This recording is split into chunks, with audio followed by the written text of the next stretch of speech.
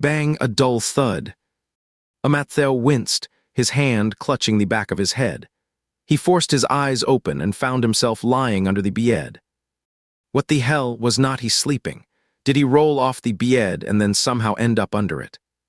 This is crazy. I must be some kind of human tumble dryer. Amatheo rubbed his head and started crawling out from under the bed, planning to lie back down and go back to sleep. He was halfway out when he suddenly realized something was off. The bedroom was pitch black, and the light from the balcony outside seeped through the glass door, dimly illuminating the simple yet stylish furnishings. His pupils constricted. This was not his bedroom. Before he could figure out what was going on, the door suddenly clicked open. The next second, the lights flooded the room brightly. His vision gradually focused, and when he looked up, he found himself staring right at a man standing in the doorway. The man's looks fit the current aesthetic of a mature male. He was tall, with sharp and handsome features. His thick eyelashes framed deep-set eyes, and a hidden edge lurked beneath his composed exterior. So who the hell is this?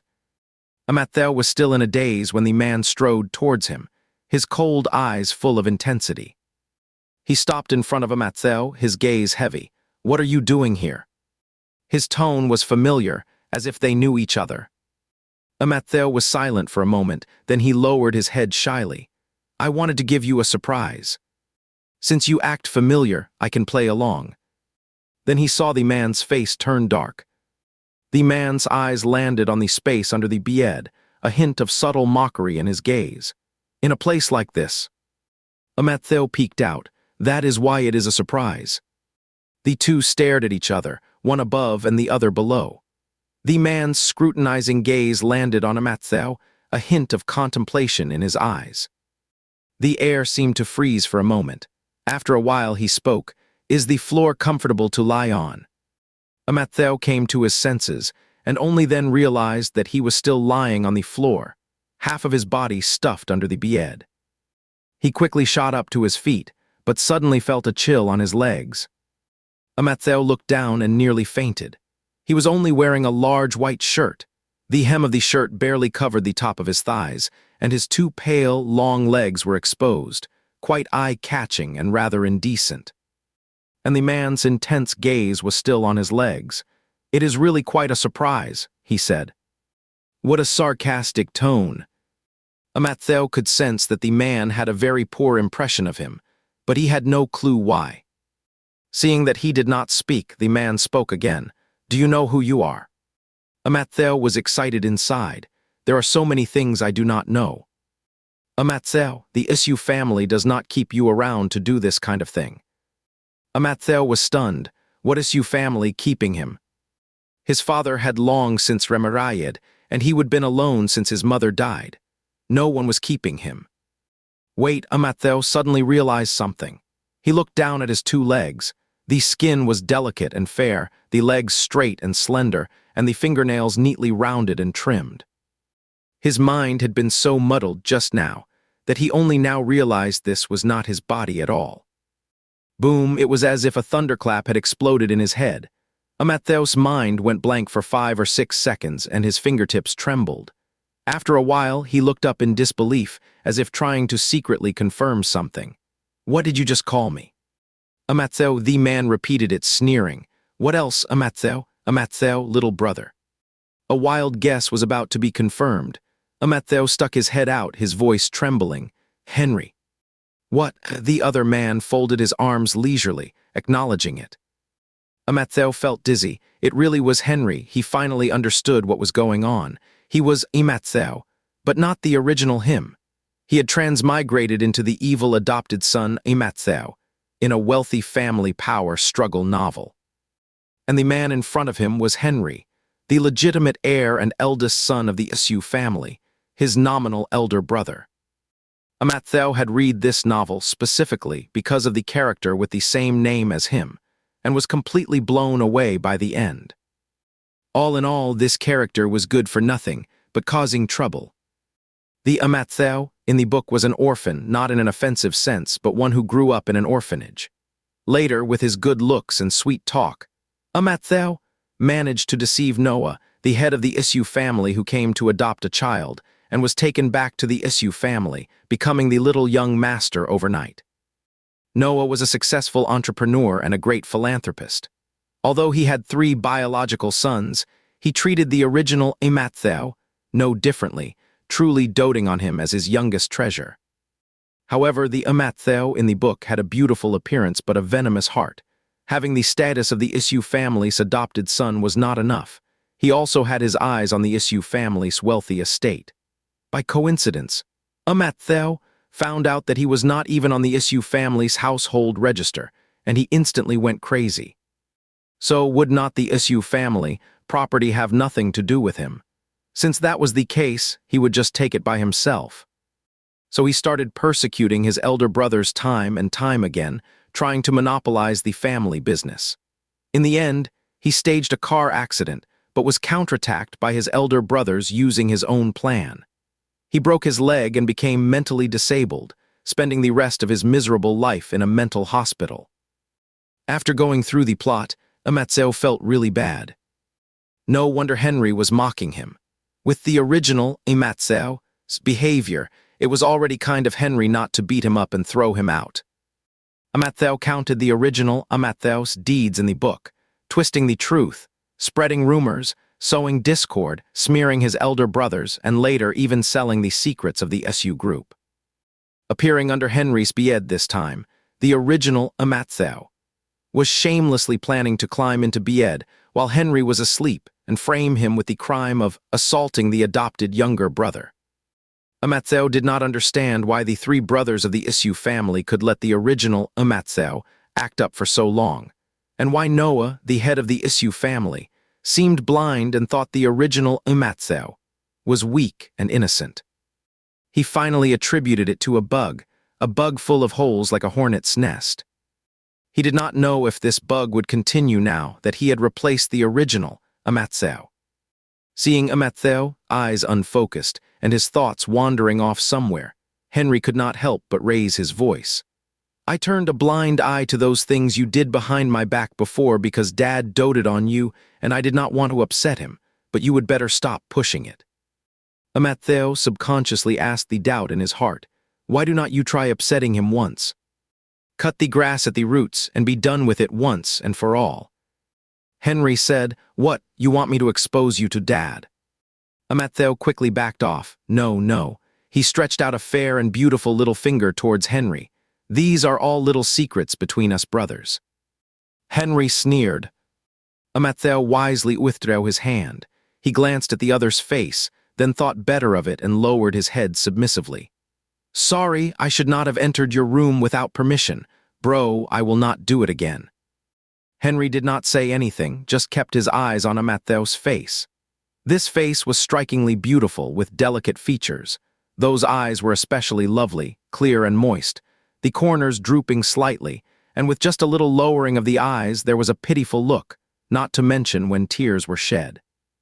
It was such a harmless-looking face, yet it was used to deceive others' trust and achieve his own goals by any means.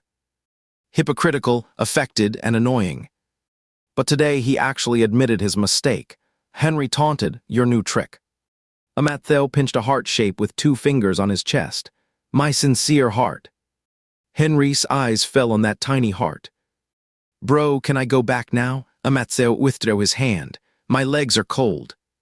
Henry looked up. Did I cause that? Matthew was quite self-aware.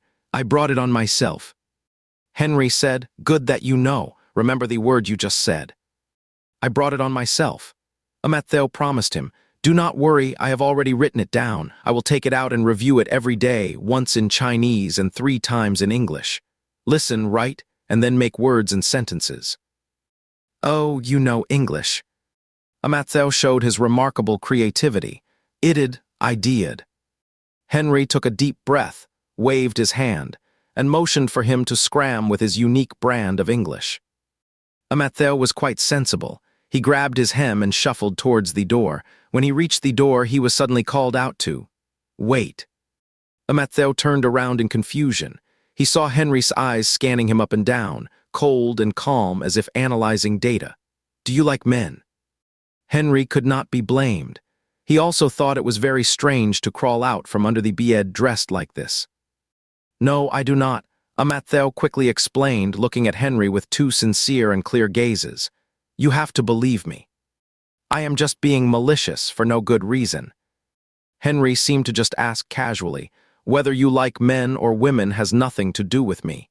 He lifted his eyelids, "But do not do anything unnecessary." Amatheo quickly expressed his stance. "I know that. I have turned over a new leaf." Henry did not show his opinion.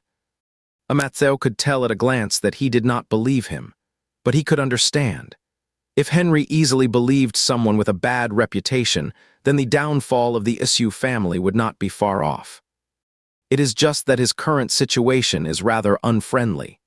Generally, after the protagonist transmigrates into a book, do not they usually get a cheat to clear their name? Why does not he have one? It cannot be that he has to wash it by hand with Tide. As Amatheo opened the door, he comforted himself.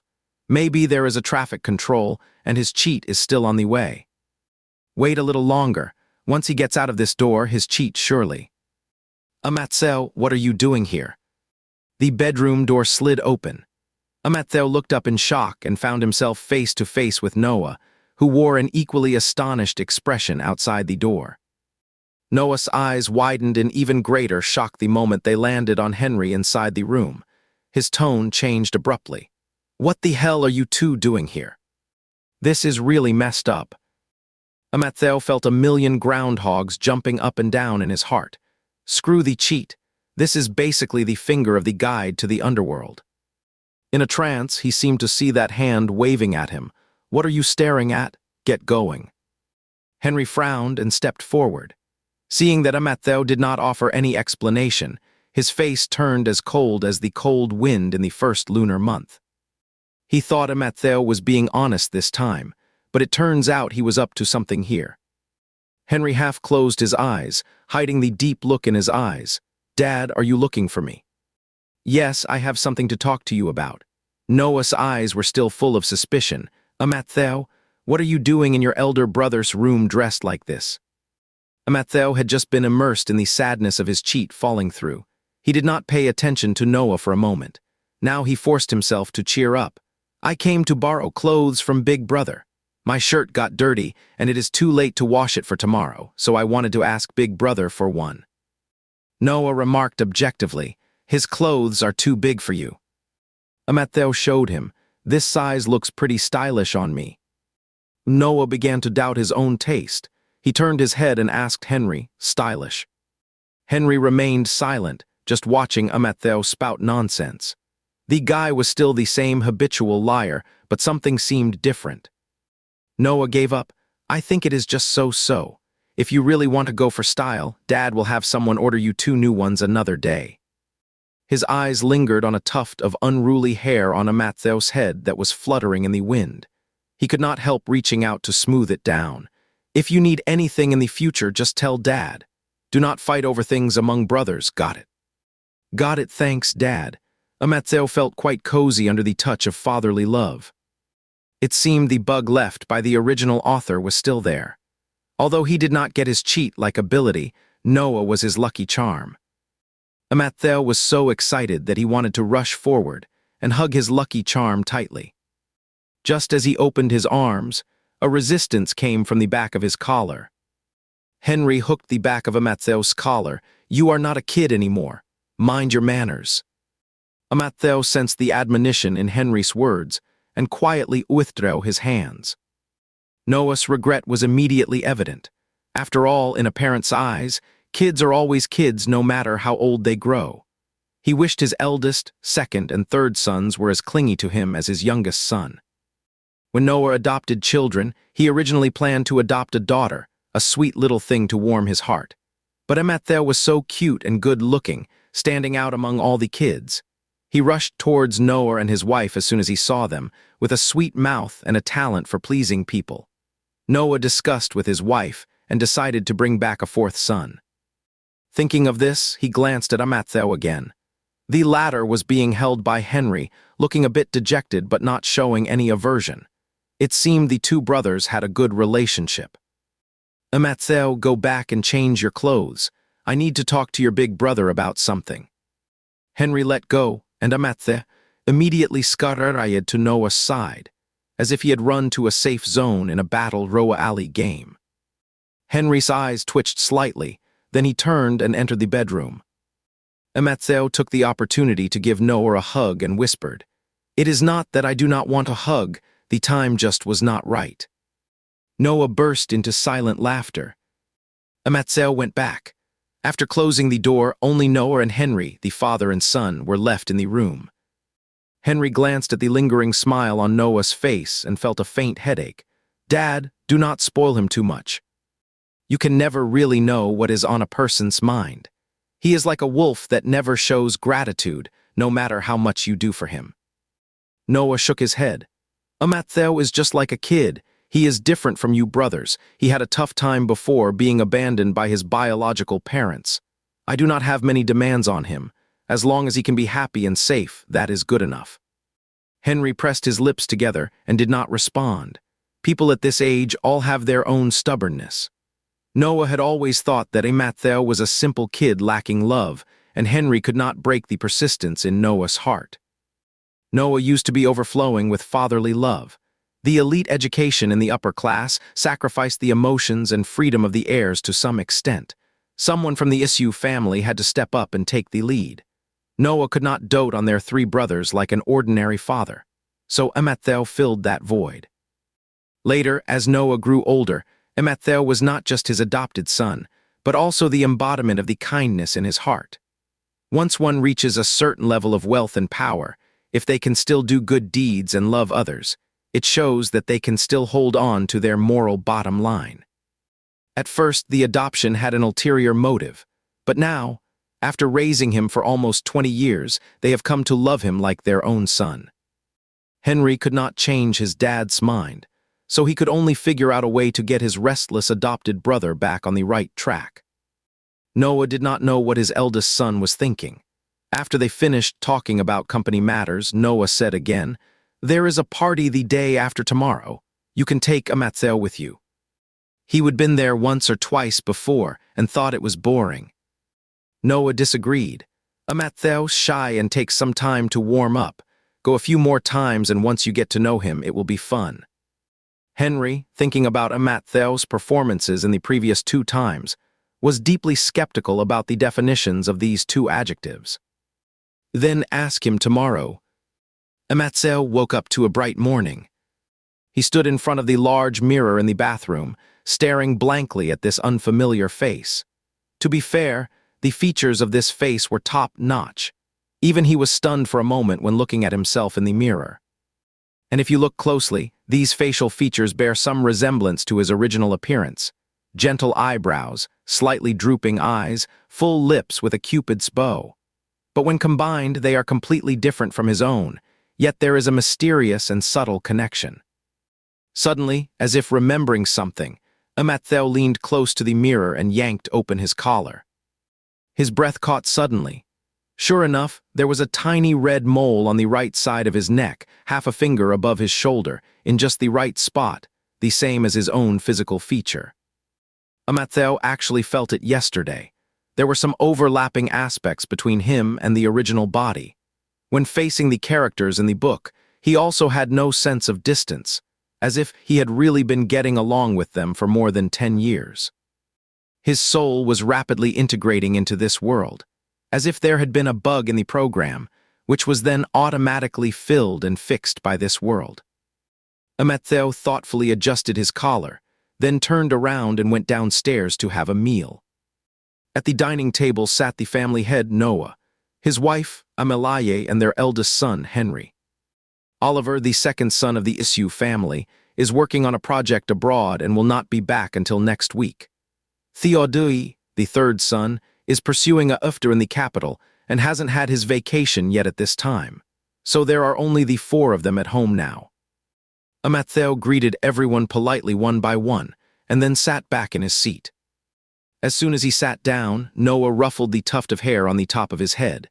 "There is a party tomorrow. Go with your big brother." Amathe was munching on his oats when he suddenly crunched down on 2 raisins. He used his tongue to push them out onto his plate and said, "Okay then." Henry is the key figure who decides his fate. He needs to spend more time with him to clear his name. Noah gave Henry a smug look. See, Amatheo is so obedient, I told you he would go. Henry did not want to argue with his dad about this overly subjective issue. He turned his gaze to those two raisins. Picky eater. Amatheo stopped, cut out sugar. He never ate dried fruit, so he instinctively spat it out. He did not expect to have overlooked the eating habits of his host body. Amelaye laughed, her soft waves quivering slightly. You are not on a diet, and you do not get pimples. What is the point of cutting out sugar at your age? Amatheo pursed his lips. I am too sweet. Noah burst out laughing, his quivering throat facing straight at Henry. Henry's hand froze, and his appetite clearly waned. After having a meal, Amelaye planned to personally help her two sons pick out outfits for tomorrow's party. In the past, when Henry attended social events alone, he chose whatever he wanted to wear. Now that there are two brothers, they need to pay attention to coordination, and it is best for their mother, Amelaye, to make the decision. It is not the weekend today. Both the father and son of the Issue family have gone to the company. Only Amelaye and Amatheo are at home.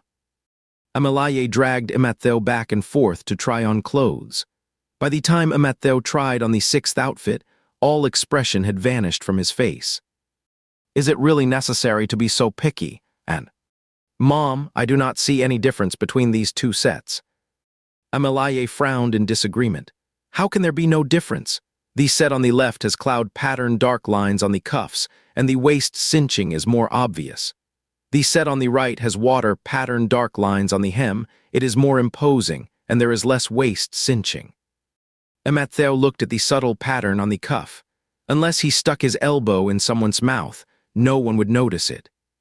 Amelaye was still carefully distinguishing the differences among several suits. How about this cloud-patterned one? Your elder brother suits it too. You two brothers are going to the party together, so you should dress in a matching way. Amatheo suggested, we could wear the same thing. Amelaye imagined it for a moment, frowning slightly. It is not like they are Russian nesting dolls. 4 hours later, Amelaye picked out an outfit for Amatheo, and then dragged him to Henry's room. Your eldest brother has 2 or 3 sets with cloud patterns. Come and help Mom pick one. Amatheo's face contorted. Why are there 2 or 3 sets with cloud patterns? Is there even a difference in cloud patterns? Stratocumulus, altocumulus, cirrostratus. He could not understand it, so he just took it as a rich person's hobby. This was Amatheo, second time entering Henry's room since he would come here. He was still shaken and could not help taking a glance under the bed. Amelaye noticed his eyes were unfocused. Amatheo, what are you looking at? The place where dreams begin. Amelaye thought he was talking about tomorrow's party. Tomorrow, follow your big brother and get to know some friends in the circle. Sure. Amelaye picked out a few of Henry's suits and then took out several pairs of cufflinks from the drawer to match them. As she was choosing, she suddenly held a pair of cufflinks against Amatheo's wrist. You know what? I think these cufflinks would suit you even better than your elder brother. The cufflinks were dark blue with silver trim. Under the light, they looked like the starry sea and the Milky Way. Amatheo had beautiful hands. The backs of his hands were slender with well-defined bones. A section of his thin, white wrist protruded from the cuff, and it really matched the cufflinks. Amatheo saw that Amelaye was about to fasten the cufflink, and immediately pulled his hand back with a whoosh. His self-preservation instinct was skyrocketing as he said, No, no, this belongs to Big Brother. He does not deserve to touch it. Amelaye said, sounding a bit helpless, I just want you to compare. If it looks good, I will get you a similar pair. A son's belongings are his own. Even as a mother, Amelaye does not have the right to give them away. Having been the mistress of the Issue family for so many years with 4 sons, she knows better than anyone the art of maintaining family balance. Amatheo still kept his hands behind his back, determined not to have anything to do with Henry's stuff. Amelaye did not understand what he was being so stubborn about. She reached out to tug his arm with an amused look. It is just a comparison. Your big brother is not that petty." "No, no, no, no, no." The two of them went back and forth a couple of times. Amelaye did not hold the cufflink firmly, and it rolled right under the bed. Amelaye exclaimed, "Oh no." "What are you awing about?" Amattheo's heart skipped a beat. "The bed bottom, it is the bed bottom again. The space under Henry's bed is like a hot spot for his mishaps." Amelaye said, "Amatheo, check where it dropped." Amatheo composed himself, then grabbed the edge of the bed and peeked under it. The cufflink had fallen quite deep. After a moment of silence, he lowered his head and half crawled in. Amelaye was startled. "It fell that far inside. Get up quickly. I will ask the servant to fish it out." Amatheo found himself slipping under the bed with ease. He said in self-abandonment, "Oh well, I am already here anyway." Henry's afternoon meeting was cancelled at the last minute. He got off work and went home before 5. As he was going up to the second floor, he heard faint voices coming from his room. "Amatheo, why do I feel like you are surrounded by sadness, son? I am scared of going back to the very beginning, and I am also afraid of seeing that young and innocent face in my memory." Henry paused for a second, then walked straight towards the room. The door to the room was slightly ajar. As soon as it was pushed open, the entire room came into view. Amelaye was sitting on the edge of the bed. When she saw Henry, she gave a little start, as if she wanted to say something but held back. Henry followed her gaze and looked under his bed. A butt and part of a waist were sticking out from under the bed. As the scene replayed, the sensory experience was incredibly complex. "What are you doing here?" Thud, a dull sound came from under the bed. Amatheo, hips swayed from side to side a couple of times, and part of his shirt hem dropped, revealing a waist that was trembling slightly. The impact when Amatheo hit the bottom of the bed was so painful that it almost knocked the wind out of him. Henry's lines were exactly the same as last night, not even a change in tone. Clearly, he did it on purpose. "Amatheo, you okay?"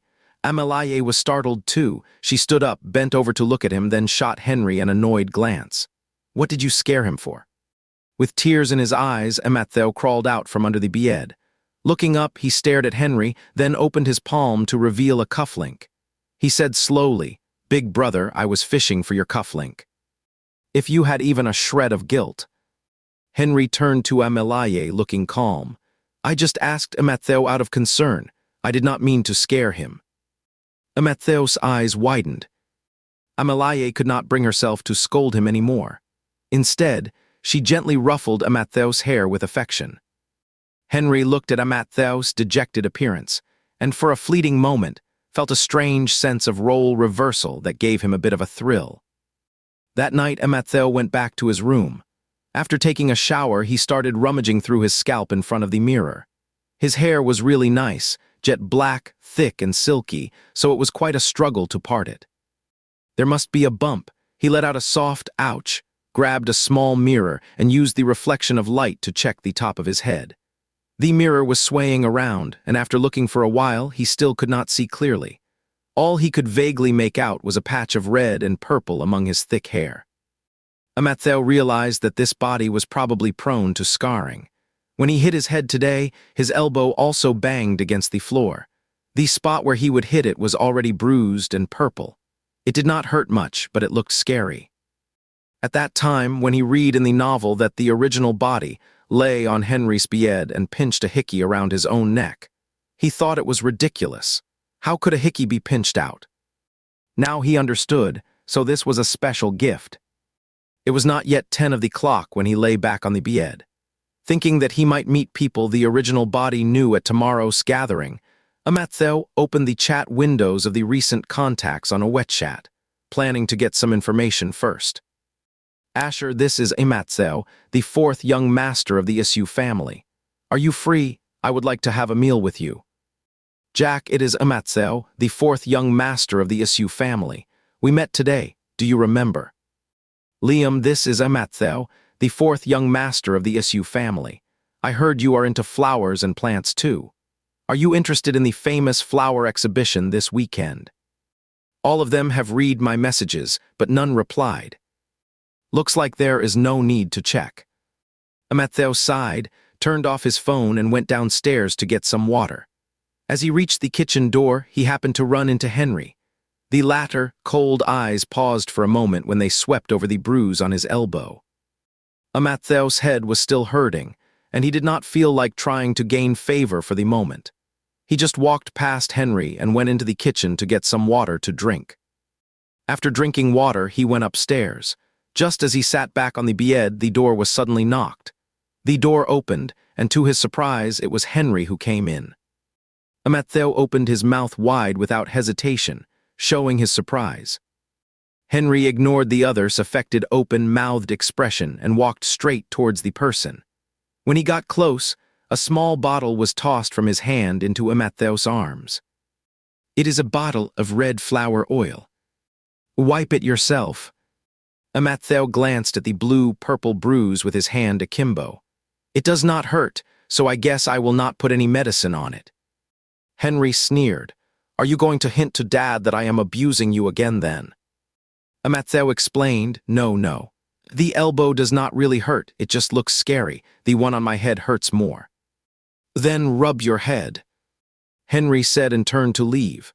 Amattheo quickly called out, "I cannot see the top of my head."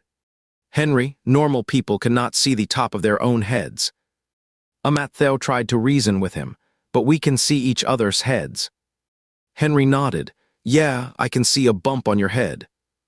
Amattheo gave Henry a long, meaningful look and made a gesture of kneeling with his hands. "Do I really have to beg you?" 5 minutes later, the two of them stood in the bathroom.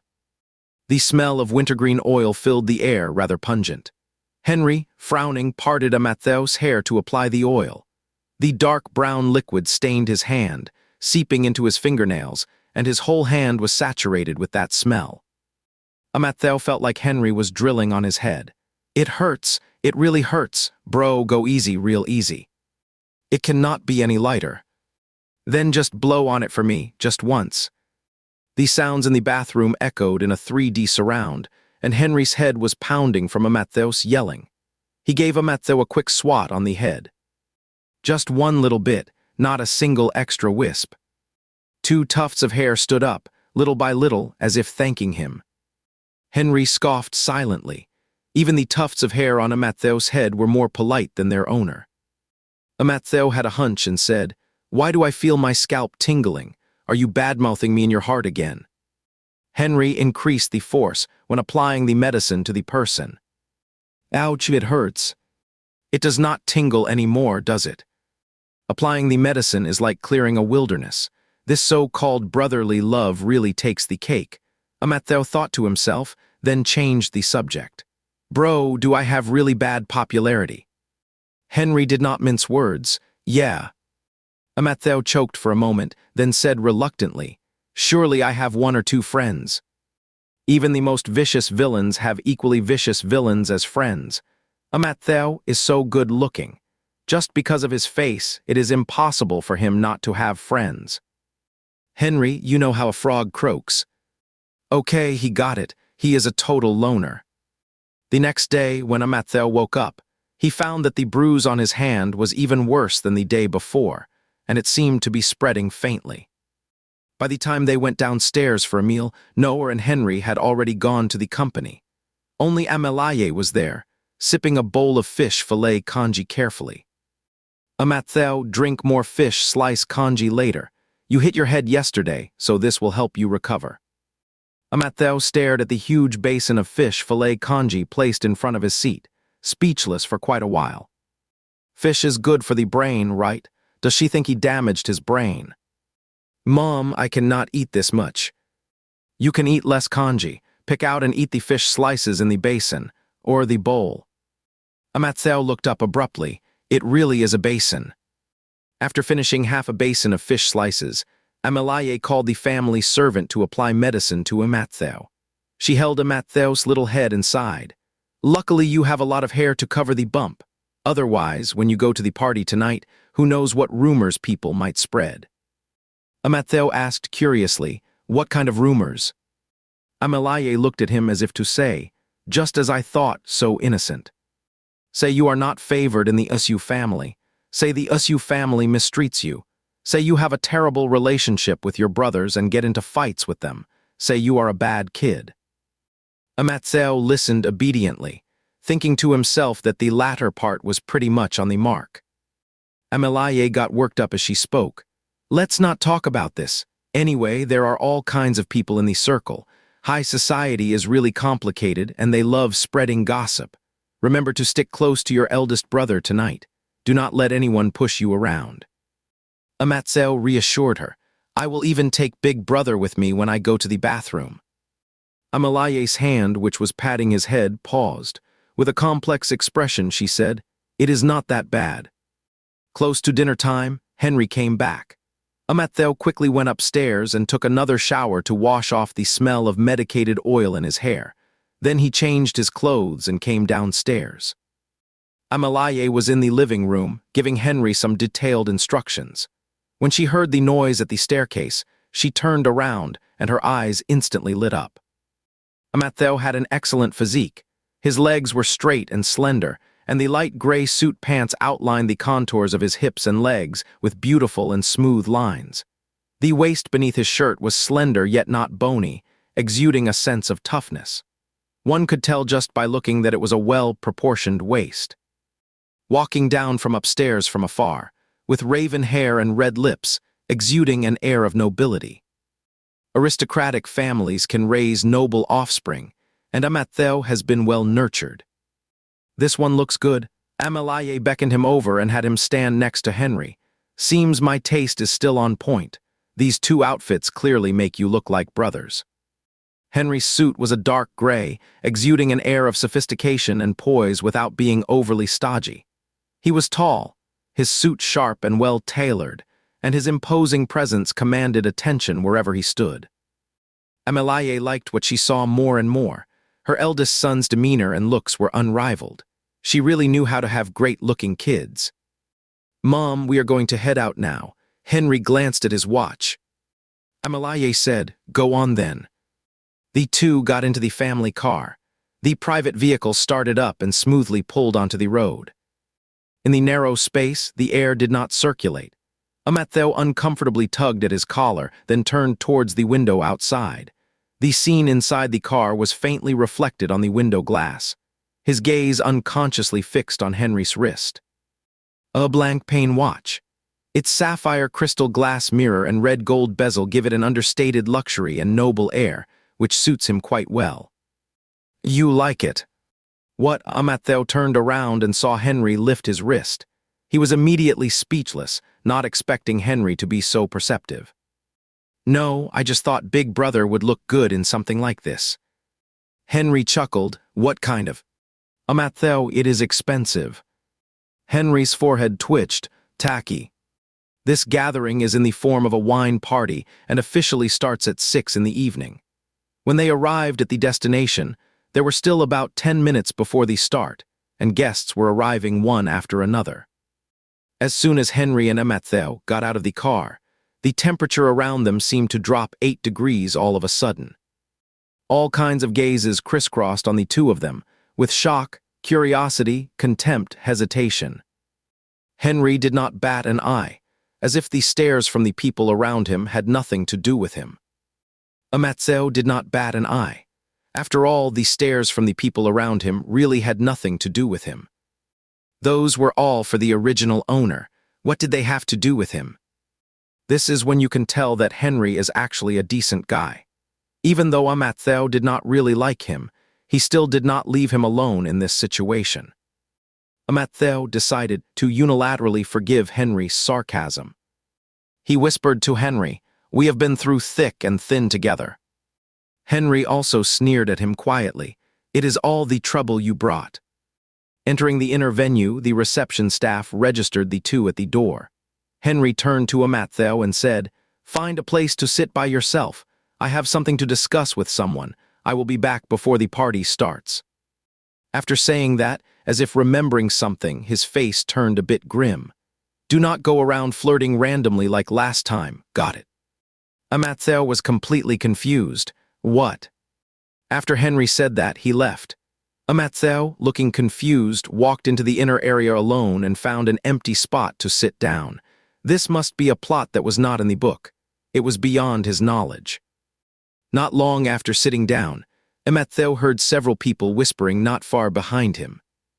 Is not that the impostor from the Su family? What is he doing here? What a thick skin! Last time he pretended to bump into the eldest son of the Efeng family and spilled wine on himself. When the eldest son ignored him, he went to bump into the second son. He was probably trying to seduce them. You cannot be serious. Does he have two mistresses? Is he neck deep in love debts? Oh, and then he bumped into Levi Ethan Owen. He was practically running all over the place. Impressive, like a circular little train. You bet, this time, the Ifeng family, the Zhou family, and the Sun family are all sending people. I cannot wait to see how that little flirt is going to try and cozy up to them again. Amatzeo finally understood why he was so single and alone. What is the use of good looks? The original owner was a stunning idiot. He slumped dejectedly in the chair, and even missed, ever so slightly, the cold presence of Henry. Subjectively blocking out the stares and conversations around him, Amatzeo lowered his head and started playing match 3 games to kill time. Everyone here is waiting to see him make a fool of himself, but there is still a haven in the Candy Crush village. Edeng, edeng, edeng. The blocks were being eliminated one by one on the screen. When the target showed there was only 1 step left, there were still 3 blocks that had not been cleared. Amattheo's brows were tightly knitted as he strategized, thinking of moves like besieging way to rescue a Jo or crossing the river, and then removing the bridge. Suddenly, a shadow fell in front of him. He thought Henry had come back, so he blurted out, "You first help me with this last-ditch effort." He looked up and saw an unfamiliar young man standing in front of him. Who the hell is this? The young man had his hands in his pockets and his eyes fixed on his phone. You cannot crack it, might as well wait for the end. Amatzeo furrowed his brows. Did he come here specifically to be a game instructor? The young man raised his chin and insinuated, "A person should have self-awareness. Some things are obvious, and no matter how much effort you put in, you cannot change the outcome. It is better to give up early." Oh, so he is here to tell him how to do things. Then there is no need to listen. Dong, dong, dong. Amatzeo lowered his head, bought 3 small hammers, and smashed the blocks to pieces. Stakulia. Pay-to-win players have no fear. Ever since the young man started talking to Amatzeo, the eyes around them had been gathering subtly. The young masters and ladies still maintained their airs, only turning their heads slightly to whisper. In contrast, the companions they brought were much more blatant. Is not that the second young master of the He family, son Uyuayu? What is he talking about with that person from the Isu family? Looks like he got his ass kicked. Whoa, what is going on? Is the little train not throwing itself at him today? Amatzeo looked at the young man, but could not match him to anyone in his mind. He would dealt with so many people trying to pull a fast one that he had no idea which one of them this was. Hello, just to be on the safe side, it is better to use a respectful title. James frowned and sized him up. You seem different. Amatzeo nodded in agreement. Yeah, I never used to pay to win. James choked up. Who said that? Seeing that his attempt to stir up trouble had failed, the onlookers gradually withdrew their gazes. Amatzeo made a strategic retreat. I will just. Hey, what are you doing here? Suddenly, a voice chimed in, full of interest. The eyes that had withdrawn from the surroundings gathered again. Amatzeo looked over gloomily and saw a young man with a flower on his chest, striding over with long legs. His first impression was that the guy was flashy and foppish. James blurted out the name of the newcomer, Liam. Liam said excitedly, James, you got scammed again. This, again, is quite clever. Amatzeo realized it was Ethan and some young guy from the Zhou family, probably a sophomore, junior, or senior. Liam stopped in front of Amatzeo, reaching out his long arm to drape it over the latter's shoulder. Being taller, he was practically hanging on Amattheo's shoulder now, bending his body at a wide angle as he scrutinized Amatheo from all sides. There was a mischievous and theatrical air about his actions. "Not going to crash into my arms today." As soon as he finished speaking, several laughs rang out from all around. Their meanings were unclear, but it was obvious they were all waiting to watch the show. "No." Oh, Liam leaned in with a big smile, as if he would seen something interesting. "Why is that?" Amatheo lamented, "I am bored with it." James burst out a laugh. People around, "What? Is this still the same little train?" Liam's casual smile vanished. He gave Amatheo a shove, a hint of annoyance and embarrassment in his action, but the force was not strong. After that, he turned to James and shouted, "Whose side are you on? What are you laughing at?" James pursed his lips. "I am just having a little laugh." "Damn it," Liam turned to Amatheo, trying to get one back for himself. "Was not it you who came up to me eagerly last time and asked if I was going to the Mingyuai exhibition?" The people around perked up their ears again. "Ooh, there is more gossip." Amatheo squinted his eyes. Sure enough, he would read the message but did not reply. He said indifferently, "That was a mass message for promotion. I am just acting as a middleman to make a profit." Liam stormed off, looking like a puffed-up blowfish. James left with the others. He wanted to laugh but thought it was not appropriate, so his face twisted into a strange expression. Amatheo looked at the increasingly wild smile on James' face and seemed to understand something.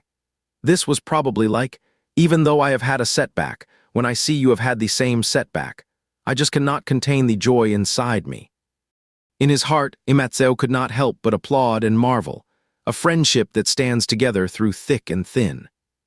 3 minutes before the party started, Henry finally showed up.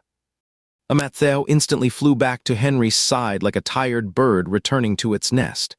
"Big brother." The voice was as clear and melodious as a lark's song. Henry's hairs almost stood on end. "What is up?" "Amatheo, miss you." "Dude, you are the only person I know in this whole place." Henry could not stand this sudden clinginess. "Cut the cheesy talk." Amatheo hushed up. He took note of it. The party was about to start. Henry briefly told him about the several functional areas inside the venue, and then added, "Remember to let me know before you go anywhere." Amatheo immediately moved closer. "Do not worry, I will not leave your side." Henry's look at him instantly turned to one of annoyance, as if seeing a burden. At 6 of the clock, the party officially kicked off.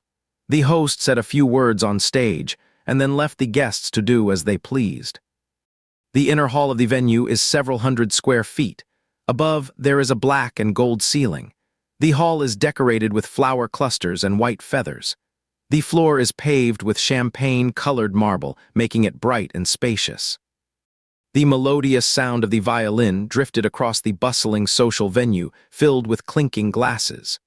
As the ladies in their long gowns passed by, a fragrant breeze wafted, and every glance and turn of the head carried a flutter of charm. Amatheo was eyeing the desserts on the middle dining table.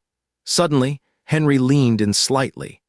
Amatheo turned his head and was met with Henry's bobbing Adam's apple, exposed above the tightly buttoned collar, exuding masculinity. "Thank goodness, there is no smell of medicated oil." Henry stepped back.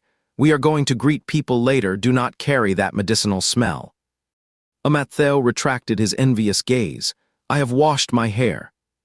His Adam's apple was not very prominent, and compared to Henry, he had less body hair and smoother skin.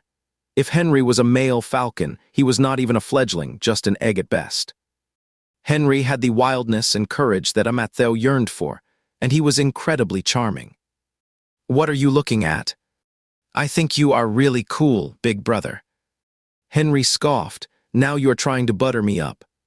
"Amatheo, I am serious. You got to be more confident."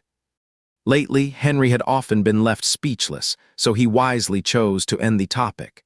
He took a cocktail from the waiter and said, "Let's go around and say hello to everyone later." Amatheo followed suit, gracefully picking up a glass. Henry led him to the other end and said, "You should know them without me introducing, right?" Amatheo admitted honestly, "I do not know them." Henry stopped in his tracks. "Of course I know them. You have basically met them all before," he said with a meaningful look. "They have also got a deep impression of you." His eyes were sincere. "Looking around this whole venue in my eyes, there are only two types of people, Big Brother and everyone else." Henry glanced at him. "Then who do you think you are?" Amattheo was quick-witted and said, "Guys from the Big Brother." Amattheo tagged along beside Henry like a little tail, clinking glasses one by one with the young ladies and gentlemen in the venue. With Henry around, the gazes fixed on him all became much more subdued. Amattheo found that even in the upper-class circle, there were still some dim-witted folks. When they clinked glasses with him, they would blurt out, "I have long heard of your great name," and then be alerted by a look from their companions. When greeting the two brothers of the Effing family, they exchanged a few polite words. Amattheo followed Henry and left, then turned around and heard the two brothers whispering behind him. "He has changed quite a bit. Just a cute good for nothing." Amattheo, he would heard it, thanks. The wine glasses had been emptied 3 times, and finally they were almost done going around the room. When it came to the last one, Henry turned slightly and motioned to Amattheo. "This is Jack." Amattheo held out his glass and said, "Hello, Jack, I am Amattheo." "It is the little train." Jack was on full alert, still haunted by the memory of being scammed. Probably because Henry was present, he suppressed his emotions and cautiously raised his glass to touch the others. "Hello there, young fellow. It is really impressive that you can still make up for it." Amattheo thought to himself and then complimented, "That is such a lively way to put it." Amattheo curved his lips into a faint smile. He was really good looking. The bright lights overhead shone down on his vivid and charming face, making him particularly attractive. Jack could not help but take a couple more glances, and the guard in his heart gradually faded. He thought, if this guy had not done those stupid things before, there might be a lot of people who liked him. It is so much better to greet each other normally like today. Alas, what a pity. "Mr. Amattheo's been behaving much better today." Jack blurted it out subconsciously and then immediately shut up. He quickly glanced at Henry, and seeing that he did not react, he turned his gaze to Amattheo. Then his eyes slightly focused. "Is it an illusion? Why does it seem like this guy is quite happy?" Amattheo was actually quite happy. Today, he was being more sensible. After all, was not this just a compliment saying he was better than he used to be? Amattheo was delighted and did not forget to flatter Henry. "That is all because my big brother taught me well. Men are all about saving face. In a situation like this, you have got to compliment him." Henry's eyes twitched. "I cannot take the credit." Amattheo trotted out that old line again. "You got to be confident." What is going on? The real character of the young master of the Issue family seems quite different from what they thought. Just as he was about to explore further, a sharp sound of a cup shattering broke the elegant atmosphere of the entire venue. Crash! Not far away, a glass goblet shattered into pieces all over the floor. The melodious violin music stopped abruptly. The pale yellow wine spilled onto the smooth floor, and the halos were in fragments. Amattheo was startled and instinctively took a step closer to Henry. Henry noticed, but did not say anything. There were a man and 2 women standing where the cup was thrown. The man looked like a wealthy young master. The woman in the red dress beside him had a face full of anger, while the woman opposite them was crying pitifully. Amattheo unconsciously tugged at Henry's sleeve. The latter shook his hand away, but Amattheo did not care. He just stuck his head into the gossip field. The red-dressed woman's curses resounded throughout the inner venue. The gossip-loving upper-class circle all heard the commotion and looked over, observing from near or far. "You shameless hypocrite! Who are you trying to look pitiful for? Your little tricks are so outdated." Amattheo was engrossed in the gossip when suddenly 2 guys, Henry and Jack, appeared on either side of him. He immediately felt a sense of security. Amattheo nudged Jack gently with his elbow. "You are here for the gossip too." Looking like a couple of bystanders, enjoying the drama. Jack, The woman in the red dress was still cursing. The young master felt embarrassed and tugged at her. "Isabella, have you had enough?" "Me causing a scene?" Isabella's voice instantly shot up several octaves. Her plum-colored fingernail pointed sharply at the delicate-looking woman across from her who was dabbing at her tears. "It is clearly her who has no shame. The old trick of bumping into someone with a glass in hand is so overused. You still believe she did not do it on purpose." "Amatheo, this drama seems so familiar." He secretly shuffled a small step behind Henry. The woman being scolded dabbed at her tears daintily, looking so pitiful that anyone would feel sorry for her. "I really did not mean it. My shoes did not fit well, and I accidentally fell onto this gentleman. The wine spilled by accident too. I have already apologized." Isabella was shaking with rage and shouted, "I have never seen anyone more two-faced than you." A pair of eyes suddenly landed on Amatheo's head. Amatheo looked up and met Henry's meaningful downward gaze. "What are you looking at me for?" He suspected Henry was taking a dig at him, but he had no proof. Amatheo snorted twice and turned his gaze back to the center of the arena. The ins and outs of the matter gradually became clear amidst Isabella's shouts. The wealthy young master was named Sebastian, and Isabella was his, who was 4 or 5 months pregnant. She was worried that Sebastian had a reputation for womanizing, so she insisted on coming to this party. "I just went to the bathroom, and when I came back I saw that shameless hypocrite in her arms." Amatheo thought to himself, so what is the point of forcing herself to tag along? A playboy like that, even if you tie him up with a rope, you cannot keep his wandering heart in check. Isabella was still crying and cursing. "Sebastian, I am still carrying your family's child. How could you do this to me?" "What do you mean by being sorry? She just bumped into you by accident. Can you be reasonable?" The young masters and socialites stood far away, not getting involved. This nice party has been turned into something like a hardware wholesale market. Although the drama is juicy, it is really tacky. Amatheo did not feel that he was losing face. After all, he had no face to lose in the first place. His train of thought was quite unique. Big brother, is not it better for pregnant women not to wear nail polish? Henry was speechless. "I have never been pregnant, how would I know?" Amatheo's gaze lingered on his toned abdomen for a moment, then he was warned. "What are you looking at?" Henry is the most outstanding man in the book's setting. He is top-notch in every aspect and surely has an 8-pack. He is really something. Women adore him and men envy him. Amatheo turned his gaze back and complimented, "Nice waist, bro." Henry recalled the scene when Amatheo came downstairs today. His shirt tucked into the belt of his suit pants, accentuating his supple waist, and the section of glistening white that had peeked out from under his beard yesterday, so blindingly white. He was about to say, "You are not bad either," but then swallowed the words back. If they were very close brothers, Henry could make such teasing remarks, but he did not think they were.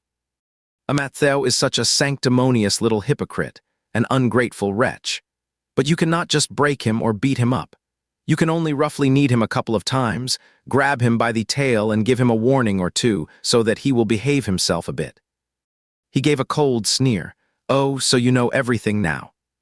Amatheo was sincere. If you feel with your heart, you can sense it. Just as the two were about to veer the topic towards the question of idealism and materialism, a shrill voice suddenly rang out in their direction. "Ask him if you do not believe me." The academic discussion was abruptly interrupted. Amatheo looked up and saw those plum-red nails pointing straight at them. His eyelid twitched. Amatheo struck first, "Dude, she is pointing at you." Henry pursed his lips slightly and uttered, "Oompha." Isabella was already the center of attention. With her pointing, everyone's gaze shifted to Amatheo. Isabella said harshly, "If you do not believe me, then ask him. Or was it an accident when she threw herself into those young masters' arms? Why drag him into this when you are trying to expose the scheming girl? Are you lumping them together?" Isabella's emotions were already unstable during pregnancy, and with Sebastian speaking up for that two-faced woman in public, she did not care about the party setting anymore.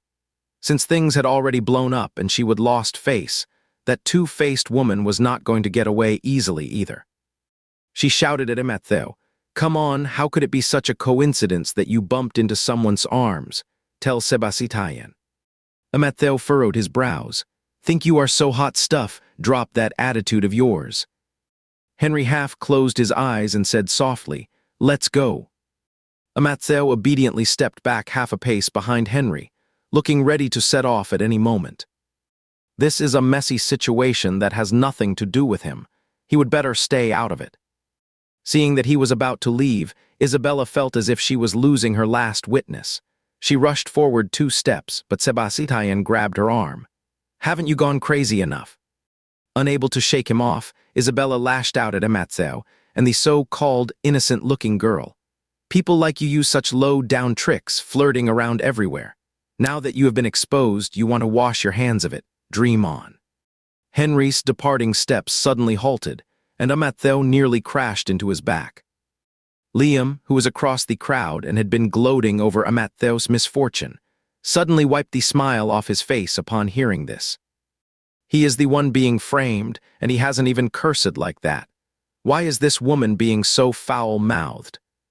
The so-called White Lotus, who was scolded, sobbed softly. "I really did not mean it.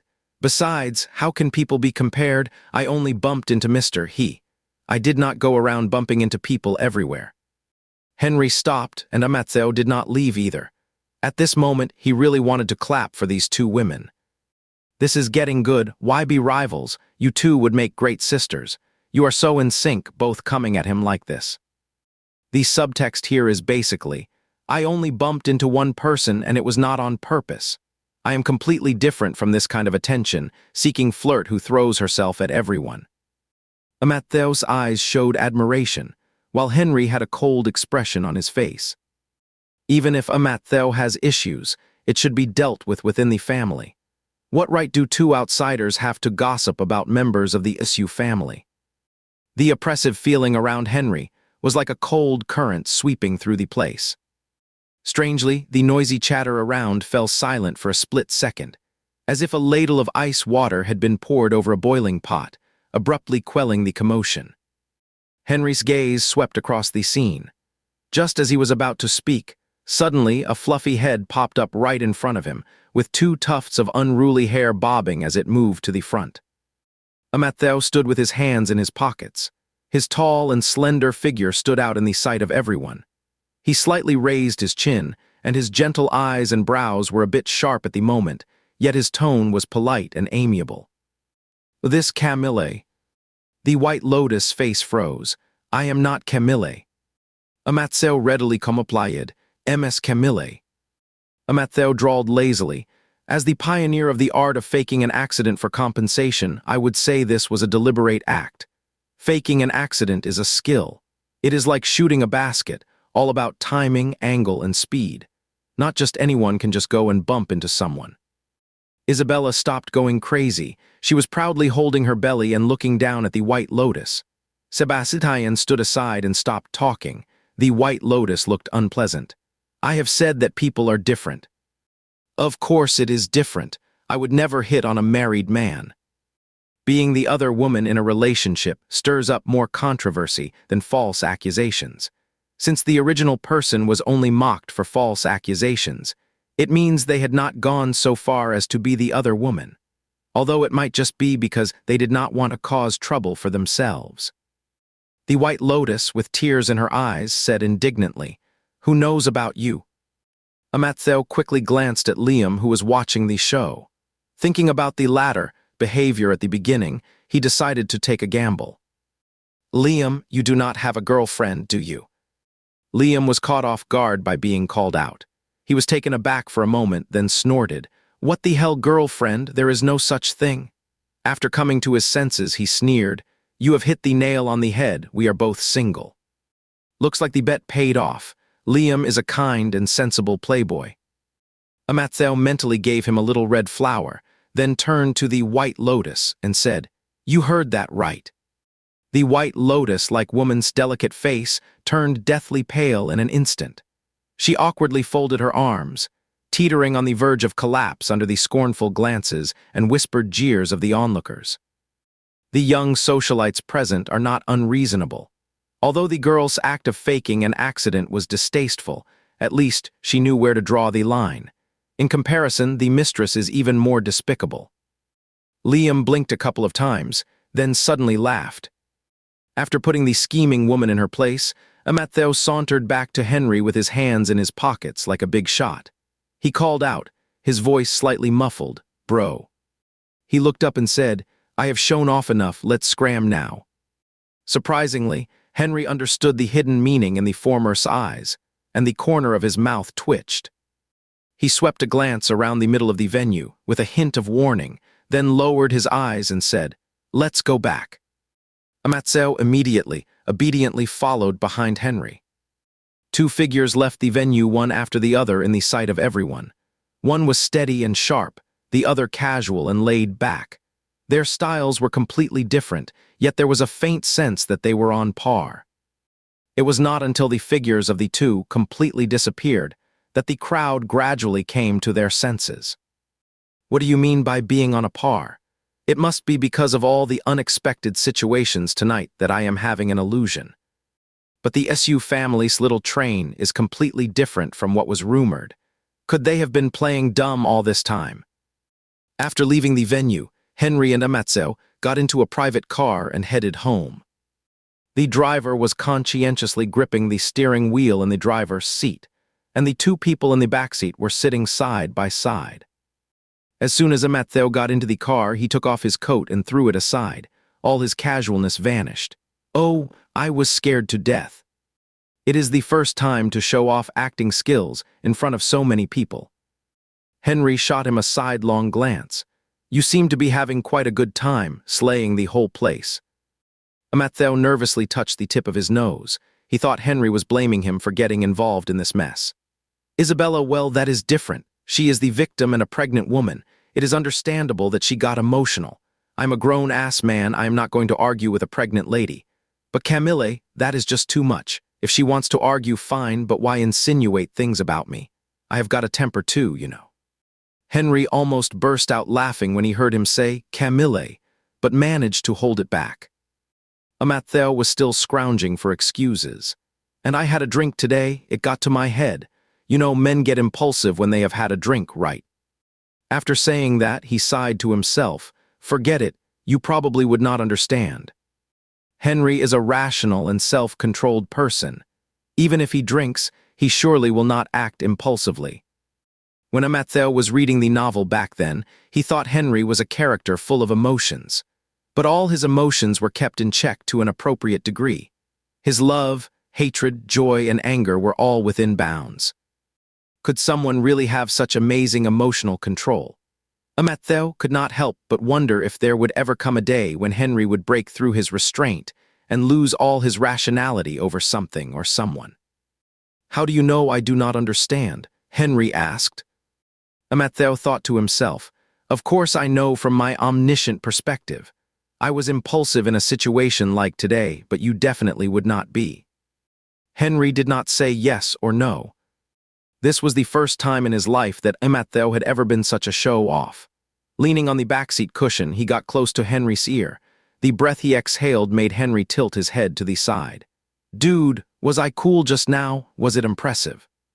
Henry twitched the corner of his mouth and said, "The pioneer of the insurance fraud world, of course, has style." By this time, the sky had darkened, and outside the car window it was pitch black. Only occasionally, when driving past a store, would the neon lights filter through the car window and fall inside, creating an irregular grid of light on the leather seat. In a moment of silence, Henry suddenly said calmly, "Next time you meet someone like Isabella, you do not have to hold back." Matthew turned his head to look at him. The private car had already driven onto the highway. The guardrails outside the window were quickly receding, and the light from the streetlights was split into strips and projected onto Henry's solemn profile. The dividing line of light and shadow slanted from his left eyelid to his straight nose.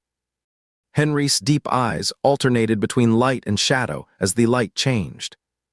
If the victim becomes the perpetrator, they do not deserve sympathy. Especially when innocent people are involved, no matter what the hardship is, it cannot be used as an excuse. The air in the carriage grew heavy. Matthew could hear his own breathing slow and deepen in the dimly lit compartment, an instinctive reaction when one is tense and on guard. He felt that Henry's words were more like something Henry was saying to himself. Henry turned his head and met Matthew's beautiful eyes. Got it. Matthew let out a soft hem. In the dim light, those eyes were so pure they seemed like an illusion. In this enclosed and intimate environment, Henry suddenly felt a twinge of fatigue and a glimmer of hope deep in his heart. If only it were true. It is true. He would dote on this younger brother just like Noah does. The two got home before 8. Amelie heard the door open in the living room.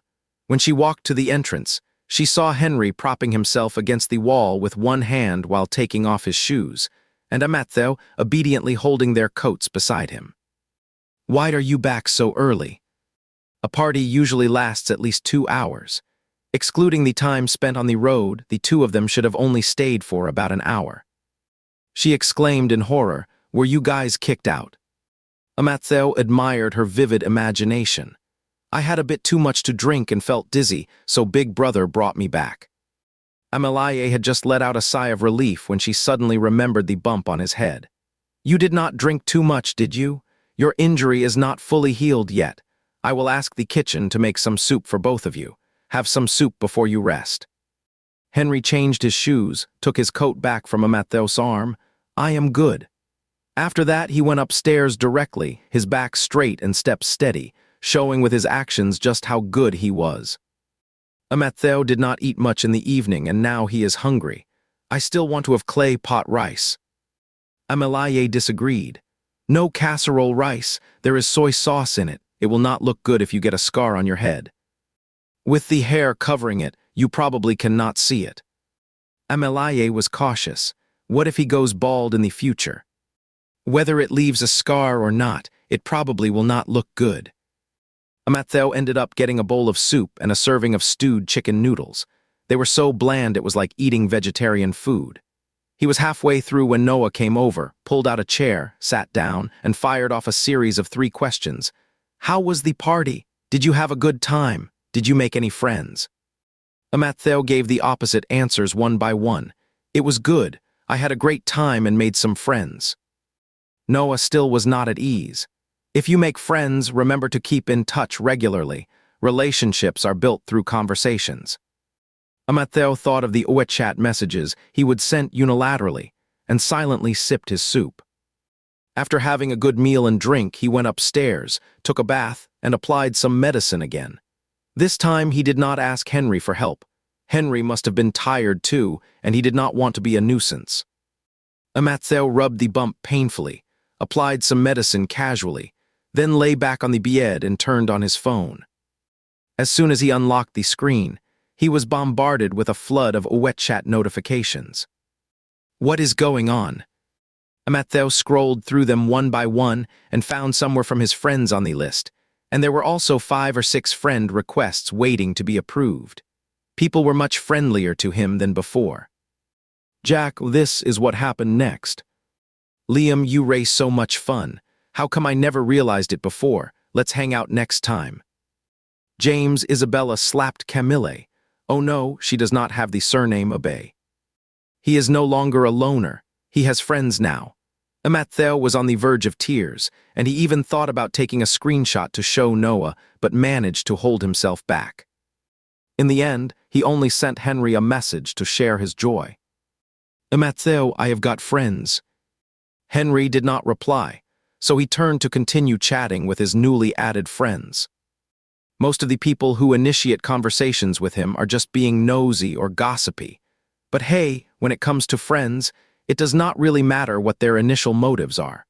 As long as they end up being sincere later on, that is all that counts. Just like Liam, at first he seemed to be looking for trouble, but later he turned into an ally.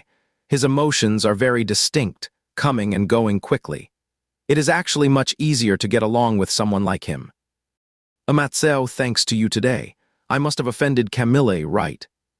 "Liam, it is okay. Do not you have enough people offended already?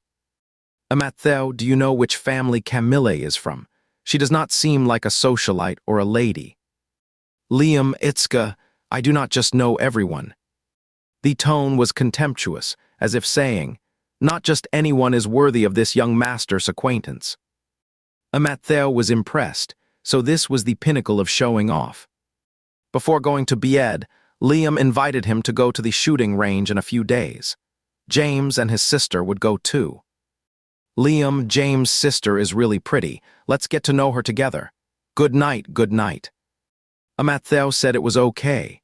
He said good night to him, then turned off his phone and went to sleep. The next day at the dining table, Amatheo casually shared the fact that Liam had invited him to go out and play, proving once again that he was cuckoo. Noah's face lit up, and he casually smoothed the tuft of hair sticking up on his head again. Not bad, not bad. Go out and have fun with your friends more often. Why does your hair always stick up like this? Amatheo had not paid attention to the top of his head. It always sticks up. Maybe I have a bad sleeping posture. Noah muttered, yeah, I have gone through it with you several times already. You are like one of those teletabubayas. Henry, sitting across from him, looked up, said nothing, and then lowered his head to keep eating. After having breakfast, Amatheo was chatting with Liam and the others in the living room, holding his phone. The four of them created a group chat named Shooting Squad. Just as they were chatting, Henry came over with some medicated oil. Did not you apply the medicine last night? Amatheo did not even look up. I wiped it myself. Henry glanced at the rapidly scrolling messages on his phone. Talk to you later. I will apply some medicine to you. The phone plopped onto Amatheo's lap. He was startled and said, You are offering to apply medicine to me voluntarily. Could it be poisoned? Henry sneered and turned on his heel, walking away. Amatheo quickly reached out and grabbed the hem of his clothes. I am so happy, I am head over heels. Henry turned back, grabbed his addled head and roughly rubbed the small bump on it. Amatheo could not type, so he could only hiss in pain and send emojis in the group chat. The person on the other side noticed his perfunctoriness and immediately voiced their condemnation. Liam, how come I feel like you are being so cold? What are you up to? Amatheo sent a voice message saying, I hit my head, ouch. My brother is applying medicine for me. Amatheo was relieved. His new friend still cared about him. Liam, which brother of yours? Henry. Henry would put medicine on you. Henry heard the voice message he sent and did not stop what he was doing.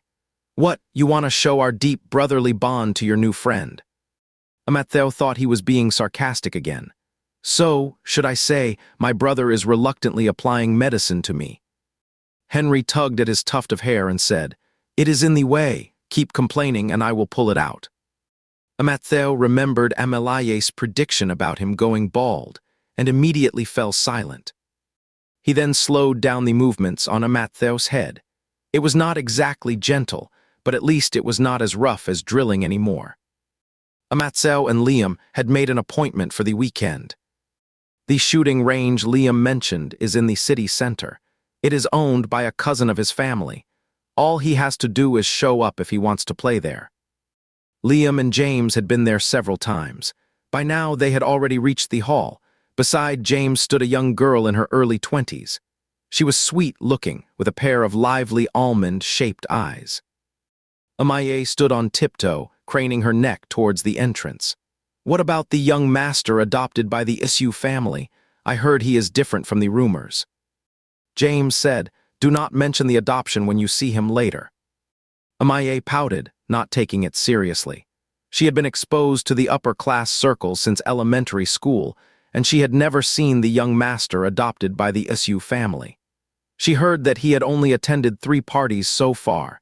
It seemed that the Issue family did not pay much attention to him either. The girl's thoughts were all written on her face. Liam noticed but did not plan to remind her. Seeing is believing. Amaye had to experience for herself what Amatheo was really like. Within just a few minutes, a figure appeared at the door. The light outside was intense, and as the person stepped in, their tall and slender form was surrounded by a halo, looking so beautiful that it was like a special effect in a movie. Amaye was taken aback for a moment, not immediately recognizing who it was. Then she heard Liam wave and call out, "Amatsao." The one adopted by the Su family. Amaye was shocked. She took a few more serious looks at the person. In just a few steps, Amatsao had approached. He was wearing a slightly form-fitting dark-colored t-shirt today. The collar was a bit large, revealing his slender neck and beautiful collarbones. There was a red mole on the side of his neck, adding a touch of charm against his cool white skin. Crap, adopted. Where did they adopt from? She wants to go and pick one up too. Mr. Liam, young master Usu, Miss Amaye. Amathel greeted each in turn, then noticed Amaye clutching her chest with a flushed expression. Hey, you are here. Come on, let's go in. Liam slung an arm around Amathel's shoulder and casually led him towards the back. Have you ever fired a gun before? Amathel could not shake the feeling that the words sounded rather ambiguous. With the girls present, he suppressed that strange sense of you. Never have, he said. Liam's eyes immediately took on a suggestive look, and his smile spread wide. Oh. So it was not just his imagination. After his theatrics, Liam led the group into a private room and then started to instruct Amathel, who had never fired a gun before. He said, "Since you have never fired a gun, let me teach you the stance. You need to relax, keep your center of gravity between your legs, straighten your wrists, and apply the right amount of muscle force." Amathel could not shake the feeling that something was off. Hold on a sec. Liam, oh, what is up? Amathel made a request. Just have the staff come and guide me. With the help of the enthusiastic staff, he finally got on the right track. Bang, bang, bang. After a few shots, Amaye next to him turned her head to look at the person beside her. The young man held his shoulders straight, and the butterfly bones on his back twitched slightly as he lifted the gun. His waistline was slender and attractive. Bang, another shot. Amathel put down the gun. His chiseled jaw relaxed from being tightly clenched, his Adam's apple bobbed slightly, and a faint, refreshing smile played on his lips, which was quite charming. Amaye followed his gaze and looked towards the shooting target ahead. There were 6 shots in total, and 5 of them missed the target. There is another shot on Liam's target next door. Liam and James, who were watching from the sidelines, were completely speechless. I am speechless. You missed the target, yet you still act as aloof and haughty as if you would hit a bullseye. Amathel still had the air of a peerless master. Calmly, he withdrew his hand and said, "Shooting is all about technique and mindset. Since I lack the former, I will make up for it with the latter." James twitched the corner of his mouth. That is a bit over the top. Amathel said, "You have got to pick one side at least." By the time they came out of the shooting range, it was almost dinner time. So the group booked a private room at a Cantonese restaurant nearby. Amathel was sitting side by side with Liam, across from the 2 siblings of the Isu family.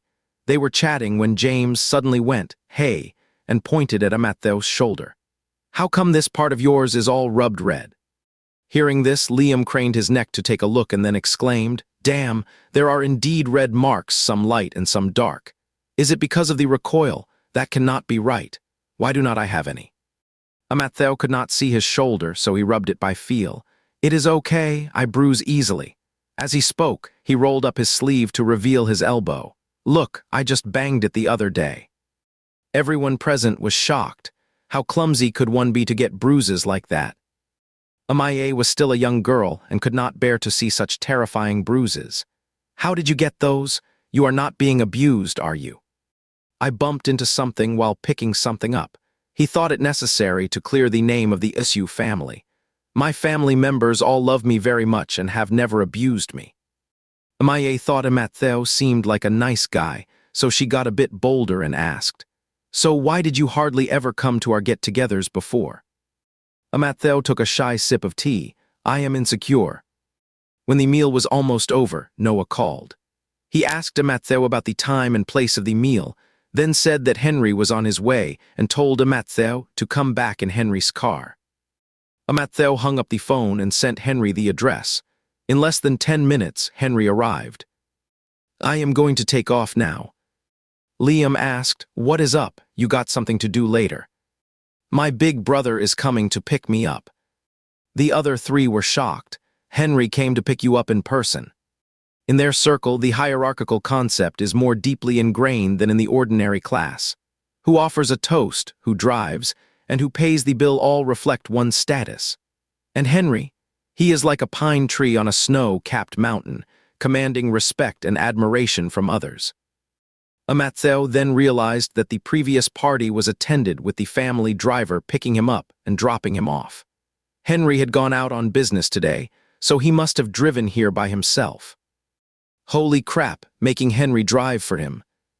As Amattheo walked downstairs on the red velvet carpet, he thought that sometimes things just did not go as expected. He would only wanted to survive under his elder brother, but now here he was, having others apply medicine for him and drive him around. This is getting more and more out of line. Henry's car was parked by the roadside. It was a sleek, low-key black vehicle with a smooth body that shone like a mirror. Amattheo pulled open the car door and slid into the passenger seat. He turned his head and saw Henry's large hands with well-defined joints gripping the steering wheel. The veins on the back of his hand bulged, stretching powerfully into the neat cuff. Just sitting casually, he exuded an intimidating aura. Amattheo was lost in thought. Where on earth did the original owner get the guts? It was like courting disaster. "Big brother." "Yeah." He made a gesture of goodwill. "How about I drive?" Henry furrowed his brows in thought. A new method of murder. Amattheo obediently shrank back. Henry put one hand on the gearshift lever, pressed the clutch, started the car, and merged into the traffic. The street scene outside the car window was receding. The sky was getting darker, and some shops had already faintly lit up a few scattered lights. Even on weekends, the evening rush hour did not ease up. People truly struggling for a living do not get holidays.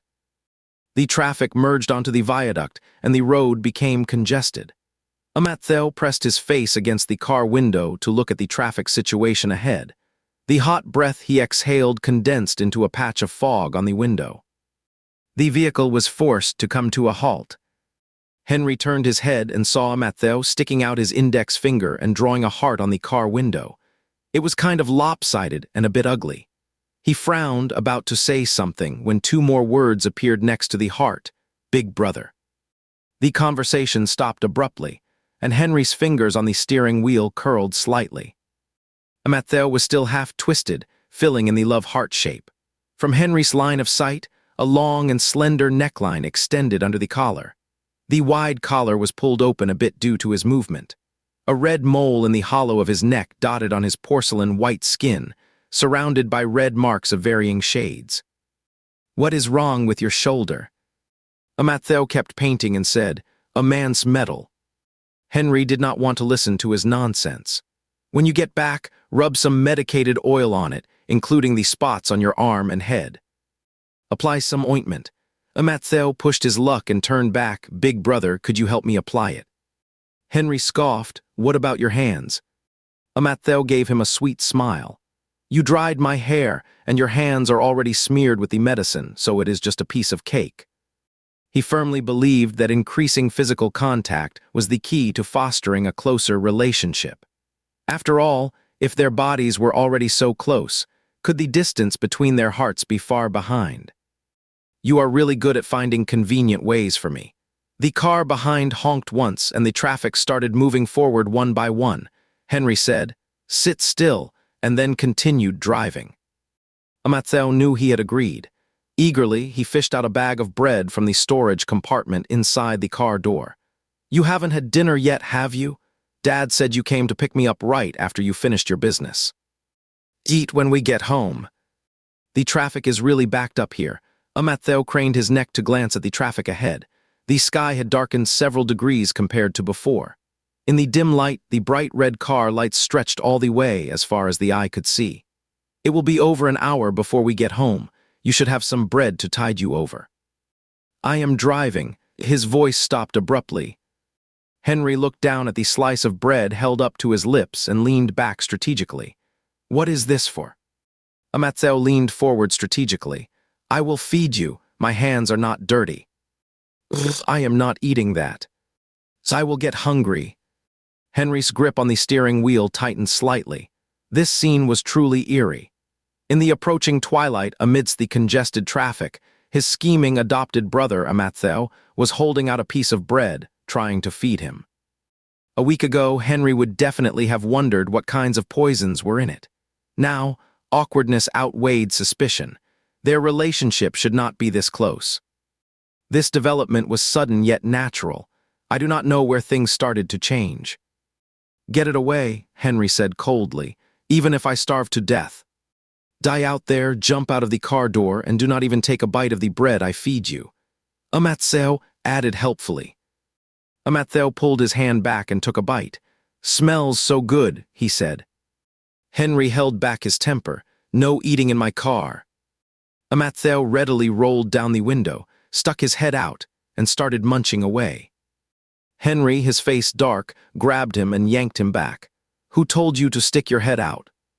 The car is not moving again.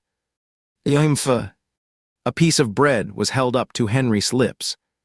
His tense jaw twitched, then he took a bite. Amatheo could not quite understand Henry's inexplicable stubbornness. He frowned slightly and offered another slice of bread to Henry's mouth. Come on, big brother, it is just a slice of bread. You do not have to act like you are going to the gallows. It was already after 8 o'clock when they got home in the evening. Amalaye had the kitchen heat up some food for Henry and also asked Amatheo to sit down and have a bowl of pickled radish and duck soup. The kitchen had been simmering it all afternoon, and the broth was still fresh. Henry was now choking on that half bag of bread, feeling flustered. Amatheo was stuffing him like a force-fed duck, not giving him a moment to breathe. Before he even realized it, he was stuffed to the brim. Henry looked at Amatheo, who still had an appetite to gnaw on a duck leg and felt extremely unbalanced. You can still eat. Amatheo brought up his law of conservation. Even though I am full, the duck soup is appetizing. It is a trade-off. The space that the duck soup digests is just right for more duck soup. Henry sneered, patted his belly and praised him, the giant of contemporary physiology. Amatheo blushed. Well, then I will have brought honor to the family too. Henry suddenly found the old duck soup in his bowl, completely unappetizing. Before they finished their meal, Harper, who was cooking in the kitchen, came out and asked if they wanted more soup. Henry said no, while Amatheo pushed his small bowl forward without hesitation. Thanks, Harper. Henry's eyes landed on his stomach. It was not bulging, which meant he could still eat. When Harper came out again, there was a big piece of duck gizzard in the soup bowl. It had been stewed to perfection, delicious and chewy. Young master, if you like it, eat more. I am going back to my hometown in half a month. You will not be able to have this soup then. Amatheo sipped his soup, his round eyes peeking over the rim of the bowl. Huh. He did not know about Harper's family affairs. The book did not mention it. He was afraid that asking would give him away, so he simply kept quiet. But Henry frowned and said, What is wrong? Is there something wrong at home? My granddaughter is about to start primary school. My son's family is planning to move to live in the county town. There are still a lot of my things in the old house. I have to go back and sort them out. Henry nodded. Let us know if you need anything. Harper said gratefully, Thank you, young master. There is nothing serious. I just need to take a week off. It is okay. Family matters come first. After Harper left, Amatheo could not help but stare at Henry several times. Perhaps his gaze was too intense, so Henry put down his bowl and asked, What are you always looking at me for? You really care about Harper. After all, she has taken care of our family for years. It is only natural to develop feelings. Henry stared at him meaningfully. I am not heartless, unable to form an emotional bond with someone after all that time. Amatheo was gnawing on a piece of radish. When he heard this, his teeth trembled and he almost spat the juice onto the table. I totally get it, I can really relate. Amatheo quickly tried to clear himself. My parents are the best to me. I have always treated them like my real parents. And big brother, you are so good to me too. You are like my own big brother. That deer was drawn out especially long. Henry's hand holding the chopsticks trembled. I am good to you? How come I do not know about it? Amatzeo put down his bowl and obediently licked the corners of his mouth. Big brother is really good to me. I made a mistake before, but he did not tell Dad. He just kind of subtly taunted me and gave me a little look to threaten me, that is all. Henry, are you complaining?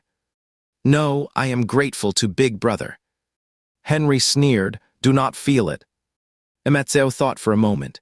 Well, I can learn to cook from Harper.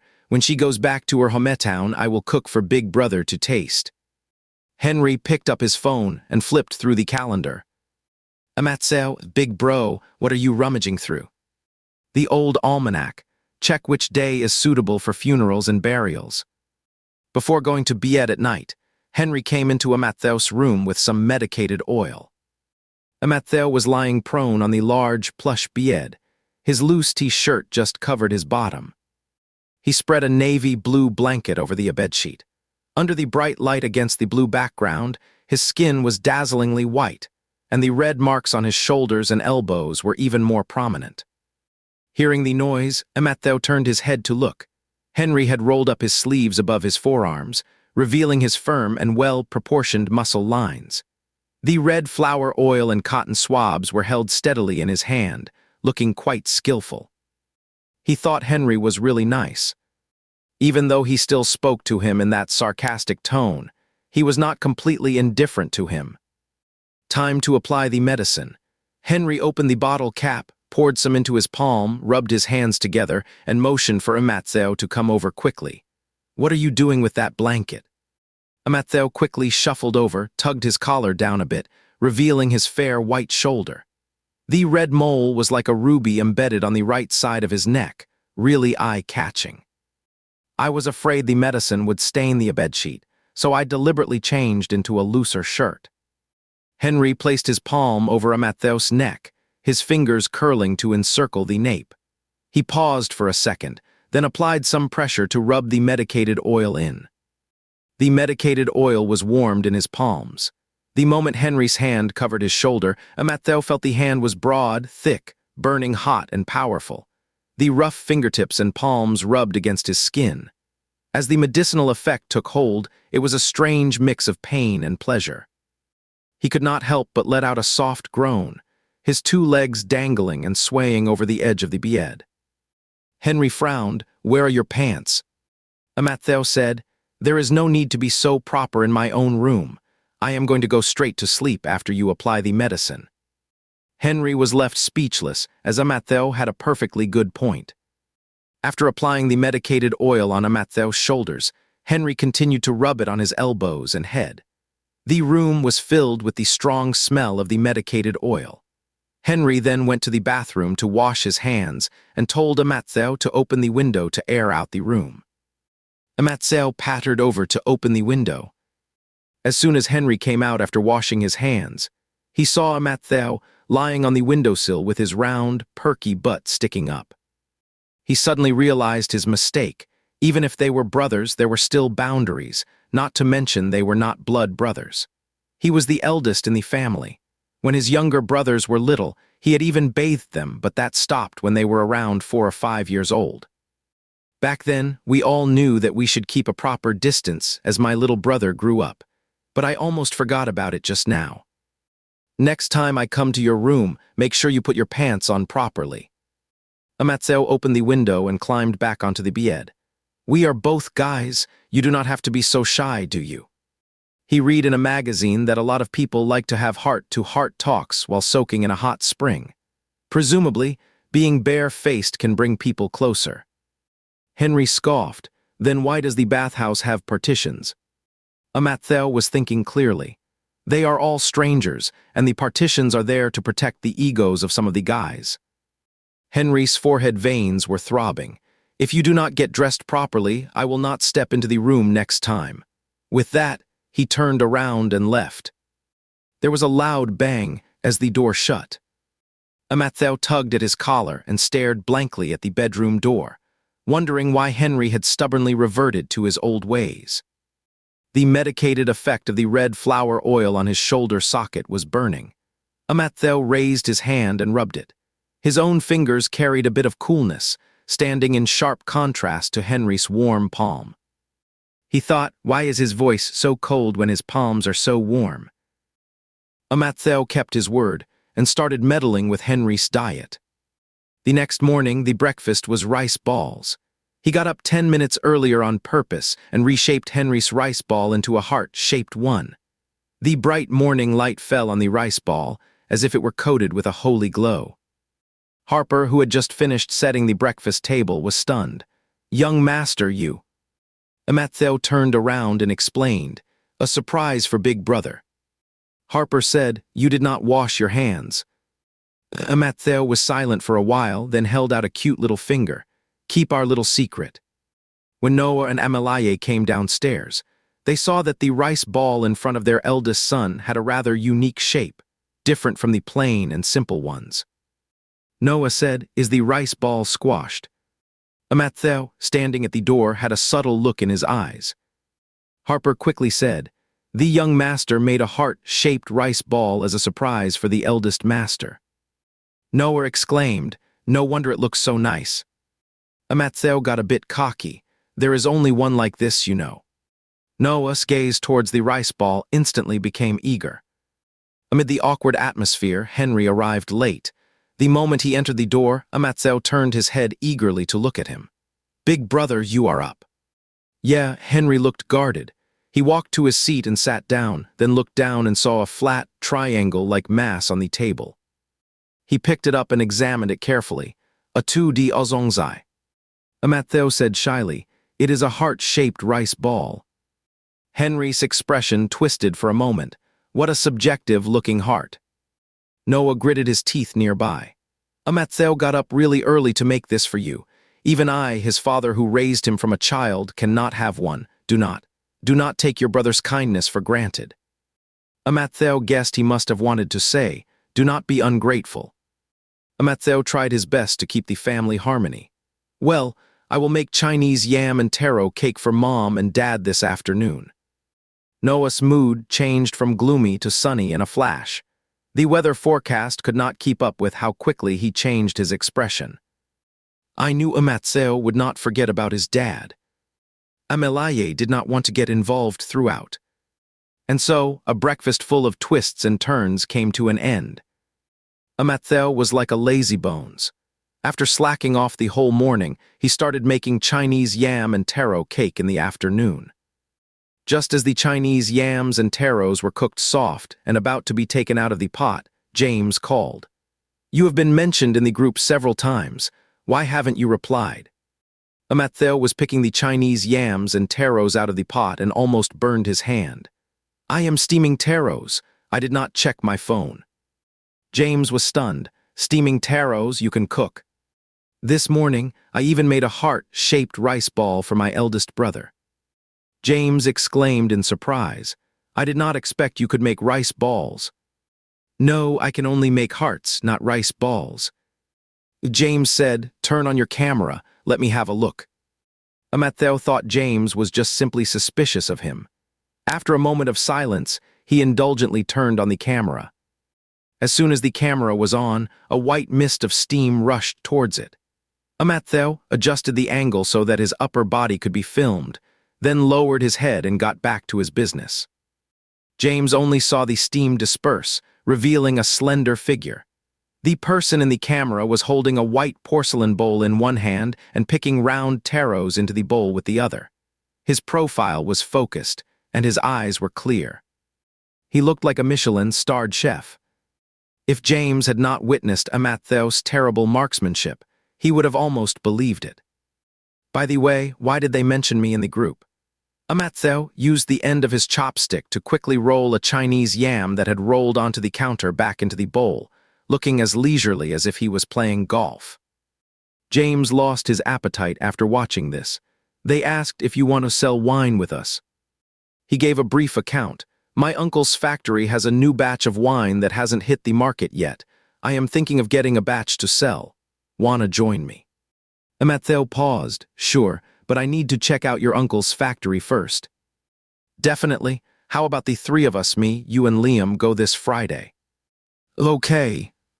Matthew was waiting for the other person to hang up when he heard hesitation on the phone. "You would better not eat by yourself." He was pounding the taro paste with a clatter. Why? I am afraid it will delay our business. Turns out James was right. When Henry came back in the evening and saw the Chinese yam and taro cake, he seemed to have his soul sucked out. He stood still in front of the dining table for over 10 seconds. It took him a while to snap out of it. Then he pointed at the fist-sized ball and said, "Leg stretching and eye-popping pill." Matthew shyly lowered his head. By the time Noah and Amalaye saw the Chinese yam and taro balls, Henry had already returned to normal. He even made a please gesture to Noah quite expectantly and said, "Matthew spent the whole afternoon making these to show his respect to you. Do not reject your brother's kindness." Matthew suddenly thought that there was a reason why Noah doted on his original self. Father and son hurt each other, and only this little black-hearted cotton-padded jacket gives a bit of false warmth. On Friday morning, as soon as he got up, Matthew changed into an outfit for going out. During breakfast, Noah noticed and asked, "Going out today?" Matthew took small bites of the steamed bun, looking very obedient, and replied, "I have made an appointment with a friend." "Where to? Let the family driver take you there." "No need. I will take a taxi to the city and then go with my friend's car." Matthew did not want his family to know his plan for the time being. He wanted to earn his first sum of money by himself and then buy a gift for Noah and Amalaye. Noah was about to say something, but Amalaye stopped him with a look. He could only give up regretfully. "All right then, be careful." While Matthew was waiting outside the door for the Ididai driver, Henry's car was pulling out of the gate. Matthew waved his arms at him. "Big brother, big brother." The car slowly pulled over and the window rolled down, revealing Henry's handsome face. With the luxury car, he looked like a magazine model. "What is up?" Matthew leaned in. "Are not you going to ask me who I am with and what I am up to?" "Would you tell me?" "No." Henry snorted. "Then why should I ask?"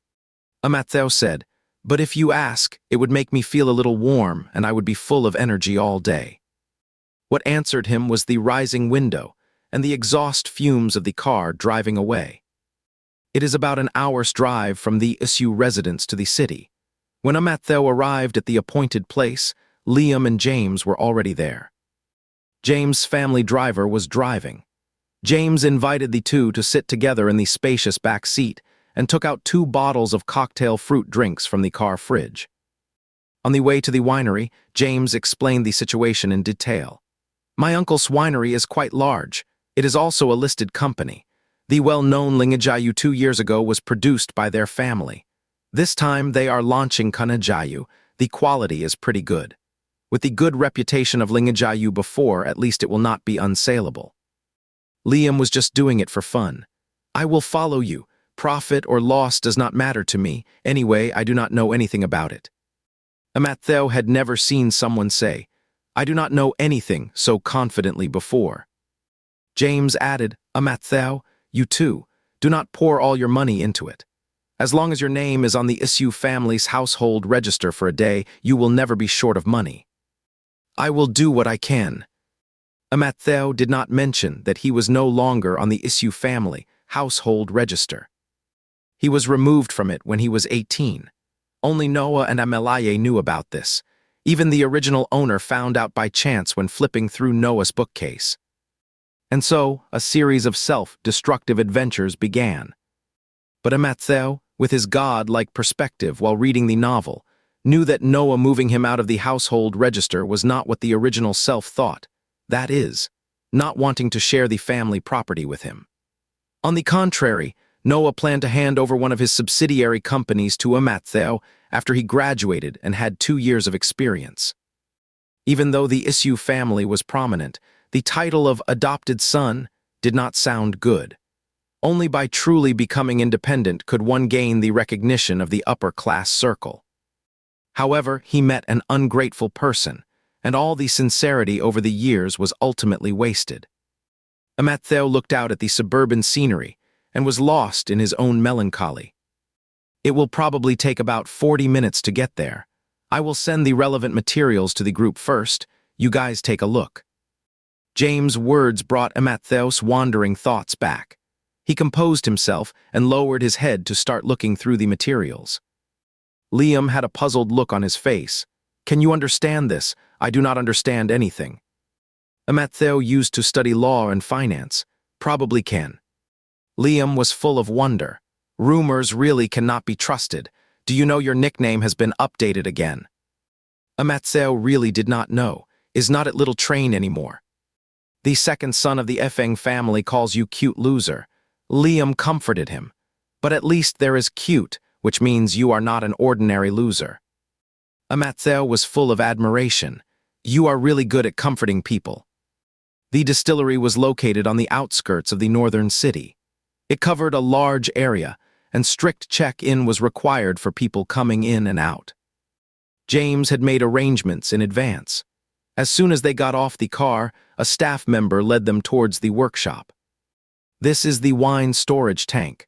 Our Beijayu is stored in it. The maximum capacity of each tank is around 200 tons. Further ahead is the production workshop." It was Amatheo's first time at a distillery.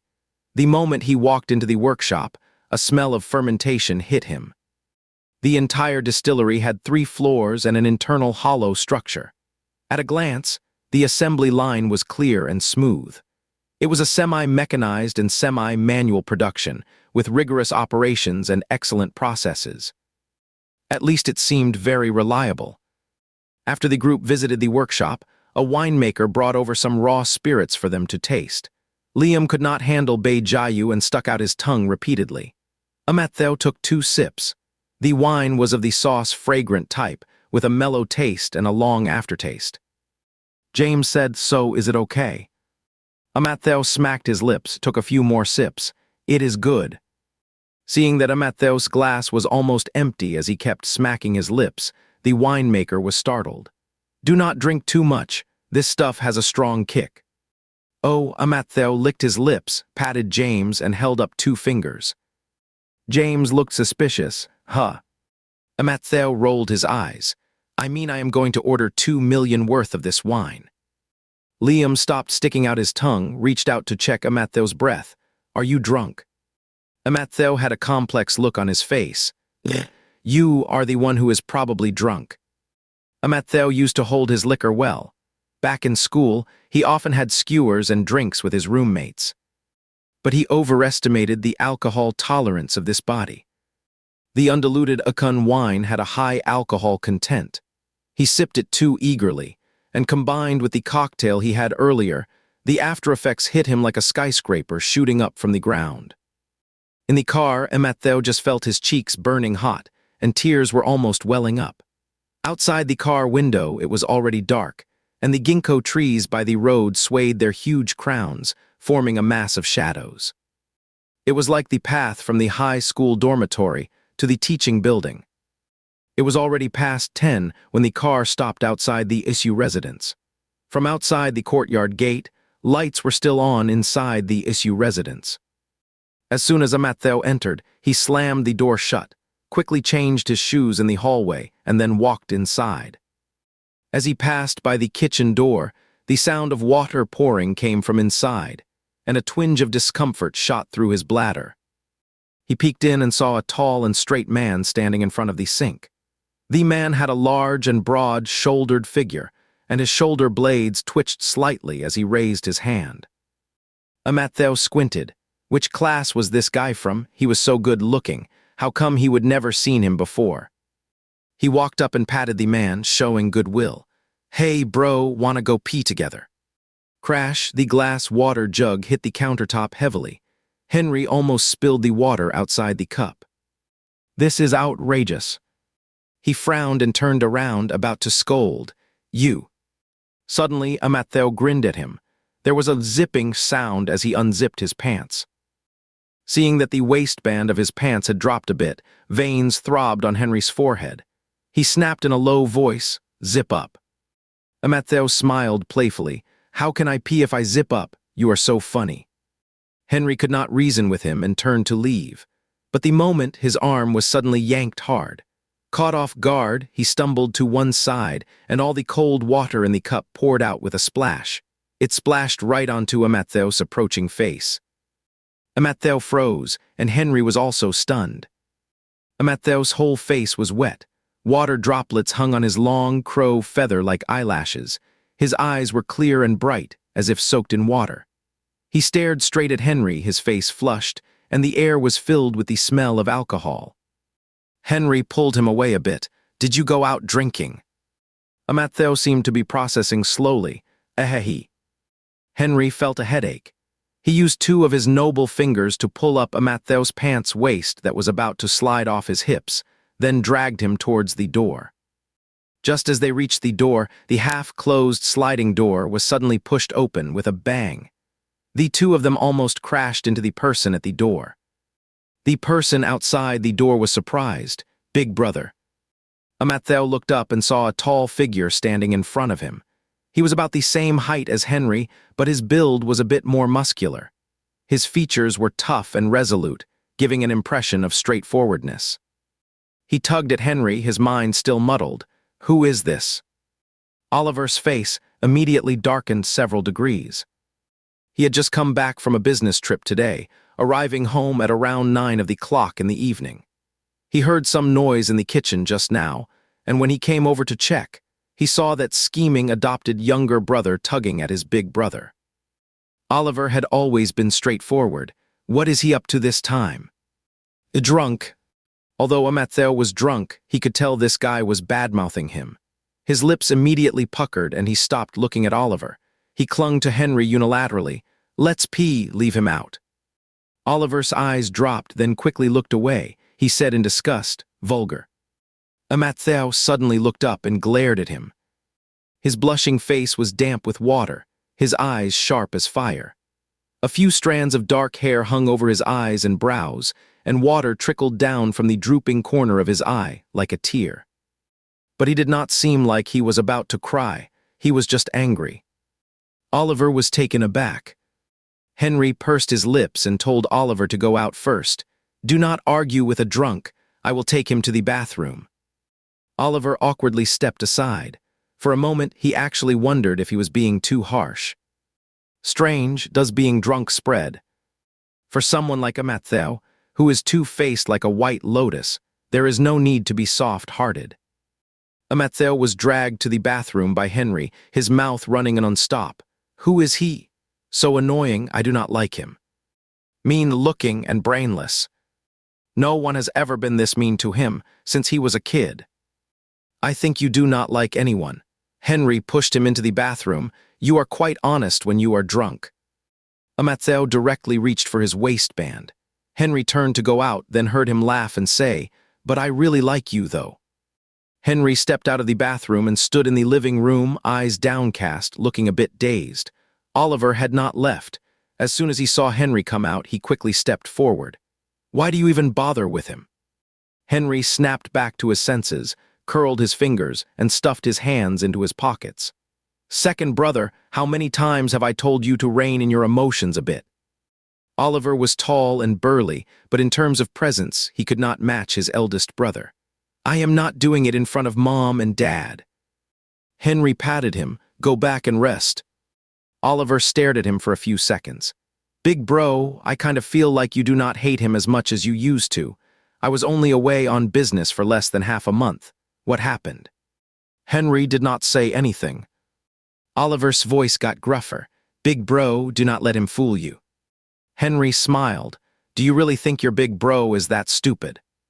Oliver finally relaxed. Yeah, even if anyone in the Issue family lost their mind, his big bro would not. Amattheo woke up the next day with a splitting headache. He would never been drunk before. This was his first experience with a hangover. His head was all fuzzy and his mouth was dry. Right now, he felt like a dried-up salted fish. Outside the window, it was already bright. The sunlight filtered through the white gauze curtain and fell into the room, casting diamond-shaped grids on the floor and the bed. Clearly, it was not the sky at 7 in the morning. Amattheo reached out his arm, grabbed his phone, and took a look. It was 8:30. There were also more than a dozen messages from James and Liam in a wet chat. "James, you got home, right? Missed call." James, did you get home or are you already asleep? Missed call, missed call. James, all right, I have asked your big bro, you rest. We will talk about things tomorrow. Matthew instantly sobered up a few degrees. James had asked Henry. He did not say anything else, did he? Liam also sent several messages. Liam, I am a bit dizzy right now. How could this happen? Liam, where are you? James said he cannot reach you. Missed call. Liam, no way, you did not pass out drunk, did you? I told you were drunk, but you did not believe me. What about that 2 million investment? He had already said that was not just drunk talk. Matthew sent a message back to the two of them, then slowly got up and went to wash up. What happened last night was all hazy in his mind. He only remembered that he was a bit out of it in the taxi, and in a daze, he thought he was going back to the high school teaching building. Later, he managed to make it inside, drank some water, and seemed to have run into Henry. Then he went to the bathroom. He did not know how the water spilled, and then he went to the bathroom again. Wait a minute. Why are there two mentions of went to the bathroom? Matthew was completely puzzled, but then he comforted himself that he must have mixed things up. He was not a water pump. How could he have such a powerful and high-frequency output system? Matthew took a shower in the bathroom, and when he came out, he was once again a lively, lazy bones. When he went downstairs, there was no one in the dining room. Harper saw him and immediately brought out some eggs and soup. The master asked me to save these for you. Matthew felt a warm feeling like a spring breeze. He took the food and asked, "Where is my eldest brother?" He wanted to test Henry's attitude.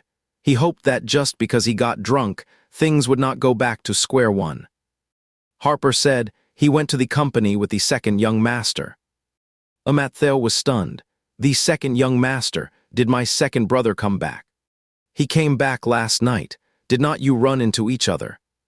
Matthew was shocked. No, I do not think so. He remembered that in the book, Oliver, the second son of the Issue family, was described as having a straightforward personality and showing his emotions easily, completely different from Henry. And he had a well-built physique.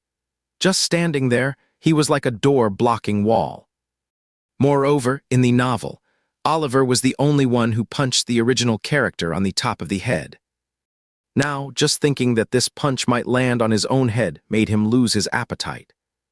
The more Matthew thought about it, the more he felt that something must have happened yesterday, but his memory just would not cooperate. After having breakfast, it was almost 9 of the clock. He sent Henry a WeChat message, but got no reply, so he simply asked the driver to take him to Henry's company. He wanted to figure out what had happened before facing Oliver directly. The company was at the group headquarters. At this time, there was no traffic jam, and it would take less than an hour to get there. The car stopped in front of the main building's lobby. Matthew got out.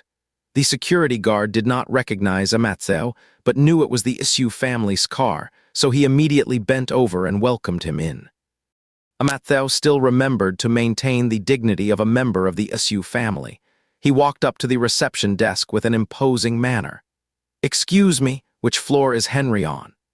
The receptionist was stunned for a moment by that sudden burst of imposing manner.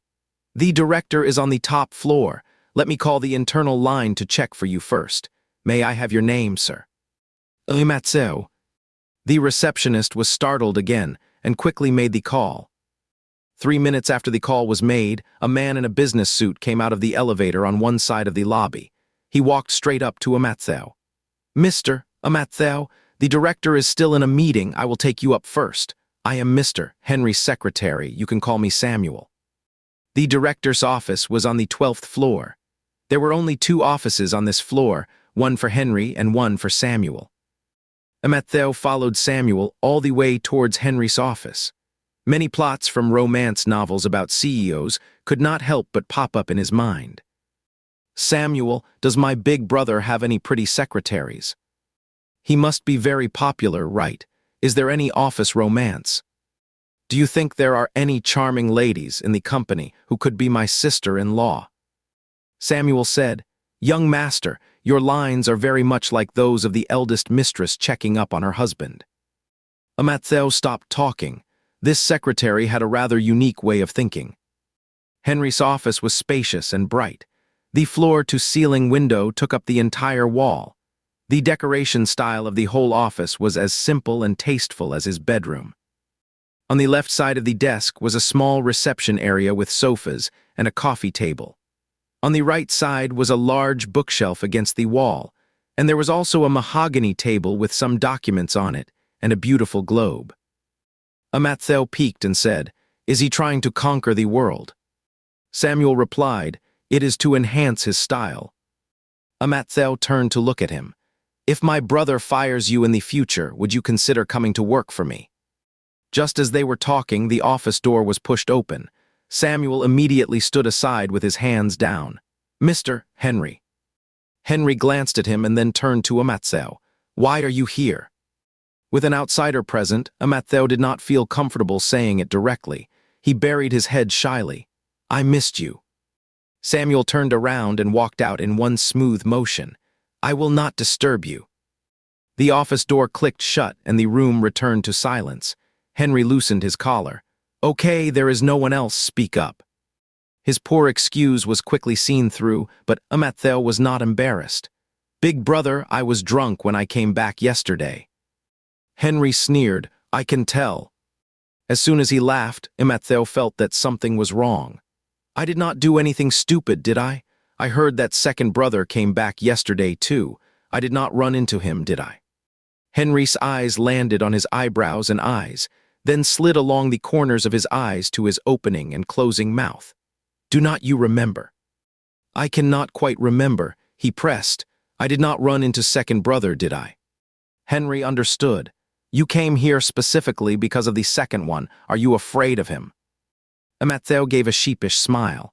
"Well, you are both my beloved brothers. There is nothing to be afraid of." "Seems like you are only honest when you are drunk." After saying that, Henry seemed to think of something, his words pausing for a moment. Then he returned to normal. "You did run into him, but you were drunk and did not recognize him." "So he really did run into him." Amattheo started to sweat. He thought that even if he had not been drunk, he might not have recognized Oliver. Henry said, "You just said hello and then went your separate ways." Amattheo let out a sigh of relief, so it seemed there was no problem. "Oh, by the way, big brother, why do I remember going to the bathroom twice?" Henry looked at him coldly. One attempt failed and one was successful. Well, it could be counted as 2 times. "You have a weak bladder." Amattheo said, "I have a feeling you are lying to me." "Believe it or not, I do not care." No, Amattheo quickly explained. "I am just afraid of offending you and second brother." Henry snorted. "Why were not you afraid before?" Amattheo grinned sheepishly and moved closer. "I was young and naive. Let's not bring that up anymore." Henry glanced at him and said nothing more. After the morning meeting, there were no other arrangements. It was almost 11 of the clock, and the company's staff cafeteria had opened. Amattheo followed Henry to the cafeteria for lunch. "Are not you a director? Do you still have to eat in the staff cafeteria?" "Directors are also employees of the company." The two entered the elevator, and the floor numbers decreased one by one. Amattheo could not help but say, "Big brother, why is your office on the top floor? It is not easy to escape in case of a fire or an earthquake. It is very unsafe." He was making plans for others. "You should be in a place where it is easiest to run." Like the reception desk, Henry offered options, or the underground parking lot. Ding, the elevator stopped on the 3rd floor. Amattheo was turning his head to share his wild idea of building a 12-story high rotating slide with Henry when the elevator door opened. Outside the door there stood a tall and tough figure. When he heard the sound and turned his head, a look of disgust fell on Amattheo. Before Amattheo could figure out who this was, he heard Henry call out, "Second brother." Amattheo's eyes widened in shock. Oliver. His mind went blank. How could he forget that Oliver had come back from a business trip and would surely come to the headquarters to report on his work today? Oliver looked at him as if he had seen a fly. What is he doing here? Henry did not say anything. Amattheo touched the tip of his nose. "Second brother, I." Oliver did not want to listen and turned around to leave. Amatzeo, it seemed that he had been unilaterally blocked by Oliver. Henry called the person back. "Second brother, it is rare for you to come to the headquarters. Let's have lunch together." Oliver turned back sharply. "I cannot eat when I see him." The three of them stood at the entrance of the cafeteria, very eye-catching. Some employees around had already started looking over. Henry's face darkened a bit. "Did you grow up eating chaff in the past 20 years? Amatzeo realized that his eldest brother's sarcasm might be indiscriminate. Among the 6-member Osu family, Henry spread it evenly. Oliver also realized his gaffe and could only pick up the plate and follow Henry, not looking at Amatzeo once throughout the process. The staff cafeteria of the Issue Group's headquarters was well built, comparable to the buffet in a star-rated hotel. Henry picked a table by the window with fewer people. When they took their seats, Oliver was in a dilemma. He did not want to sit next to Amatzeo, as it was too close, nor did he want to sit opposite him, for he would have to see that face. Oliver was left hanging in mid-air. Amatzeo looked at his tense buttocks and legs and complimented, "What a standard horse riding stance." Oliver glared at him and sat opposite. The food in the staff cafeteria tasted good too. Amatzeo got a serving of curry chicken, picked up some grilled bacon and corn, and buried his head in eating, making slurping sounds. The other 2 brothers were talking about work. Even at the dining table, Henry and Oliver sat with their backs straight, in an elegant posture, holding the bowls and chopsticks to bring food to their mouths and chewing slowly. Unlike Amatzeo, who moved his head towards the bowl. Towards the end of the meal, Amatzeo lifted his head from the bowl. Henry's expression was fairly calm, while Oliver's was rather complicated. Oliver rarely said a long sentence to him. "How did you become like this?" "Amatzeo." Then he heard Henry let out a short laugh, almost inaudible, but he could still catch it. Chuck. After the meal, they parted at the elevator entrance. Amatzeo followed Henry into the elevator and went upstairs, asking the confusion in his heart. Why does the second brother dislike me so much? He just recalled the time points. Compared with the later plot, the original body had only been involved in some minor troubles before this. Now he could not even eat at the sight of him. How did Oliver endure the original body until the end? At first, Henry thought this guy was acting innocent again, but soon found that he was genuinely confused. He could not help pausing. "Do you really have no idea?" Amatzeo lowered his head and picked at his hands. "Give me some hints, then I can go and apologize to the second brother." He was kind of scared of the hidden plot. Ding, the elevator door opened. As Henry stepped into the corridor, he said, "Before the second brother went on a business trip, Dad gave him a potted Podocopus macropholus. You also had one. You pushed the second brother's pot down from upstairs and broke it. Then you turned around and told Dad that the second brother thought yours was better and did not like his own. But actually, the second brother really liked it. Now, whenever he sees you, he thinks of that Podocopus macropholus." Amatzeo got it. Throwing things from a height and then shifting the blame, the original self was really shameless. He could really empathize now. He was so angry. He wondered if Oliver had ever hugged that broken Podocopus macropholus and sobbed softly in the lonely night.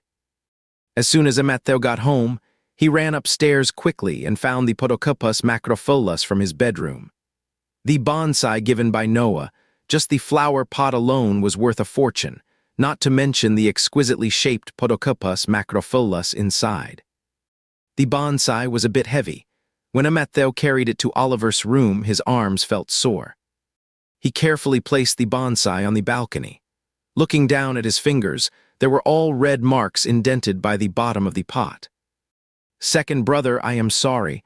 I will compensate you with this Podocopus macropholus. Please forgive me." At the end of the note, Amatzeo left. He also drew a kneeling little figure with a tuft of silly hair on its head and its butt sticking up high. After doing all this, he sneaked back. Amatzeo made a phone call to James in the afternoon. After visiting the winery yesterday, he planned to purchase 2 million worth of wine first. If the early sales were good, he would buy another 2 million worth later. He thought about it. Wine, even if it sold a bit slowly, would not expire. Besides, with Lingejayu as a precedent, if Kanijayu was a good investment, the profits would surely double. James was more cautious and only invested 1.2 million, and Liam followed suit and invested 1 million. After initially reaching an agreement, they arranged to sign a contract with the winery the day after tomorrow. Amatzeo and James talked until dinner time. The two were envisioning a beautiful blueprint of getting rich overnight when Henry came back. Amatzeo was sitting in the living room. When he heard the noise from the entrance, he quickly whispered to James, "My brother is back, got to go." James was speechless. "You are making this investment seem like an affair." Amatzeo hung up on him directly. Turning around, Henry was walking into the living room. "Are you talking on the phone with that friend you drank with again?" Amatzeo mumbled and me vaguely, trying to change the subject. "Big bro, how come I did not see second bro come back with you?" "What is up?" "I want to apologize to second brother." Amatzeo was eager. "Do you think I should make a cute bento for him too?" Henry raised an eyebrow. "Are you trying to solve the problem at its root? Like getting rid of the person directly?" Not long after, Oliver also came back. He greeted Henry and then went straight upstairs. Amatzeo quickly slid off the sofa and scurried after him with a tuft of hair sticking up, pattering along. Henry was leaning against the long table on one side of the living room, looking at his phone with one arm folded. He lifted his eyelids briefly and then let them drop again. Oliver's bedroom was the first one on the left after going up to the second floor, the farthest from Amatzeo. Just as Oliver had entered the bedroom and changed his clothes, there came a knock on the door. "Who is it?" The door opened, revealing Amatzeo's fluffy head. He glanced at Oliver, and before being kicked out, he slipped in through the crack like a sardine and closed the door behind him.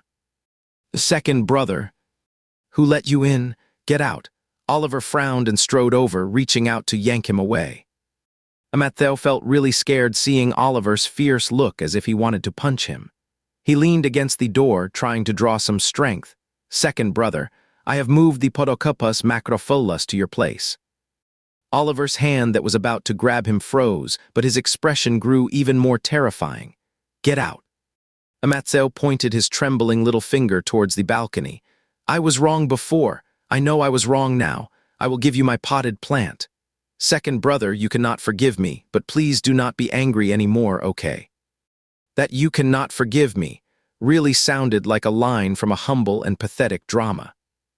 Amatzeo felt sad after saying that. Oliver saw him with droopy eyes as if about to cry, and suddenly the scene from last night at the kitchen door popped into his mind. The winding water stains sliding down his droopy eyes, condensing into a water droplet hanging on his beautifully curved jaw.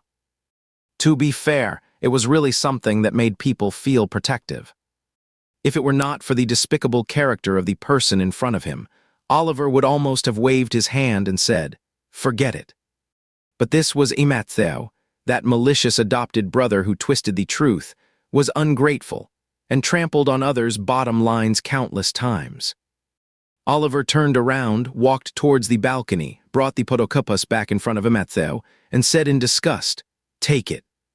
Amatzeo continued with his sob story lines. "Since I gave it to second brother, I will not take it back." "Fine then." Oliver suddenly held the Podocupas above his head, pretending to drop it. Veins snaked from the back of his hand to his forearm, showing how hard he was gripping. Amatzeo was startled. He forced himself to rush forward and grabbed Oliver's wrists with both hands. "Second brother, do not drop it." If it really got dropped, their relationship would be completely broken. Amatzeo's slender fingers wrapped around Oliver's wrist. There was a stark disparity in their strength, yet the image held an oddly compelling tension. Oliver was about to break free when he suddenly caught sight of the red marks on his fingertips. His strength loosened a bit, and he almost dropped the Podocupas. Amatzeo was horrified. "Second brother, do not drop it, it will bloom. Come up with a more realistic excuse. What kind of flower can a Podocupas bloom?" Amatzeo whined, "I meant my head." Oliver still put the potokapus down, but his attitude did not soften. If I accept it, you will be the good guy again, right? I was jealous that yours was better than mine, so I got angry and dropped my own. And the sensible you would give me yours to cheer me up. Amatheo's little head was shaking like a rattle. No, no, it was me who dropped it. I am bad, I will compensate you. Oliver was silent for about 10 seconds, then said, Okay. Amatheo was stunned. Go and tell Dad the truth. If you do, I will forgive you.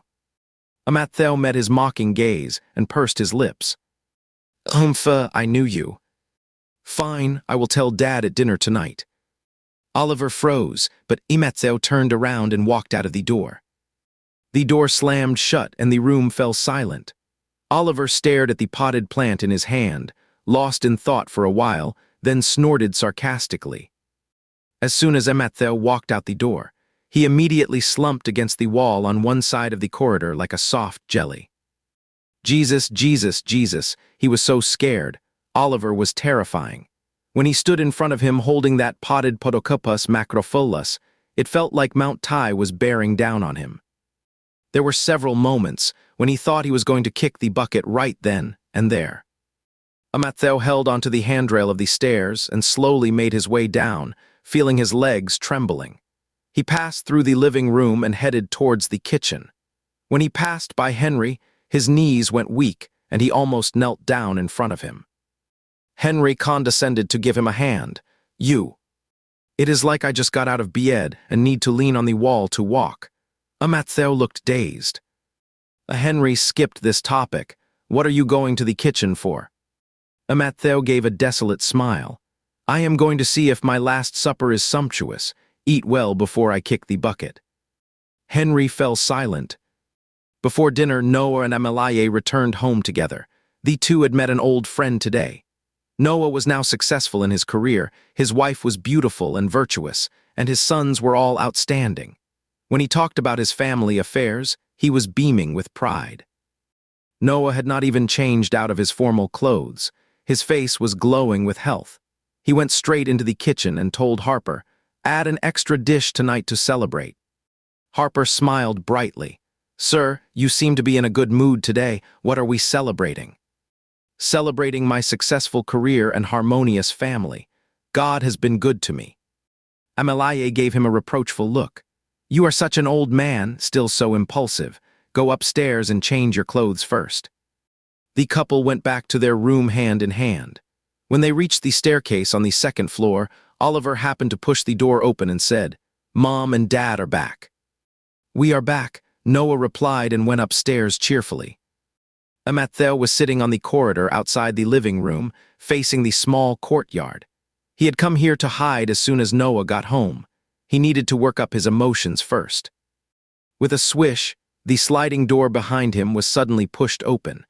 Amatheo turned his head and saw Oliver looking down at him. As the sun was setting, the sky outside the courtyard grew dark. The light from inside the house fell onto the corridor of the courtyard. The tall figure blocked the light, casting a shadow over his head. Mom and Dad are both back. Oliver said, Remember what you said. If you come clean, I will forgive you. On the dining table, there were plates full of delicious food, and a bottle of red wine had been opened. Noah raised his glass with a beaming face. Come on, we are having an extra special meal today. Several wine glasses clinked in the air above the dining table, making a few clangs. Amatheo brought the glass to his lips and took a small sip. What a sumptuous last meal, and they even gave him wine to boost his courage. Amatheo took a few deep breaths to prepare himself mentally. Just as he was about to speak, Noah spoke first. Today I found out that those two kids from Uncle He's family are really a handful. The eldest one is keeping a little star, and the younger one spilled the beans. How could the brotherly relationship be so bad, you tell me? After he finished speaking, he noticed Amatheo's open mouth. You are surprised too, right? Yeah. Amatheo slowly closed his mouth and lowered his head to take a mouthful of plain rice. Noah continued. The eldest then told his dad that the younger one was two-timing, or rather three-timing. He said it was better to keep a little star and be single-minded. What kind of brothers fight like this? Mateo suddenly choked. Oliver snorted.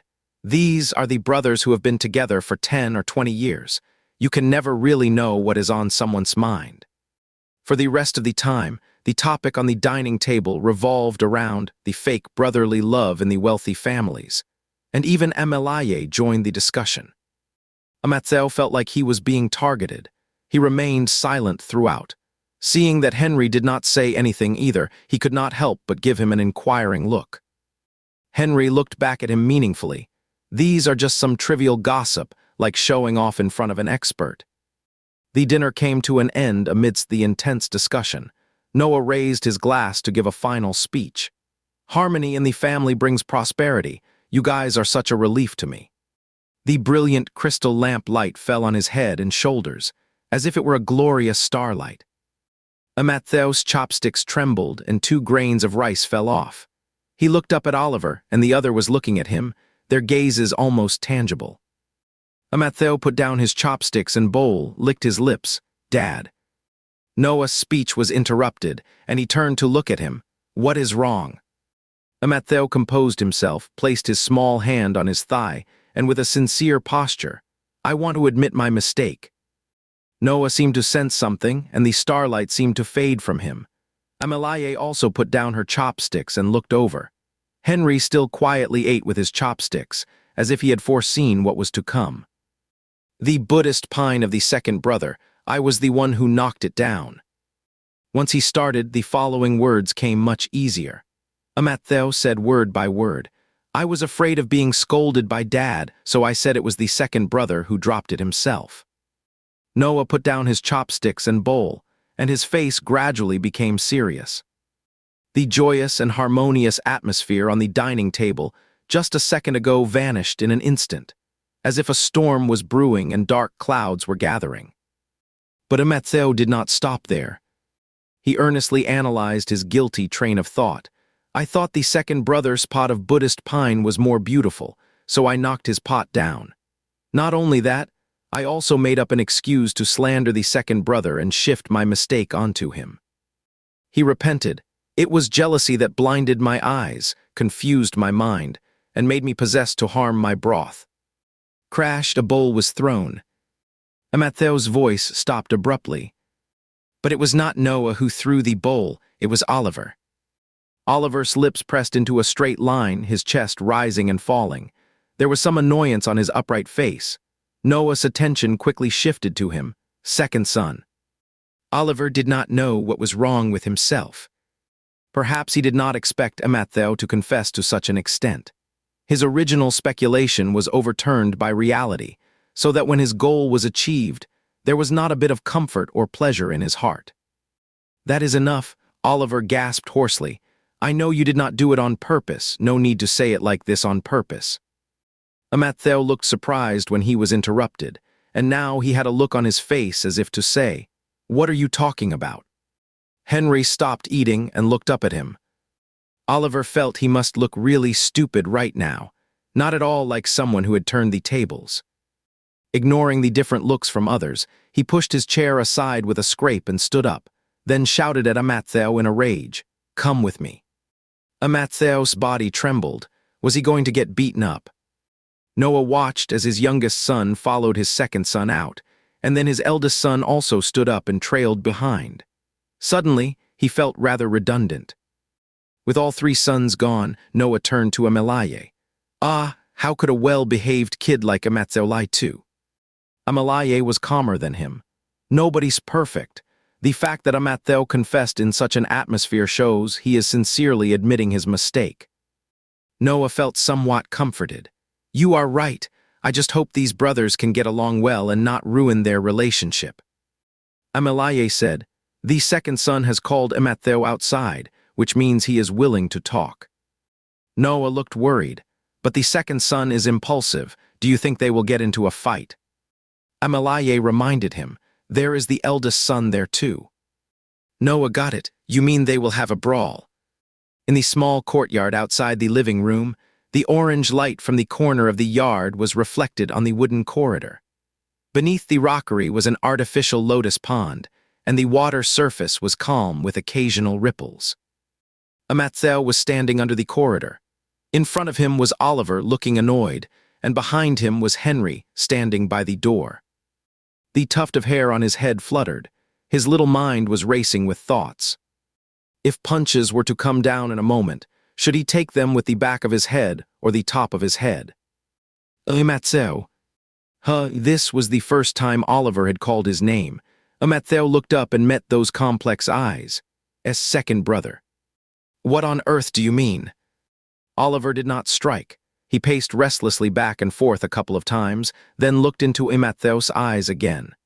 Do you know what the consequences of saying this will be? Dad's impression of you will be greatly diminished from now on. He might even stop trusting and spoiling you. Amattheo was stunned for a moment, before realizing that Oliver was not going to hit him. You are not his biological son. You know what losing his trust means. But I do not deserve Dad's trust. Amattheo interrupted softly. When you make a mistake, you should admit it. I mean what I say. Oliver was left speechless. When someone who has done wrong has not yet faced punishment, we resent them. But when they voluntarily pay an excessive price, we cannot help but feel it is too much, that they did not deserve such a severe punishment. He cursed himself for being crazy. He was the one who made the request in the first place, but now he regretted it. He would rather Amattheo had said nothing, so that he could continue to speak harshly with a clear conscience, instead of being in this dilemma. Looking at his expression, Amattheo knew what he was upset about. It was my fault about the bonsai and many things before. I should admit my mistakes. Second brother, you do not have to forgive me so soon. I will make it up slowly in the future. After he finished speaking, the courtyard fell into a brief silence. In the pitch-black sky, only Oliver's heavy breathing could be heard, as if he was struggling with something. After a long while he suddenly cursed, then glared at Amattheo, clenched his fists and turned to leave. Do as you like. Oliver's figure passed through the door and disappeared around the corner of the living room. The small courtyard became quiet again. The night breeze was gentle, and only two figures remained. Henry had been standing there since just now, not saying a word. Standing about 4 or 5 meters away, his tall and slender figure was backlit by the light from the living room, making his shoulders look straight and his back broad. Their eyes met in the air for a few seconds. Henry slowly walked down the corridor and stood in front of Amattheo. Do you really admit your mistake? Amattheo nodded like a chicken pecking at rice. Seeing that Henry did not seem to want to say more, Amattheo asked again, Big brother, why did you follow us? Standing there by the doorframe like a couple of couplets. Henry said, I saw you leave with the second brother and was worried he would beat you up. Amattheo was taken aback.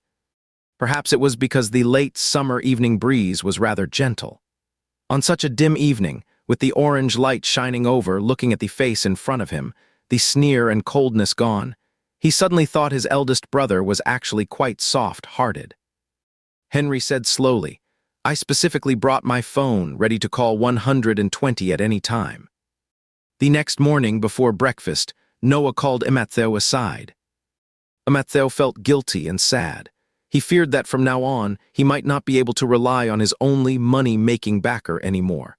He hung his head and apologized. Dad, I am sorry. I made you unhappy yesterday. Who told you Dad was unhappy? Noah was confused. Amattheo looked up abruptly. Was not he? Dad is happier when problems are solved in a timely manner than when there is just a show of harmony.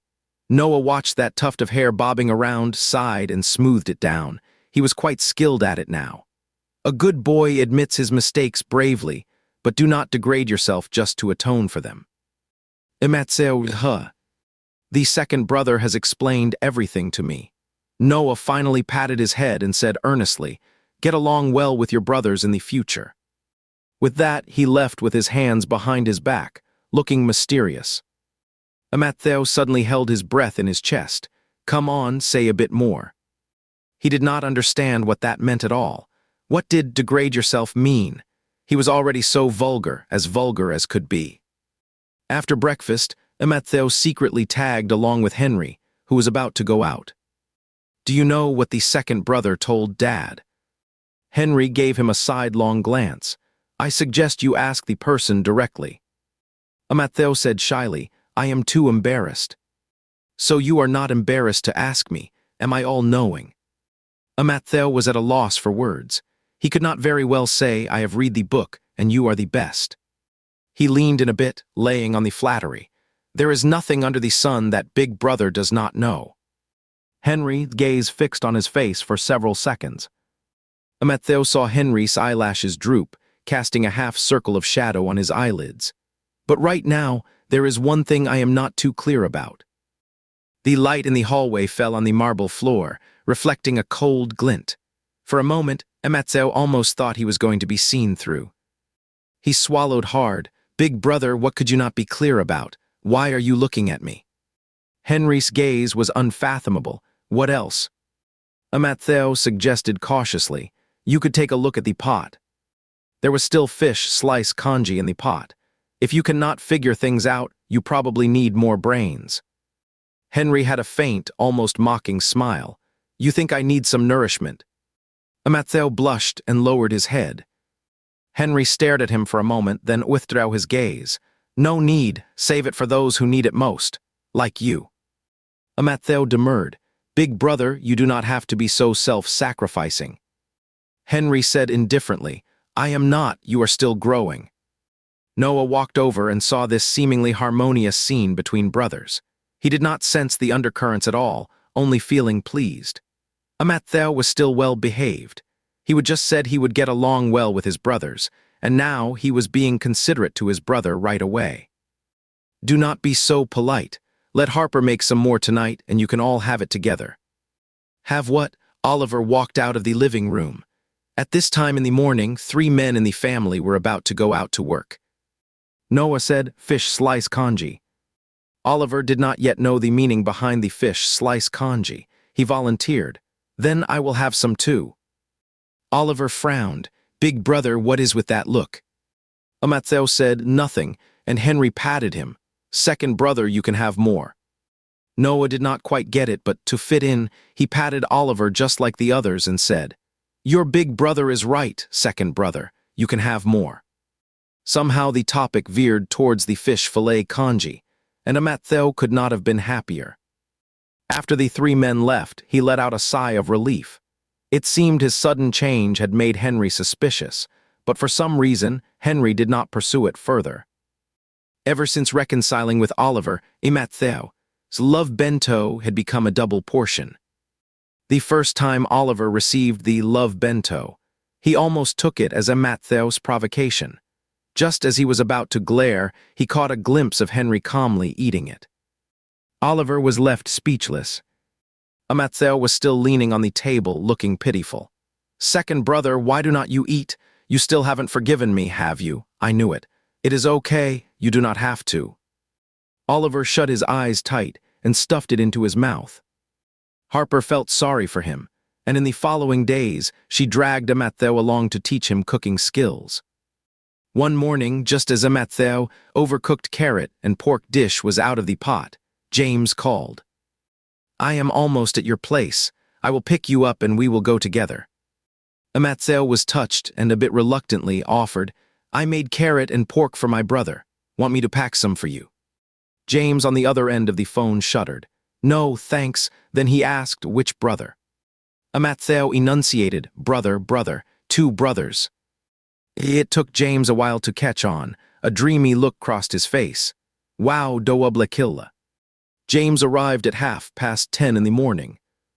Matthew was holding a small lunch box. The moment he came into James' sight, he heard the sound of the car door being locked from the inside. Matthew stopped in his tracks. Oh, that is too much. James only cracked the car window open a tiny bit and tilted his head to show his mouth. As long as you are here, no need to bring anything.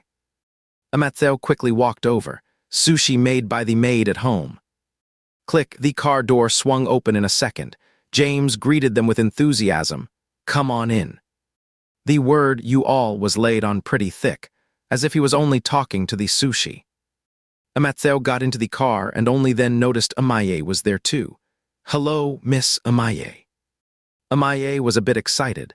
"Sweetie, no need to be so formal, just call me by my name." Amatheo turned his head to look at James. "Sweetie." James cleared his throat, excerpted from Cute Loser. "If you do not like sweetie, I can go back to calling you little train." Amaye was an outgoing person. With her chattering all the way, the car was instantly filled with a lively atmosphere. The location for signing the contract was set at a club. When Amatheo and the others arrived, Liam and the brewery manager were already waiting there. After greeting each other, they sat down and started the discussion. Thanks to James' connections, they could directly purchase goods from the brewery at a low price. They were equivalent to the first batch of distributors of Akun liquor. If the sales went well, the profit was clearly foreseeable. Amatheo was fully engaged throughout. After all, since he had decided to give Noah and his wife a gift, he hoped it would be the best within his capabilities. He was not the original person, and he did not accept the kindness of the Su family so easily. At least, he wanted to give something back. Amaye came this time mainly because of Amatheo. After their last encounter, she increasingly felt that this guy was different from what was rumored. He was quite discoverable and suitable for writing a biography. At this moment, the brewery manager had already sent the contract to the 3 people present. Amaye thought Amatheo probably would not read it, so she wanted to find someone to chat with. But when she turned around, she saw the latter skillfully opening the contract and starting to read. She tugged at James. Can he understand it? Thinking of Amatheo's posture during the shooting last time, she added, could he be trying to temper his mind again? Amatheo turned his head slowly. I can hear you. James apologized for his sister. She always blurts out what is on her mind, but she means well. Considering this was a future business partner, he slowly exhaled a breath and continued to check the contract. After both sides reached an agreement, the manager left with the contract. Since this was a club, they got a small private room, planning to have a meal and then play for a while in the afternoon.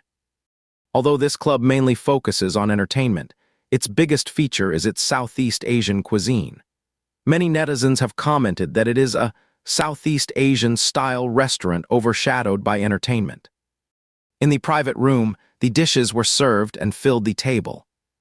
It was Amatheo's first time trying Southeast Asian cuisine, and his eyes instantly lit up. He even took out his phone to take a picture, looking far from the high-class demeanor of a wealthy young master. Across the table, Amaye's chopsticks trembled, and a piece of chicken dropped onto the table with a patter. Were you really not abused at home? Amatheo's eyes became a bit more composed. He opened a WeChat, sent the photo, and showed the chat box to the others in a rather self-defeating way. I just wanted to share my lunch with my brother. Amatheo, big brother, I had Southeast Asian food with friends at noon. I had a great time, do not worry about me. The others were shocked. Is it really necessary for foster brothers to be so clingy? Then, right in front of everyone, Henry's reply arrived. Henry, kidnapped. He calmly put away his phone under the complex gazes of the others. My big brother is always so humorous. Amatheo remembered his principle of making friends. After the meal, he offered to pay the bill. The club was divided into an east and a west area. On the way from the restaurant to the private room, they passed by the front desk. Amatheo turned to pay the bill and asked Liam and the others to go to the private room first and take a seat. Besides the waiter at the front desk, there was also a man standing with his back turned. Amatheo initially thought he was a customer paying the bill and was about to line up behind him. Then the man turned around, revealing a refined face. When he saw Amatheo, a flash of surprise crossed his eyes, then he stepped aside. You go first. Amatheo nodded in thanks and stepped forward to report the private room number. While the staff at the front desk was operating on the computer, Amatheo felt the man's gaze constantly on him. He could not help but turn around and meet his eyes. Excuse me, do you need something? The man hooked the corners of his mouth. He looked quite young, but there were some fine lines at the corners of his eyes when he smiled, probably from smiling a lot. I am the manager of this club. You are here for the first time, kid. What do you think of this place? Amattheo was only wearing a simple hoodie and jeans today, which was quite similar to his appearance and temperament in his original world. At first glance, he had no air of nobility, looking like a college student. He said, "It is pretty good. The food is delicious." The man laughed. "Then could you please give us a good review? As a thank you, I will cover your bill." He does not know much. How come he has never heard of getting a free meal like this? Amattheo took a small step back, feeling wary. "No need, thanks for the offer." A slightly slender hand rested on the black marble countertop, the fingertips tapping gently. "Do not get me wrong. I can tell you are not that old, and this bill is not cheap. It might be a bit much for you to handle." Amattheo took out his card and swiped it.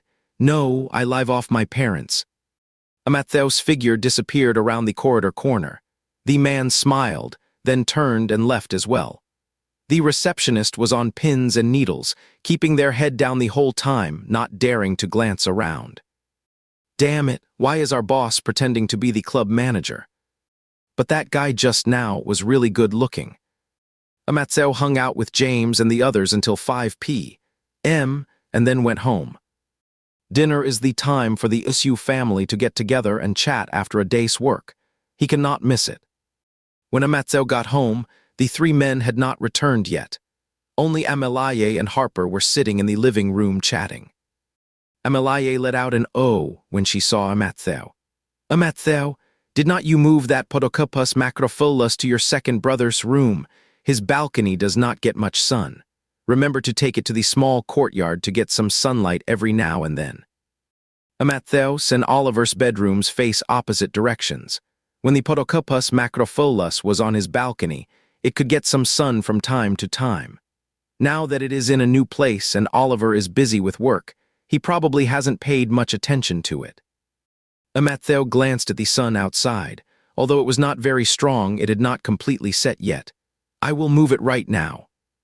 After moving the Podokupus macropholas from upstairs to downstairs, there were a few more red marks on his fingertips. It did not hurt, but his special constitution always made him look like he would been mistreated. Amattheo stood in the courtyard, rubbing his fingertips, looking rather speechless. Just as he found a good place to put it, there was a commotion in the living room. It was not very obvious through the sliding door. It was not until Henry opened the door and stepped into the corridor that Amattheo realized his eldest brother had come back. "Big brother." "Yeah," Henry replied lazily. His eyes fell on Amattheo's reddish fingertips. He probably guessed the reason, so he did not ask anything. He just said, "Did you go out with those drinking buddies again at noon?"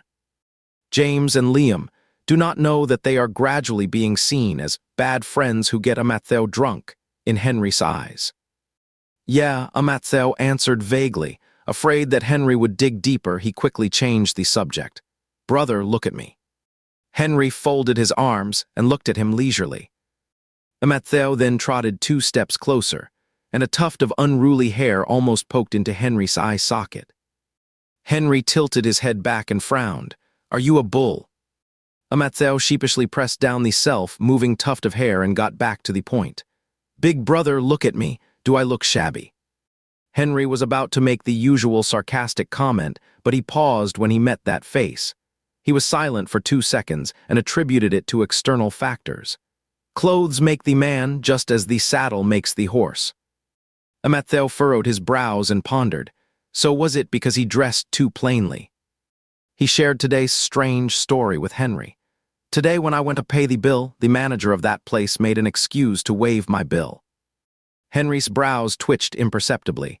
"What kind of restaurant did you go to? So unseemly." Amattheo thought it was not that unseemly. It was a club. I did not remember the name. Henry asked, "So did you let them waive the bill?" Amattheo shook his head. "Of course not." Henry lectured him. "That is right. Our family is not short of money.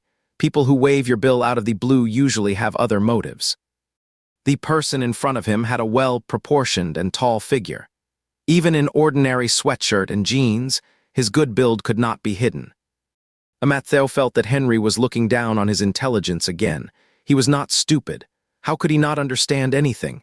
"I know, big brother, do not look down on me so much." Henry also thought he had been muddle-headed just now. When it came to flirting, his foster brother must be an expert. Amattheo analyzed rationally.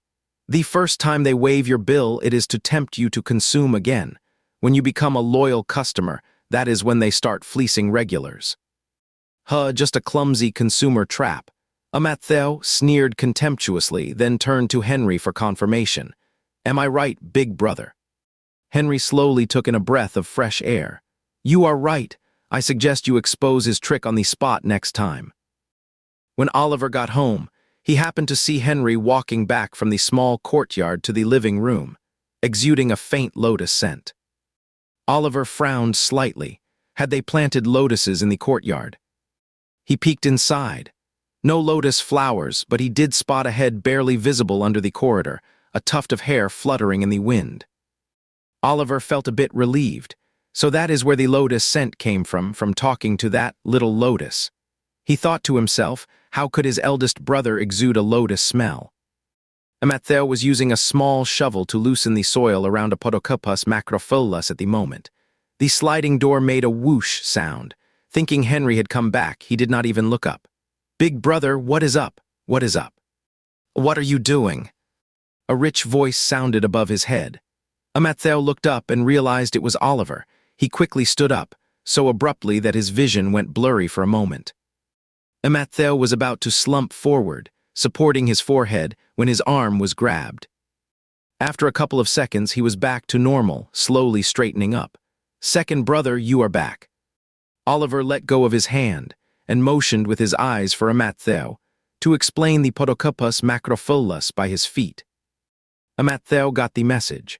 This Podocopus macrophyllus hasn't seen the sun for ages. I moved it to the courtyard to get some sunlight and loosen the soil.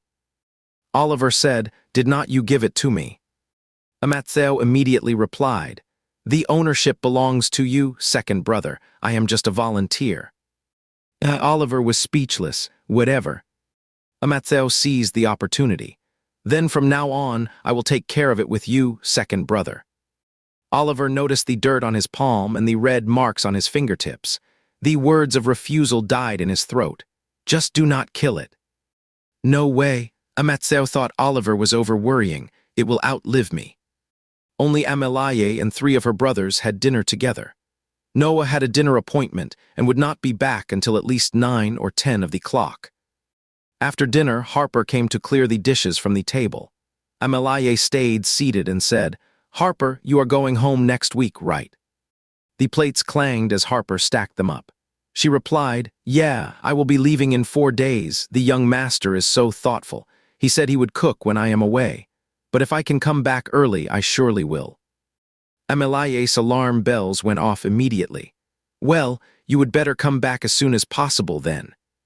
After Harper collected the dishes and chopsticks, she leaned over and peeked through the hallway at the sky outside. The weather was fine this afternoon. Why is it suddenly so dark now? It looks like it is windy too. I bet there is going to be a heavy rain. Amelaye stood up. I think so too. I will call Noah and tell him to come back early. Amattheo had already gone back to his room by then. He chatted with James and Liam on WeChat for a while, and they agreed to visit the sales points around the country next month. Amattheo was earnestly trying to make money, while James and Liam were just bored and looking for something to do. Anyway, it was quite fun to tag along with Amattheo. It was already an hour later when the 3 of them ended the call. The room fell quiet again, and only then did Amattheo hear a rustling sound outside. He got out of bed and drew the balcony curtain. Outside, it was pitch black. The trees around the mansion were being buffeted by the wind, their branches and leaves flying everywhere. The wind squeezed through the gaps in the balcony door, making a howling sound. It was a sign of an approaching downpour. A heavy downpour was just what the late summer and early autumn nights needed, to wash away all the heat that had built up in the air during the summer. Noah said he would be back at 9 or 10, but around 8 of the clock, the honking of a car came from downstairs. Amattheo's balcony was on the side near the gate. He looked out and saw 2 bright car lights cutting through the darkness. The wind was blowing even harder. The driver parked the car in front of the gate. As soon as Noah opened the car door, big raindrops started to pound down, and in an instant there was a whoosh as they poured to the ground. There was still a long way from the gate to the house door. Amattheo quickly went back into the room, ran downstairs, grabbed an umbrella from the umbrella stand, pushed the door open, and stepped into the rain curtain. The sudden summer storm came on strong. In just the time it took to go downstairs, the ground was already completely wet, and puddles had formed in the lawn. Amattheo, wearing slippers, ran unevenly to the gate. Noah saw him through the car window and got excited at once. "Amattheo." "Dad, the rain is too heavy. I'm here to pick you up." His voice was torn apart by the wind. The car door opened, and an umbrella was held over the top of the door. Amattheo was soaked from the back. Noah got out of the car, reached out and put his arm around his youngest son's shoulder, pulling both of them under the umbrella. His tone carried a hint of mild reproach and affection. "You got all the rain on yourself." The father-son duo braved the fierce wind and rain, holding the umbrella as they ran towards the mansion door. Amattheo felt like he was about to be blown away by the wind. His trouser legs were sticking to his calves, and there was water and mud under his feet. His shoes and socks were completely soaked. When they were about 5 or 6 meters away from the door, it suddenly opened from the inside. The bright light cut through the darkness and illuminated the pebble-paved path at their feet. Amattheo looked up from under the umbrella and saw Henry standing at the door. As always, he was tall, composed, and upright. Through the curtain of rain, the emotions in Henry's eyes were complex and hard to decipher. The instant they stepped from the outdoors into the room, it felt like two different worlds. Noah and Amattheo stood in the entrance hall, and the rainwater from their bodies dripped onto the floor. Noah closed the door and put away the umbrella. Amattheo shook his head like a dog shaking off water, and droplets splashed Henry's face unexpectedly. Unusually, he did not make a sarcastic comment. Instead, he took off his coat and threw it over Amattheo's head. "Just use this to wipe yourself for now." Seeing this, Noah felt pleased. The eldest is still the most considerate. "Amattheo, go upstairs and take a hot bath right away. Do not catch a cold." "Okay." Amattheo held Henry's coat. It still retained the latter's body heat and a faint scent unique to Henry. The fabric was very soft. He could not resist rubbing it on his face, and then he met Henry's eyes. Amattheo pretended to be calm. "This fabric is quite skin-friendly." Henry did not want to play along. Noah peeked over and said, "Oh, a coat worth over 30,000. Of course it is skin-friendly." Amattheo almost choked. 30,000. He had used a coat worth over 30,000 to wipe his head. Help. The three of them went upstairs together. Amattheo expressed his thought. "Dad, I think this yard is too big. It took ages to run to the door." Noah looked a bit forlorn. Dad did not expect to be in such a mess back then either. "So should we make the yard smaller?" "No need, just make the house bigger." Amattheo thought. Poverty really limited his imagination. Noah's bedroom was still upstairs. After he left, Amattheo and Henry turned into the corridor on the second floor. Amattheo asked, "Big brother, why were you waiting at the door?" Henry said, "Same as you." Amattheo then remembered that their balconies faced the same direction. He proudly puffed out his little chest. "Well, you are not as fast as me." Henry's gaze lingered on his face for 2 seconds, then moved away. Yeah, he really was that fast. His speed was so great that it almost made people believe he was acting on pure instinct, without thinking. The next day, when Amattheo got up to brush his teeth, he suddenly sneezed right into the mirror. Achoo! A mouthful of foam sprayed all over the mirror surface. He was stunned for a moment. Oh no, why was he foaming at the mouth? Then he realized, oh, it was toothpaste foam. When he went downstairs and sat at the dining table, Amattheo's head was woozy, his eyelids drooped, and even his usually perky tuft of hair hung down a bit. Noah worriedly tried to fluff it up, but it stood up for only 3 seconds before drooping listlessly again. Noah became even more worried. It was as if that tuft of hair was Amattheo's very essence. "Amattheo, you are not coming down with a cold, are you?" Amatheo did not have much of an appetite. He just held a cup of warm milk and sipped it slowly, a ring of white foam on his lips, and he let out a couple of weak groans. Amalaye reached out to feel his forehead. He does not seem feverish. We will take his temperature after he eats. Amatheo fluttered his eyelashes to show he agreed. Henry sat across from him, silent. Oliver, who was next to him, did not know what was going on. He asked, "What is happening?" Noah said, "It was pouring when I came back yesterday. Amatheo came out to meet me and got soaked." Oliver stared at Amatheo for several seconds. After breakfast, Amatheo huddled in the living room to take his temperature. Suddenly, Oliver walked over and stopped in front of him. He hung his head, hesitated for a long time, and finally managed to say, "Thanks." Amatheo was curled up on the sofa, his white toes digging into the edge of the sofa, the tips of his toes red. He mumbled, "What are you thanking me for? He is my dad, too." Oliver's throat moved. As he turned to leave, he said, "Remember to wear socks." Noah and his 2 sons had all gone to work. Amatheo finished taking his temperature. It was 37.4 degrees, not too high. He drank some granules and was then tucked back into bed by Amalaye. "You silly kid, what is wrong with your dad going through a bit of trouble? You are the flower of the motherland. You do not even know how to take good care of yourself." Amalaye kept chattering worriedly. Amatheo was so sleepy that his eyes were almost closed to a slit. "Mom, the flower of the motherland, wants to sleep." Amatheo had been lying in bed almost all day. The longer he lay, the dizzier he felt. When he went to the bathroom, he even tripped and almost stuck his head into the toilet. He struggled to get up, and there were big bruises on his knees and elbows. Outside the window, the rain had weakened. It pattered on the balcony, creating clear, cold splashes. Amatheo felt his breath was burning hot. Today is Friday, the best day of the week to leave work early. Henry came back with ginger soup before 5 of the clock. Amalaye saw the thermos in his hand and asked, "What is this?" Henry handed it to Harper, who came to meet him. "Ginger soup from Aquexai Square. It is very effective. I picked it up on my way." Harper took it and turned to go to the kitchen to fill a bowl. The eldest young master is really thoughtful. Amalaye smiled too. "Take it up to Amatheo later."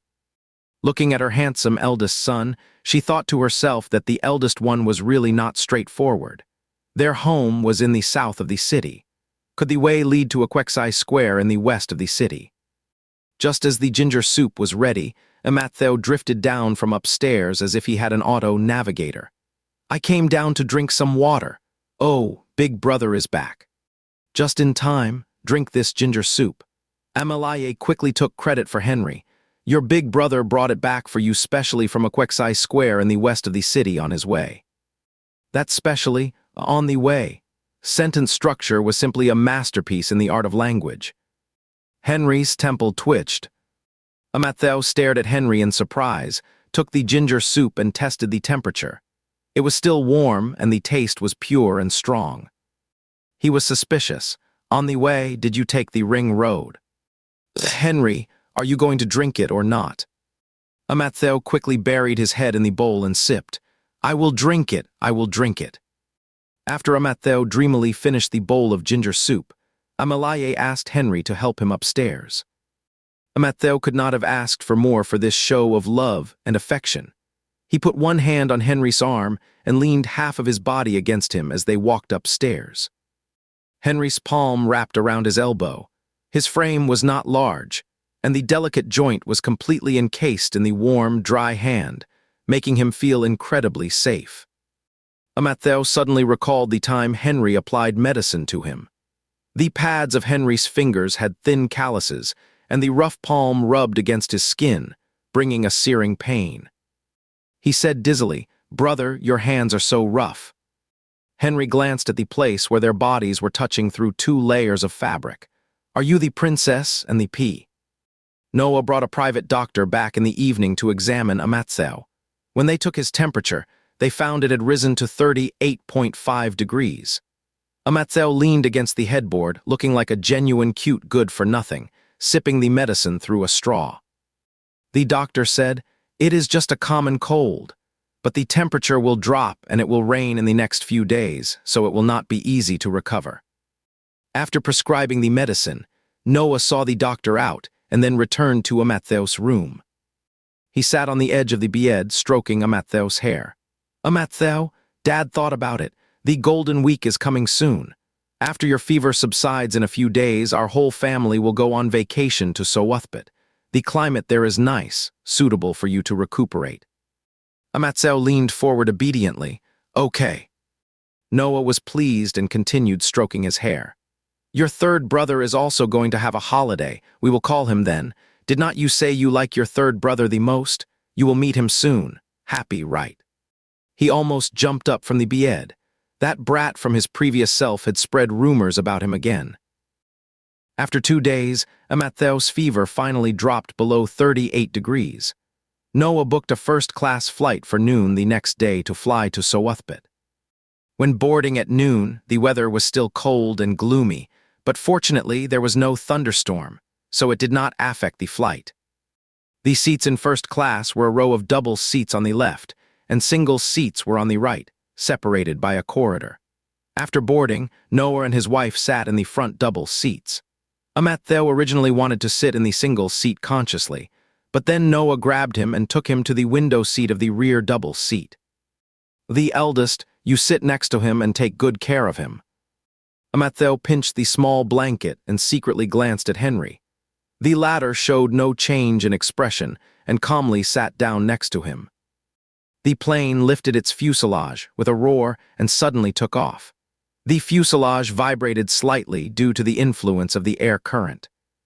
Amattheo felt dizzy and had a ringing in his ears. Subconsciously, he reached out to the side and grabbed a warm, broad palm. The fingertips had calluses, and the palm was rough, giving him a strong sense of security. The moment their palms touched, the other person seemed to tremble. Amattheo did not care about Henry's reaction. He frowned in discomfort and held the hand even tighter. After about half a minute, the plane became stable. The flight attendant's voice sounded in the cabin, and Amattheo slowly let go of Henry's hand. Just then Noah turned around. "Amattheo, you okay?" His eyes suddenly landed on the hands that had just separated. He paused, then asked, "You feeling really bad?" Amattheo replied, "I am fine, it was just that takeoff moment." "If you are not feeling well, tell the boss," Noah reminded. "Boss, take good care of your little brother." Henry had not said a word since his hand was grabbed. Now he spoke, his voice a bit hoarse. "Okay." With that, Noah turned back. After a couple of seconds, Amattheo leaned slightly towards Henry. "Big brother, I did not mean to do that just now." Henry lowered his eyes and glanced at him. "Do not seem like you had the energy to plan it." "Well, I might accidentally grab Big Brother's hand again later." Henry saw through him. "So you are just giving me a heads up." Amattheo shyly lowered his head. The flight lasted over 2 hours. When it finally landed, there was another bout of turbulence from the air current. Amattheo grabbed Henry's hand again and intertwined their fingers tightly. Henry noticed several fingernail marks on the back of his hand. A minute later, Amattheo slowly opened his eyes after the turbulence. Just as he was about to apologize to Henry, he caught a glimpse of Oliver across the aisle from the corner of his eye. Oliver's eyes landed on their intertwined hands, and the look was rather subtle. Amattheo quietly pulled his hand back. As soon as they got off the plane, airport staff came to guide them. It was the first time in 2 lifetimes that Amattheo walked through the VIP passage, and there were also people specially assigned to push their luggage. He sidled up to Henry and whispered, "Big brother, we are really living it up." Henry started walking forward. "I suggest you sign up for a class. A class for self-awareness of rich second generation. A tutoring class for language application. The climate in Inangang is truly pleasant. The sky is as clear as if it were washed, and the white clouds are soft like cotton. All along the way, there are tall tropical plants. The golden sunlight spreads on the ground, and the temperature is neither too cold nor too hot." At first, Amattheo thought Noah had booked a high-end seaside hotel, but when they arrived, he found it was a sanatorium. However, the environment of this sanatorium is much better than that of a star-rated hotel. It is built on a private beach. The entire building is no more than 3 floors high. The French windows face the sea, and you can see the sunrise over the sea as soon as you open the curtains in the morning.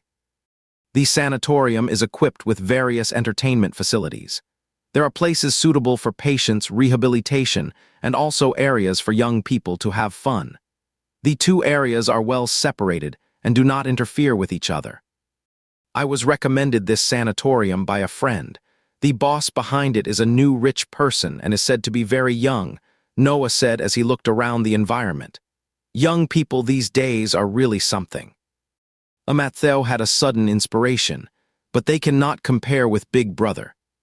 Noah burst out laughing immediately. Henry turned his head and saw the snot bubble that Matthew had excitedly blown out. He took out a piece of paper from his pocket and handed it over. Oliver could not bear to look. Can you pay a little attention to hygiene? Only then did Matthew remember that his second brother was also there. He quickly made amends. Nor can they compare with second brother. Seeing that he had regained his spirits, Noah teased. Do not you like the third brother the most?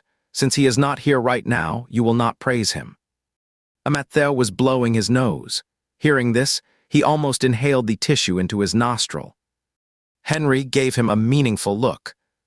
Matthew's muddled brain showed an extraordinary reaction speed at this moment. Dad, you heard wrong. I said I like all 3 of my brothers the most, not just the third brother. As they were talking, they happened to arrive at the reception desk. Amelaye took the room card and turned around.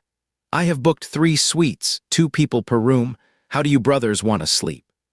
Matthew was pinching a tissue and quietly wiping his nose. The seats on the plane were arranged by Noah, and it was only a 2-hour flight, so Henry and Oliver would not have any objections. But choosing rooms was different. He did not dare to make arrangements without permission, so he simply kept quiet. Noah said, the third brother will not arrive until tomorrow. Otherwise, I would have put Matthew in the same room with him. Matthew's movement of blowing his nose paused. He had already said that he did not like the third issue brother the most. Noah said, Matthew needs someone to take care of him. Eldest brother, second brother, see which of you will sleep with Matthew. Oliver glanced at Matthew, his brows furrowing slightly. I do not like sleeping with others. Henry shrugged, well then it is me. After the rooms were assigned, Matthew followed Henry. He whispered to Henry, does second brother mean third brother is not human? Matthew saw him take out his phone again. What are you doing, eldest brother? Henry did not even look up. I am signing you up for classes right now. When Noah mentioned sleep together before, Matthew thought they would be in the same room. But when they arrived, he found that the suite had a living room, a bathroom, 2 bedrooms, and a kitchenette. The room was brightly lit. It was just afternoon, and plenty of sunlight was sliced into blocks by the frames of the floor to ceiling windows and cast onto the wooden floor. In front of the floor-to-ceiling windows, there was a gray-blue rug with a few cushions on it. Outside the window was the coast, offering a broad view. Henry pushed their luggage into the bedrooms respectively, then turned to call the person who had slumped like jelly on the rug. When are you going to take a bath? The little jelly stirred, before going to bed. Henry said, that is perfect. I will take a bath in the morning when I get up. Matthew rolled over and got up to watch Henry unpack and hang up clothes. Every time he bent down, his slender waist could be seen through the thin shirt. After Henry finished with his own things, he kindly helped Matthew. Matthew exclaimed, eldest brother, you must have great lower back strength. Henry happened to pick up one of Matthew's underwear. He frowned and threw it into the cabinet. Yes, it is great. I could throw you into the sea like a shot put from here. Matthew fell silent. The flight was at noon, and they only had a simple airplane meal. Now that they had put away their luggage, they went to the restaurant for a proper meal. Matthew sat at the dining table, his eyes lighting up as he held the menu. I want to eat scallops with garlic vermicelli and braised prawns in oil. Henry took the menu from his hand. You have quite a few ideas. Noah soothed him. You have a cold and a fever. Do not eat seafood. I see there is tomato and 3 fresh ingredient noodles here. Oh, there is seafood in it too. Then have tomato and beef brisket noodles instead. How can you have tomato and beef brisket rice noodles in an enyang? Amattheo argued his case. I also want to do as the locals do. Henry said indifferently, you want to be buried in a foreign land. After a soulless dinner, since Amattheo could not enjoy the sea breeze, they visited the inside of the sanatorium. There were a lot of fitness equipment in the health care area. Amattheo took a fancy to the space walking machine at a glance and excitedly stepped onto it. Noah watched with trepidation. Be careful.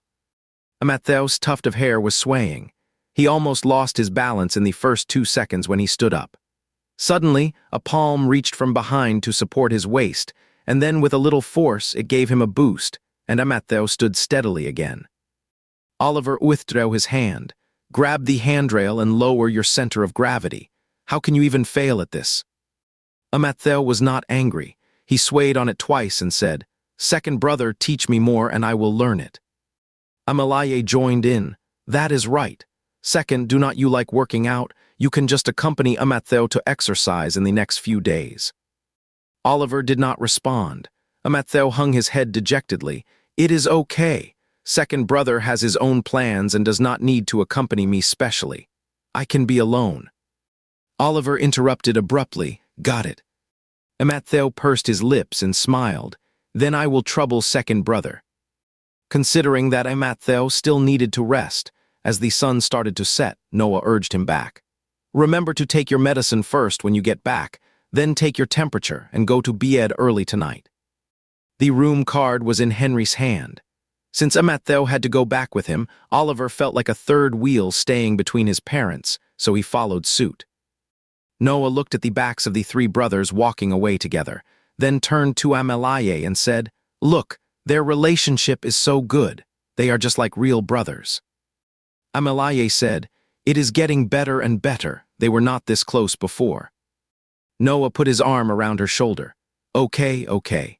With the eldest and the second taking care of Amattheo, we can also enjoy our couple's time with peace of mind.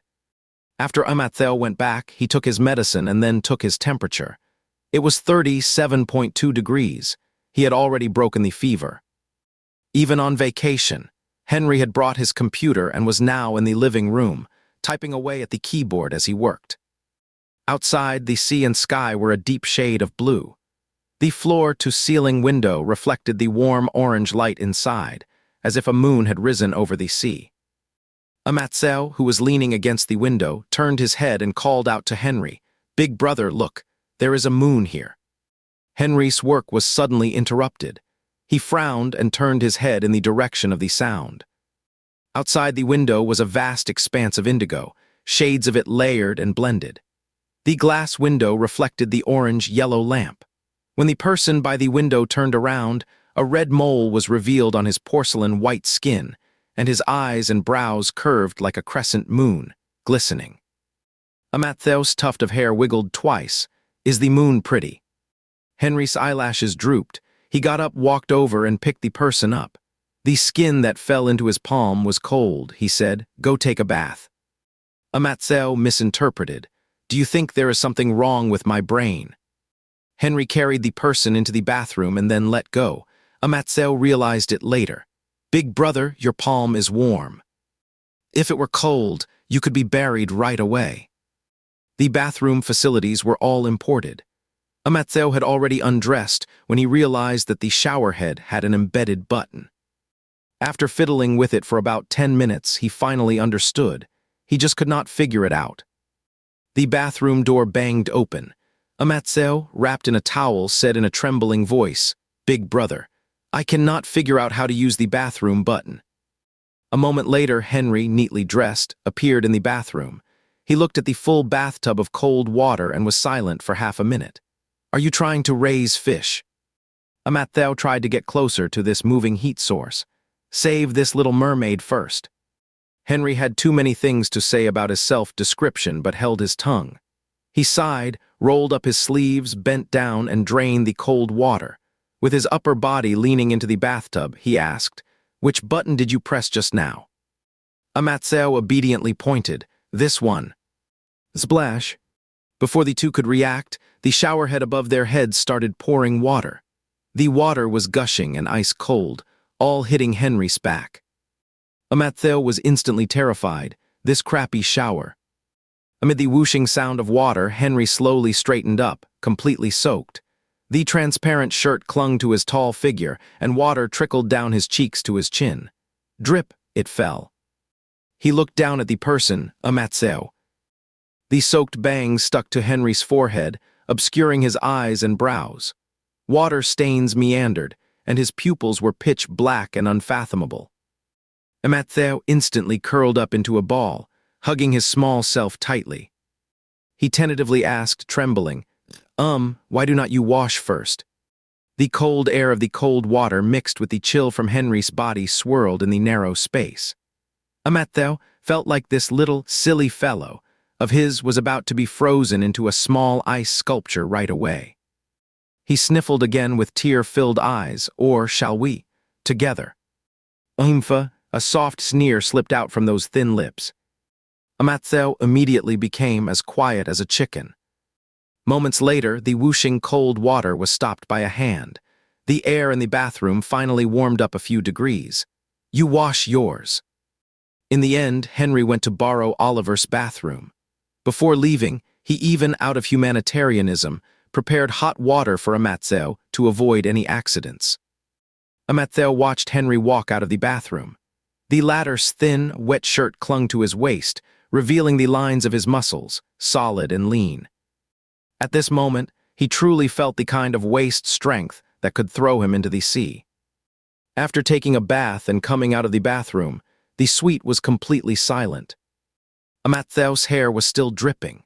Seeing no one in the living room and the door of Henry's bedroom half open, he knew that Henry had already finished showering and come back. He hesitated for 2 seconds and then slipped in through the crack of the door. Henry was sitting on the edge of the bed with his back to the door, broad-shouldered and narrow-waisted, with 2 strong long legs sticking out from under the bathrobe. Hearing the movement, he turned around and just met Amatseo, who was sneaking around at the door. Amatseo stuck his head out and called out very obediently, "Big brother." Seeing that Henry did not tell him to get out, he became so bold as to sit on the armchair opposite Henry's bed. "That button, it did not release water when I pressed it before. I did not do it on purpose. I am so sorry to have made Big Brother suffer." Henry wanted to sneer when he heard the word suffer. "That is because you did not turn on the main power supply before." Amatseo quickly clapped and praised. "So that is how it is. Big brother, you are so smart while I am such a dolt." Henry did not want to see his exaggerated face. His eyes shifted and landed on Amatseo's dripping hair. 2 seconds later, he threw over a towel and said, "Is this how you take care of your illness? Fighting poison with poison?" Amatseo knew he was in the wrong. He used the towel to wipe his head, and the loose cuff of his bathrobe slid down from his elbow, revealing a large patch of bruises. Henry reached out and pressed it like kneading dough. "It still hasn't healed after all this time." "Ouch, it hurts." Amatseo groaned and pulled his hand back. Sensing that Henry was no longer angry, he immediately eagerly introduced the bruise. "This is a new friend." Henry's mouth twitched. Amatseo stayed in Henry's bedroom until his hair was dry before going back. As he got into bed, he thought that his big brother had become much more tolerant. Even after getting drenched in cold water, he did not throw him into the sea. Maybe it was because he considered that he was sick, and it was not the right time to flare up. Or maybe it was for Noah's sake. He got sick because he gave Noah an umbrella. Good deeds should be rewarded. Amatseo slept soundly until dawn and did not get up until his bones felt all limp. When he stepped out of the bedroom and saw Henry in the living room, he yawned sleepily and greeted, "Morning, big brother." The tuft of hair on top of his head bobbed in the morning light. Henry, eyes fixed on it for a couple of seconds, then he said, "We have all had breakfast. If you want something, just call for room service." "Thanks, big brother." After having breakfast, Amatseo remembered he would made an appointment with Oliver for a workout. He changed into casual clothes and was about to head out. "Big brother, I am going to work out with second brother. You wanna come?" Henry was typing at the computer. "No." Amatzeo put his hand over his heart. "It is okay. I can carry you in my heart." Henry declined. "I am night blind, no need." The temperature in humor.But in the morning could already reach over 20 degrees. The rehabilitation and convalescence area was divided into indoor and outdoor sections. Oliver said that since they were in humor.But, they should get more sun. Amatzeo promptly and sensibly suggested doing exercise outdoors. A look of "not bad, you are sensible" immediately showed in Oliver's eyes. Under Oliver's guidance, Amatzeo got on a rowing machine. Since it was his first time using it, Oliver told him to sit still with his lower body first. Use your hands to pull the equipment to simulate rowing. Add leg stretches after you get the rhythm. Amatzeo looked like a little question mark. "But second brother, my lower body does not move when I row a boat either." Oliver bent down and tapped his leg, indicating that he needed to exert force here. "You think those dragon boat rowers' lower bodies do not move. In fact, they use their whole body to exert force." "Got it." Amatzeo recalled the dragon boat rowing movements and moved his butt back and forth. "Like this." Oliver was just pointing at his leg when, without paying attention, his fingertip poked Amatzeo's thigh. Amatzeo was caught off guard and felt as if he had been hit on the ticklish spot. He jumped up and started giggling and unstop. As he watched Amatzeo laughing and swaying back and forth, he belatedly realized that the flesh his fingertip had poked just now was very soft, quite different from his own body. He exercised all year round, and his leg muscles were solid and firm. "Do not you have any muscles on your body?" Amatzeo was wearing long sleeves and long pants. At this moment, he could only lift up his shirt to show his white belly. Abs. Oliver was first dazzled, then his eyes landed on that thin layer of muscle. Weakling. After guiding Amatzeo, Oliver went to do his own workout. Amatzeo rowed for a while and took a break. When he turned his head, he saw a set of parallel bars. He frowned. He always felt a sense of familiarity. Could it be because his eldest brother was a nitpicker? "Second brother, what are these for?" Oliver looked in the direction his finger was pointing. "For rehabilitation after a broken leg." He silently retracted his hand. No wonder it felt familiar. This body must have been accompanied by this equipment every day after having its leg broken. The sun overhead gradually grew stronger. Amatzeo saw a thin layer of sweat on Oliver's forehead and said, "Second brother, I want to go inside and sit for a while." "Sissy." After saying that, Oliver let go of the rings and landed on the ground. "Let's go." Amatzeo led the way. "Did not we see a lounge bar yesterday? I will treat you to a drink, second brother." Oliver did not hold back. "Is this you treating? It is Dad's money you are using. It is Dad treating." Amatzeo leaned over and grinned. "But the thought is mine." Oliver could not argue with him and could only follow behind. The lounge bar is located in the entertainment district, right next to a swimming pool. The surroundings are decorated exquisitely and elegantly. You can tell the owner behind it really knows how to enjoy life. There are 2 letters and a written at the entrance, which should be the name of this lounge bar. Amatzeo saw that the environment inside was quiet. Thinking that Henry was still in his room, he wanted to make a call to ask if he wanted to come over and have a drink. The phone rang for a while, but no one answered. Oliver said, "Big brother might be working and did not hear it. You find a seat and sit down. I will go get him." Amatzeo looked vigilant. "Second brother, you are not trying to pull a disappearing act, are you?" Oliver thought he was probably paranoid. "If I wanted to shake you off, would I need an excuse?" Amatzeo thought about his second brother, straightforward and unyielding character, and found it quite reasonable. It was nearly noon at this time, and there were not many people in the lounge bar. After Oliver left, Amatzeo sat down at a well-lit seat at the bar. Behind the bar stood a bartender, wearing a vest and a white shirt, shaking a shaker vigorously. The multi-faceted mirror behind him reflected the hanging goblets, creating a sense of disorientation, as if time and space were intertwined under the lights. These days, Amatzeo had been recuperating from his illness. and had temporarily handed over the matters of Akun liquor to James and Liam. Now that he was feeling a bit better, he started thinking about how to expand the sales channels. The bartender in front of him had already prepared a cocktail and placed it aside for the waiter to pick up. Seeing that he started mixing the next one, Amattheo could not help but lean closer to the bar. Seeing this, the bartender smiled, picked up the drinks beside him, and poured them into the glass one by one. "Is the guest interested? Watching you mix drinks is quite enjoyable." Amattheo complimented him and then asked, "Does every drink have a specific recipe? Can it be replaced?" The bartender explained to him, "Mixing different types of alcohol with ingredients will create a special taste. Sometimes, even if one ingredient is changed, it will affect the whole thing." Amattheo pondered. "So, certain drinks must be mixed with specific types of alcohol." "You can say so." Amattheo's tuft of hair on his head swayed. The two continued chatting. Soon, a waiter suddenly came out from behind the bar and whispered a few words to the bartender.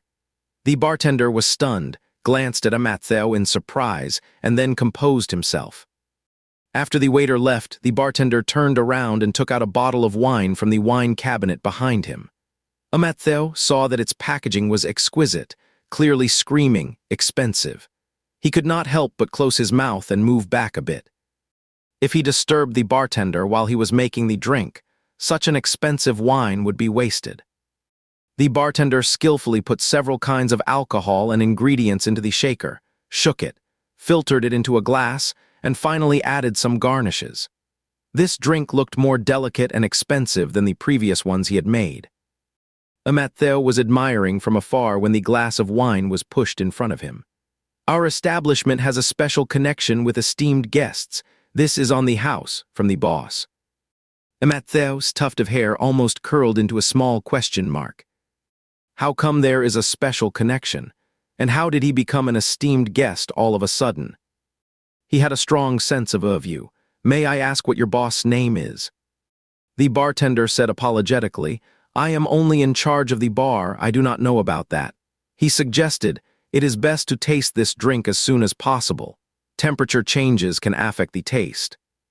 Amattheo was immediately caught in a dilemma. Just as he was racking his brains to come up with an excuse to politely decline, there was a sudden commotion at the entrance of the lounge bar. Amattheo turned around and saw two tall figures entering from the door. The light inside the bar was dim, and the sunlight from outside shone in, outlining the perfect contours of the two men. Tourists around them cast glances at the two. Only when Henry and Oliver walked up to the bar and took their seats did those gazes gradually turn away. Henry spotted the glass on the table at a glance. "You are already drinking." Oliver also turned his gaze to the glass of wine upon hearing this. With the two brothers sandwiching him from either side, Amattheo suddenly felt a lot more pressure. He glanced at the bartender, then touched the tip of his nose. It was given by the bar. Henry raised an eyebrow and followed his gaze to meet the bartender behind the bar. His heart clenched with an inexplicable tension. He found himself slowing his breath as he explained, "The boss seems to have taken a liking to this guest." Oliver frowned and asked Amattheo, "You even had a chat with the boss?" Amattheo quickly denied it. "I haven't even met him." Oliver's frown deepened immediately. Just as he was about to say something, Henry suddenly took out a card and placed it on the bar. With a nonchalant look, he said, "Thank your boss for his kindness, but he has a cold and cannot drink. I will settle the bill." Henry's tone was lazy, but his attitude exuded the dominance of a superior. The bartender hesitated for a moment, but then took the card and swiped it. Amattheo fidgeted with his fingers nervously. Oh no, something's not right. Did not he invite Henry here, saying he would treat him? Why on earth did Henry take out his card and pay as soon as he walked in? Am I some kind of money-gobbling monster? After Henry paid, the three of them chose a quiet booth and sat down again. Amattheo was eager to make up for it. "What would you guys like to drink? It is on me." Henry folded his arms and leaned back on the sofa. His words were pretty much the same as Oliver's. "Even if you treat us now, it is still with the money Dad gave you."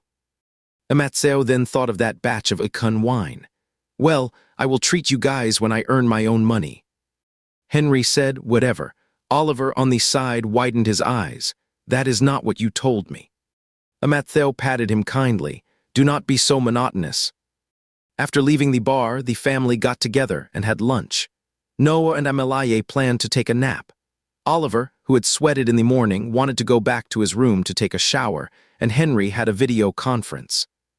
Taking advantage of no one paying attention to him, Matthew made an excuse of going to the convalescent area and slipped to the private beach. Because of his cold, he had been ordered not to expose himself to the sea breeze. But the wind was not strong at the moment, and he just wanted to go to the beach to look at the sea and relax by himself. After all, the third son of the Isu family was coming, and life would be even tougher in the future. The sea water on this part of the private beach was nearly dark blue. Wave after wave crashed, creating white foam that washed over the soft sand. The coastline stretched into the distance, and a huge reef that reflected a white-gold glow in the sun could be seen. Matthew was afraid of being checked up on, so he did not dare to go too far. He just sat on the edge of the beach beside the main road, soaking up the sun, ready to slip back at any time. The salty sea breeze blew towards him, carrying the smell of the waves. Matthew's eyes narrowed from the sun like a limp cat-shaped pastry. He lay there squinting for God knows how long. Suddenly, the sound of wheels came from the asphalt road behind him, getting closer and closer. At first, he did not pay much attention until the sound of the wheels stopped behind him. Matthew opened his eyes and turned around. The person who came was standing behind him, pushing a suitcase, with a coin between his fingers. Ding! The coin was flicked by his fingertip, flipped high into the air, and its silver light sparkled under the sunlight. Suddenly, the sea breeze picked up, and the person's thin windbreaker fluttered behind him. The coin suddenly fell into his palm. Matthew saw the reflection of the coin in those pupils, and a wild and playful arc formed at the corner of his lips. Heard you have been missing me. Matthew's alarm bells started ringing immediately. It is Theodore. The distance between the two closed in a few steps. Theodore's narrow eyes curved slightly. His cold, pale skin reflected the light, and his chestnut bangs fell over his eyes and brows, toning down his flamboyance a bit. His gaze traced carefully along Matthew's features, with a hint of casual interest. What do you want to say? Matthew mumbled, Do not believe rumors, do not spread rumors. Theodore squinted at him for a while. I have only been gone for a month. Why do I feel like you have changed a bit? Matthew was cautious. Suddenly his hair was yanked. Theodore's well-defined fingers ran through the top of his hair, and the tips of his fingers curled slightly, twirling on the end of a tuft of hair.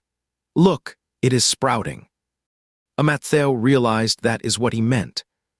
Theodore withdrew his hand, placed his luggage in front of Matthew, and put his hands in his pockets. Let's go, bro. Matthew understood and pushed the luggage for him, leading the way. Theodore seemed to have the best attitude among the three brothers, but Matthew knew there was mostly teasing involved. Henry would warn the original him, Oliver would show disgust towards the original him, while Theodore regarded the original him as a pastime. When he was interested, he would play around for a bit, and when he lost interest, he would just forget about it. Matthew felt like a light fart in the sea breeze, easily able to disperse. The wheels of the suitcase rumbled over the asphalt road, and in just a few minutes, they reached the front gate. Theodore followed Matthew casually, looking around. A few strands of his chestnut bangs were lifted by the wind, revealing his fair forehead and handsome features. A coin in his fingertips was tossed into the air, flipped, and then fell. Matthew glanced at it. It landed heads up in his palm every time, an inexplicable streak of luck. A couple passed by. The girl could not help but turn around and take a few extra looks, then was quickly pulled away by her boyfriend, who grabbed her arm. Who are you looking at?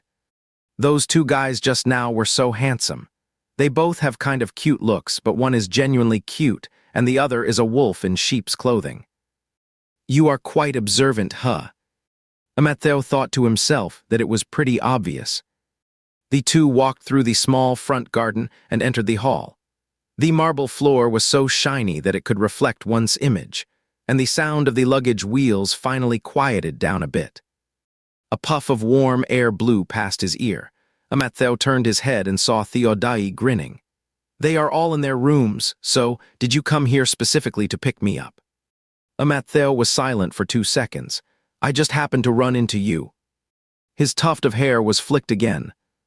It was only about 10 meters from the corridor to the room door. Amatheo pushed the luggage to the door, then turned to Theodai and said, "I booked a suite. You will be sharing it with the second brother, third brother." Theodai quickly got to the point. "Oh, so you will be with the eldest brother." Amatheo did not hesitate to sell Oliver out, because the second brother said he does not like sharing a room with others. He emphasized the word others. Theodai's mouth twitched. He patted Amatheo's head. "Good boy, your third brother got your complaint." Seeing that Theodai was about to knock on the door, Amatheo immediately turned around and made a quick getaway. When Amatheo returned to the room, Henry had already finished his video conference. He was washing fruits at the counter and was about to eat them. "Where did you run off to?" "The third brother is here." Amatheo tried to muddy the waters and shift the focus. "I just came back to the room." Henry drained the water from the fruits and put them on a plate. He brought the focus back. "So you went to pick up the third brother?" He gave Amatheo a meaningful glance. "As expected, you like the third brother the most." Amatheo immediately felt like he would trapped himself. After Theodai finished unpacking, he said he wanted to go swimming in the afternoon. Considering that Amatheo still had a cold and could not go to the beach, Noah said they could swim in the sanatorium's pool first. Usually people change into swimsuits in their rooms and then go straight to the pool. Amatheo was not getting in the water. He sat in the living room in a t-shirt and shorts, waiting for Henry. Not long after, the bedroom door clicked open. Amatheo looked up. The moment Henry stepped out of the door, the surrounding furnishings immediately faded into a blurry backdrop. He had a well-proportioned and slender build. His shirt was half open, revealing the abs beneath. His dark swimming trunks reached just above the knees, hugging his body's lines, tight and smooth. Even from a same-sex perspective, it was quite a sight to behold. Amatheo stared intently at his abs, filled with envy. "What are you looking at?" Amatheo was jolted back to his senses. He reluctantly averted his gaze, then in return lifted the hem of his t-shirt to show Henry, "Big brother, I want abs too." Henry's eyes swept around his slender waist and abdomen. "What is the use of telling me? Can I transplant them to you?" "No," Amatheo hung his head dejectedly. "Second brother even said I am a weakling." Henry frowned.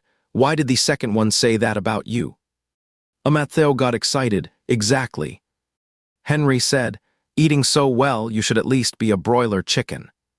There are a total of 5 swimming pools in the sanatorium, 2 large and 3 small, all very close to each other.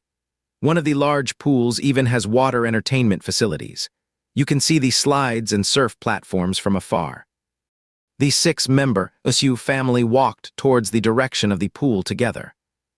Amatheo followed Henry all the way, sticking to him like a little chick. Theodai raised an eyebrow slightly at this. His gesture of waving was like greeting a new year to the little SU chick. "Come here, little brother, play with your third brother." Amatheo shuddered inwardly. He was afraid that if he went over, he would be the one being toyed with. Amatheo immediately shrank behind Henry and poked his back with his finger. "Big brother, help me block him." Henry's back stiffened. Right after that, Henry yanked Amatheo out from behind him. Amatheo saw Theodai reaching out to grab him, so he clung tightly to Henry. Amatheo's eyes widened. "Big brother." Theodai paused his movement of trying to grab Amatheo, and his gaze swept curiously over the two of them. Noah just thought they were fooling around. "Third, Amatheo is not fully recovered and cannot go into the water. If you want to play, do it on the shore later." "Got it," Theodai drawled as he pulled his gaze back. Presumably, they would deliberately control the number of visitors. Even though it was the Golden Week, there were not too many people in the pool entertainment area. There was a row of lounge chairs by the shore, along with parasols and small side tables. As soon as Theodore saw the pool, he quickly left the others behind, rushed over in a few steps, and splash, jumped into the water. He was tall and slender with fair skin. He flipped around a couple of times in the water like a nimble white fish. Oliver also got interested. He took off his coat, hung it on the hanger, and then jumped into the water, diving straight towards the center of the pool. Among the brothers, he was the most muscular. His back muscles rippled as he swam, his arms swinging, creating splashes, exuding masculinity all over. Amatzel was in awe, thinking that the three brothers of the Issue family each had their own charm. Any one of them, if singled out, was truly outstanding. He glanced at Henry again.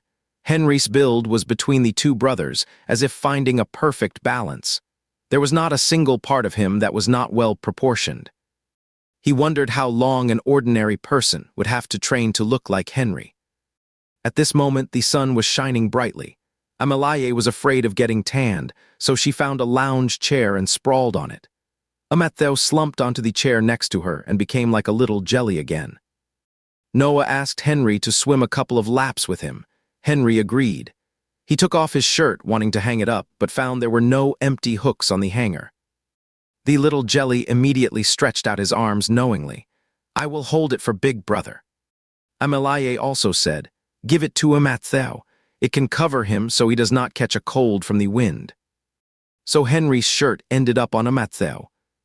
The lazy afternoon sunlight was blocked outside the parasol, spilling onto the ground. Not far away, the pool sparkled, and the splashes were crystal clear in the sunlight. Amatzel did not take a nap at noon. Now, with the gentle breeze and the sound of water, sleepiness gradually crept up on him. He curled up in Henry's shirt, closed his eyes, and fell asleep. Henry swam a couple of laps in the pool. His strong and slender body stirred up splashes, and his turning movements were clean and crisp. With a splash, his body breaking through the water brought the pool water to the shore, splashing it all over. The ground, heated by the sun, instantly lost its heat. After 2 laps, Henry still did not show any signs of fatigue, but Noah was starting to fall behind. He climbed out of the pool, and water droplets fell all over the place. "Go play with your second and third brothers. Dad's going to have some water." Henry gave a grunt, and his eyes instinctively swept towards the deck chair. Beneath the rounded shadow of the parasol, a white shirt was bunched up, slightly bulging. From his angle, it seemed like a dark head was peeking out from above the shirt, with a tuft of hair lying softly on top. Noah saw it too and could not help laughing. "Amatzel looks like a glutinous rice ball." Henry said indifferently, "Maybe it is sesame filled then. White on the outside, black on the inside." Noah clapped in agreement. "That is right, sweet and soft." Amatzel woke up slowly when he heard Theodore and Oliver talking. When he opened his eyes, the sky outside had turned overcast. Noah and Amalaye were chatting side by side, and Oliver and Theodore were walking over from the pool, leaving a trail of water marks. Amatzel tugged at the shirt on him, then turned his head and noticed Henry sitting on the deck chair on the other side, propping up one long leg across a tabletop and looking at his phone. Probably sensing his gaze, Henry turned around. "Is the shirt good to use as a cover?" Amatzel was silent for 2 seconds, then with a cheeky look, he handed the shirt over. "I did not forget to guard Big Brother's shirt even in my dream." Henry did not take it, "Then keep guarding it." Noah noticed and smiled. "Keep it on. Do not take off your clothes after waking up or you will catch a cold. Do not you like wearing your Big Brother's shirts? Is it for style or something?" Amatzel's eyes widened in shock. What did he mean by "he likes wearing Henry's shirts"? Noah should go take a class. Oliver and Theodore happened to hear this as they walked over, and both stopped in their tracks. Oliver stared at the shirt in Amatzel's arms, suddenly recalling the scene on the plane. His tone was a bit unnatural. "You like wearing Big Brother's shirts?" Amatzel quickly explained, "No, I just like wearing slightly larger ones, it is stylish." Theodai raised the corner of his lips and said, "Oh, then do you want to wear third brothers?" Amatzeo had an intuition that Theodai was setting a trap for him again. "Third brother," a deep voice came from the side. Amatzeo looked over. Henry's gaze towards Theodai carried the meaning of "that is enough." Amatzeo was taken aback for a moment. Theodai met Henry's eyes for a few seconds, then shrugged and smiled. "I was just kidding with my little brother." Henry did not say anything more. This little episode was quickly over. As dinner was approaching, they left the pool and walked back. Those who had been in the water had to go back and take a shower first. Amatzeo had put on Henry's shirt over his t-shirt. The sleeves were a bit long, covering his fingertips, and the hem reached his thigh. He looked like a child who had stolen an adult's clothes. Amatzeo and Henry were originally walking at the back. On the way, two girls came to ask for directions. Amatzeo stopped to show them the way, and Henry did not move on either. He stood by and waited. After Amatzeo finished showing the way, he turned his head and saw that the others had walked far away, while Henry was still standing beside him. He was slightly startled. "You did not leave." Henry said, "Afraid you would be abducted by a meat seller and sold by the pound." He always felt that Henry was insinuating that he was a pig. The two girls nearby had not walked far. Hearing this, they laughed out loud and turned to look at the two of them. Amatzeo felt embarrassed and reached out to poke Henry's waist with his sleeve. "Why do you always make fun of me?" Suddenly, the two girls' eyes lit up.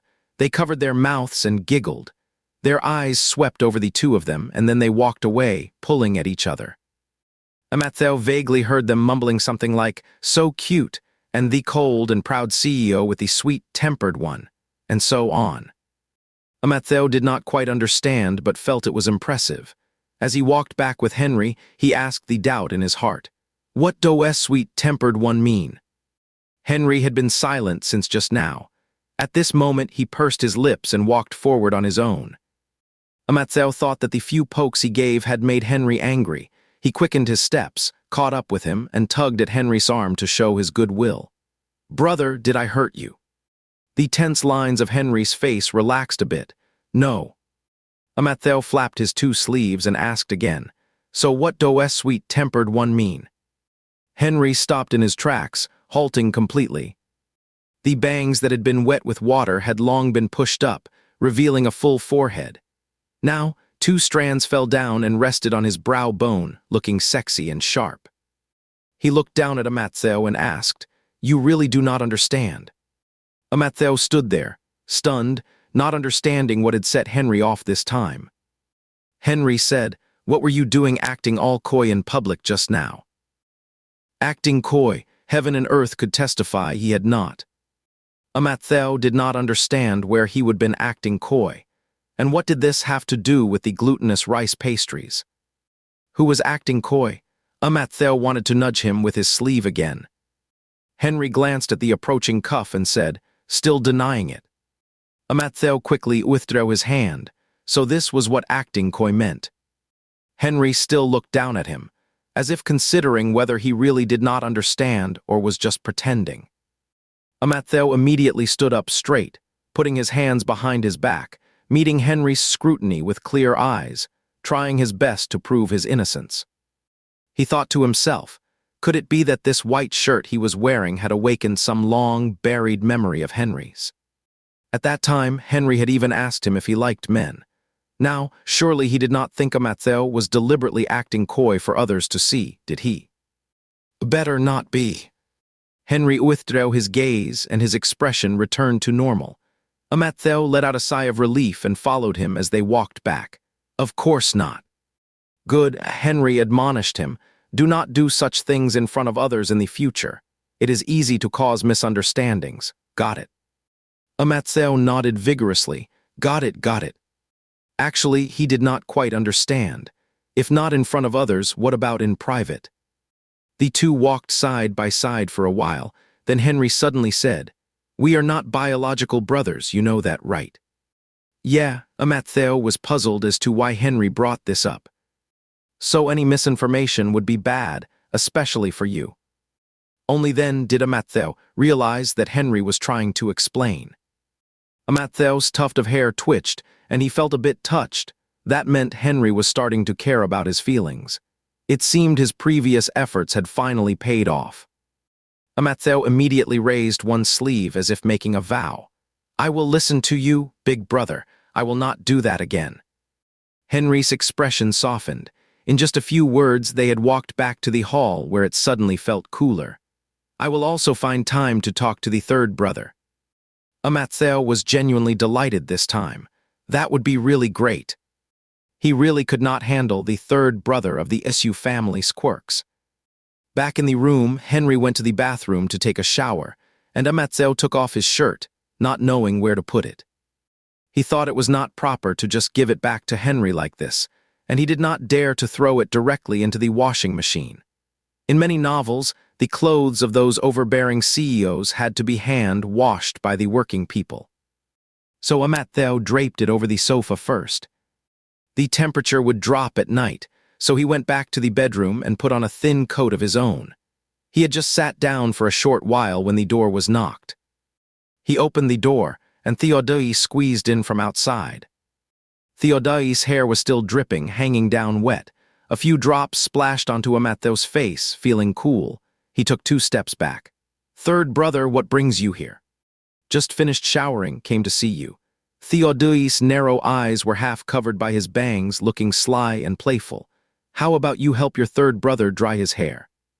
Matthew just pursed his lips and blew gently from a distance. Theodore's bangs drooped from the blow. He narrowed his eyes. "Use a hair dryer or a towel, your third brother is not picky." Matthew remembered Henry's warning. "Brothers should keep a proper distance. I can find a hair dryer for you, third brother." Suddenly, Theodore propped up his arm and leaned in closer. They were standing in the hallway. The space was narrow, with only a small decorative light overhead.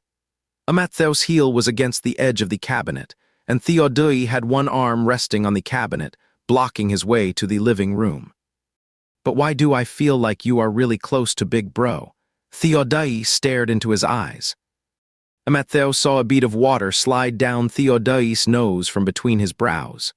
This comment was as teasing as ever, but upon closer thought, there was a hint of probing in it. Matthew tilted his head slightly upwards. "The first person I see every day is Big Bro." Theodore suddenly had a strange sense of you. Matthew said, "This is the imprinting phenomenon." Theodore replied, just as he thought. The two were standing face to face at close range when suddenly, there was a click from the bathroom door. The door opened and Henry came out with a bath towel over his shoulder. Theodore had his back to the bathroom. Hearing the sound, he straightened up and slowly turned around. At the same time, Henry looked over. After glancing at their postures, his face darkened and he walked closer. Matthew was so scared that he started babbling. "Well, I thought the weather was nice today, perfect for a dreamy waltz." "Third brother." The cold voice interrupted his rambling. Matthew then noticed that Henry's hair was not dry either. With 3 men in the narrow hallway space, the air seemed to slow down. Theodore stood up straight. "Come with me," Henry said to him, then turned around and walked towards his bedroom. Theodore clicked his tongue softly, then turned around and followed him. The two left one after the other. The air in the hallway started flowing again. Matthew finally relaxed, shrank back onto the sofa and slumped into a heap like a cat loaf. Phew, he was scared to death. He thought he was going to be wrongly accused again. Inside the bedroom, the two stood facing each other. The water droplets from Henry's hair ends landed on the towel, creating patches of dampness. Some of them landed on his shoulders, wetting the fabric. "Third brother, you like to have fun, and I have never said anything about it. But you also need to tell the right people apart." "What did I do?" Theodore put his hands in his pockets and looked out at the sea. The layers of seawater rolled in from the horizon. "It is just a joke between brothers. Why are you taking it seriously, big bro?" Henry sneered. "Then, should I also get to wear your shirt, huh?" Theodore was left speechless. He stared out the window, falling silent. In the quiet bedroom, the sound of their two breaths seemed amplified, and neither of them spoke. The sound of the waves outside faintly seeped through the glass. They were brothers who had grown up together. Even in silence, they knew what the other was thinking at that moment. After a long while, Henry spoke. "Theodore, people change."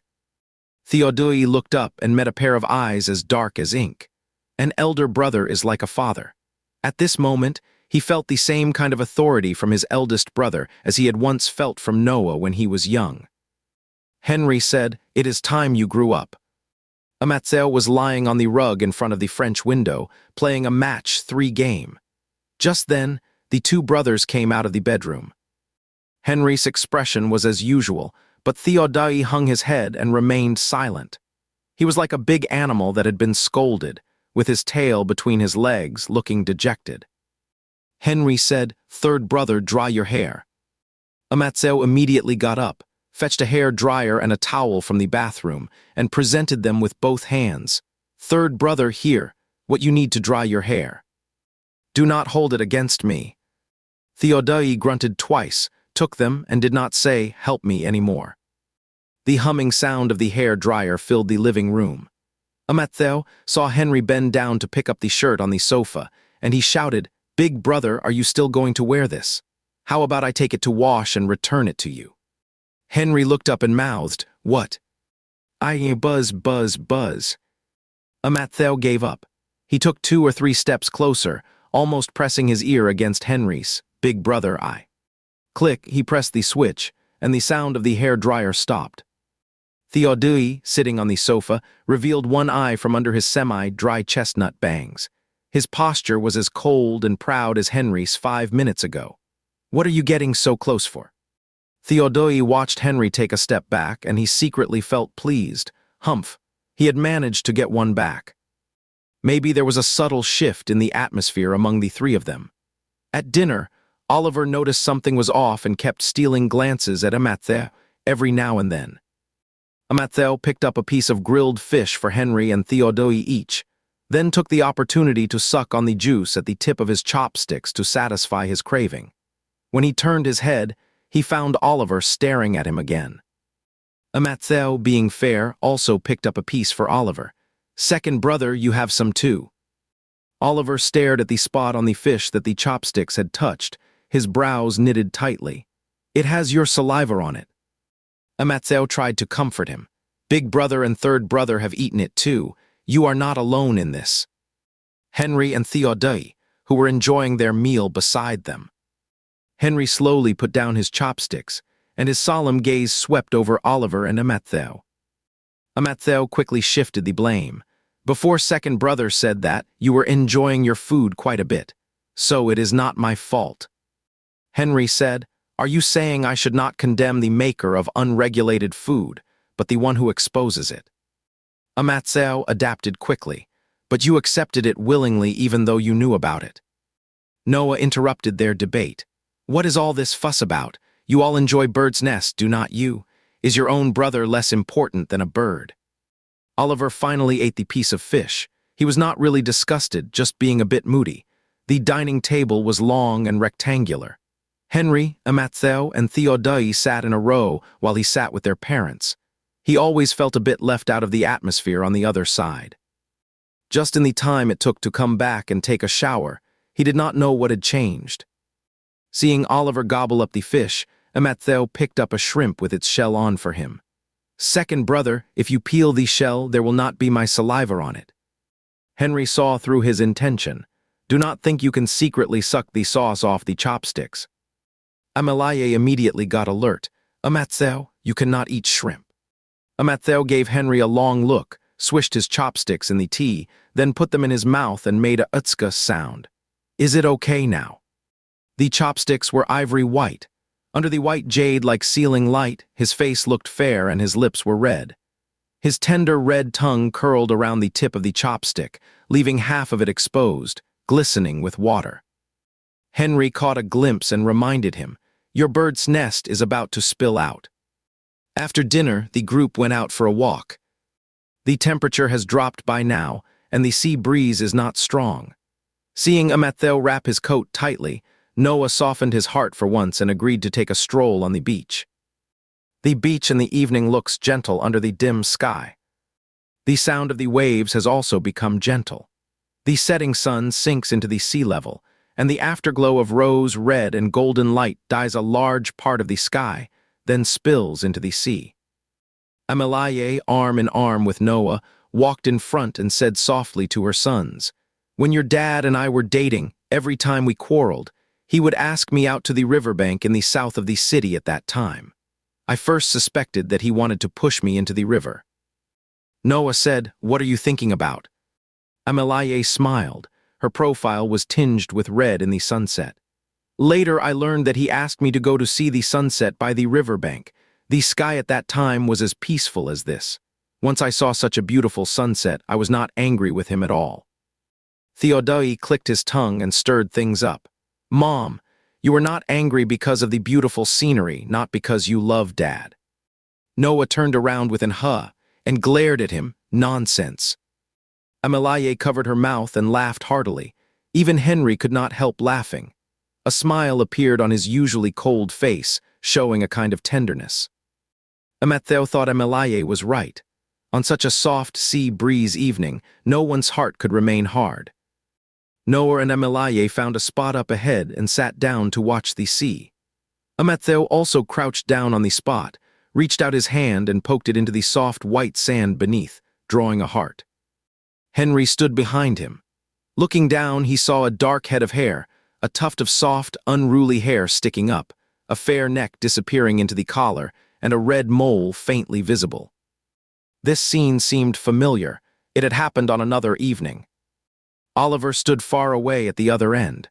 Watching the three of them huddled together, he felt an inexplicable unease in his heart, as if he did not fit in with them. After a while, Amattheo stopped laughing from exhaustion. He got up and went to the shallow beach near the sea, planning to wash the sand off his hands. Just as he reached the place where the sand was moist, suddenly someone appeared beside him. Oliver's face was illuminated by the afterglow. His features were straight and heroic, his eyes determined, yet at this moment he looked a bit embarrassed. "Amattheo, I do not hate you and I haven't not forgiven you." Amattheo pursed his lips into an O shape. "So." Oliver looked past him towards the sandy area just now.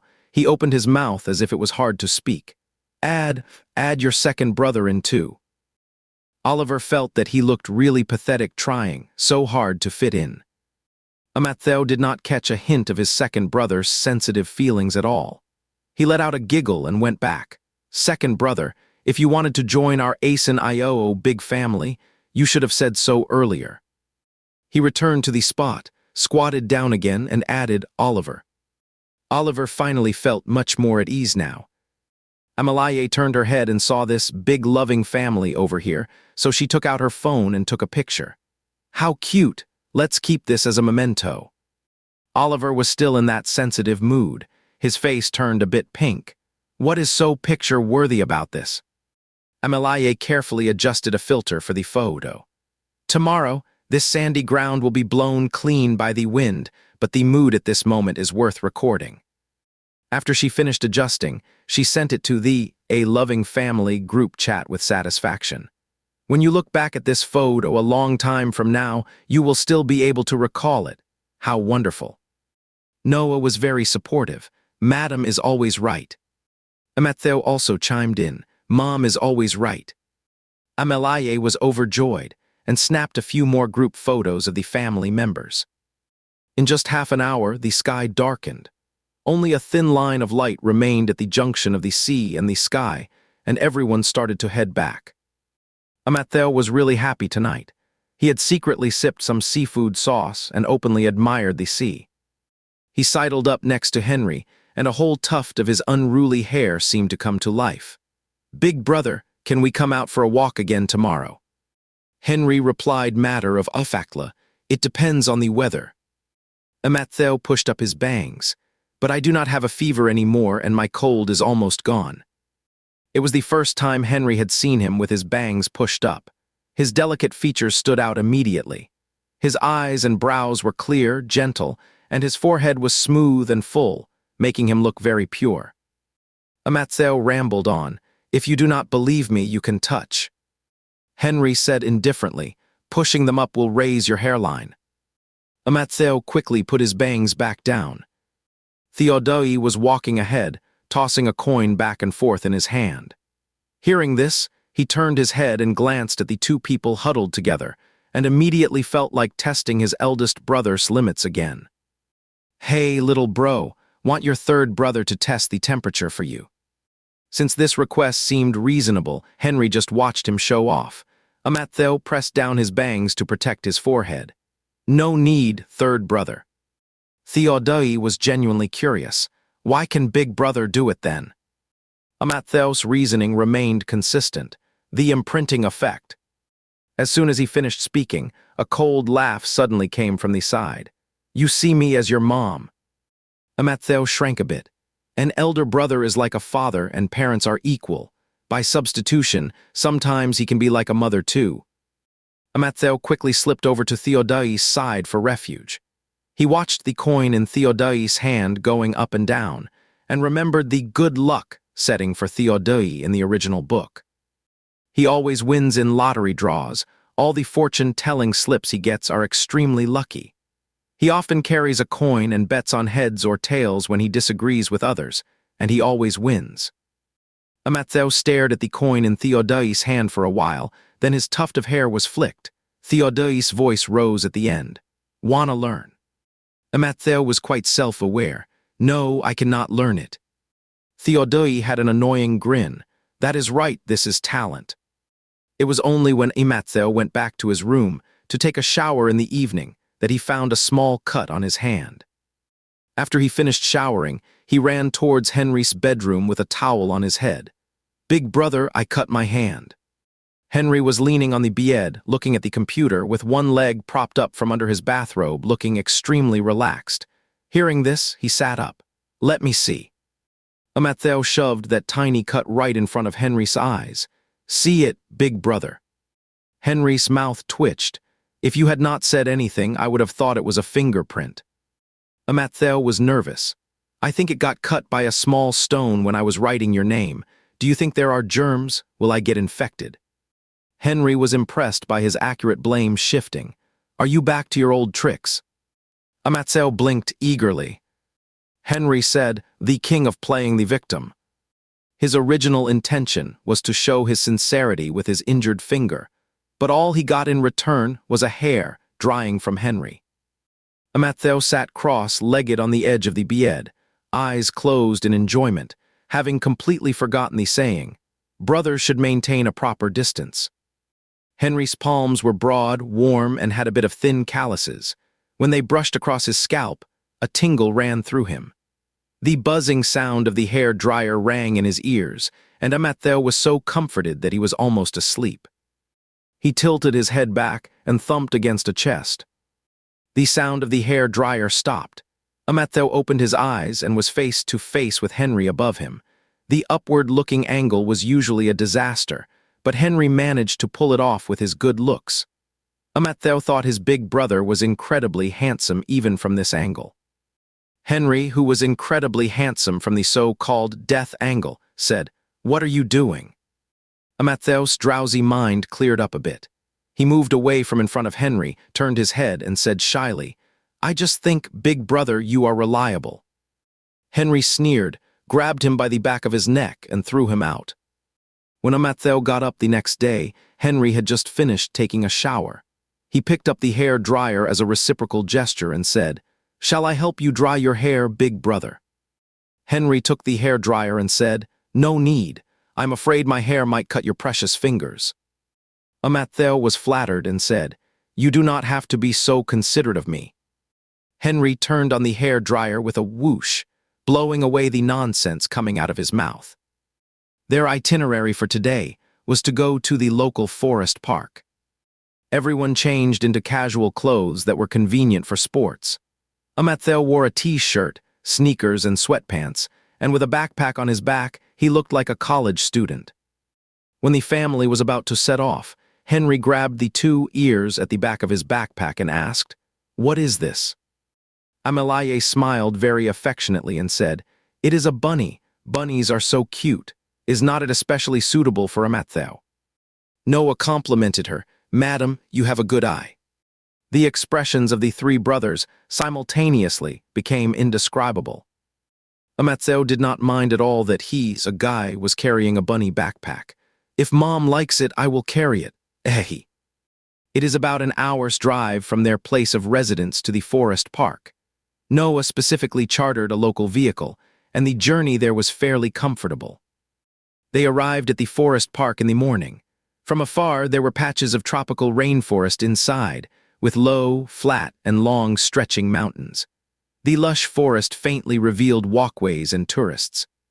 It was the peak tourist season. There were already a lot of people queuing at the entrance of the scenic spot, and there were also those who came with tour groups. The tour guide was shouting into a loudspeaker to gather people.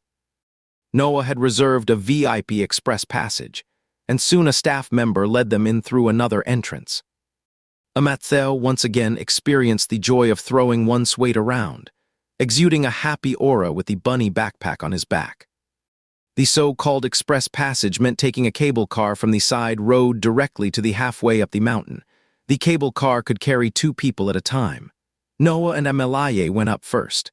Theodai turned around with high spirits. "Brother, come and share a cable car with your third brother." Amatseo immediately latched onto Henry, lying blatantly. "Big brother has already found me first. Third brother, you can share a cable car with second brother." Theodai flicked his bangs. "Oh, but I am afraid second brother does not like sharing a cable car with people." Amatseo did not think there was a problem at all. Then, is not it just right to be with third brother? The grouping ended with the collective silence of the 3 brothers. Amatseo, like a crowned king, clung to Henry and got on the cable car. After getting on, the 2 sat face to face, one on the left and the other on the right. There were thick woods beside and beneath them. Amatseo leaned on the window and looked down, suddenly feeling dizzy. "Big brother, I might be afraid of heights." "You have got quite a few issues." A hand reached over, grabbed the rabbit ear, and pulled the person back to the seat to sit properly. Henry glanced at his bulging bag. "What have you brought?" Amatseo whooshed and opened it. Jelly, chips, soda, bread. With the 2 ears on the backpack, anyone who did not know would think a primary school student was on a spring outing. Henry's forehead veins were throbbing. "What did you bring so many snacks for?" Amatseo replied, "To eat when I am hungry on the way." Henry looked at him as if he were looking at a piglet. "We have to walk a long way today. Do not you know you should travel light?" Amatseo once again brought up the law of conservation of energy. "I can eat while walking, converting gravitational potential energy into kinetic energy." Henry clapped in mock praise, a leap in physics. After getting off the cable car, they were at the halfway up the mountain. Amelaye was wearing a sun hat and looking at the guide map in her hand. There is a suspension bridge spanning the valley ahead, and on the next hill is a 3-kilometer-long glass walkway. Amatseo felt his legs start to tremble again. He had no idea there would be such thrilling stuff before he came. He had heard of attractions like glass walkways in his original world, but he had never been there because of his fear of heights. He never expected to have to face his fear all of a sudden. Amatseo raised his hand and grabbed Henry, trying to draw some strength. As soon as their hands touched, Oliver turned around. He could not hide things on his face. Theodai next to him followed his gaze and landed on the place where the 2 touched and paused for a few seconds. Henry was already used to being grabbed. He had just learned that Amatseo was afraid of heights, so he did not push the guy away at this moment, just let him hold on. The sun overhead grew stronger, and the road under their feet was reflected white. Tourists around were in groups, and the voices were noisy. Just by their looks and demeanor, not to mention their clothes, the members of the Isu family stood out from the crowd. Especially the brothers, each with their own characteristics. They were like cranes among chickens when they stood in the crowd. The surrounding glances and whispers came over faintly. Amatseo was moving forward while holding Henry's hand, and then a few voices drifted into his ears. "Did you see those handsome guys? I am almost suffocated by their handsomeness, but I still like the one in black the most. The guy next to him is good-looking too. He has a red mole on his neck, so amazing." Hey, look, their hands are touching, could they be? Matthew silently let go of his hand. No, they were not. They followed the tourist crowd and walked slowly forward. In less than 100 meters, they arrived at the head of the suspension bridge in the air. There was a valley sunken between the two mountains. A patch of dense tropical rainforest grew there. A wobbly suspension bridge spanned across the mountains. Ropes were used as barriers on both sides, and wooden boards were laid flat on the chains under their feet. Matthew started to feel dizzy again. Noah had already held Amalaye's hand and stepped onto the suspension bridge. Amalaye seemed very excited and kept trying to shake off Noah and run freely, but was sternly suppressed. The couple tugged and walked about 5 or 6 meters away. Then it was the son's turn. As soon as Theodoi saw the suspension bridge, his interest suddenly rose. He left his brothers behind again and rushed out. In a blink of an eye, only Matthew, Henry, and Oliver were left at the head of the suspension bridge.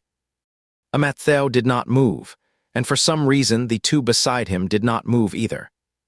He glanced at Henry. The latter had his hands in his pockets and was looking sideways at the suspension bridge, with a cold face and an aloof posture. The words of help twirled on the tip of Matthew's tongue. He opened his mouth, and as if sensing something, Henry took one hand out of his pocket. "Bro, are you afraid of heights?" Oliver's voice suddenly cut off Matthew's words.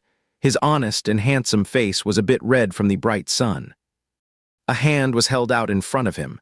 "If you want to, you can hold it." Matthew was stunned. Out of the corner of his eye, he saw Henry turn his head back. Matthew was so embarrassed right now. The moment he had just opened his mouth to call Henry, for some reason, he had felt that Henry was waiting for him to speak. But now, Matthew looked at the hand in front of him. The knuckles were broad and the palm lines interlaced, giving a very reassuring feeling. Logically and emotionally, he should not refuse. Oliver stood in front of him. Such a tall and handsome man was eye-catching in a crowd. Now he was stretching out a hand waiting for Matthew, and people around them all looked over. Henry also looked over. The hand that had been taken out of the pocket was just hanging by his side, neither reaching out nor pulling back. The sun above shone down, and Matthew felt sweat seeping from his forehead. Oh my God, Matthew thought. Should he hold Oliver's hand and then casually say to his elder brother, "Let's go"? Or should he refuse Oliver and then turn to hold his elder brother's hand? Would not that be embarrassing? Matthew tentatively reached out and grabbed Oliver's wrist, then pulled it behind his backpack and held onto the 2 rabbit ears of the backpack. "Oliver, Matthew, let's line up and walk one by one, so as not to block the people behind." He was impressed by his own cleverness. What a brilliant idea. Henry twitched the corner of his mouth and finally said, "Like a snake game." Oliver hesitated for a second and said, "Okay." He had felt a bit awkward about holding hands too. He had only offered because Matthew really seemed unable to walk. Holding the backpack ears was fine too, avoiding the awkwardness. Matthew led Oliver to sneak behind Henry. He grabbed the back of Henry's shirt and shook it, just like shaking reins. "Big brother, let's go." Henry was tolerant enough not to argue with him too much. 3 handsome guys with distinct styles were walking on the suspension bridge. Normally, they should have been a stunning sight. But right now, they just looked like a straight line. And they were standing in a perfectly straight row. The tourists around them had strange expressions. Their complex gazes kept shifting back and forth among Matthew and the other 2. They were good-looking, but seemed a bit off in the head. Matthew was completely unaware. He was tugging Henry along and leading Oliver forward for about 10 steps. He was breaking out in cold sweat on his back and did not dare to glance around at all. Oliver was pulling his ear like a rabbit's. "Are you shaking because you are scared?" Matthew thought his second elder brother was sometimes too straightforward. He did not care about Matthew's male pride at all. No, it should be the backpack shaking in the wind. Suddenly, the suspension bridge was shaken violently twice, as if someone was playing a prank. Matthew suddenly grabbed Henry's shirt hem tightly and started shaking violently. Henry's tone was icy, Amatheo. Amatheo saw that under the shirt hem, which was pulled into a V shape, a section of Henry's waist was exposed. The tight lines disappeared into his trouser waist. A gust of valley wind blew by, and Henry's tone suddenly got even colder. "My waist is cold." Amatheo understood and bent down to blow some warm breath on it. The soft and warm breath brushed against the rarely touched skin, causing a tingle. Amatheo had not even finished blowing when his wrist was grabbed, and he was lifted up. His backpack was in Oliver's hand, and his wrist was in Henry's palm. He was being pulled from both the front and the back. A tuft of his hair was swaying in the wind, like the flag in the middle of a tug of war rope. "Mind your behavior." Amatheo obediently closed his mouth and nodded, saying, "Mihem." When he saw Henry turn around, he slightly tilted his head and whispered to Oliver, "Second brother, did my behavior just now lack the air of a wealthy family?" He still remembered that his eldest brother was a guy with style. Oliver looked at him with a complicated expression. "It is probably not that issue." Struggling to get off the suspension bridge, Noah and Amelaye were already waiting by the roadside. Amelaye was sipping the tea she had brought along, and Amatheo took a quick glance into Noah's open backpack. It was full of practical items like tissues, towels, and rain gear. Oliver let go of his rabbit ears, and Amatheo also released Henry's shirt hem. Theodore saw the three of them and snorted, "You guys are really slow." Henry adjusted the back of his shirt hem and did not say anything. After getting off the suspension bridge, it would take about 10 minutes to reach the glass walkway. The rainforest along the way covered half of the sky, casting fragmented shadows on the stone path. When the wind blew, the light and shadow at their feet shifted. As it got closer to noon, the temperature became hotter. Amatheo walked with the group for a while, then felt that the backpack on his shoulder was getting heavier and heavier. He lifted the collar of his shirt and peeked at his shoulder, where faint red marks from the straps could be seen. "What are you looking at?" Theodore suddenly turned his head. Amatheo let go of the hand holding the collar and realized that his parents and brothers were all looking at him. Amatheo said, "Looking at the marks left by gravitational potential energy." The others were like. Henry understood and chuckled. Amatheo felt that his male pride had been hit again. As they walked forward, on the left was the mountain with thick forest, and on the right they could see the coastal beach. The wind blew from the shore, carrying a faint salty smell. Amatheo took out his phone and took a few pictures, then sent them to the shooting squad group chat. James was still being forced to attend a boring family gathering at this time, and Envy replied with a series of lemon-eating emojis. Liam recognized the current scenic spot in a second and started typing quickly. "Liam, it is the Forest Park in Southport. I went there 3 years ago. It is quite fun. If you go forward from here, there is a glass walkway. It is really exciting." "Amatheo, I know." "Liam, are you scared? Then be careful. That walkway had an incident. Last year, a piece of glass cracked and someone almost fell off." Amatheo was so scared that he immediately left the group chat and turned off his phone. His already meager courage took an even worse hit. The glass walkway was on the mountainside. It wound downwards first and then upwards. When everyone reached the entrance of the walkway, the whole walkway came into view. Amelaye pointed to a circular viewing platform in the middle. "Over there is the popular photo-taking spot. Half of it is embedded in the rainforest and half protrudes outside the mountain. We will go over there and take some pictures later." Sure enough, there were already many young men and women on the platform, holding tripods to take pictures. There even seemed to be an internet celebrity doing a live stream. When no one was paying attention, Amatheo secretly approached Henry and whispered, "Big brother, I am feeling kind of dizzy." Henry said, "Then do not look down." The glass walkway had a limited passenger flow, and people were let in waves. Amelaye and Noah happened to be cut off from the group behind them. They waved to the 4 brothers across the crowd. "See you at the viewing platform." Theodore let out a couple of ahs and said, "They did it on purpose, a romantic moment just for the 2 of them." It was not long before Amatheo, and the others went in too. This place was wider than the rope bridge. The tourists around were walking forward casually. Matthew's mind was full of the accident information Liam had just sent. Every step he took on the glass felt wobbly.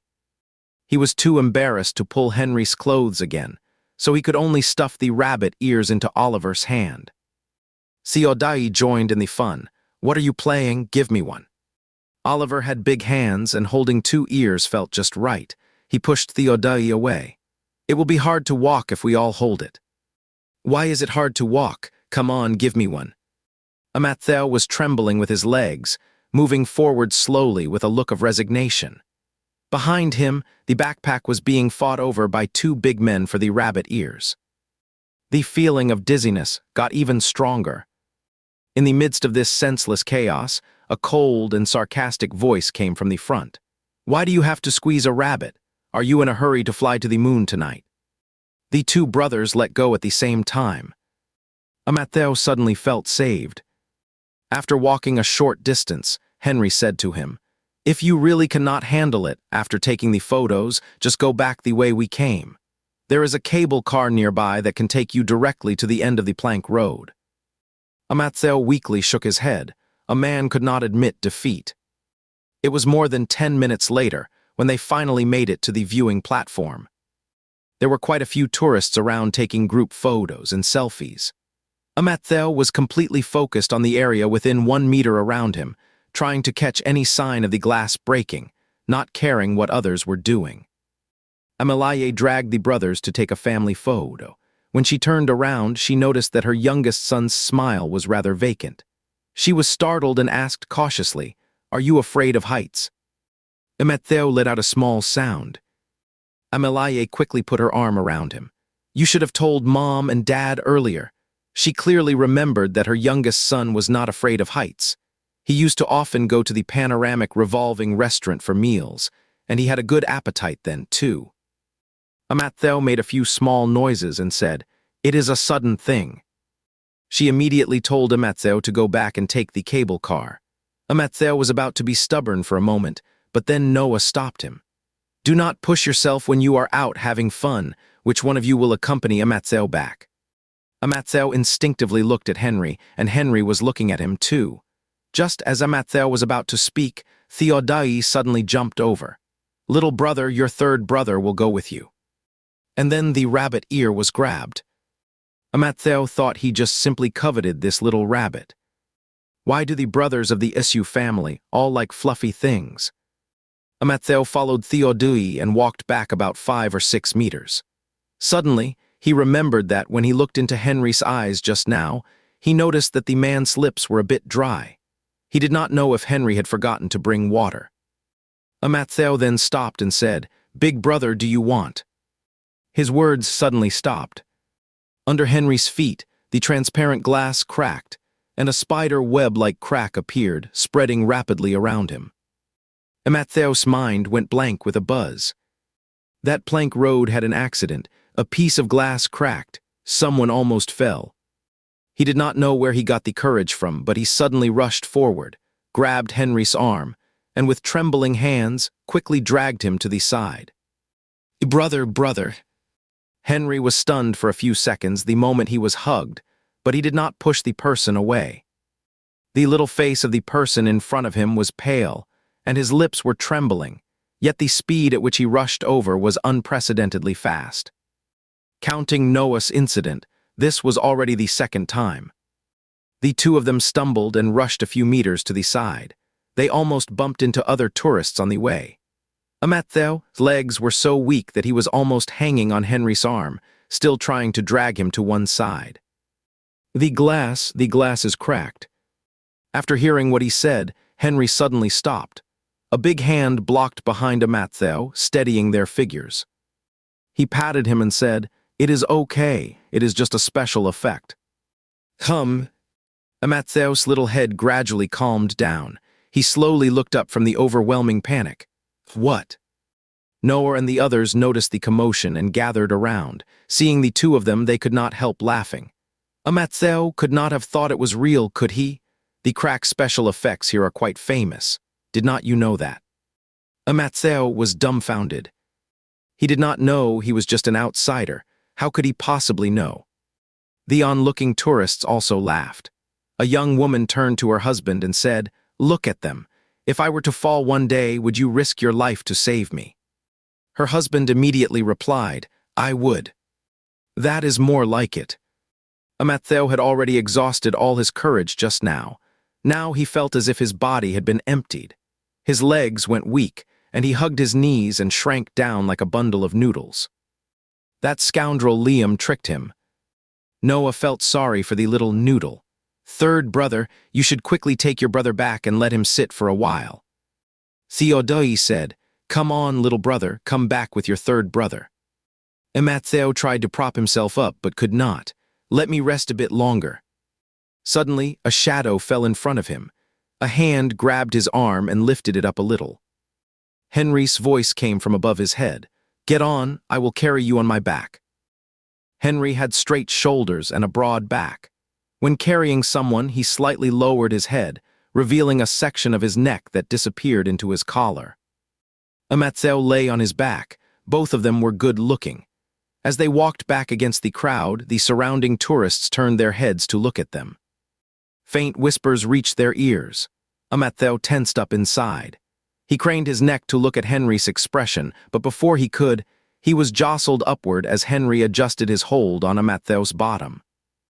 "Hold on tight." Matthew immediately tightened his arms around Henry's neck a bit more. He was still a bit scared now. He did not know what had come over him just then. He rushed over without thinking. Maybe for someone he was with day in and day out, he just could not stand by and do nothing. And Henry had been so good to him. So in that split second when the crisis came, his instincts could not lie. Matthew thought back to the scene just now. "Big brother, I must have looked so clumsy when I tackled you. Were you struggling hard not to laugh?" "No, not struggling hard not to laugh." Matthew frowned. Then he must have laughed out loud. "I did not want to laugh at you in the first place." Matthew was taken aback. "You did not laugh at me." Henry adjusted his hold on Matthew. He remembered that when Matthew had tackled him, Matthew had almost burst into tears. How could he possibly laugh? "Do not wriggle around," Henry said. "All your gravitational potential energy has transferred to me. It takes less than 10 minutes to reach the rest area by cable car." After Matthew got off, Henry took the rabbit-shaped backpack off his back. Matthew felt a bit embarrassed. "I can do it myself. It is quite heavy." Henry tossed a can of food into his hand. "Why did not you think so when you were packing it?" Matthew hung his head shyly and nibbled on the canned meat. The following itinerary consisted of normal activities like climbing the mountain, visiting the botanical garden, and experiencing the local restaurants. By the time all the activities were done, the sun was almost setting. The group was sitting in the car on the way back. Matthew was sitting next to Amelaye, and his head was almost rubbed bald. "Silly kid, if there is real danger in the future, do not rush forward alone." Matthew obediently agreed. "I will try to rush forward with a group." Amelaye choked for a moment. Theodoi was sitting opposite, playing with his bunny-eared bag. His well-defined fingers ran through the soft fluff. "Brother, if it was the third brother today, would you have rushed up?" Matthew had an intuition that it would be life-threatening. He quickly said, "Whether it is Mom, Dad, or any of the brothers, I definitely would." "Oh, the third brother is very touched." Theodoi glanced at him, then winked and looked at Henry. "Big brother, are you touched?" Henry's expression was calm. "I do not dare to be." Probably because he was frightened today. Matthew had a bit of a fever after returning. He was woken up by the cold at around 2 or 3 in the morning. His body was cold, but his breath was hot. He groggily got up to drink water, but did not hold the water bottle steady. It clanged onto the counter, almost knocking the lid off. Matthew was just using a napkin to soak up the water when Henry's bedroom door opened. Henry was still wearing a bathrobe with the sash loose. He just gathered it up casually. His usually neat hairstyle was a bit messy, but it made him look much softer. He walked over in a few steps. "What is wrong?" Matthew was both sleepy and dizzy. He tilted his head and leaned towards Henry. "Big brother, I am burning up." Henry put his hand on Amattheo's forehead and frowned. Speak clearly. What is this about being burning?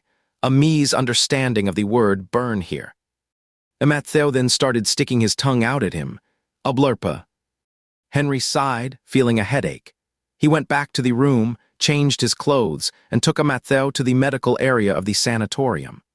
One good thing about choosing this place for a vacation was that at least the medical conditions were better than those of an ordinary hotel. Outside, the sky was pitch black and everything was quiet. Amattheo was being pulled by Henry's arm towards the medical area. In the slightly cool night breeze, only their body temperatures were warm. Big bro, I am sleepy. I want to go to bed. Go get your temperature taken and take some medicine first. Then you can go back to sleep.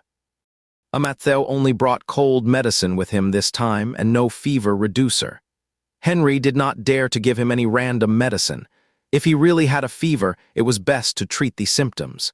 He was being extra cautious now. There were doctors on duty 24 hours at the medical area. Henry registered for him and then dragged the half-asleep guy to sit down for a consultation. By the time they got the results, picked up the medicine and went back, it was already 4 in the morning. Amattheo did not feel well.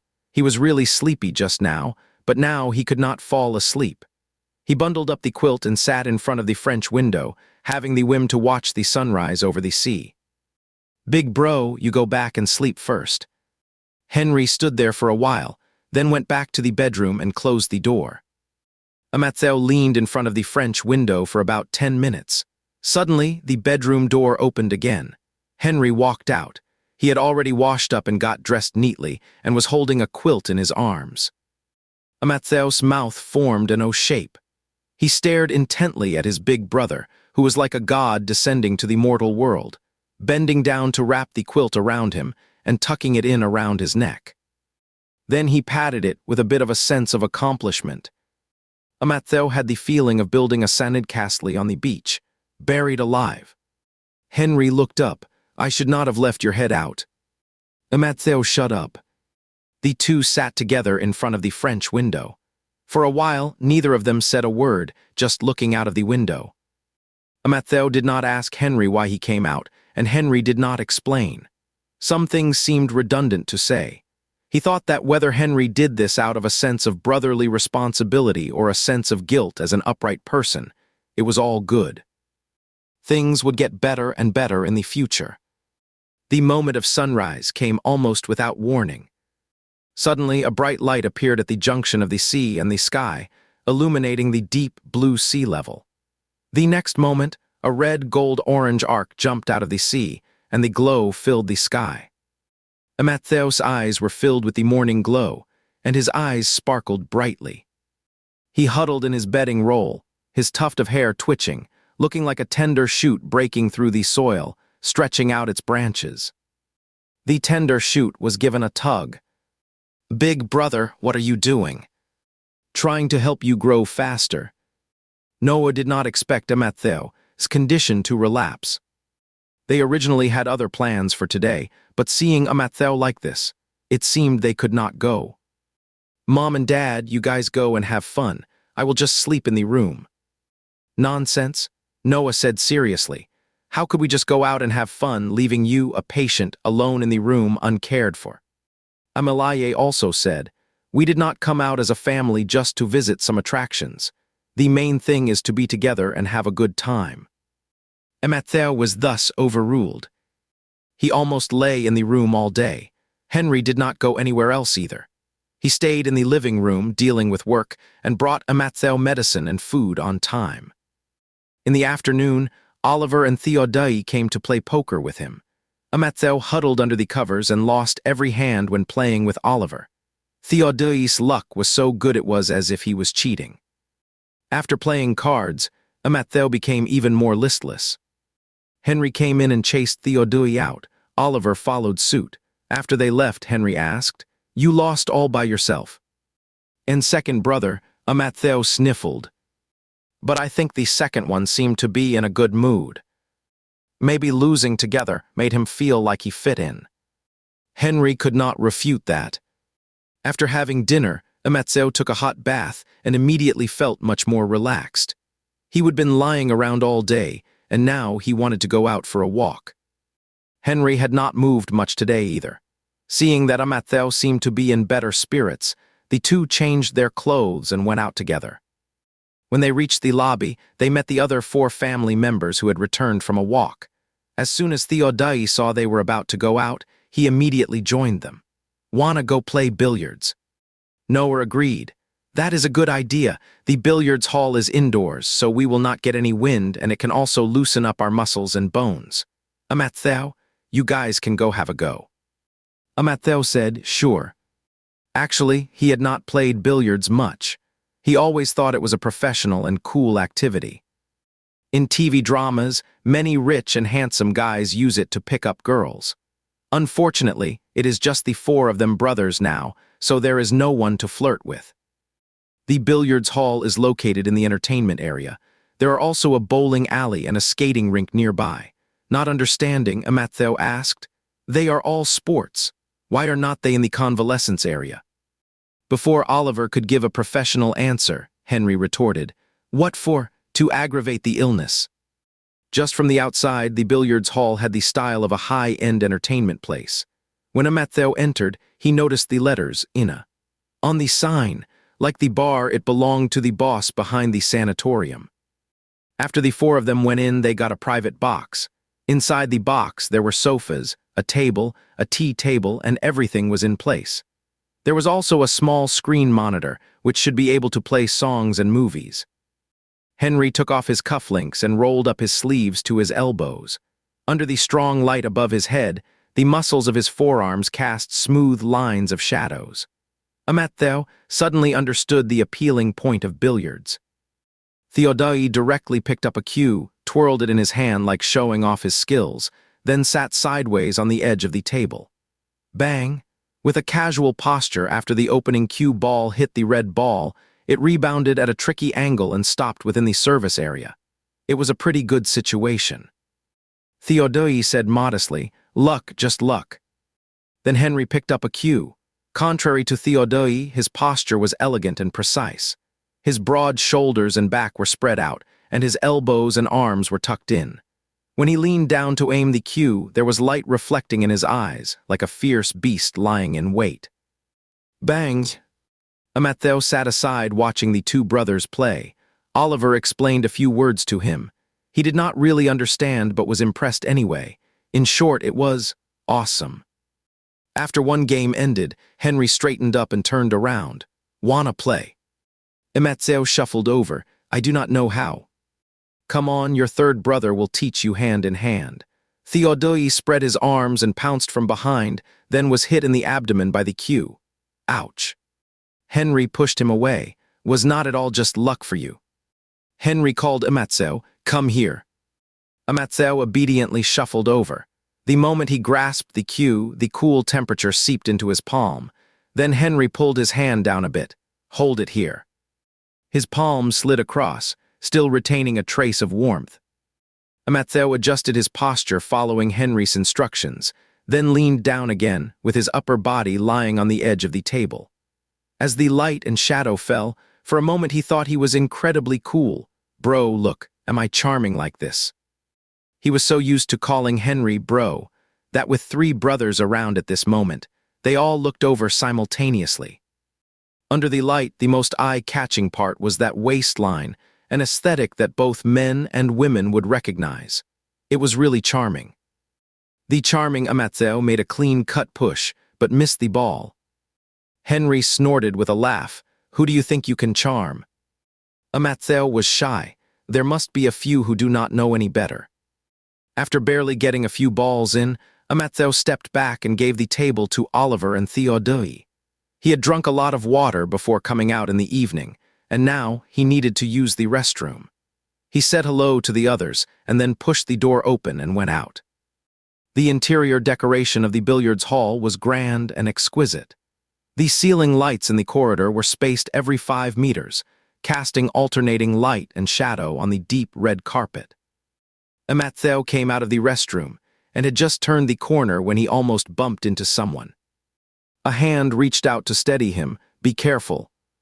The voice sounded familiar. Amatzeo looked up, and he was shocked to find that he had actually seen the man in front of him before. It was Ezra from that club. The other man was also a bit surprised to see him, then he smiled. What a coincidence, we are really fated. Amatzeo always felt that there was something wrong with those words, but his mind was not working well at the moment, so he did not think too much about it.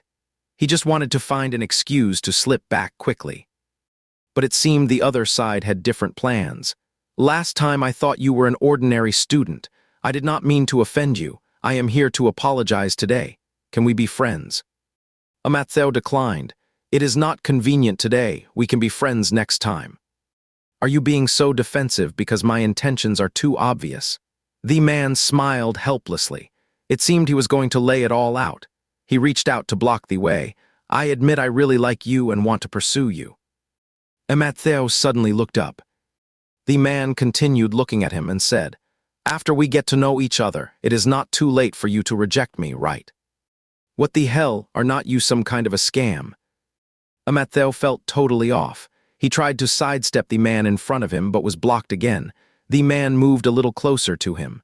I am serious. I had a crush on you at first see. The carpeted corridor should have been silent, so this sudden thud of a footstep immediately caught the speaker's attention. The man turned around, and when he saw who it was, his smile faded. Henry stood about 6 or 7 meters away. The incandescent light poured down on him. He looked at the man, his eyes as cold and deep as a frozen pond. Henry's gaze swept over Amatzeo and then turned to the man. Mr. William. Amatzeo was stunned on the spot. He never expected Henry to show up here, let alone that the two knew each other. And Amatzeo looked completely puzzled. The man's expression was a bit awkward. William turned to Amatzeo and apologized. I was afraid of scaring you when we first met, so I hid my identity. Amatzeo dodged him and moved closer to Henry. I would not have minded if you had kept it a secret forever. Just as he reached out to block him again, Henry's cold voice came from behind. Mr. William, since you know me, you should also know that this is my younger brother. Henry did not say he was from the SU family, but his younger brother. There was a subtle difference in the emotional nuance. Amatzeo noticed and looked up at him. William's gentle face lost all its smile. So what? I'm just normally pursuing someone I like. Are not you meddling a bit too much? Henry's pupils suddenly darkened. The corridor fell silent, the air thickened. Sparks flew between their gazes, and it only needed one spark to set off a wildfire. In the tense atmosphere, Amatzeo sniffled. Seeing how listless he looked, Henry stopped paying attention to William. He just stepped forward, pushed the latter's arm away, and pulled Amatzeo towards him.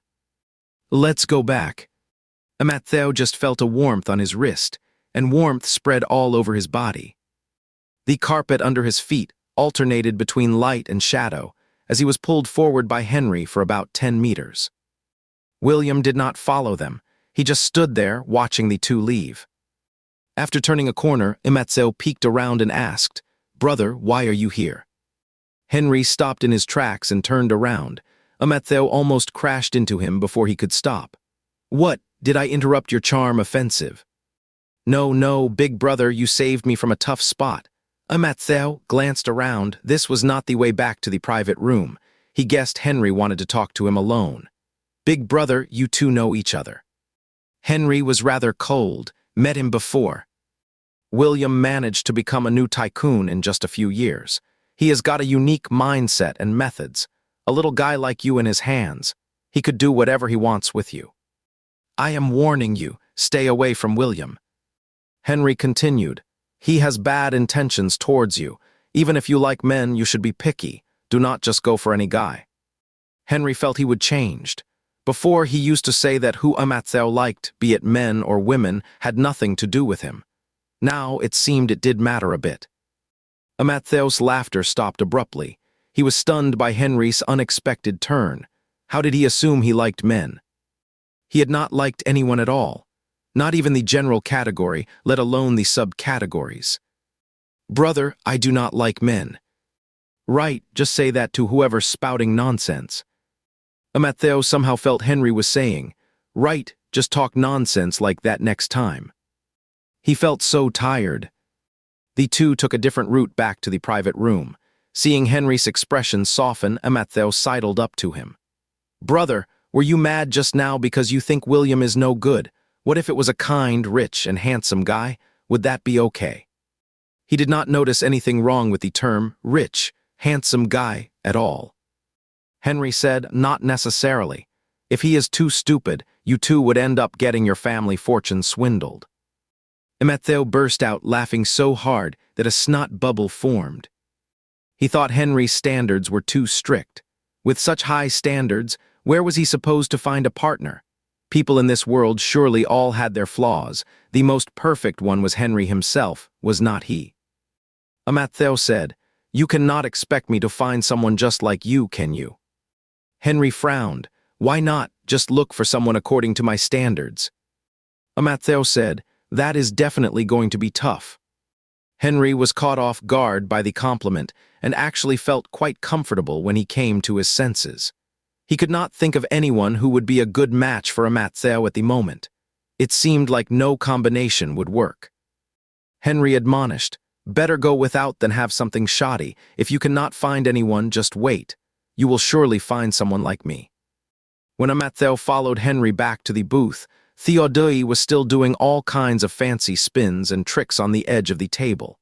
He did not even ask where the two had been for so long.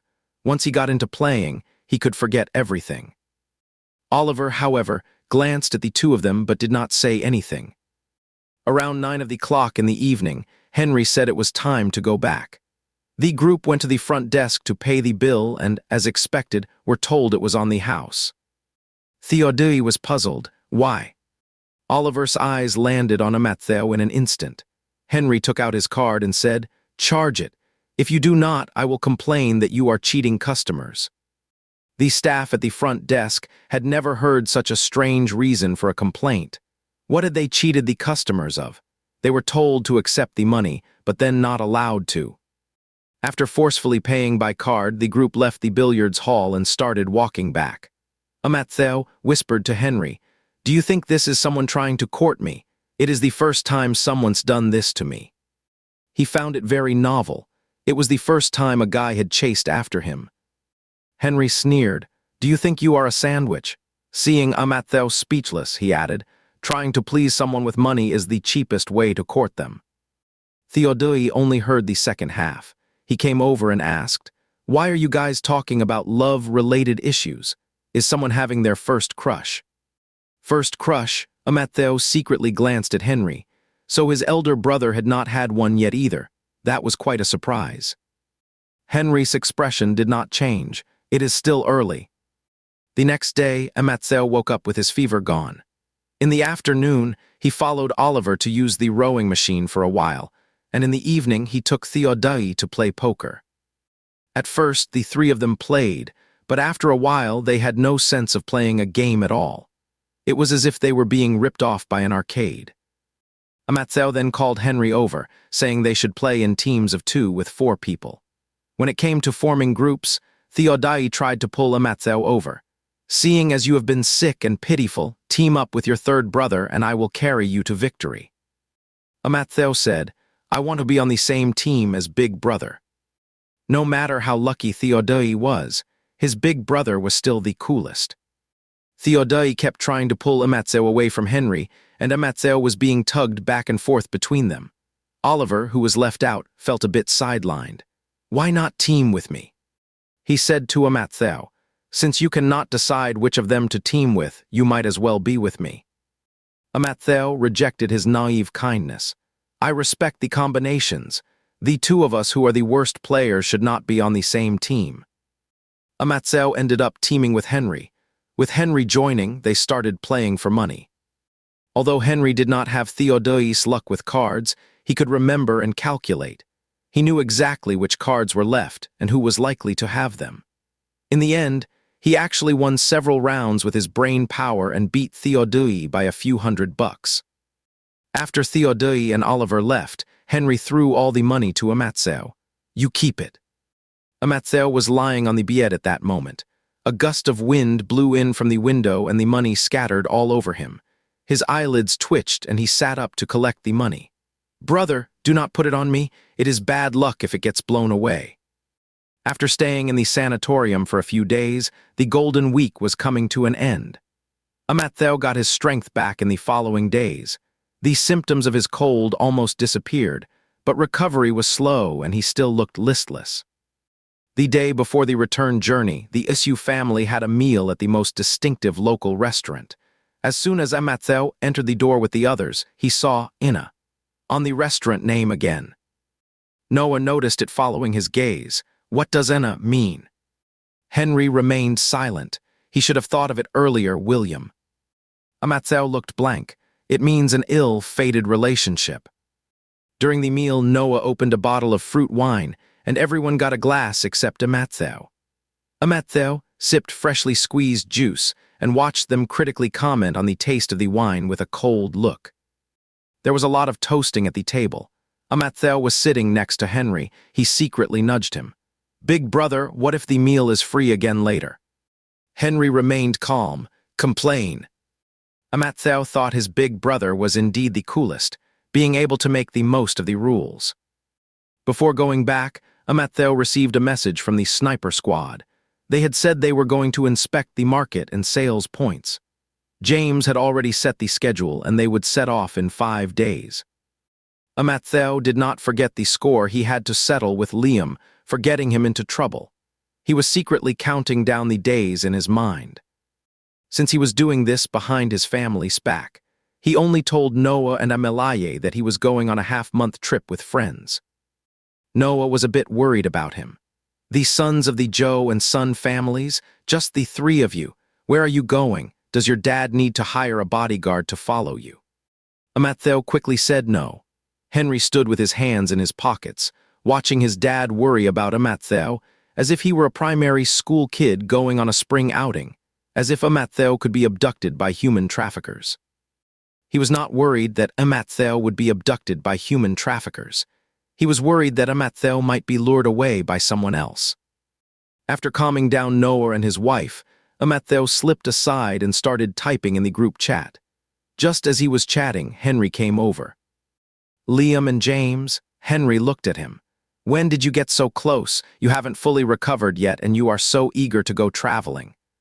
Amattheo quickly turned off his phone, looking extremely guilty. He lowered his head and picked at his fingers. "I have made friends for the first time. I just want to have some fun." "Do not act cute." Henry frowned as if he wanted to say something but held back. He weighed Liam and James in his heart. Compared to himself, and even compared to William, they were still not as good. Amattheo, this little idiot with his regressed IQ, might have fanicayed them before, but surely not now. "Remember to report your itinerary to the family regularly. Do not make Mom and Dad worry." Amattheo obediently raised one hand to promise.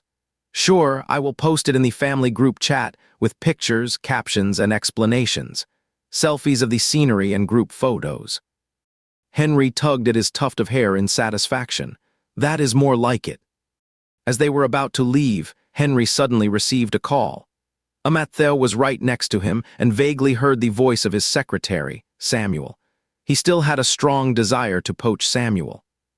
He was just waiting for the day when Samuel would be fired by his elder brother, so that he could hire him.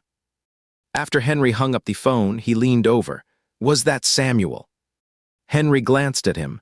"Seems like you have quite an impression of Samuel." Amattheo said, "Samuel is really good." He has strong working ability and does not cause me any trouble." Henry paused here, then turned his head and carefully examined Amattheo's expression, adding seriously, "But he is not steady enough." Amattheo could not agree more. "Yes, that is it, not steady enough, fire him quickly." Henry felt relieved. "As long as you understand." Amattheo was also reassured. "As long as you understand." In the suddenly peaceful atmosphere, Amattheo sat with his legs dangling over the edge of the chair. "Does Samuel report work to you?" Henry said, "He told me about the arrangements after the holiday. I might have to go on a business trip." "Where to?" "Arongcheng." Amattheo's legs stopped moving. Arongcheng, were not they also going to Arongcheng? The Isu family took a flight back on the last day of the holiday. Theodui had to go back to school and was not on the same flight as them. Before leaving, he pushed the limits. Right in front of Henry, he put his arm around Amatzeo affectionately, blew hot air into his ear. "Come to the capital to visit your third brother if you have time." Then he quickly slipped away under Henry's glare, as if he was about to start a fight. When Amatzeo got home, he was packing his luggage and realized belatedly, "The capital seems to be on our itinerary too." The itinerary James set was like repeatedly running over the route where they might meet his brother. Harper came back after the festival and cooked a big pot of soup in the kitchen, saying she wanted to nourish the family members, especially the young master, who had lost weight again after just a week. Amatzeo thanked Harper and went to the courtyard to check on the Podocupus macrophyllus. Its branches were twisted and strong, and the needles were green and lush. It had grown well even though it had been left unattended for a few days. The eaves blocked most of the rain, but there was still some mud on the pot, so Amatzeo wiped it off. Oliver came down from the corridor. Seeing Amattheo's muddy hands, he took out a handkerchief from his pocket and stuffed it into Amattheo's hand. "Are not you disgusted by the dirt?" He thought Amatzeo had really changed. The artificial air of nobility was gone. Now he was less finicky, but much more lovable. "Brother, I will wash it and return it to you." Amatzeo tucked the handkerchief into his pocket. "Just throw it in the laundry basket. The servants will pick it up." The part-time cleaners they hired come to tidy up and clean the house every morning and evening. Amatzeo thought of Henry's shirt, which he had put in his suitcase and had not washed yet. "What about Big Brother's clothes? Can I also throw them in the laundry basket? Or should I take them out to wash?" Oliver's expression became a bit subtle again. He had always felt that something was off, but when he thought of the other person being Henry, he scolded himself for having dirty thoughts. He should trust his big brother as always. Even if anyone in the family lost their mind, his big brother would not. "Throw them in the laundry basket. The servants know how to wash them." Amatzeo could not help but sigh. Expensive clothes are really hard to take care of. He asked Oliver, second brother, "Do you know the difference between a 30,000 yuan clothes and a 30 yuan one?" Oliver was puzzled, a few more zeros. Amatzeo thought, forget it. The itinerary arranged by James covered 3 cities, from the southwest to the coast, all representing first-tier cities in the country: Arongcheng, Huadu, and the capital. Amatheo's original intention was to conduct inspections, but James and Liam were going for fun. So the itinerary was a combination of work and play, staying in each place for 4 or 5 days. After the Golden Week, the weather suddenly turned cold. When Amatzeo was packing, he could barely fit all his thick clothes. Amelaye came to help. "Just bring some underwear. If you are cold, buy clothes outside. Travel light." After this period of time, Amatzeo found that although the members of the Isu family were easy-going, the living habits cultivated in the upper class were still different from those of ordinary people. For example, when he went out to play, he would carry all the things he might need, while the Isu family members only brought the most practical items. If they needed anything else, they would just buy it. Amatzeo readily took out his thick coat, long johns, hat, and power bank. He also took out a Ishibe Inu plush doll. Amelaye caught a glimpse of it. "Did you bring cash?" Amatzeo saw a stack of money sticking out of the pocket of his suitcase. It was the money Henry won from playing cards. "Big Brother gave it to me." Amelaye thought this eldest son of hers was really uncool. She joked, "What can you do with a few hundred yuan in cash? If he wants to give you money, he should give you a card." Amatzeo giggled. "That will not do. Big Brother's card is for his future wife."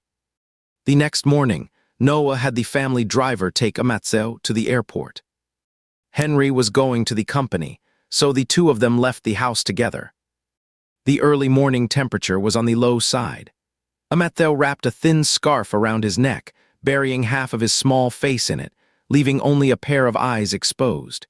He still had not fully recovered from his cold, with his eyes drooping slightly, looking a bit listless.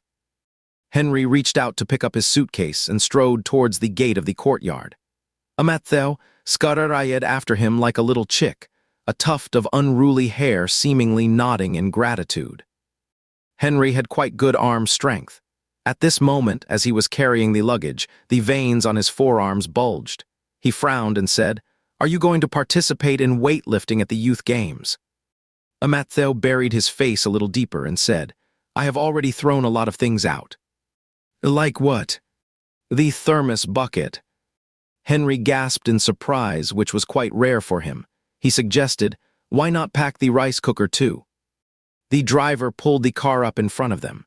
Henry was helping to put the luggage in the trunk when Amatheo suddenly tugged at his sleeve and said, "Brother, come with me. Let's drop you off at the company first." Henry placed one hand on the car trunk lid, looked down at him for a few seconds. Then he slammed it shut and said, "Let's go." If it was the kind of coquetry from a younger brother to an older brother, he could tolerate it. The two got into the back seat of the car, and the driver started the private car in front. In the quiet carriage, Amatheo scooted closer to Henry and asked, "When are you going on a business trip, big brother?" Henry saw that his tuft of unruly hair was about to poke his face and replied, "I am taking a flight tomorrow." Oh, Amatheo was secretly pondering Henry's schedule, guessing that it would be difficult for them to meet. "I will miss you, big brother, during the time we are apart." Maybe because he had been well behaved recently, Henry actually softened a bit at his words. "How are you going to miss me?" Amatheo held up his tiny heart again and said, "With this." Henry said, "Forget it then." The car stopped at the main entrance of the company headquarters. Henry leaned over to get out. The car door was half open, and his arms were wide. Suddenly, Amatheo pounced and buried himself in Henry's arms. Henry was stunned. The security guard outside the car was dumbfounded. The hug ended as soon as it started. Amatheo waved goodbye to Henry and said, "Is this way of missing you more sincere?" Bang, the car door shut. The driver turned the car around and drove away, leaving only a trail of exhaust fumes behind. It takes about an hour to fly from Inencheng Airport to Urongcheng. Before taking off, Amatheo reported his itinerary in the family group chat. Noah earnestly told him, "Be careful, listen to the flight attendants." The others also sent a couple of normal words of concern more or less, but Henry did not respond. Before turning off his phone, Amatheo thought carefully, could it be that the goodbye hug made my big brother unhappy? After getting off the plane, the three of them took a car to the hotel. This hotel is owned by the Urongcheng Urban Investment Group and is specially used to receive foreign guests or important visitors. Liam pulled some strings and booked 3 rooms, one for each of them. Amatheo pushed his luggage into the room and found it was a small suite, with 1 living room, 1 bedroom, a sofa, a desk, and a bathroom. There was also a big mirror opposite the bathtub. Amatheo could not quite understand. Could it be for people to admire their beautiful bodies while taking a bath? After unpacking, he sent a message to his family to say he was safe. Then, thinking about it, he sent a WeChat message to Henry separately. "Amatheo, it is the 3rd hour since I left Big Brother. Miss him." After sending this, he was dragged by James and the others to have hot pot. The local hot pot in Urongcheng is very famous. The 3 of them sat in a private room and ordered. James asked them, "Can you eat spicy food? Any dietary restrictions?" Liam said he could eat a little spicy food. Amatheo boasted, "I can eat super spicy food." The word super was pronounced crisply and brightly, with quite an impact. James was speechless. He turned to the giggling waiter and said, "Then give him a super spicy one separately." The waiter continued to giggle. "Sorry, our restaurant does not have super spicy." James said, "I will pay more." To accommodate the tastes of every friend, they got a divided hot pot. One pot was slightly spicy, and the other was super spicy. Liam took a photo and posted it on Moments. "Liam, check out this pot, guys." Everyone in the WeChat Moments was shocked. Someone recognized the logo of this restaurant and commented, "No wonder they say this hot pot restaurant in Urongcheng is the most unique. So this is the so-called uniqueness." Amatzeo gracefully added another mark for Liam in his little notebook. In the middle of having hot pot amidst the curling smoke, Amattheo's phone rang. He turned his head with a hiss and saw that it was Henry. "Henry, got it. Just finished the meeting. Are not you afraid of getting heat-related illnesses from eating such spicy food?" Amatheo was startled. How did Henry know he was having hot pot? He even looked around suspiciously. After making sure there was no one around, he could not help but ask, "Amatheo, why are you spying on me?"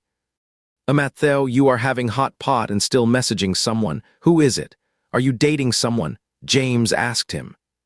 "It is my eldest brother." Amatheo asked, "Why do you think my eldest brother would know I am having hot pot?"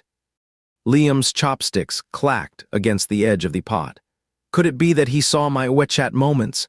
Henry actually looks at WeChat moments." Amatheo suddenly realized, then was puzzled. Why cannot my eldest brother look at WeChat moments? Liam explained, "It is not that he cannot, it is. Can you understand the feeling of seeing your idol pooping?" Amatheo tried to understand. "It is not that bad, it is not like seeing someone eat poop." James solemnly put down his chopsticks. The three of them left the hot pot restaurant, and the oncoming cold air dispelled the heat all over their bodies. Liam turned his head to look at Amatheo. His gaze moved from the corner of his eye to his lips, and then he suddenly said, "You look kind of." Amatheo, Liam carefully chose his words, "seductive." There are more people who plan to sign up for training courses. The three of them decided to take a rest today and handle business tomorrow. After having a meal, they went strolling on the street. The streets in Arongcheng are clean and grand. The commercial center is fashionable and bustling. There are also many internet celebrities shooting videos at popular check-in spots. Liam is quite familiar with the internet celebrity scene. "I know a lot of internet celebrity friends too. They are not just good-looking. Some are also extremely talented with millions of online followers. They are almost like celebrities." Amatheo thought of the bartender he met at the lounge bar. "If you know internet celebrities, then we will not have to worry about the sales of Kanijayu." Liam asked, "Are you going to find a beauty to be the spokesperson?" Amatheo thought he was being silly. "I might as well ask my brothers." The familiar sentence, pattern made James quickly realize he meant 3 brothers. Liam did not quite understand but was impressed. "What is that?" Amatheo was mysterious. "Let's discuss it in detail after the inspection is over." After a day of playing, they returned to the hotel.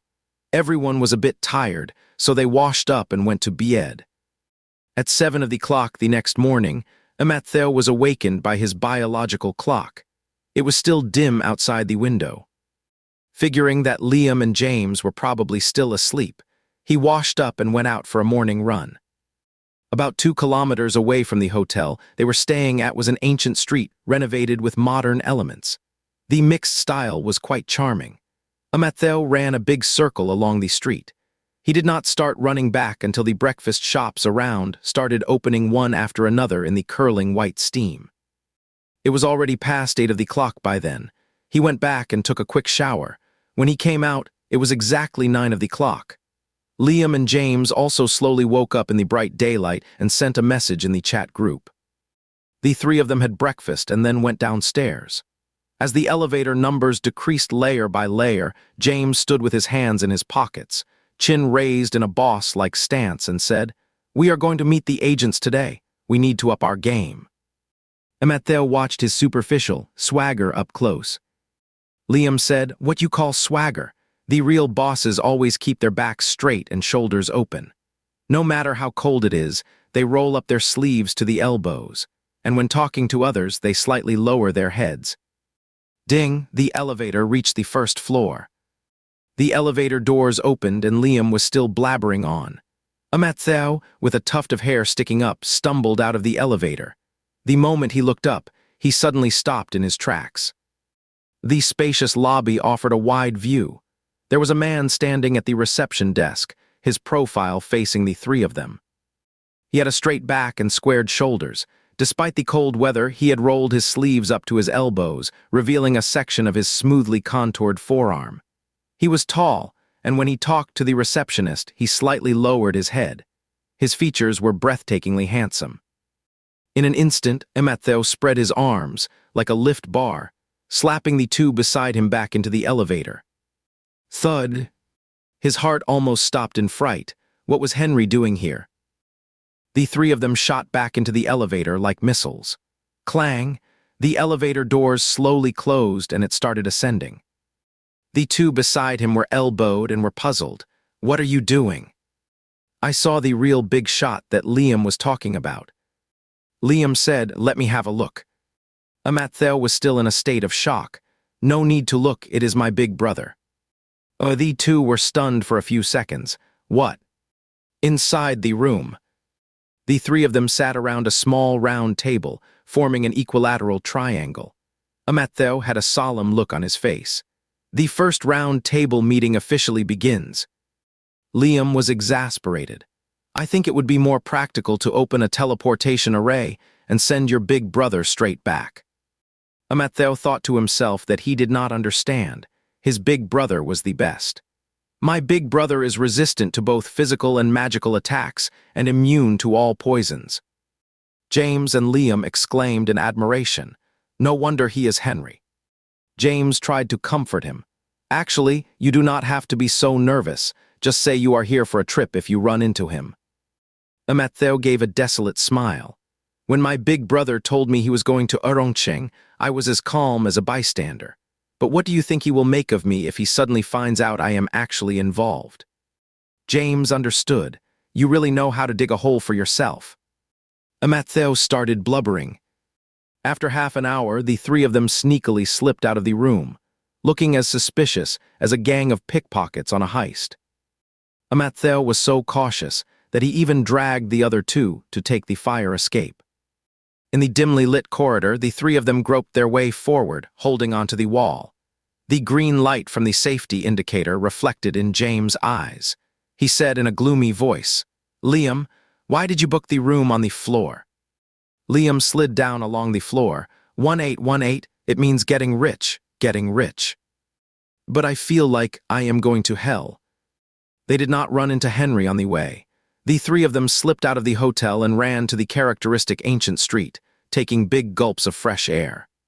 Ematheo, feeling guilty, bought each of them a bowl of taro ball milk soup, and they ate as they walked. After finishing the taro balls, the three of them regained their spirits. James threw away the bowl, wiped his hands, and all his pretentiousness vanished. Let's go, take a taxi to meet the agent. They arranged to meet at a tea house. Tea houses in Urongcheng are all over the streets and alleys. Local people hold family gatherings and conduct business negotiations in tea houses. Mr. Wu, the largest agent of Kanijaju in Urongcheng, is slightly plump and around 40 years old.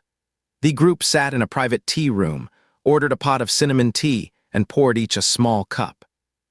Liam did not understand all this. Since taking his seat, he had been leaning back in the chair, trying to maintain an air of sophistication, while James and Ematheo talked in detail with the others. Leo said, the selling price of the first batch of Kanijaju is around 680. Currently, its popularity hasn't been raised yet, so it does not sell as well as other brands. Liam was playing with his phone, James was propping his chin up, and Ematheo was sipping tea. Leo was getting impatient. We have run ads and given prime positions, but it still does not sell well. In my opinion, we should lower the price a bit first, open up the market, and then raise it back. James turned his inquiring gaze to Ematheo. What do you think?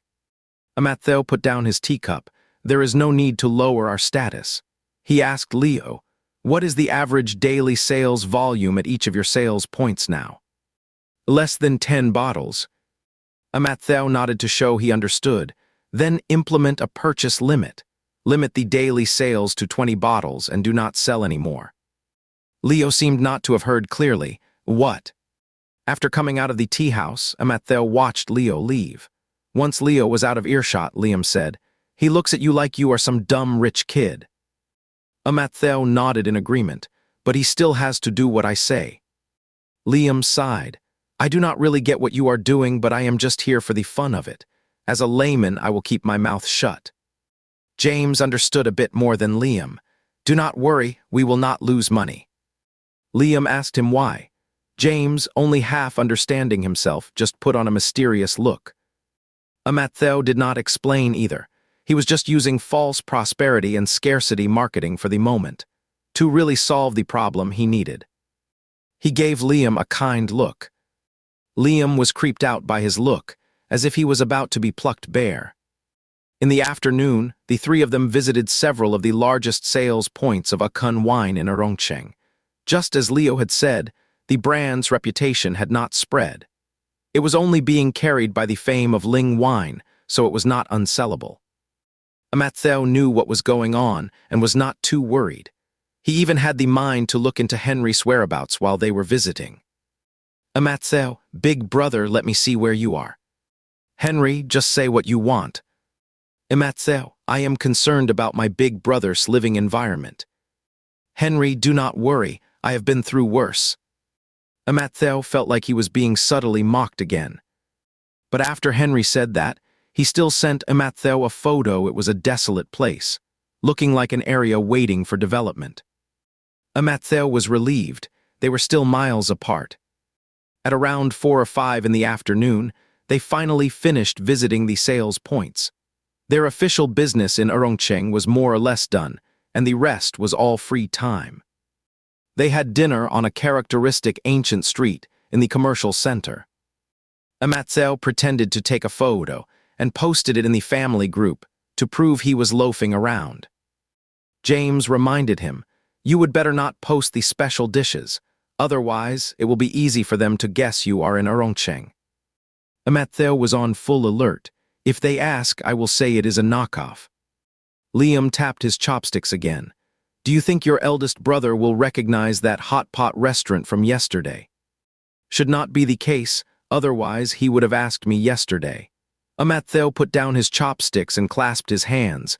Hopefully, big brother is not well informed. James and Liam thought he was scared out of his wits. The nightlife in Urongcheng is well known for being exciting. Since the three of them had finished their business, after dinner, they planned to hang out in the commercial area a bit longer before going back. Liam said they should go to a bar.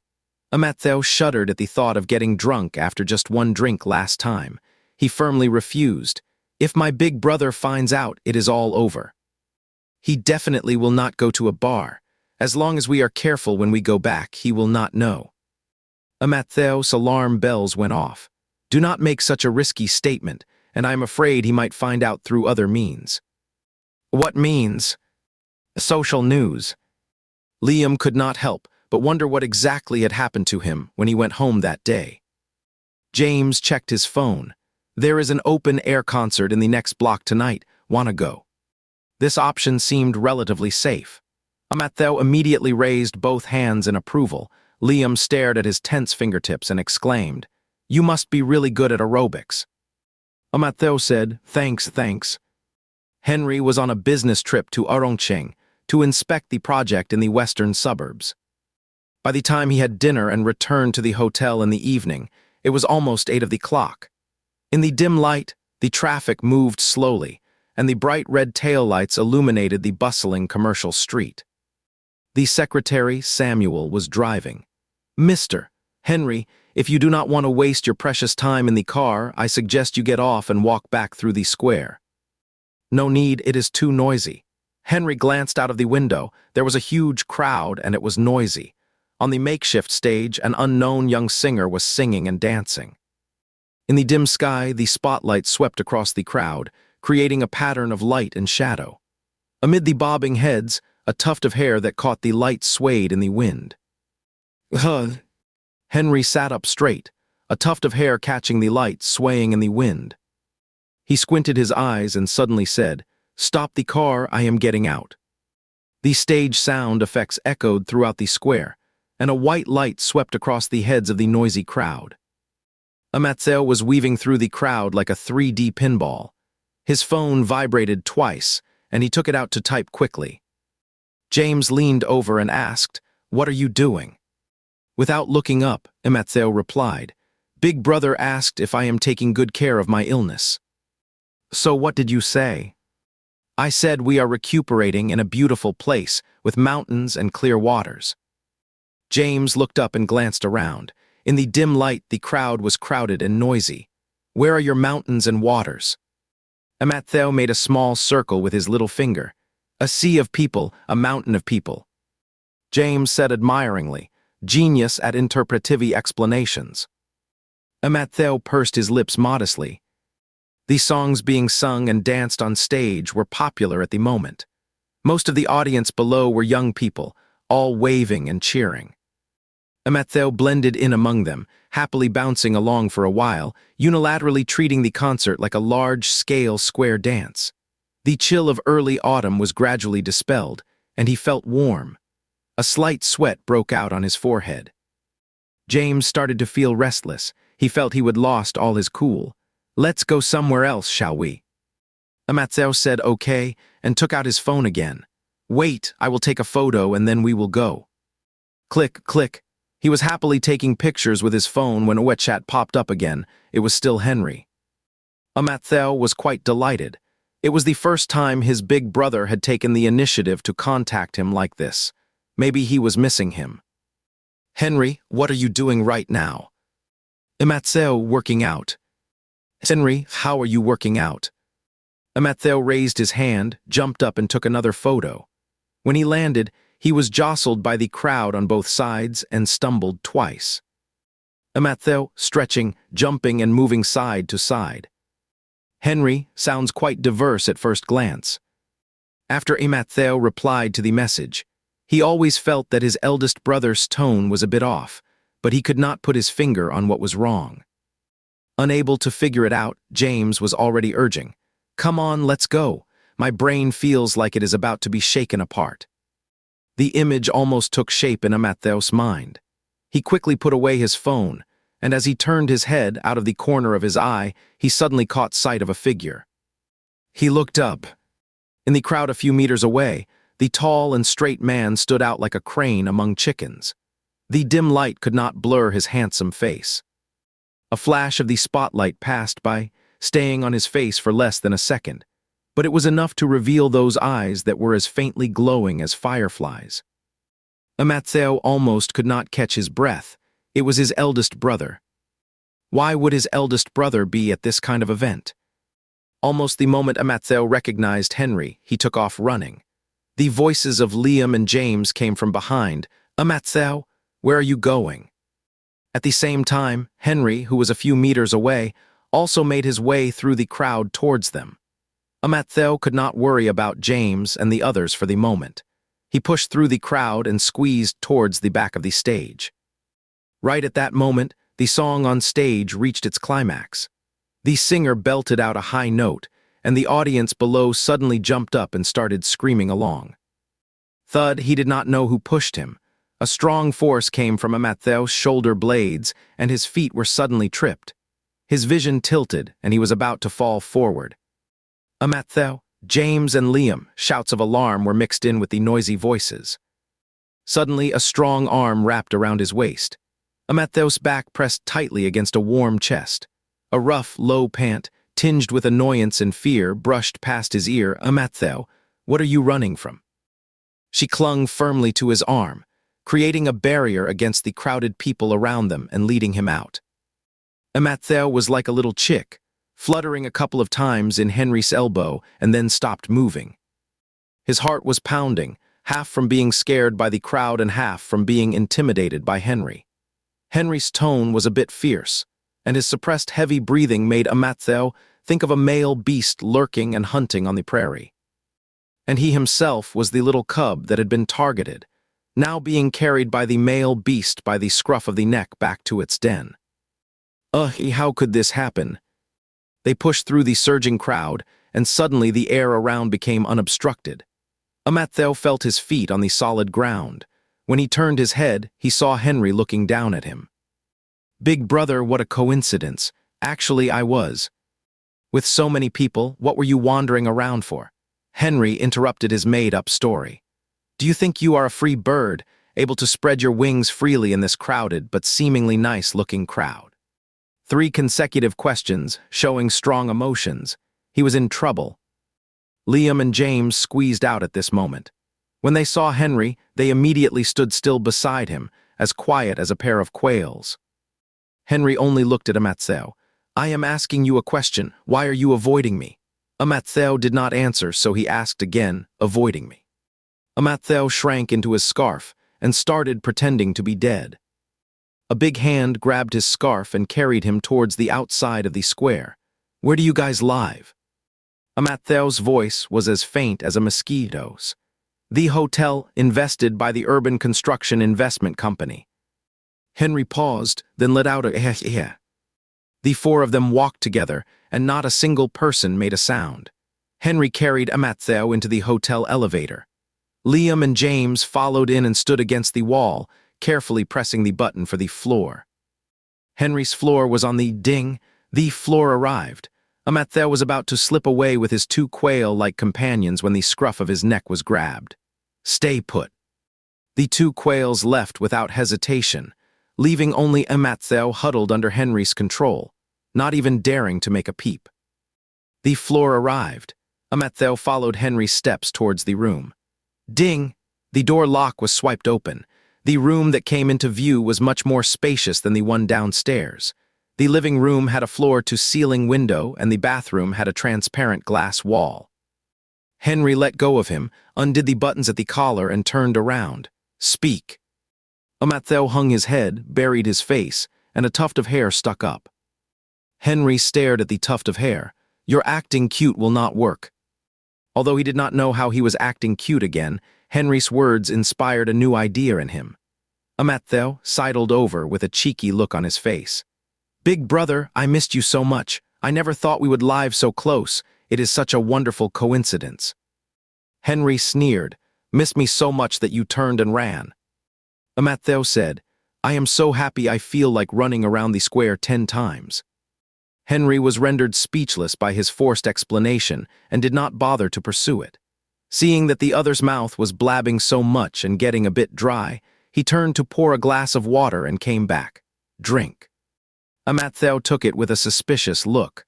"For me, it is like a big cup of poisoned wine." "Your mouth is dry." "Oh," Amatzeo then stuck out his tongue and licked his lips, which immediately became moist and plump.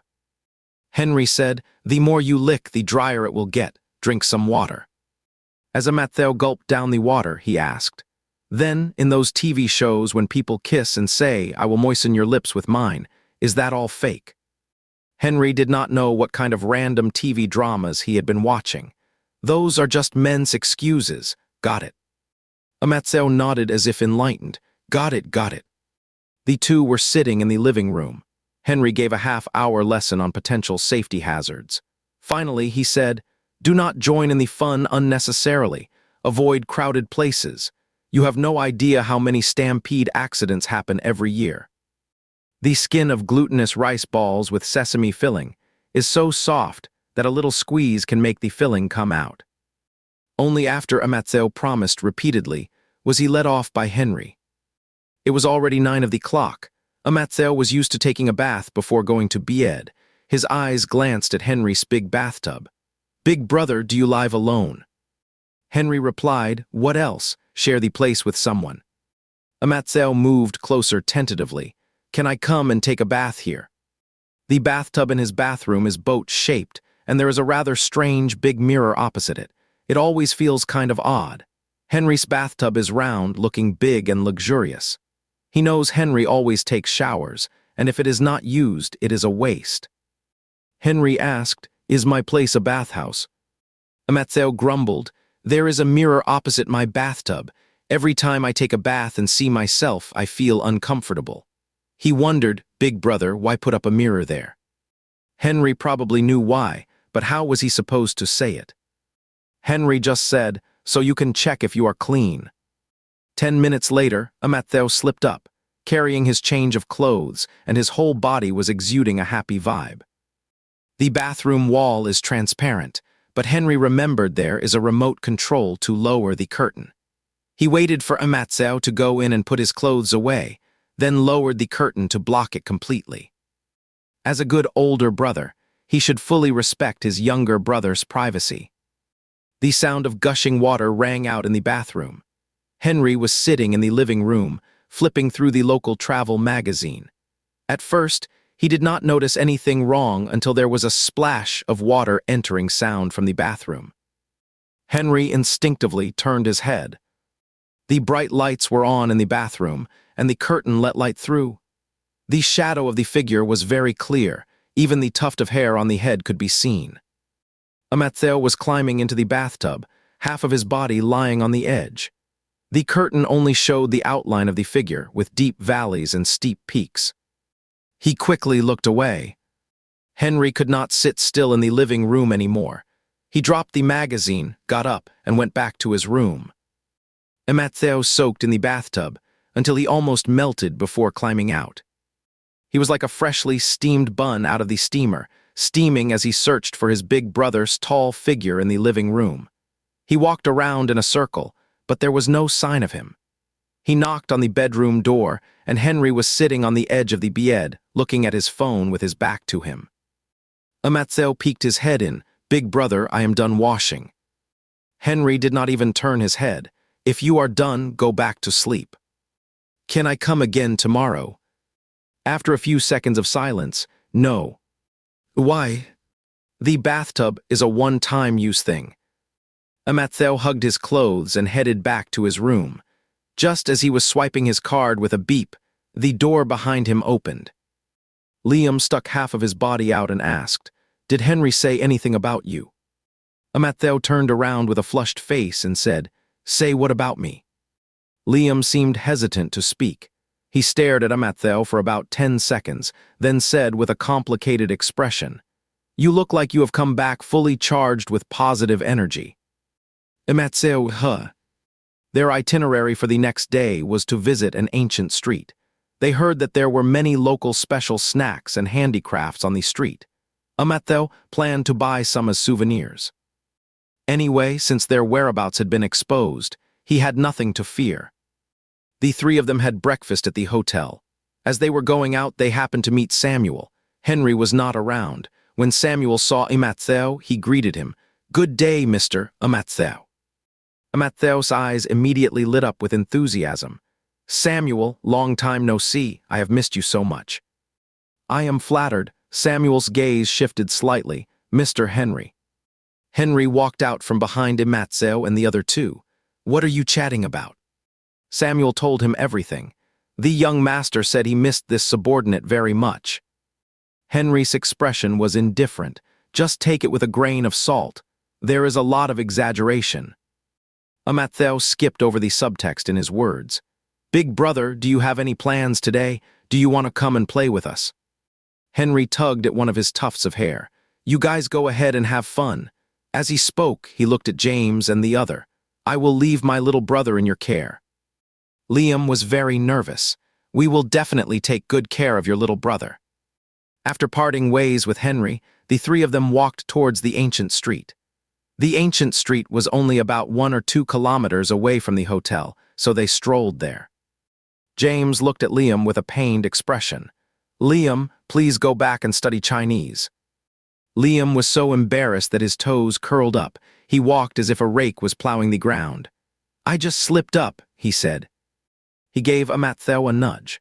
"Your big brother had such a meaningful look in his eyes when he was talking. He said he wanted us to take good care of you, but his tone was like he was saying you would better keep your distance." Mateo thought he was over-interpreting. "You are overthinking it, haha." Liam patted his chest. "I hope I am overthinking. No wonder you always want to avoid him. I want to avoid him too." Mateo defended himself. "I have a reason for avoiding him. My body is avoiding him, but my heart is getting closer." The other two did not want to argue with him.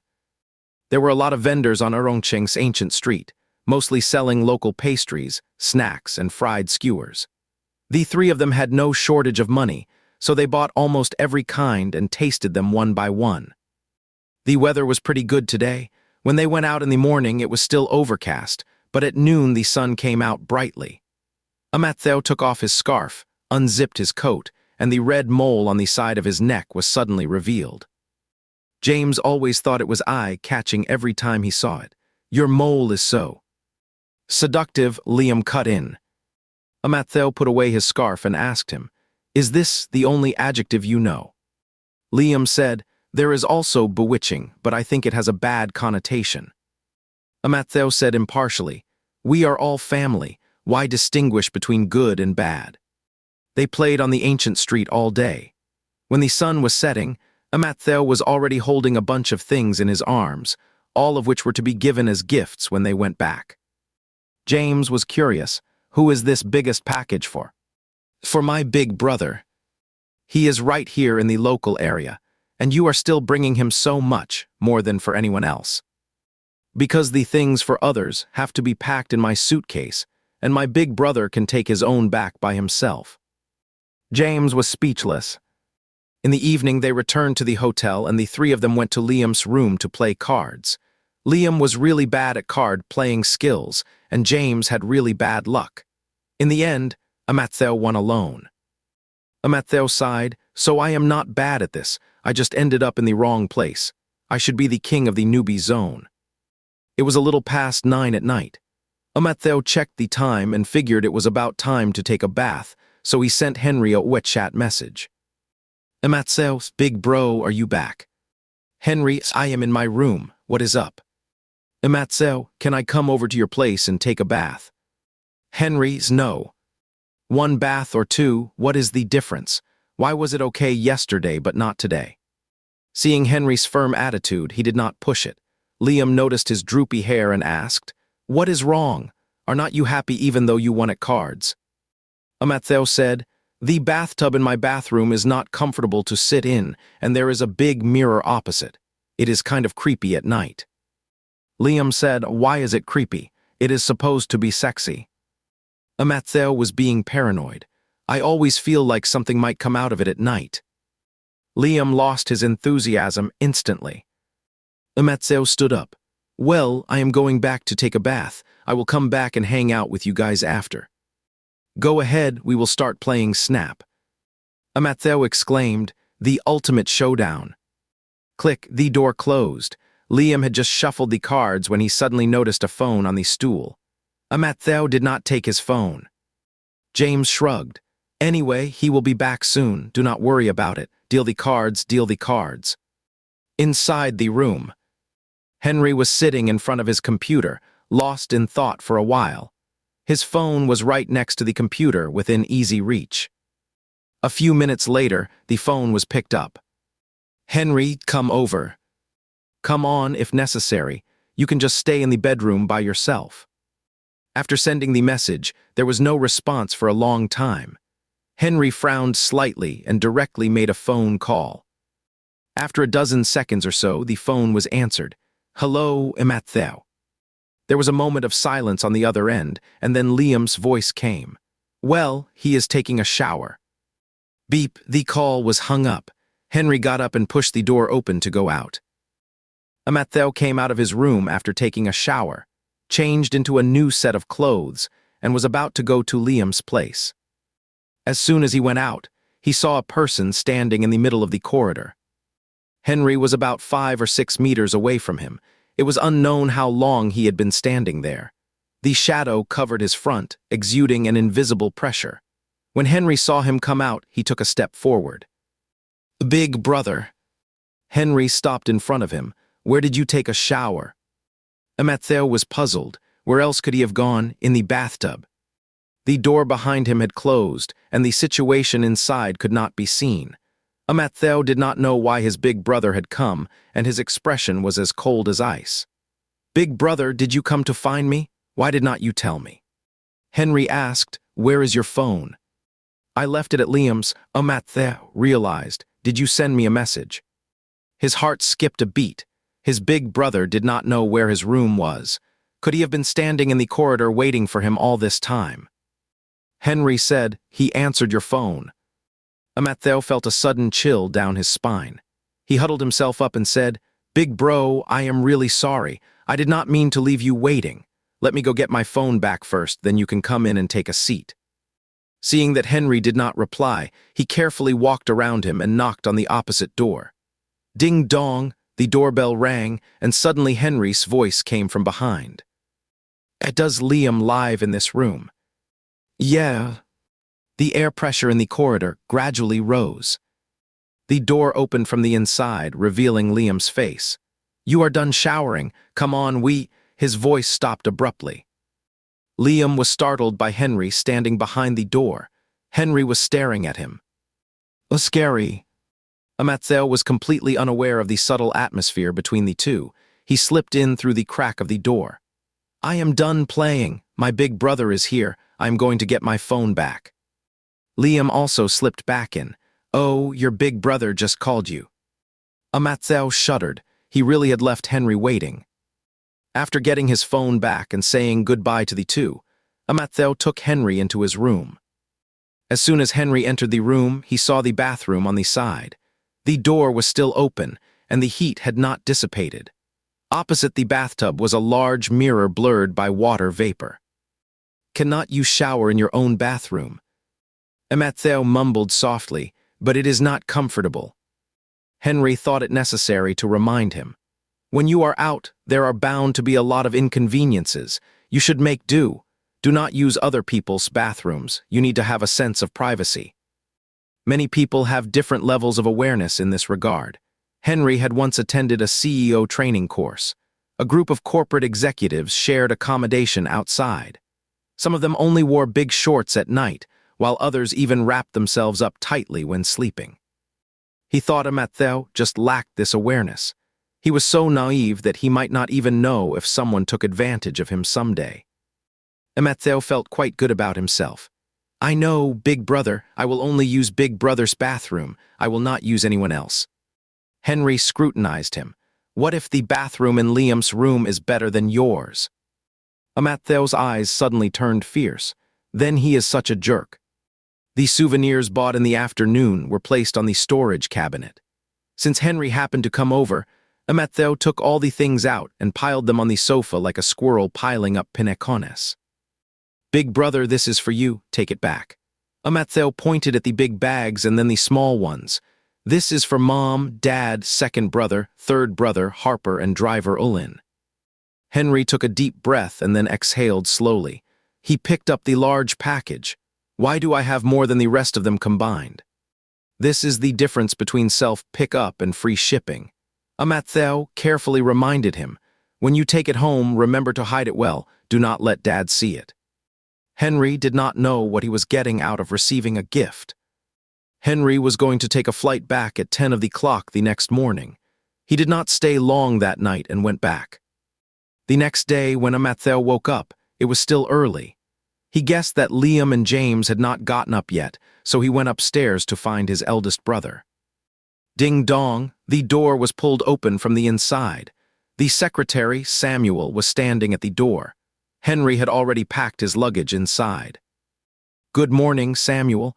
Amatzel slipped in, then suddenly stopped and turned his head to look at him carefully. No wonder Big Brother did not let me come here to take a bath last night, so Samuel stayed here last night. Henry's forehead twitched. He stayed in his own room. Samuel stood with his hands behind his back. Young master, you are overthinking. I am an honest and decent person. Wait a minute, that was not what he meant. Amatzel was shocked. He meant that if Samuel was here, it would really be inconvenient for him to come and take a bath. Why does it sound like he is here to check up on them? Samuel's words are still as powerful as ever. Amatzel changed the topic. When is Big Brother leaving? I am leaving in half an hour. Amatzel grabbed a sofa stool and sat down. Then I will keep Big Brother company for a while longer. Henry complimented him. You are really the most eager when it is time to send me off. One of the partners for this business trip was the Urban Construction Investment Group. Henry's reception was fully taken care of by the other side. His room was not only the best, but there were also pastries and fruit plates prepared on the table. Amatzel was so jealous that his eyes turned red, and his gaze seemed tangible. The pastry plate was pushed over. If you want to eat, just eat. It is free. Amatzel was flattered and promptly took most of the plate. Oh, I do not know if I should. Henry did not want to play along with his act. One of them ate heartily while the other propped his head up and watched. Time flew by quickly. Half an hour passed, and Henry figured it was time to leave, so he stood up. I am off. The chewing motion stopped. Amatheo put down the pastry. He actually did not like this sentence. His dad had said it to him, and so had his mom. One left their family, and the other left him. Suddenly, there was a sharp pain on the top of his head, and his tuft of hair was yanked. Amatheo looked up and was met with Henry, who looked incredibly handsome from this angle. Henry's eyes were fixed on his motionless cheek. Did you bite your tooth? The three of them went down to the hotel lobby together. Amatheo accompanied Henry at the entrance, waiting for the airport transfer car. Samuel stood beside them like a sign, not looking sideways the whole time. Amatheo shuffled a small step towards Henry. Brother, I have a request. What request? A goodbye hug. Henry seemed angry about not getting a hug earlier, so he would ask for permission this time. Denied. Amatheo did not quite understand his eldest brother's uncompromising attitude. Why not? We are going to be apart for over 10 days. He just loved hugs. When his arms were full, there would be no emptiness in his heart. Henry said, as long as there is social interaction, there will be partings. Are you going to hug everyone? Big brother is different from others. Amatheo gave an example. Look, when we left Inangyang, did not the third brother hug me too? There was a brief silence at the entrance. Amatheo turned his head and found his eldest brother looking at him with a deep gaze. Oh no, did Henry think he and the third SU brother were being too inappropriate? It just one. Amatheo looked up abruptly. Henry furrowed his brows. What are you waiting for? Do you expect me to open my arms and wait for you? With a thud, Amatheo threw himself into Henry's arms. Henry's words were cut off, and his lips were poked by Amatheo's tuft of hair. Amatheo hugged his broad back, feeling his arms full, and the little bit of reluctance to part was pushed away. The two hugged tightly at the hotel entrance. Suddenly, Samuel's voice rang out. I am very sorry to interrupt your close embrace, but we have just been informed that the flight has been delayed until this afternoon, Mr. Henry. The three of them went back to the hotel lobby. The flight notice said it would not take off until 4 p.m. at the earliest, and it was only around 8 a.m. now, which meant there were at least 8 hours to go. Big brother, are you going to wait? What else can I do, fly by myself? Henry tugged at his tuft of hair again. He was quite skilled at it now. Do you think I am like you, a free little bird? Amatheo had a hunch this joke was not going away anytime soon. But we have to wait for 8 hours. Do you want to hang out with us? You can leave at 2 p.m. You guys go ahead. Henry said the same thing again. You will not be able to relax with me around. Amatheo could not bring himself to say something against his conscience. James and Liam's stiffness was obvious, and Henry, being such an observant person, must have noticed it too. He thought for a moment. Well, I will hang out with Big Brother then. I will not be with them today. Henry looked at him. You want to be with me? Sure I do. After a moment, those thin lips condescendingly parted slightly. Fine, you want to go with me. Amatheo turned around and called out to Samuel. Great, Samuel, you come with us too. A rare look of panic appeared on Samuel's unflappable face. Liam and James had no objections to Amatheo's defection, especially Liam. He had been stared at deeply by Henry just yesterday, and now he could not utter a sound at all. Amatheo then went out to the street cheerfully, with his eldest brother on his left and Samuel on his right. This was a once-in-a-lifetime opportunity. He could not only get close to his eldest brother, but also lead Samuel along.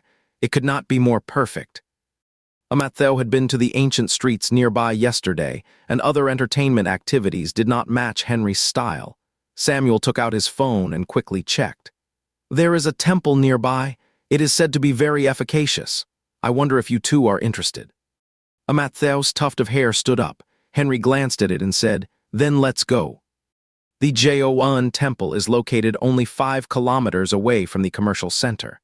With a history of over 1,000 years and having been renovated several times, it now stands in the busy city, giving off a sense of a true hermit lives in the midst of the world. Entering through the side gate, they saw red walls and golden tiles with lush trees. In the courtyard, a pool reflected the ancient forest and the sky above. The environment was extremely serene, and it seemed as if the walls separated two different worlds. Amattheo and the other two lightened their steps and walked along the spacious tree-lined path towards the main hall. Amid the quiet forest courtyard, Henry's voice sounded low, steady, and unhurried. The main hall of Buddhism is called the Grand Hall of the Great Hero. It is the central and principal building of the temple. We are now visiting in a clockwise direction. Circling to the right is considered auspicious. Amattheo leaned in to listen and promptly offered praise. "Big brother, you are amazing. How do you know everything?" "Read more books." There was a monk sweeping the road. When he saw the three of them, he put down the broom, joined his palms together, and saluted. Henry stopped, slightly bent over to return the salute, and Amattheo followed suit. After passing the monk, they continued walking forward, crossing the door and going around the building, and then entered the circular square in front of the hall. Henry said, "The third brother really likes to visit temples." Amattheo was surprised. Third brother is actually so devout. Henry replied, "He enjoys the joy of drawing lots." Amattheo thought, well, that is quite in line with his character. The Grand Hall of the Great Hero was solemn and imposing. There were a few scattered pilgrims devoutly kneeling on the futons in front of the hall. Incense smoke curled up, and the dense white smoke spiraled and dispersed into the air. Outside the hall, the ancient pine trees were lush, exuding an ancient sense of Zen. There were few people at this time, so Henry and the other two stood out prominently in front of the hall. A monk beside the hall came up and said to them, "After the three benefactors worship the Buddha, they can draw a lot. If you are sincere, it will be very efficacious." Amattheo was about to worship the Buddha and draw a lot to bless the great sale of Akun wine. He asked, "Excuse me, what kind of lot is mainly drawn here? Preferably for career or family or safety?" The monk joined his palms and saluted, "For marriage." Neither Samuel nor Henry was seeking marriage. Amattheo was disappointed for a moment, but then became eager again. "Big brother, we are already here." Henry said coldly, "If you are like this, I will not dare to take you to art exhibitions in the future." Amattheo was taken aback and tried to persuade him. "Big brother, you can also draw one. You are almost 30, and you do not even have someone to give your bank card to." Henry frowned. "Why would I give my bank card to someone else?" Amattheo slowly widened his eyes. What an inflexible and unromantic Henry. In the end, neither could sway the other. Amattheo went to get a talisman for blessing marriage all by himself and carefully put it in his pocket. Henry just watched coldly from the side and asked, "Looking for a partner?" Amattheo felt wronged and replied, "No way." Henry lectured him, "Good. You do not even have the ability to tell good from bad now.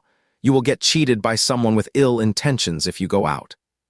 Amattheo was unable to refute. Just thinking about that consumption trap made him feel that he really could not judge people well. Under the simple and unsophisticated pine tree, he put his hands together and asked humbly, "So, big brother, what do you think I should do?" "I can reluctantly help you screen them." "Wow." Samuel, who was listening, had a poker face. Two guys who had not even had a crush yet were getting together to discuss something, and one dared to believe while the other dared to say. Amattheo did not question Henry's words at all. In his heart, his big brother was the coolest. He raised one hand and promised obediently, "Big brother, do not worry. If anyone in the future has their eyes on me, I will report everything to you right away." Henry put his hands in his pockets and said, "That is right." Henry left at around 2 of the clock in the afternoon that day. A day later, Amattheo and the others also set off from Urongcheng to the next city, Huadu. Huadu is located in the developed coastal economic area and is one of the most prosperous cities in the country. The plane took off in the morning and arrived in Huadu in the afternoon. The three of them, as usual, took a rest on the same day and went to meet the agent the next day. There was a night view bar outside the hotel. After dinner, Liam suggested going there to sit. After they sat down, they ordered a few glasses of fruit wine. "Did not you ask me about the internet influencers last time? I have a lot of friends in Huadu. Do you want to meet them? Amatheo focused on the words, a lot. It seemed this guy was a playboy, completely different from his single self. Sure, let's meet them. He also wanted to see what the ocean looked like. Amatheo added, preferably friends who are good at drinks and food.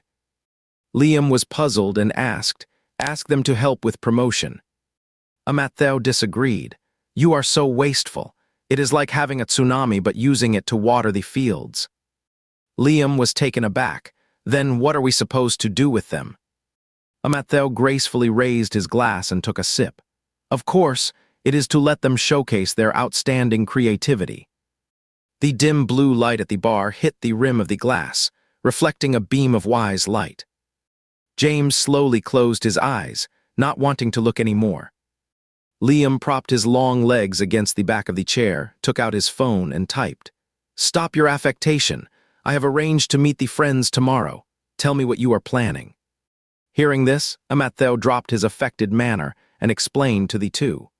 The reason Akun wine is facing such fierce market competition is that there are other similar substitutes, which means it is replaceable.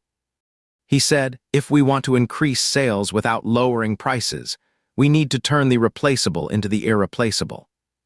Liam was confused. What do you mean, how are we going to do that? Amatheo chose to tolerate his ignorance. It means making consumers think they cannot do without it. Liam was suspicious. Are you going to brainwash the consumers? James twitched the corner of his mouth. It is you who needs to have your head examined. Amatheo clinked his glass against James, with a clang to show his agreement. The next day, after meeting with the agents, they got a pretty good understanding of the local sales situation. The sales volume in Huadu was a bit higher than that in Arongcheng, but still did not meet the expectations. Amatheo and the other two parted ways with the agents and found a characteristic restaurant for a meal. They arrived early and the dishes were served quickly.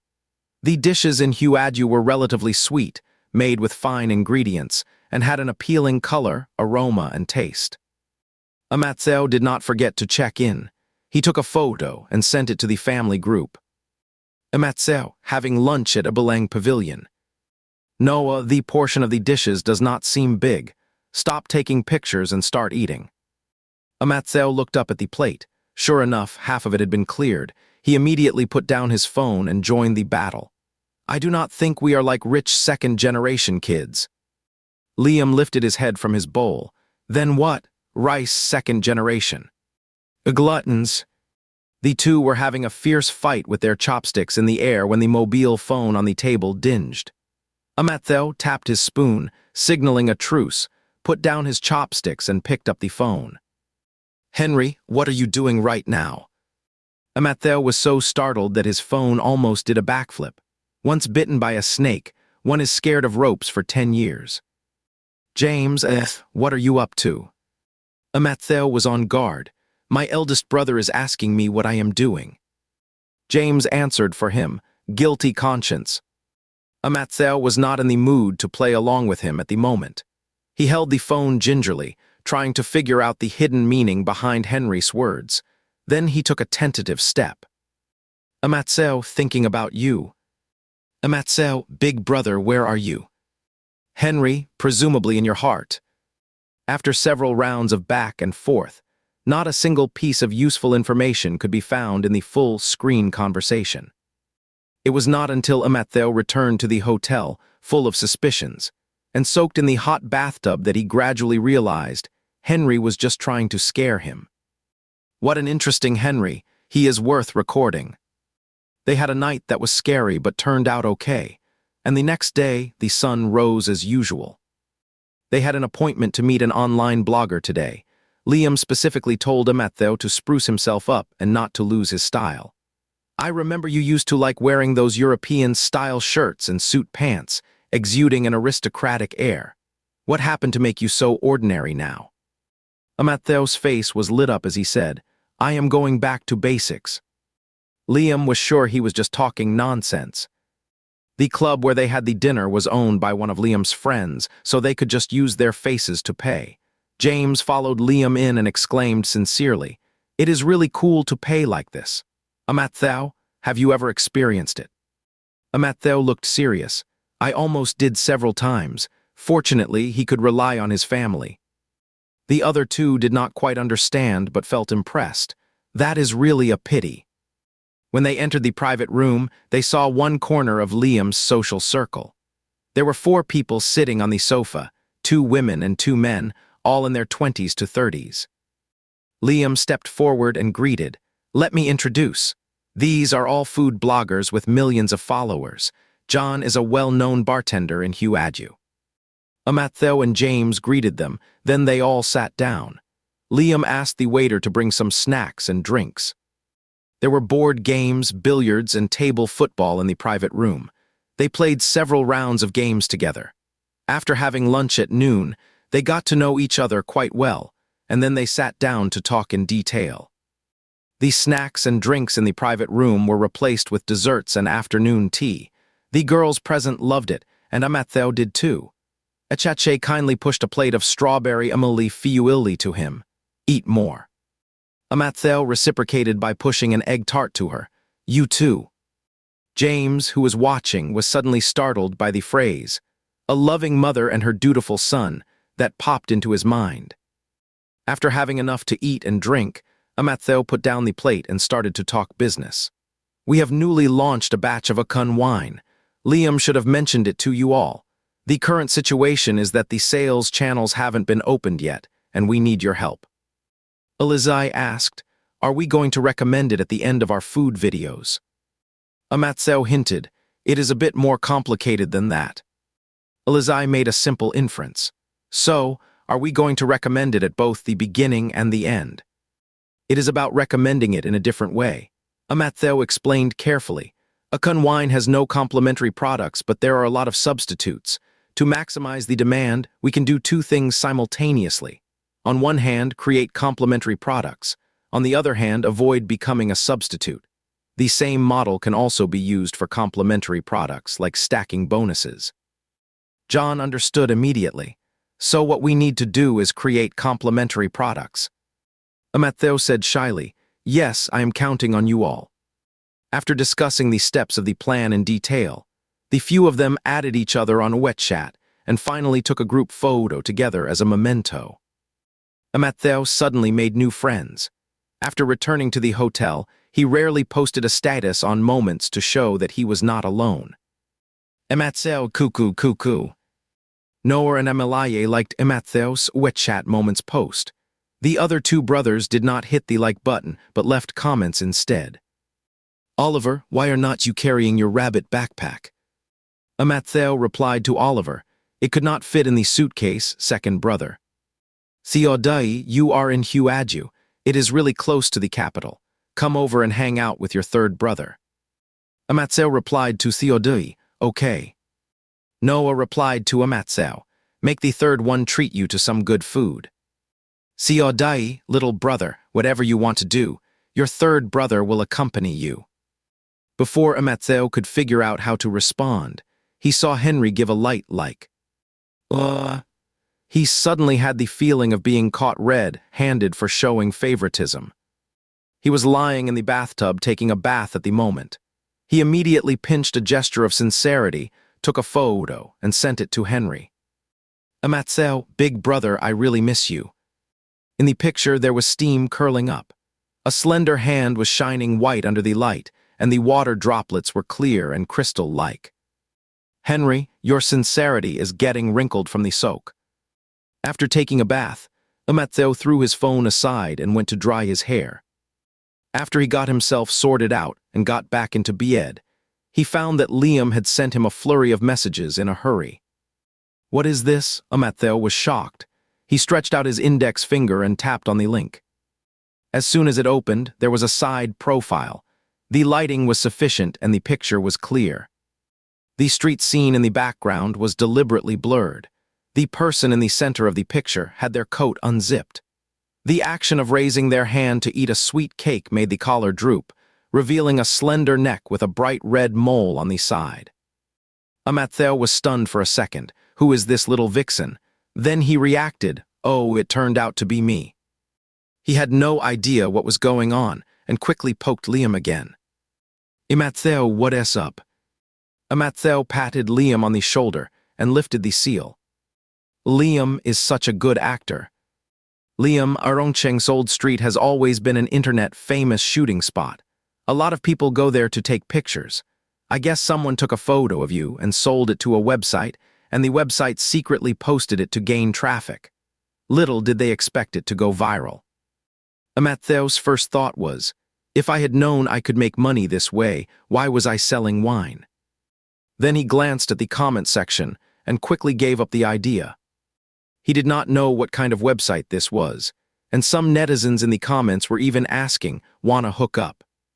Was this considered having the hots for him? Amatheo thought for 2 seconds and decided to tell his eldest brother everything. "Amatheo, big brother, I am here to report." Amatheo, Link, the sweet cake boy on the ancient street in Arongcheng. The red mole on the side of his neck is stunning. While Henry was pondering it on his own, Amatheo slipped back to the web page and started looking through the comment section. There were both men and women leaving comments. Some simply praised his good looks, while others made lewd remarks like that "wanna hook up" one before. Amatheo skimmed through a few pages and his eyes suddenly stopped on one comment. "Do you need an older brother? How about having an older brother pamper you?" Amatheo thought to himself that the last thing he needed was an older brother. He had more than enough older brothers. In the end, Amatheo compromised, turned on the warm air conditioner, and burrowed into the covers to sleep. The next day, when having breakfast, Liam was scrolling through his phone and chatting with James. "Look, Amatheo got posted on a website. It was a candid shot of him when we were in Arongcheng. It is gone." "What?" James leaned over. 404 not found. Liam refreshed the page again. It was their last night. Amatheo was sitting across, sipping milk with a milk mustache, and said brazenly, "I must have reported it and got it taken down." Liam looked skeptical. "Your complaint was that effective. You can get a website to show a 404 error just from complaining." Amatheo felt questioned. "You have no idea about the power." Liam did not think it was necessary to discuss further. He changed the subject.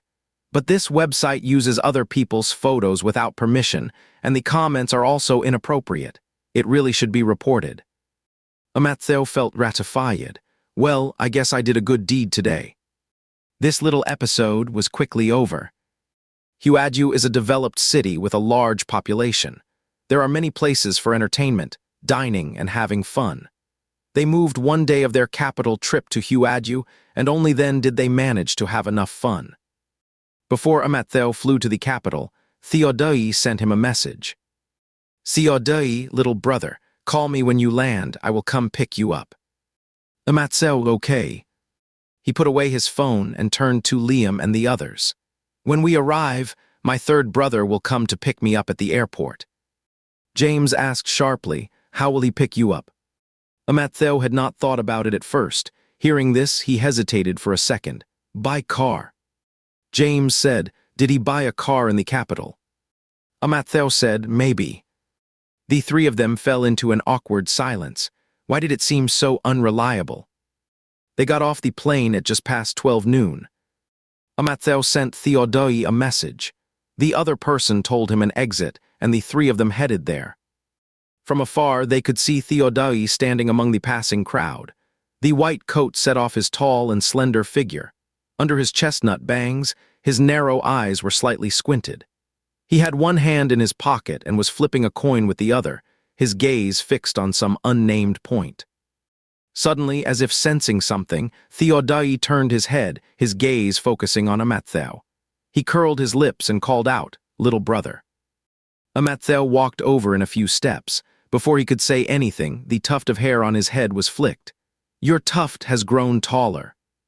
Amatheo had a good memory. Big brother tried to help the shoots grow by pulling them up.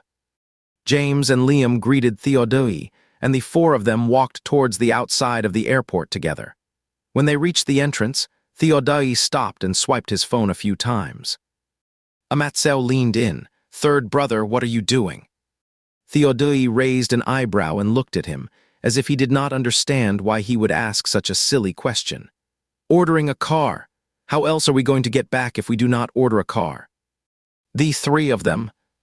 10 minutes later, the four tall and long-limbed men filled the taxi to the brim. Liam was the tallest and sat in the passenger seat. Theodore, Amattheo, and James were stuffed in the back seat and could not move. Especially Amattheo, who was sitting in the middle, could barely breathe. Amattheo spoke up in a faint voice inside the jolting taxi. "Third brother, if you had not come to pick us up at the airport, the three of us taking a cab would have had a lot more room." Theodore sighed with a hint of worry. But third brother wanted to see his little brother as soon as possible. If it were not for that cheerful Tilda, Amattheo thought he might have believed it. "Third brother, do not you have a car in the capital?" "I do. I sent it for a wash yesterday. I did not realize I could not find it until I went out today. But since I promised my little brother I would come to pick him up, third brother would not break his promise even if it means getting a bit squeezed." Amattheo exclaimed in amazement. "Well, that is really tough on you, third brother." Theodore reached over with his crossed arms and flicked Amattheo's tuft of hair. "Do not be so polite with third brother." The other two, who had been listening the whole time, had expressionless faces. When they arrived at the hotel where they were staying, the moment the car door opened, James, who was by the door, was almost ejected. After getting out of the car, Amattheo took big gulps of fresh air. Theodore leisurely walked around behind him and urged him, "Drop off your luggage, and I will take you to have something delicious." Liam and James were already used to the Issue family brothers' way of taking Amattheo away. They waved at Amattheo and mouthed, "Take care." It was as if they were politely sending him off. After putting away his luggage, Amattheo followed Theodore into a taxi. It was early autumn by now. The trees on both sides of the road outside the window had tall trunks and sparse branches and leaves. Yellow leaves covered the ground, and passing vehicles kicked up a cloud of dust and mud. "Third brother, where are we going?" Theodore leaned lazily and said, "To my school. The second cafeteria in our school is quite famous. Third brother will treat you to a meal." Amattheo remembered that the book said Theodore was a UFTA student in the chemical engineering major at Capital University of Science and Technology, and his grades were among the best in the major. "Third brother is the white coat you are wearing for experiments." Theodore replied, "No." "Then what is it for?" "To maintain my cool image." Amattheo thought to himself that the cool images of the Issue family brothers were really all kinds of strange. Capital University of Science and Technology was located in the university town. Amattheo followed Theodore into the campus. The latter's fluttering white coat became a beautiful sight in the bleak autumn scenery. Amattheo took a look and was calculating in his mind when he could turn Theodore into just an ordinary figure. That would be more in line with the group and fit his second brother's core values. It was nearly 1 o'clock in the afternoon, the lunch break time. Many students were returning to their dormitories from the cafeteria after having a meal. There were groups of college students walking in 2s and 3s on both sides of the wide asphalt road. Amattheo had graduated from school for several years in his original world. Seeing the campus, he felt a bit nostalgic. "Want to go back to school?" Theodore said, "I told you to take the postgraduate entrance exam last year, but you did not." Amattheo snapped out of his memories and said, "I am lazy and prefer comfort. I just want to fight for the family property." Theodore's bangs covered half of his eyes, and his gaze on Amattheo was rather mysterious. After a moment he said, and let the topic go for now. It was obvious that Theodore was quite a big shot at school. As Amattheo walked alongside him, students kept greeting him. Some called him senior, while others addressed him as teaching assistant. During this time, some curious glances landed on Amattheo. He just closed his mouth and remained silent. After walking for about 10 minutes, they finally arrived at the second cafeteria. The cafeteria looked ordinary from the outside, but once they stepped inside, they found that it was exquisitely decorated with an elegant environment, much like a restaurant outside. Amattheo had never seen such a beautiful cafeteria on campus before. He exclaimed, "Third brother, the environment here is really nice." Theodai curled his lips and took out his card. "Look at you, like you have never seen the world." While waiting for their meals at the table, Noah and his wife sent greetings in the A Loving Family group chat. Presumably, they guessed that Amattheo had already arrived in the capital and asked Theodai if he was taking good care of him. Amattheo was typing a message in the chat box when he heard a click from across the table. He looked up and saw Theodai putting down his phone and typing away. Third brother, what are you doing?" "Collecting evidence." Half a minute later, a photo of Amattheo was posted in the family group chat. He had taken off his coat and was only wearing a sweater. A large part of his neck was exposed from the collar, and there was a tuft of unruly hair on his bowed head. "Theodai's here, having a meal with my little brother." "Amelaye, why are you wearing so little? You look cold." "Amattheo, I took off my coat when I sat down. I will put it on when I go out." "Theodai, if my little brother is cold, I can just take off my clothes for him." "Henry, oh." The two of them held their phones and stared at each other silently across the table. After a while, Amattheo sighed softly. "Third brother, you will have to go home eventually. There is no need to act like this." Theodai said, "I only pursue the happiness of the moment." Amattheo replied, "That is why happiness is always short-lived." The sadness in Theodai's eyes suddenly overflowed like a river in reverse. The food in the second cafeteria really tasted great. Amattheo ordered a serving of juicy mushroom chicken and finally finished all the rice with the sauce. Having eaten and drunk his fill, he lifted his noble head from the bowl and only then noticed that Theodai across from him had been watching him for who knew how long. Amattheo was so startled that he let out a loud burp. "Burp, third brother, what is up?" Theodai tilted his head against the back of the booth seat, one hand resting on the table, his fingertips carefully tracing the front and back of a coin. For a moment, Amattheo felt as if he had returned to that afternoon with the sea breeze blowing, the moment he first met Theodai's eyes, being analyzed casually. His heart thumped. Before he could say anything, he heard Theodai laugh with a mischievous glint. "The sauce from the bowl rim is on your nose." Amattheo embarrassedly grabbed a tissue and wiped it off. After lunch, he followed Theodai on a tour around the school. "Third brother, are not you busy?" Theodai raised his hand to greet the students coming towards them. "No matter how busy I am, I have to make time for you."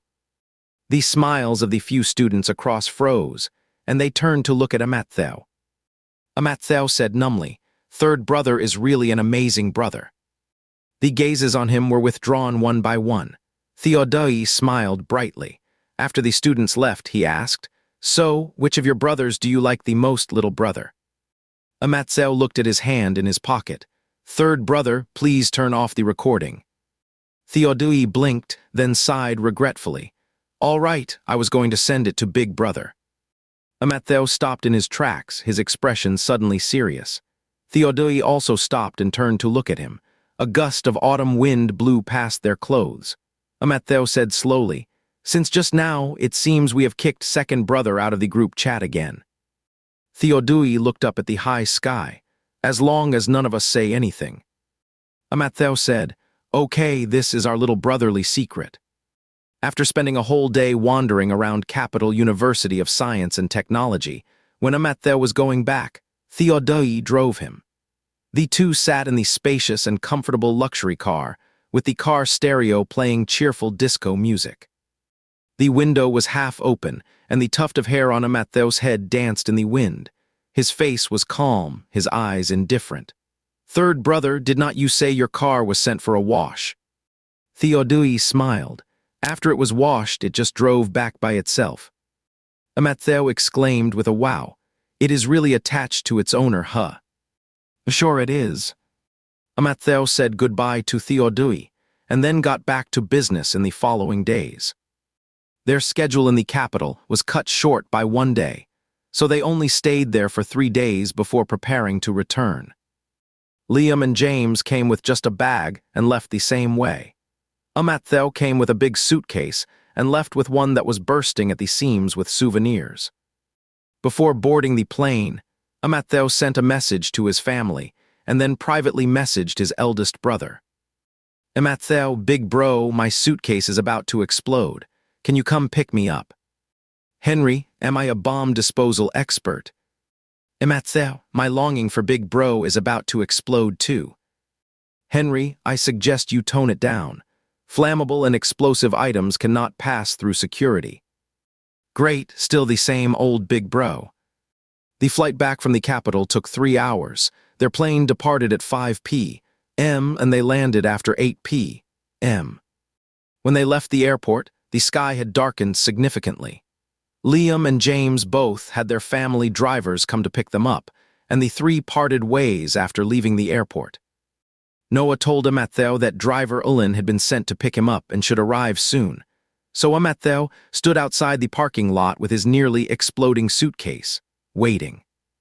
After about 10 minutes, the familiar private car came into view. Its light yellow headlights swept through the dimness, and it slowly stopped in front of Matthew. Driver Ulin got out of the driver's seat, helped take the luggage and put it in the trunk. Matthew walked to the back seat and reached out to open the door, click. The lights in the parking lot suddenly flooded into the back seat, illuminating the person sitting inside. Henry's eyes landed on his face. Got an urgent mission to come transport some dangerous goods. By the time they got back to the issue residence, it was already late. The car stopped at the courtyard gate. 2 lights were on beside the gate. The air was cold, but the lights were warm. Henry got out of the car and picked up the suitcase. Matthew trailed behind him, like a self-navigating floor sweeper. The path back to the house was paved with stones. The luggage could not be dragged, so Henry carried it in his hand, his arm veins bulging. He stopped halfway and with a dull thud put down the suitcase that was about to crack. What on earth did you bring back? Matthew knew he was in the wrong. Love is always heavy. Henry gave him a stern look. I am the one bearing this weight now. Matthew felt fortunate for him. Well, at least you have already borne part of it. I guess I am quite lucky then. When they entered the house, Noah and his wife were still awake. Amalaye was sitting on the sofa watching TV. Hearing the noise, she turned her head. Matthew's back. I am back, Mom. Matthew nudged Henry, indicating for him to put down the luggage. I brought you all souvenirs. Amalaye turned to ask Harper to call Noah downstairs, then leaned over to watch Matthew open the suitcase. The zipper of the suitcase was stretched out of shape. Matthew tugged at it twice but could not open it, and his fingers turned bright red.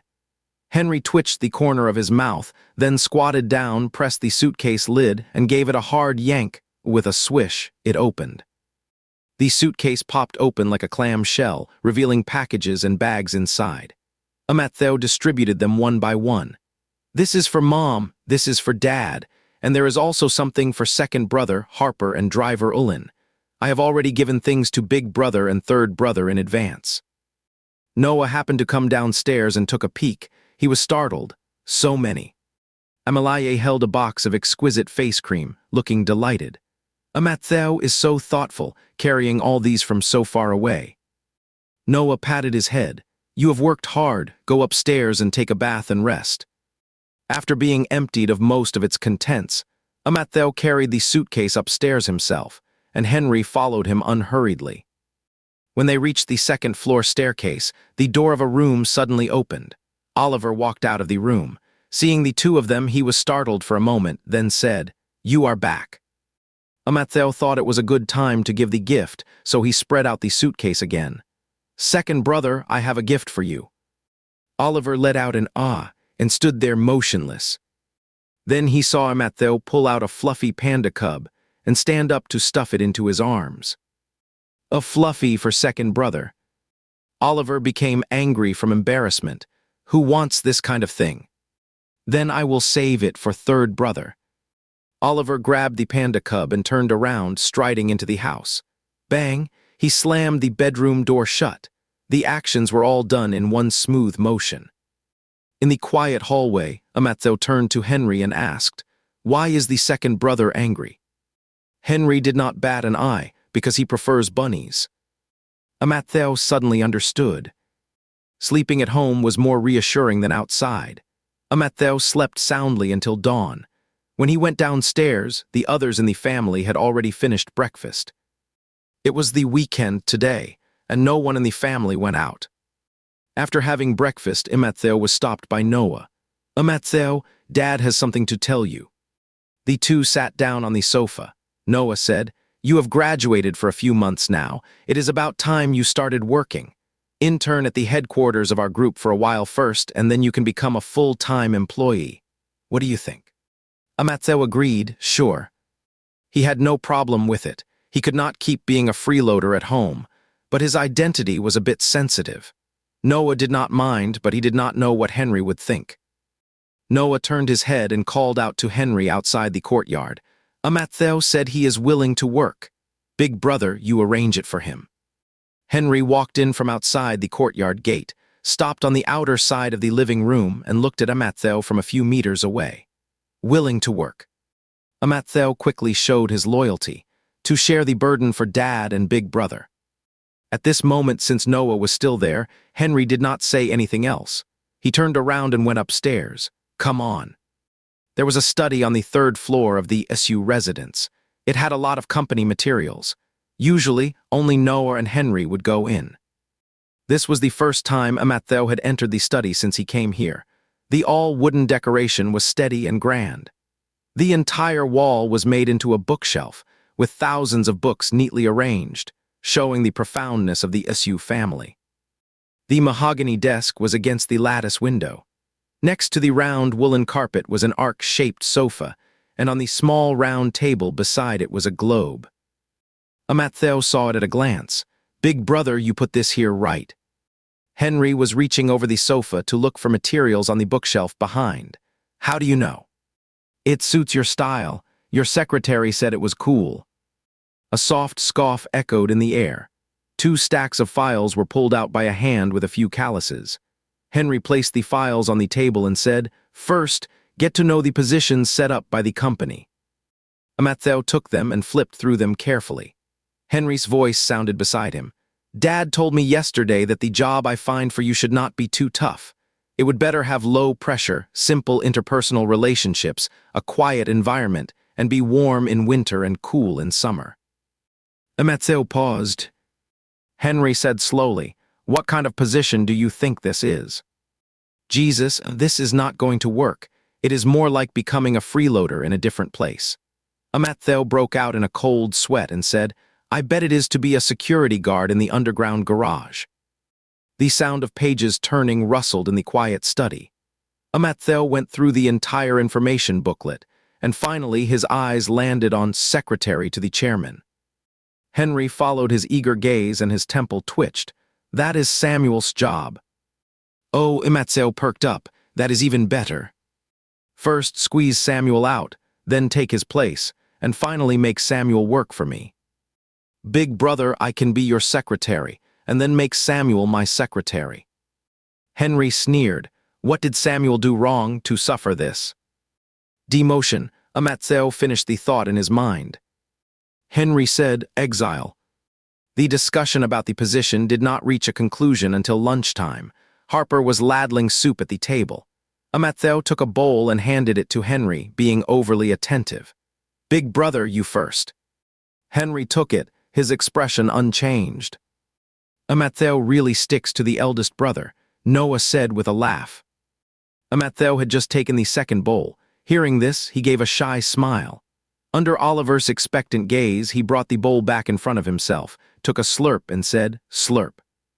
Oliver snorted and turned his head back. Henry beside him gave a sidelong glance. Several pairs of chopsticks crossed back and forth on the dining table.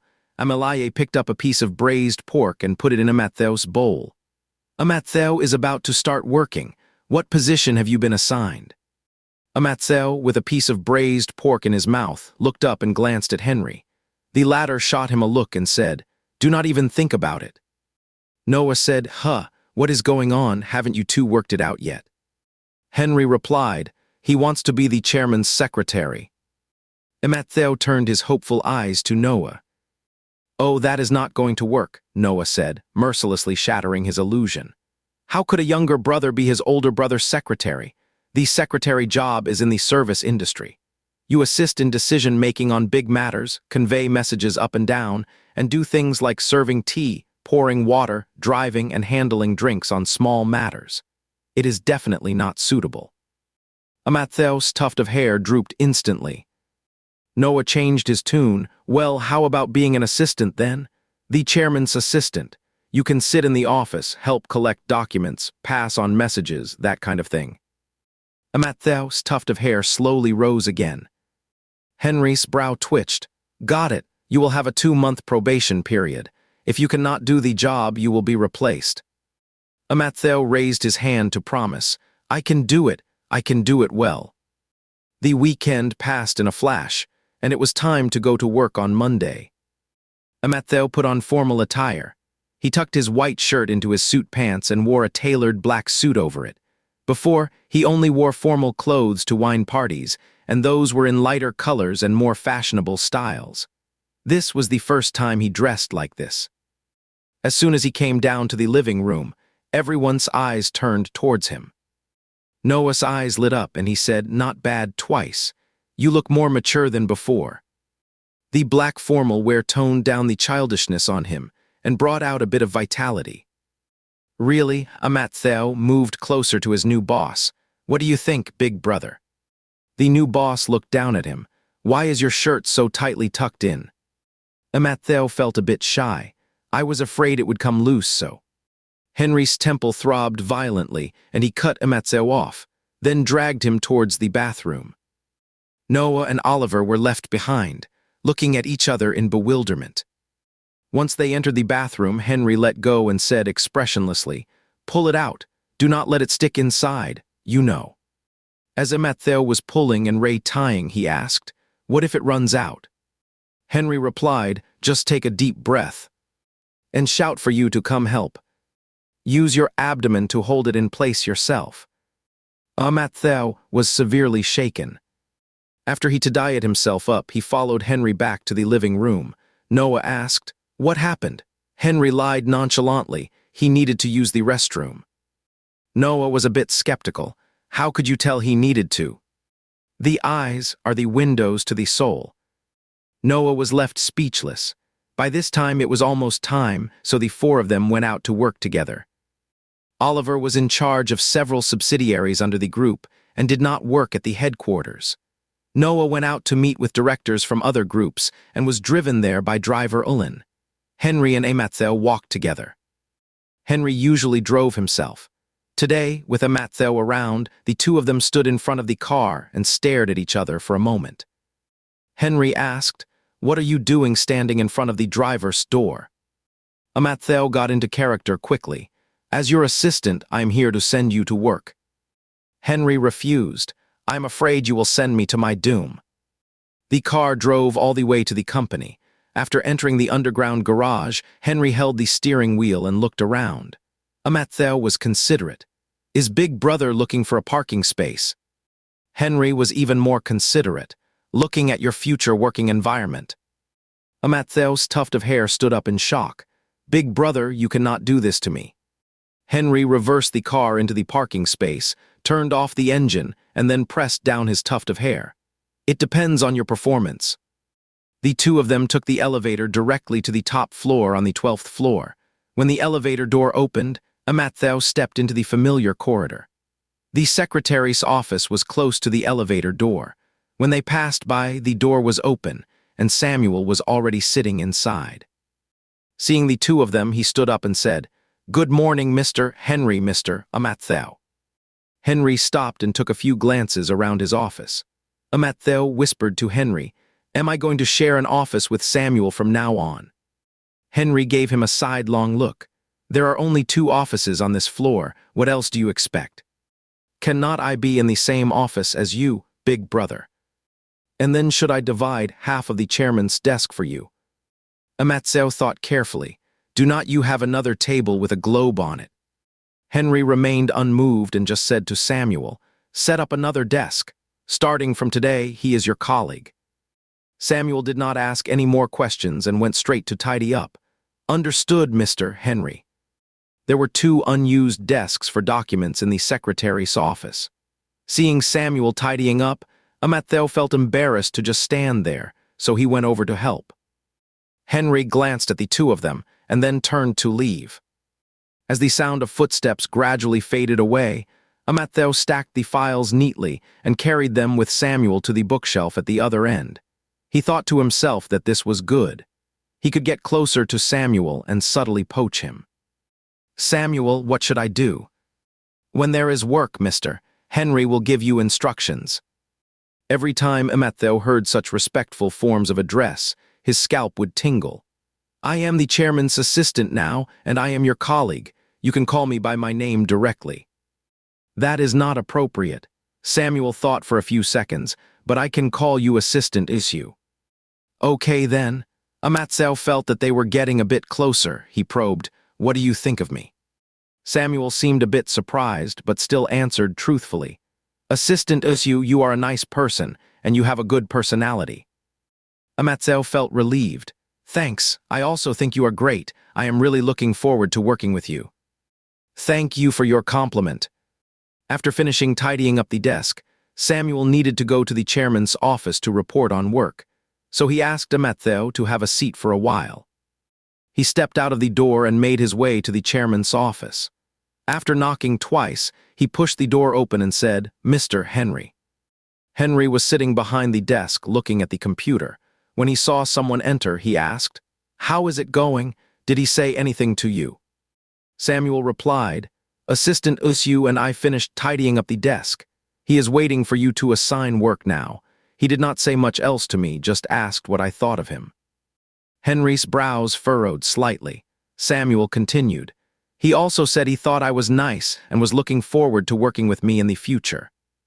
There was a moment of silence in the office. Then Henry said, "Go and bring him here for me." "Sure, Mr. Henry." The 2 offices were close. Less than a minute after Samuel left, Matthew slipped in through the door and said, "Big, Mr. Henry." Henry was sitting behind the desk, his face looking somewhat cold and handsome against the light. Matthew stopped and asked, "What is wrong?" Henry's gaze swept towards the mahogany table on the right side of the office and said, "Go and clear that table yourself." The books and documents on the table were moved to the bookcase behind, leaving only an exquisite globe. The blue sphere and the golden stand looked really beautiful on the mahogany table. Although Matthew did not know why his elder brother had a change of heart, moving here was not bad either. Working with Samuel or with his elder brother, each had its own advantages. He asked for instructions. "Mr. Henry, should this globe still be placed here?" Without looking up, Henry said, "Put it in the bookcase." "Okay." As Matthew was putting it away, he could not help but think that his elder brother's style was kind of being taken away by him. After the table was tidied up again, before Matthew could sit down, a stack of documents was handed over from Henry's hand. "Take these to the project department and ask them to revise." Matthew took them and asked, "Where is the project department?" A pair of eyes looked up from behind the computer. "Am I the assistant or are you?" Matthew fell silent. He found that once Henry was absorbed in work, he had a domineering aura. He was much more serious than when they got along in daily life and did not show any favoritism at all. He quickly slipped out the door to consult Samuel. Matthew was to intern for at least 2 months this time, and most likely would also stay and work at the headquarters for a while later. So Samuel took him to get familiar with the working environment first, going around every floor from the 1st to the 12th. The project department is on the 8th floor. The 1st floor is the lobby. The 2nd floor has the meeting rooms and reception rooms. The 3rd floor has the cafeteria and pantry. From the 4th to the 8th floors are all the various departments of the company, like administration, human resources, finance, supervision. Above the 9th floor are the offices of the corporate executives, and on the 12th floor there are only the chairman's office and the secretary's office. Samuel pressed the floor button in the elevator lobby. As the elevator ascended from the 8th floor to the 9th floor, a man in his 50s stepped in when the elevator door opened. The man saw Samuel and greeted him, Samuel. Then he turned his gaze to Matthew beside him. Samuel introduced, "This is the newly appointed assistant to the chairman today, and this is Minister Etchen from the Human Resources Department." Matthew nodded, "Hello, Minister Etchen." Minister Etchen replied with a brief, but his eyes were sizing Matthew up subtly. It was not until the elevator stopped at the 11th floor that he withdrew his gaze and left. With a clang, the door closed. Matthew asked Samuel, "Does it say connected person all over my face?" Samuel answered, "No, it is written all over your whole body." After spending over an hour getting to know all the departments of the company, the two returned to the top floor and went to Henry's office together. Samuel knocked on the door. When Henry saw the two come in together, he did not say anything. He just told Samuel about the work arrangements and then asked Matthew to go back to his desk to deal with the documents. In the huge office, the two were sitting diagonally facing each other, typing on their computers. Usually, there was only the sound of one keyboard, but today, with an additional one, it was not really noisy. The two were each doing their own thing, not disturbing each other. Matthew sorted the documents uploaded by each department one by one, and then arranged them in order of urgency. After that, he named the files and sent them to Henry. Immediately, there came a ding from the computer diagonally opposite. Matthew looked over, but Henry did not look his way and continued working with a normal expression. No wonder he is the awesome big brother. He has such great self-control and is not affected by external forces at all. On the first day of work, there was not much work in Matthew's hands. He quickly finished it and then sat there, not knowing what to do, leaning on the table.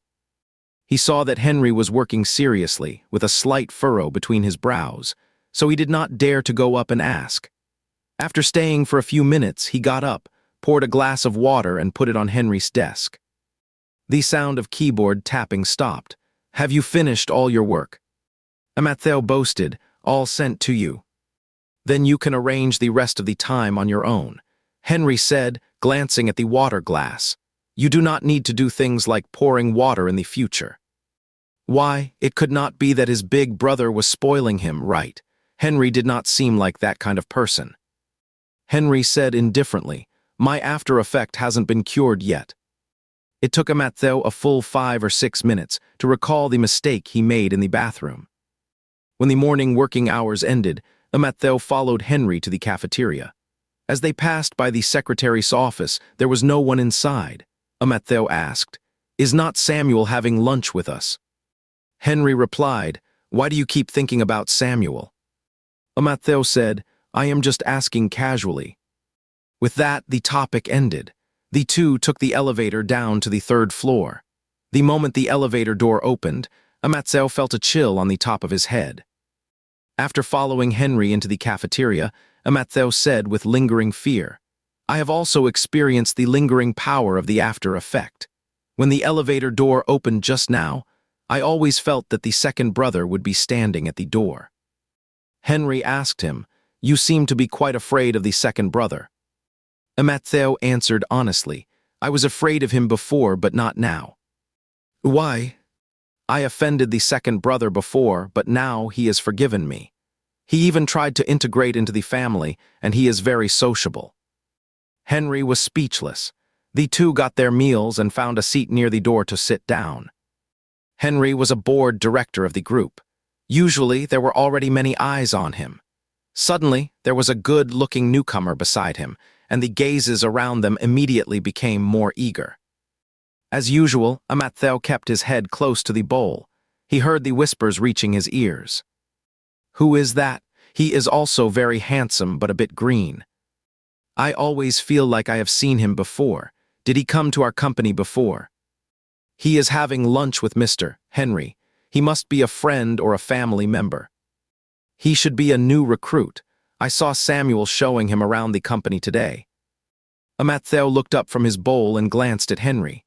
The latter remained expressionless, as if he had not heard. So he just pretended not to hear and continued to focus on his food. When they were halfway through the meal, Henry's phone rang. Amatzeo watched him pick up the phone and leave the dining hall, guessing it was work-related. As soon as Henry left, the eyes around them were no longer restrained, and all landed on Amatzeo. He had a chicken wing in his mouth, gnawing at the bone. Suddenly, he caught a glimpse of someone out of the corner of his eye. He looked up and saw Minister Itchen passing by the door of the dining hall. Their eyes met. The other person looked at him for 2 seconds, then walked away, judging by the direction he was going to the pantry. Amatzeo keenly sensed that the guy did not like him. After about 6 or 7 minutes, Henry came back. He pulled out the chair and sat down. "Are you done?" Amatzeo sat up obediently. "No, I am waiting for you, big brother." Henry's eyes landed on the only broccoli left on his plate. "You seem to be waiting rather reluctantly." Amatzeo prodded the broccoli with the tip of his chopstick. "This is my last bit of stubbornness." After lunch, there is a 2-hour lunch break. Although the issue group has a huge system and a tight work schedule, it is never harsh on its employees. They get the rest they deserve, and overtime pay is given for extra working hours. Amatzeo and Henry returned to the office. The door closed, and Henry loosened his collar. "If you are sleepy, go take a nap in the lounge." The lounge on one side of the chairman's office was simply furnished with a bed, a wardrobe, and a bathroom. It could be used directly when working overtime too late, or when there was a need to change clothes temporarily. "Are not you going to sleep, big brother?" "You go ahead and sleep." Before Amatzeo could be touched, he heard Henry chuckle. "If you make mistakes at work because you are sleepy, I will have to spend all night fixing them." As expected, that was his big brother's style. The bed in the break room was really comfortable. Amatzeo was kind of sleepy, so he took off his coat, curled up under the covers, and quickly dozed off. When Amatzeo woke up, he felt like he would been asleep for ages, but when he checked the time, he found it had only been half an hour. Maybe it was because he felt like an intruder, so he did not sleep soundly. He got up and tiptoed out of the room. Henry was leaning back on the sofa, eyes closed, taking a little nap. Amatzeo went back to the lounge, found a blanket in the wardrobe, and quietly slipped over to drape it over his elder brother. The moment the blanket touched Henry, he opened his eyes. Their eyes met, and both of them paused for a moment. Finally, Henry was the first to speak, his voice a bit hoarse from just waking up. "Not sleeping anymore." "I am done." Seeing Henry was awake, Amatzeo boldly tucked the blanket in a bit more. "Why do not you lie down for a while? I will wake you up at 2. The blanket was a bit thin. Tucked under Henry's neck, it looked like a huge bib. "No need." He pressed his big hand to his forehead and rubbed his temples, then got up, took off the blanket, folded it, and sat back at his desk, ready to work. Amatzeo thought this would not do. There was still such a long time to go. He could not just let his elder brother keep lying on the sofa, could he? "Brother, how about we share the bed later?" Knowing Henry was conservative, he added, "I will not take my clothes off. We will sleep fully dressed." Henry was quite impressed by his choice of words. "So, should we work together with swords drawn after we wake up?" In the afternoon, Henry had a small meeting with the planning department. Samuel went downstairs to prepare the meeting room. Amatzeo watched Henry gather his computer and files in the office. "Brother, Mr. Henry, should I go to?" He made a clear distinction in his forms of address. He called him brother during breaks and Mr. Henry during work hours. Henry was so strict at work that Amatzeo did not dare to be casual. "What would you do there? Be a good luck charm?" Henry gathered his things and prepared to leave, then turned to assign tasks to him. "You stay here and study the first book on the second row of the bookshelf carefully." "Okay." The office door closed. Amatzeo turned and went to the bookshelf, found the book as Henry had directed, and then was silent for a moment. Since autumn arrived, the sun had rarely shown itself. In the afternoon, the sunlight was just right. Fine dust particles floated in the spacious office, and time seemed to stand still. Amatzeo sat upright at the desk, poring over the Xeniue dictionary. Just as he turned to the pages starting with the letter B in the dictionary, someone knocked on the office door. Amatzeo looked up and said, "Come in." The door opened and Minister Itchen walked in from outside. Both of them were taken aback when they saw each other. Then Matthew said, "Mr. Henry is in a meeting. What can I do for you, Minister Itchen?" Minister Itchen's eyes swept over the Xiniyue dictionary on his desk. His face twitched slightly, as if showing a hint of disdain. "I need to talk to Mr. Henry. If he is not here, never mind." After saying that, he left on his own. Matthew looked at the closed door, quite puzzled. Why did Minister Itchen look down on the Xiniyue dictionary? The meeting ended 2 hours later. When Henry came back, he had his coat draped over one arm and was carrying a computer in the other. As soon as he entered, he assigned Matthew a new task. "Go help Samuel organize the meeting minutes." "Okay." Matthew put down the dictionary and slipped out. Samuel was sorting out documents in the secretary's office. There were also 2 employees standing inside. As soon as Matthew entered, he was greeted with stares. Samuel motioned for the other 2 to leave first. "I will handle the rest." After the 2 left, Matthew asked, "Were those Samuel's subordinates just now?" "Not really subordinates, but they are from the secretary group." "I see." Matthew took the meeting minutes. "Minister Itchen came this afternoon. Should I tell Mr. Henry?" "He knows. He will probably go to Mr. Henry again after the meeting ends." "Okay, by the way, Samuel, I feel like Minister Itchen does not like me much. Is it because I got in through connections?" Samuel paused in his movements, reached up to adjust his glasses. "Is that so? That might be part of the reason." "What is the other part of the reason?" "Last month, Minister Itchen recommended his nephew for the position of assistant to the chairman, but Mr. Henry turned it down."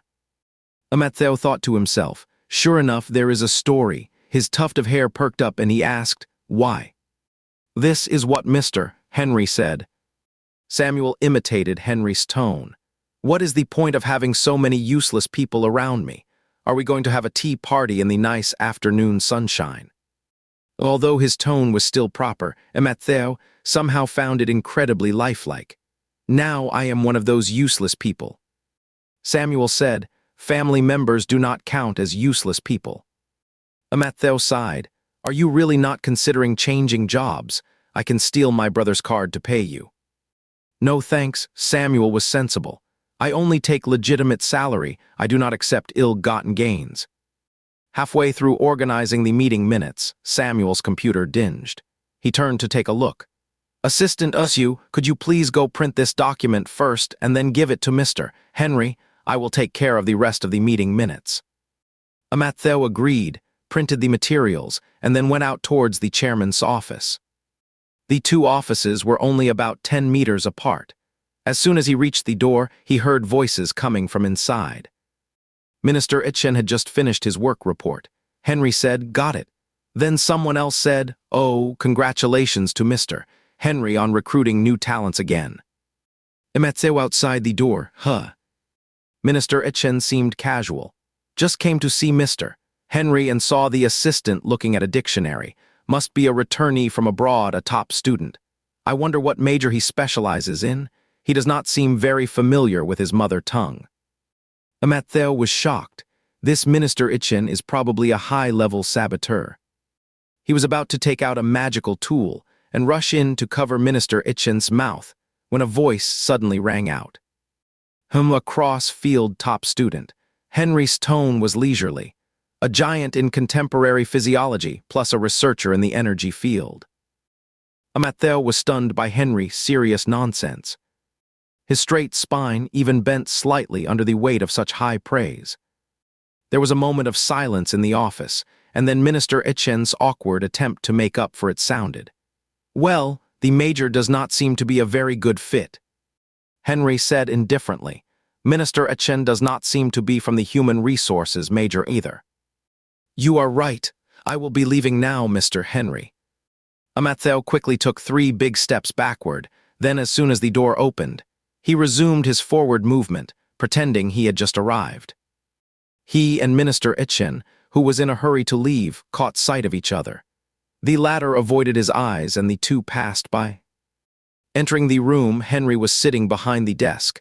Matthew handed over the documents. "Brother." Not calling me Mr. Henry anymore. Should I change it now?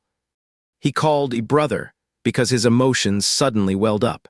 When Henry was protecting him just now, he was not his boss, but his brother.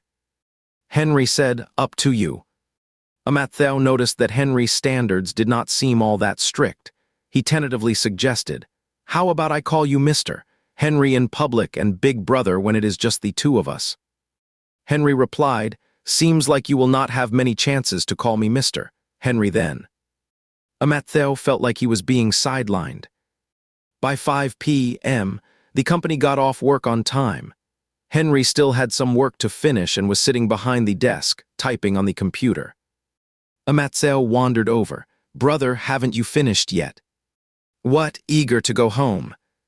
"No, I am worried about you, Big Brother." Henry had an intuition that these words were full of false sentiment. Matthew brought a stool over and sat next to Henry, watching him finish up. His tuft of hair bobbed slightly. In the middle, Samuel came to ask for permission to leave work, and Henry told him to go first. Matthew also waved to Samuel. "See you tomorrow, Samuel." "See you tomorrow, Assistant Issue." After Samuel left, Henry's voice rang out in the office. "Should I change the office walls to transparent glass?" Matthew withdrew his gaze, not understanding why he suddenly wanted to change the decoration style. "Why?" "To make it easier for you to watch Samuel leave." It only took a little over half an hour to finish handling the work. Then the two left work and went home together. It was the elevator rush hour. All the way down, many employees got on the elevator on the way. Quite a few of them also came by car. When they reached the underground garage, right in front of everyone's eyes, Matthew got into the car with Henry and skillfully took the passenger seat. Everyone's eyes froze instantly. This was an important person with connections. As soon as the car door shut, Matthew, relying on the one-way tinted window film, looked at the astonished faces of the people outside without any restraint. "Brother, after today, I am going to be well known." "That is even better." Henry turned the steering wheel and drove the car out of the parking space. "From now on, you will have your own pass." Matthew happily corrected, "It is like having my own id. This way they will all know I am with Big Brother." The car was passing over a speed bump, and the body suddenly jolted. "So there will not be situations like today's." His voice stopped abruptly. But Henry looked calm, not surprised at all. "Heard it." "Yeah," Matthew admitted honestly. But how did Henry know he was outside the door? Could there be a surveillance camera in the corridor? He secretly glanced sideways at Henry in the driver's seat. The car drove out of the garage, and the outside light suddenly illuminated the latter's eyes and eyebrows. The bottom of his pitch-black pupils was shining with a smooth luster. It was like a piece of dark and smooth black jade. The black jade slightly opened his lips. I knew you would not be so eager for no reason." When they got home, it was just in time for dinner. Henry went upstairs to change clothes. Noah was sitting on the sofa and called Matthew. "How was work today?" "Tired." "Not tired, not tired." Matthew said, "I felt the warmth among colleagues." Henry, who was just at the stairway, heard this and said without looking back, "You are not at work to feel warmth." Matthew got a retort, and the tuft of hair on his head slowly drooped. Noah quickly smoothed it up for him. "Oh, the interpersonal environment is nice. What else?" "The work tasks are not too many, and Big Brother takes good care of me too." "That is good. Learn more from your Big Brother, you know." "A sure thing." According to the plot of the original book, Noah would probably hand over a subsidiary to him in about 2 years. Matthew felt it necessary to study hard, so as not to, unintentionally, achieve what the original owner had in mind to harm the Issue family. Seeing that Matthew obediently agreed, Noah let him go. "Go on, go upstairs, change your clothes, and come down for dinner." When Matthew came out after changing his clothes, he happened to run into Oliver. In the hallway, the two stood 3 meters apart. Oliver had been walking downstairs, but stopped when he saw Matthew, as if waiting for him. Matthew stepped forward a couple of paces. "Second brother." Oliver responded, hesitated for a moment, then said, "You are working as the eldest brother's assistant. What does he have you do?" "Sorting and delivering documents, and helping Samuel." "Oh, he does not have you serve tea and water or anything like that, does he?" "No, the eldest brother does not let me serve tea and water. Maybe he is afraid I will pour it all over his head." Oliver said, "That is good." A silence fell between them.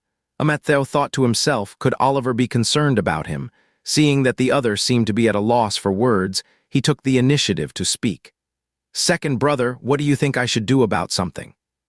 Oliver seemed to relax slightly. "What is the matter?" "There is only one bed in the eldest brother's lounge. If I sleep in it, the eldest brother will have to sleep on the sofa. But the eldest brother does not want to sleep with me." "You should not sleep together in the first place," Oliver blurted out. Then he realized his tone was too excited. His face froze, and then he softened his voice. "Then add another bed. It can be arranged quickly." Matthew clapped his hands. "Wow, what a great idea." As if to cover up his previous gaffe, Oliver took out his phone and quickly placed an order. "Tomorrow, I will have someone send another bed to Big Brother's lounge." Matthew complimented him. "Second brother, you are really good at handling things." Of course." The two went downstairs to the dining room for a meal. Noah was discussing company matters with Henry, and Amalaye was telling Harper to simmer the soup a little longer. Matthew leaned over. "What soup are we having today?" "Kidney bean and pig's trotter soup," Amalaye said with a smile. "It is good for beauty and skin care." Oliver said, "What do we men need beauty and skin care for? Mom, you should have more."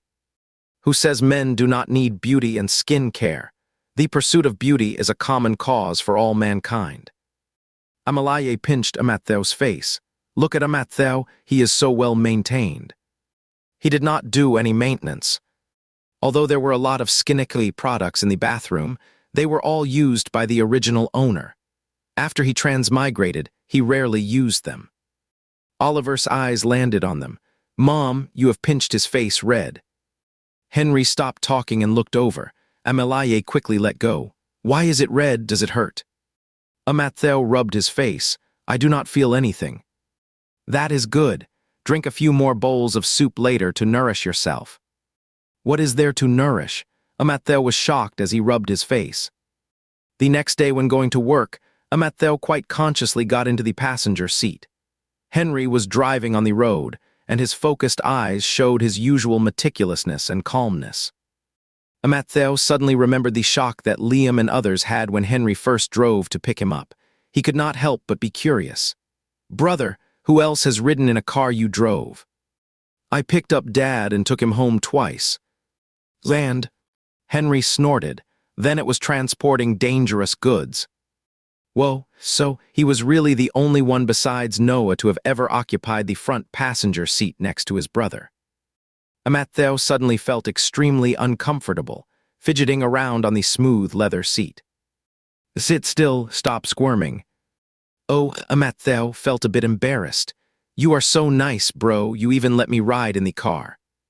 "What else? Should I put you in the trunk?" When they arrived at the company, Matthew followed Henry upstairs.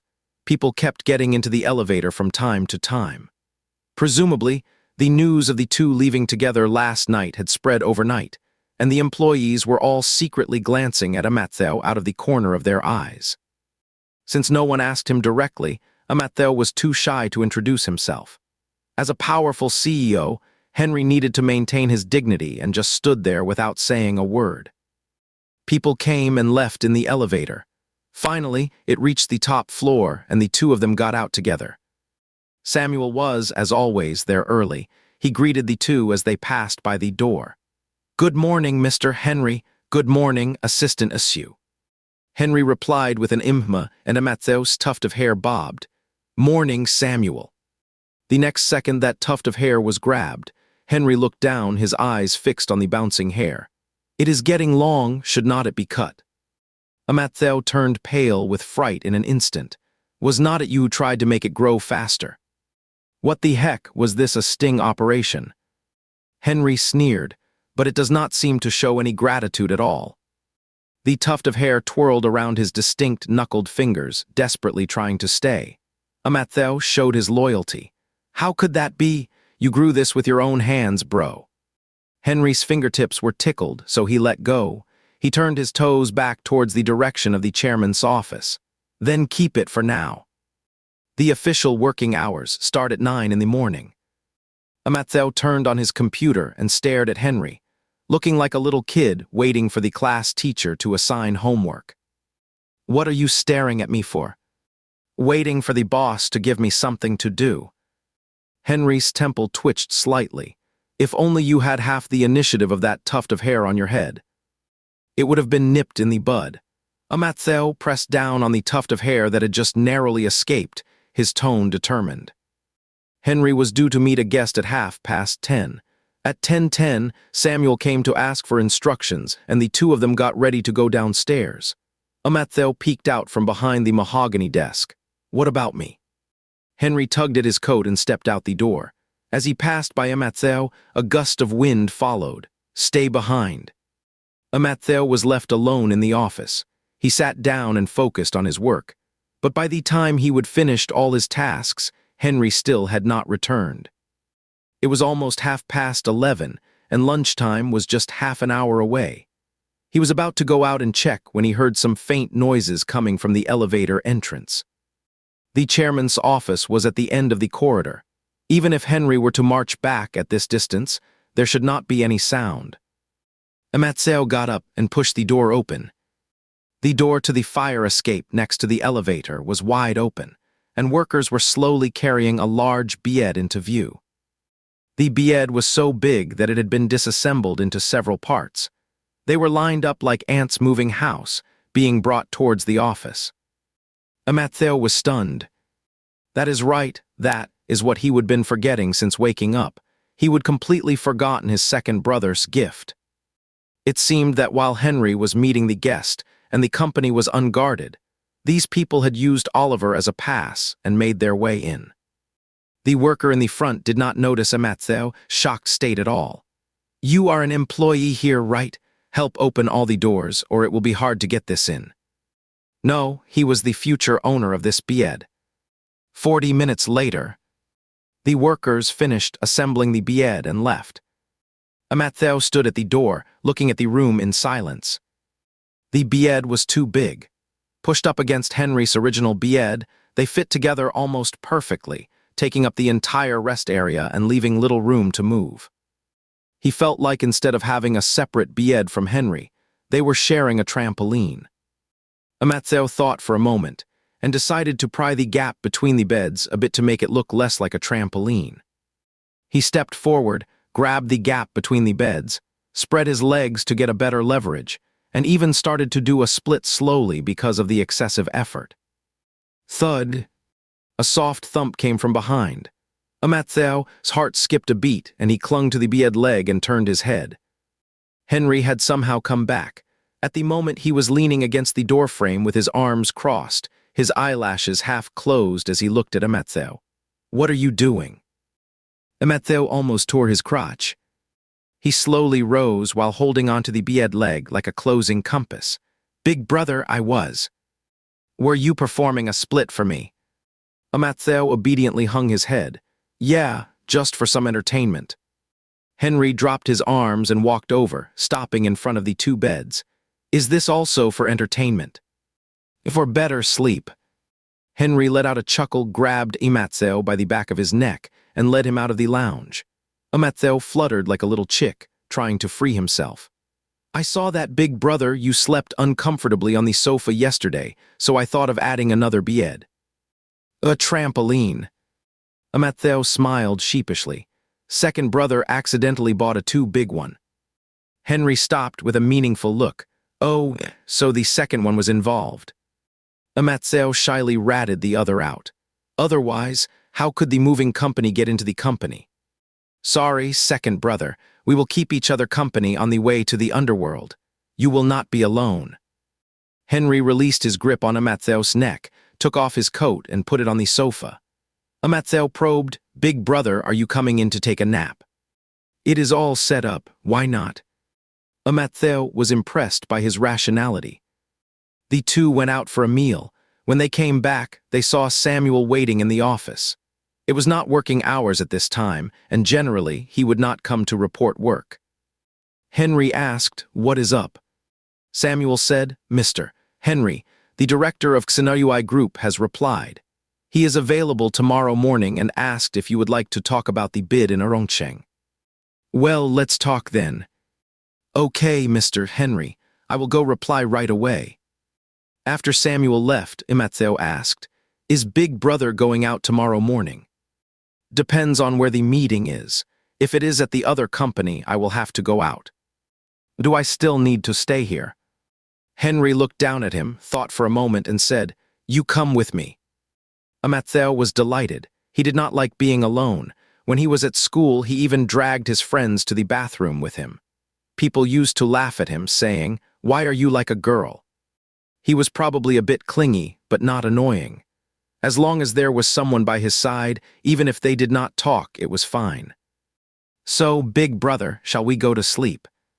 Henry walked into the lounge, rummaged through the wardrobe, and took out a set of clean bedding. "Let's make the bed first." Mathieu eagerly stepped forward. "I can do it." The morning meeting dragged on for more than 10 minutes, and making the bed took another 10 odd minutes. The remaining lunch break was only 40 minutes. As soon as Mathieu made the bed, he immediately took off his coat and got under the covers. He also called out to Henry, "Big Brother, hurry up and sleep. Make the most of the time." Henry leisurely loosened his collar and walked to the other side of the bed with his long legs. Lying in bed, Mathieu watched his big brother approaching like this, and actually thought he seemed quite imposing. He quickly moved further into the covers. Henry lifted the quilt and lay down, lying flat in a proper manner, his hand on his abdomen. As soon as his head touched the pillow, he closed his eyes. There was over a meter between the two of them. Mathieu turned his head to look at him. After the coldness and sharpness faded, Henry's presence became much more relaxed. It was as if the snow on the pine tree had melted, all turning into clear, gentle streams. His eldest brother was probably at his gentlest only when he was asleep. When he woke up, there was a massive quilt in front of his eyes. Mathieu's mind had not fully woken up yet. He reached out from under the covers and felt around, trying to figure out what it was. "Mathieu, where are you touching?" The voice, laced with a frosty edge, landed on his groggy head.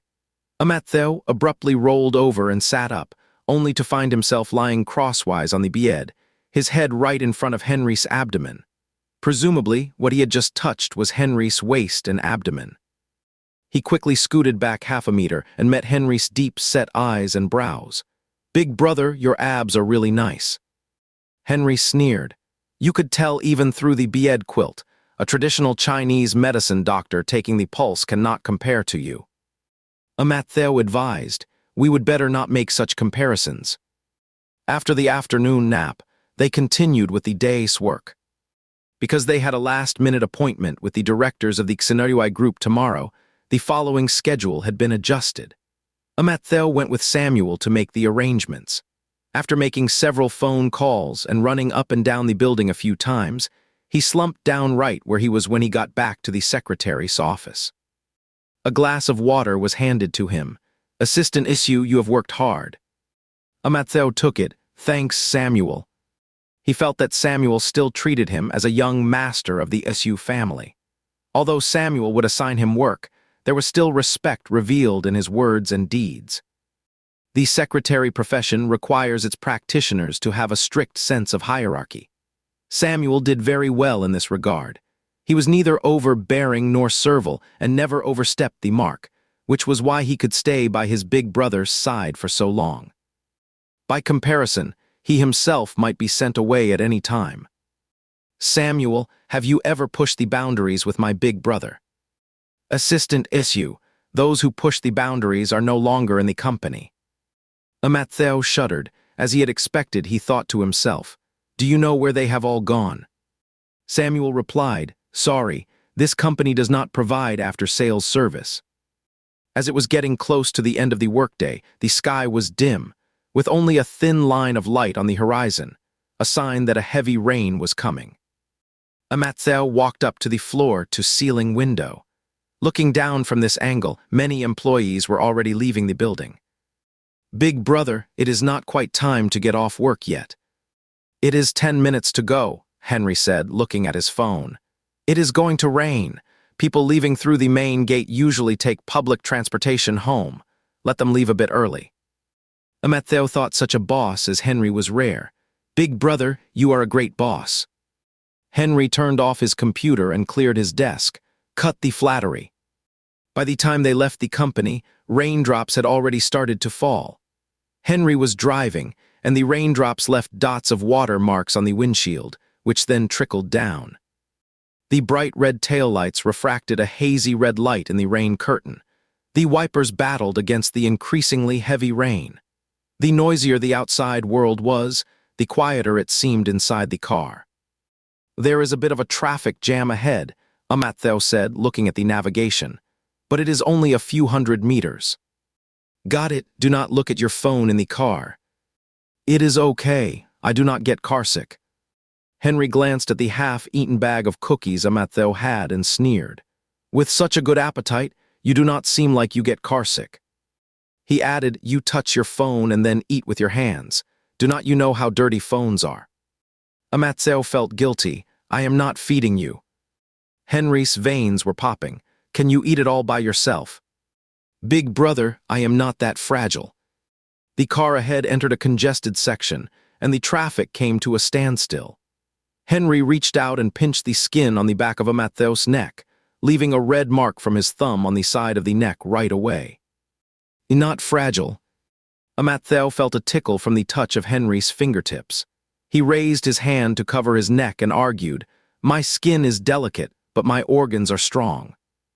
Why do not you say your spirit is invincible too?" The traffic was congested off and on. By the time the two of them got home, it was already 6:30. The garage was on one side of the mansion, a short distance from the main entrance. Henry parked the car, found an umbrella in the trunk and opened it. "Come here," he said. The two walked side by side into the rain. It was a single-person umbrella, and it was a bit difficult to completely cover two grown men. Matthew turned his head and saw that half of Henry's shoulder was soaked. He quickly grabbed Henry's wrist and moved the umbrella towards him. "Brother, your shoulder is getting wet," he said. Amid the noisy sound of the rain, Henry suddenly looked down at him, the emotion in his eyes hidden by his eyelashes. After 2 or 3 seconds, he turned his head back and pulled Matthew a little closer. "It is okay," he said. Today's rain was not as heavy as the last downpour. When the two entered the house, only their shoulders and elbows were a bit wet. Harper had already cooked and served the food on the table. Amelaye told Henry and Matthew to go upstairs and change clothes quickly. As they were going upstairs, they happened to meet Oliver coming down after changing. The three of them met on the stairs, their eyes met, and they all stopped in their tracks simultaneously. Oliver did not know what had happened yet. He was still immersed in the self-satisfaction of buying a bed for Matthew and turned his friendly gaze towards the latter. Matthew's first thought was that he had betrayed Oliver. He immediately looked nervously at Henry, his elder brother beside him. From the moment Henry saw Oliver, his gaze was like a tangible thing, staring at the other person motionless, giving a sense of an impending storm. The three people's gazes formed a one-way large triangle in the stairwell, which was somehow strange yet reasonable. Finally, Noah showed up and broke the tense atmosphere. He peeked up over the staircase railing. "Guys, Henry, Oliver, and Matthew, what are you all standing around for? The stir-fried rice noodles are going to get clumpy." After the family had dinner, Henry, who had been caught in the rain, went back to his room to take a shower. Matthew followed Oliver upstairs. He felt it necessary to talk to someone. "Second brother, do you want to come to my room?" the two said at the same time. Matthew said, "What?" Oliver looked a bit embarrassed. "I meant I moved the potokopus back. Want to come take a look?" Then he asked, "What were you going to say just now?" Matthew said, "Nothing. I was just going to say I did not see the potokopus." Oliver said, "So, you coming to see it?" Sure. Amatzao did not dare to bring up the other thing. That day, he was reminded of the fear of the Potokopus almost blooming right above his head. Oliver's room was simply and neatly decorated, without any extra ornaments. The little panda plushie lying on the sofa stool was particularly eye-catching. Amatzao took a glance. It seemed there were some rubbed-in fingerprints on it. The Potokopus had been moved back to the balcony, growing vigorously. Right below the balcony was the backyard. After autumn arrived, the yard scenery was a mix of dark brown, green, and yellow. The deep green of the Potokopus against the autumn colors was full of life. Amatzao held onto the edge of the flower pot. It is growing really well. His hands got a bit of the soil from the edge of the pot. Oliver turned around, grabbed a piece of paper, and gave it to him. Could you be more careful? Thanks, second brother. Amatzao wiped his hands. He would seen the Potokopus, and now both of them could not find anything to do for a moment. Oliver had just mentioned it casually, trying to find an excuse to ease the relationship. Before, when Amatzao was twisting the truth and acting fake, Oliver had wished to kick him out of the house. But later, Amatzao had sincerely apologized, and his behavior was getting better, so Oliver gradually forgave him. The only thing Oliver did not understand was, since they had made up, why was Amatzao much closer to the eldest brother and the third brother? Was it because he had been too fierce before? What do you think of that, Bied? Oliver asked. Amatzao had been spacing out, staring at the patterns on the flower pot. Caught off guard by the question, he blurted out, "It is comfortable to sleep on, but it is a bit too big." Too big? Amatzao came to his senses and tried to cover it up. A little bit, but it can fit nicely when put together with the eldest brother's Bied. Oliver caught the key words, put together. We sleep far apart. Do not worry, second brother, I will not crowd the eldest brother. That is not the problem, Oliver huffed, then choked back his words. Forget it, it is nothing. Amatzao could not figure out how his second brother managed to have a rapid shift among emotions like being conflicted, annoyed, and self-reproach in the blink of an eye. What is wrong, second brother? Just pretend I did not say anything. Now go back. Do not you need to take a bath? Oliver's words made Amatzao realize that the parts of his body that had been rained on were itching.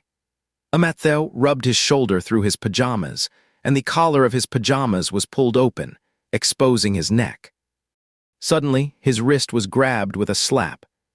Second brother, Amatzao looked up in surprise and met Oliver's disbelieving eyes. Oliver's gaze was straightforward and undisguised. The strength in his hand was so great that it almost pulled Amatzao forward a step, and he had to put one hand on Amatzao's shoulder to steady himself.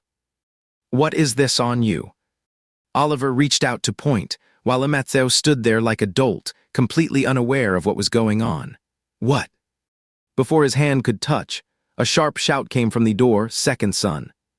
Amatzao and Oliver turned their heads simultaneously. They had not closed the door when they came in, and now Henry was standing at the door.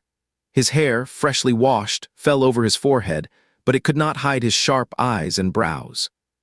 Henry walked in with heavy steps. Second son, what are you doing? Oliver's shock had not subsided yet, and being scolded made him immediately bristle. I haven't even asked you, big brother. What have you been up to? Amatzao was stunned by this inexplicable atmosphere. How come he had no idea what these two had done? But these two seemed to have completely grasped evidence of each other's misdeeds. Henry furrowed his brows. What do you mean? Oliver was a bit embarrassed, yet still held his ground, his eyes glancing at that red mark. Did you bully him? What did I bully him about? Oliver did not answer. Henry's gaze landed on their hands. Let go first. Only then did Oliver notice that he would left a red mark on Amatzao's wrist. He quickly let go. Henry said coldly, second brother, you can talk now. Oliver was uncharacteristically hesitant. His lips moved for a while, then suddenly he reached out to shoo Amatzao out. You go out first. I have something to talk to big brother about. Amatzao struggled. Why should I go out, second brother? He vaguely felt that he should be at the center of the matter, but he could not understand a single word Henry and Oliver were saying. How could this be? Could it be that he was really useless? Oliver pushed him out without further ado. Adults are talking, kids should not listen. Bang, the bedroom door shut. Matteo was left out in the hallway. Once the door closed, nothing could be heard from outside. Matteo, shoulders itched. He turned around and went back to his room to take a bath. After he finished and came out, Oliver's door was already open. Matteo stood at the door and peeked inside. Only Oliver was there. Henry had already left. He stuck his head in. "Second brother, are you done talking?" Oliver was startled. He suddenly stood up, his hands and feet seemingly at a loss. What did you talk about?" Oliver's eyes were fixed on the ground. "It is none of your business." Matteo peeked his head. "What the second brother means is, did you and the eldest brother just look at each other and then, out of the blue, start arguing?" Oliver said, "I just saw you had a bruise and thought the eldest brother hit you. The eldest brother explained just now that he accidentally pinched it. It is all good now." Matteo looked skeptical. "Really? If you do not believe me, go ask the eldest brother." He reluctantly accepted this explanation. "Second brother, do not worry. The eldest brother will not hit me. He will just make a couple of offhand sarcastic remarks at most." "I know." Oliver's neck was red. It was hard to tell what he was thinking. Matteo noticed his slipper bulging slightly. It seemed he was gripping the ground with his toes. He said goodbye considerately. "Well, I am going back then. Good night, second brother." After backing out of Oliver's room, Matteo sneaked off to Henry's room. After knocking on the door twice, Henry's voice came from inside. "Come in." He slid in through the crack of the door. "Eldest brother." Their eyes met, and the latter looked away. The suspicion Matteo had just pushed down shot right back up. "Eldest brother, why are not you looking at me?" At this, Henry turned back and looked at him leisurely. "Why should I look at you? Are you going to put on another show to liven things up?"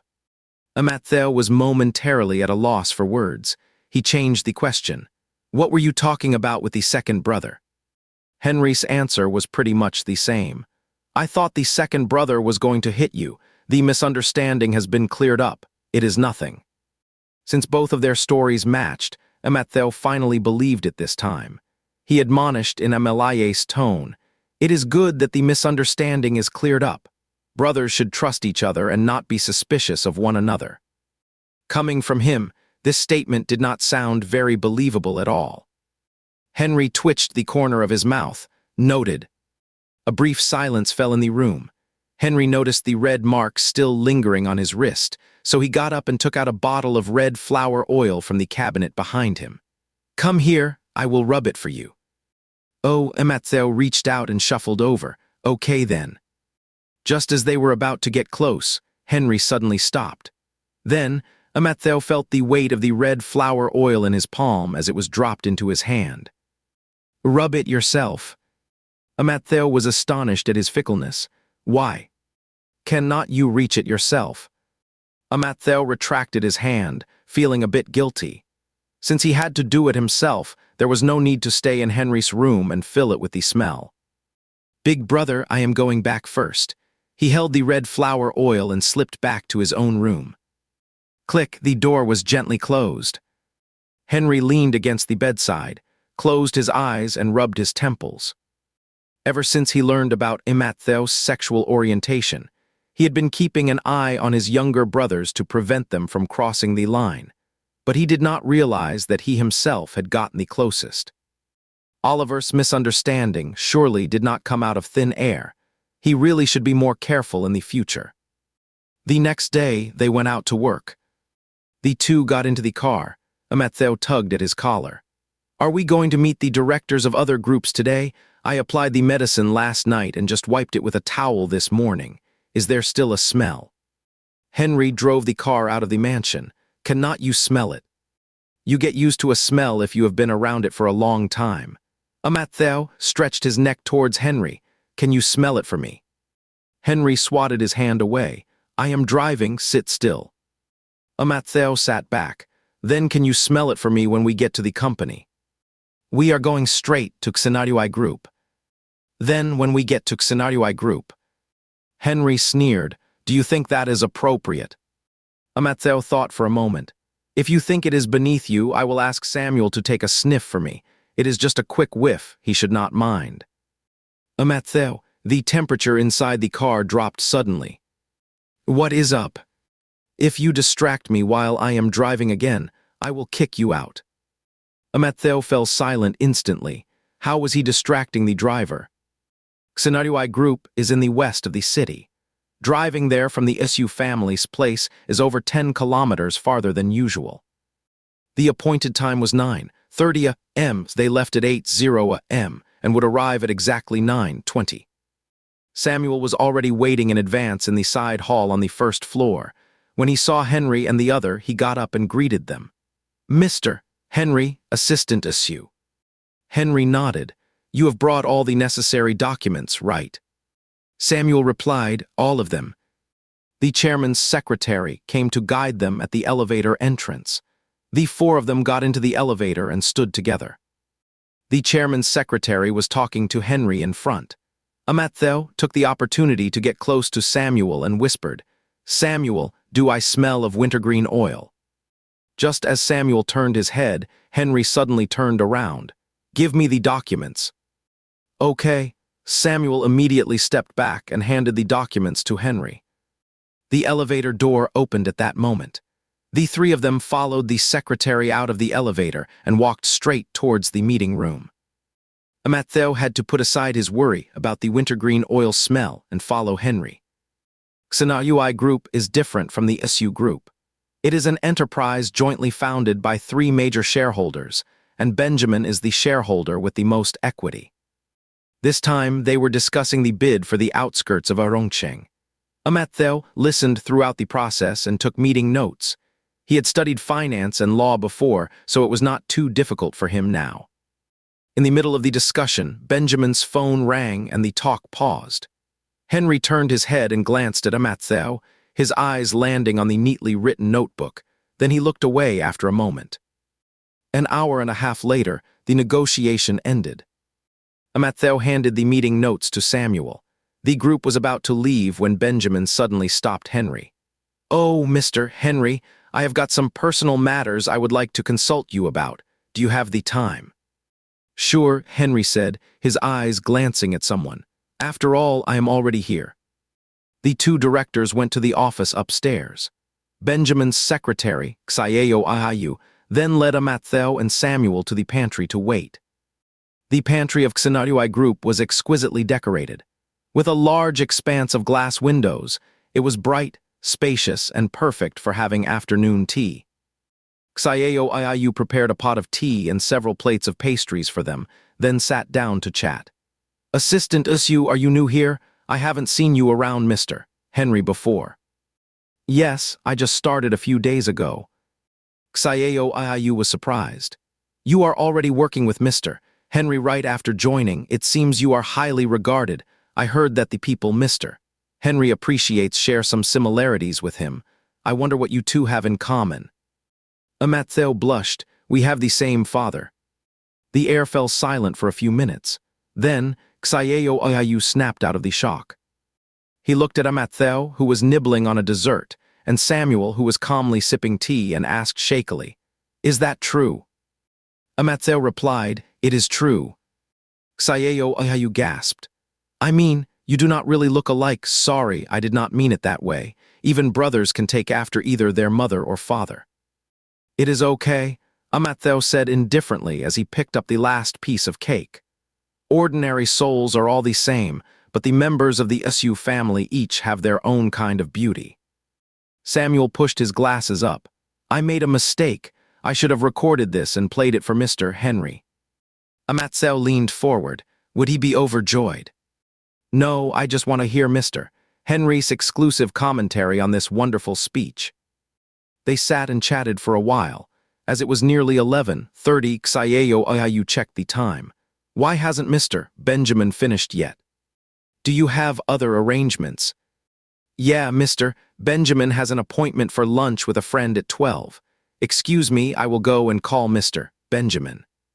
Just as Xiao Ahayu was about to get up, Benjamin and Henry walked in through the door. Henry's eyes landed on a stack of empty plates in front of Mattheo, and the corner of his mouth seemed to twitch. Xiao Ahayu stepped forward. Mr. Benjamin. It is okay, I remember. Benjamin raised his hand to stop him, then turned to Henry. I did not realize it was already this late. Well, Mr. Henry, if you do not have any plans for lunch, how about I invite you to have a meal together? He added, but I have also invited a friend. We are all in the same circle, I just do not know if Mr. Henry minds.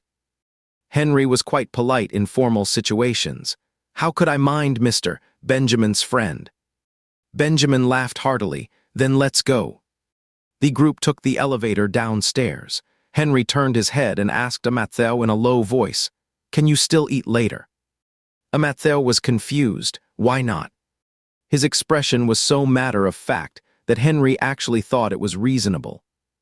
The atmosphere in the elevator was quiet. Mattheo wanted to get closer to talk, but as soon as the thought crossed his mind, he was suppressed by Henry's look maintain the superior subordinate distance. When the elevator door opened on the first floor, Benjamin took the lead and walked towards the side hall. My friend here makes friends easily. I am sure he would be glad to make friends with Mr. Henry too. Is that so? As they got closer, the situation in the side hall gradually came into view. The man standing aside was tall and slender, dressed exquisitely. Hearing the commotion, he turned his head and revealed a refined face. Mattheo was shocked in his heart. What a cursed encounter. At the same time, Henry stopped in his tracks. Benjamin did not notice the strange behavior of the two. He quickly stepped forward. William, a few more friends will join us for lunch today. You do not mind, do you? William's smile was as amiable as ever. Of course not. It is more like an honor for me. As he spoke, he turned to Mattheo. Right. Only then did Benjamin notice the expressions of the two behind him following William's gaze. What is going on? Do you two know each other? Mattheo did not dare to make a sound. The temperature around Henry dropped straight to freezing point. His eyes met William's. We have no connection. William stepped forward.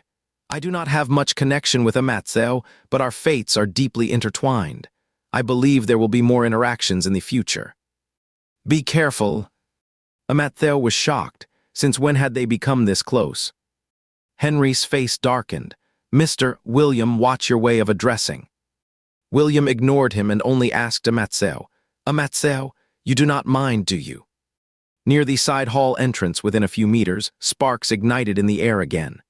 Seeing this, Mattheo quickly took a step closer to Henry and said to William, I am not good at social addressing. I will follow what my brother says. William's smile faded. The temperature beside Mattheo slowly rose. Benjamin looked at Mattheo in surprise upon hearing this. Before the negotiation, he did not care who Henry brought. He did not expect it to be the youngest son of the Isu family.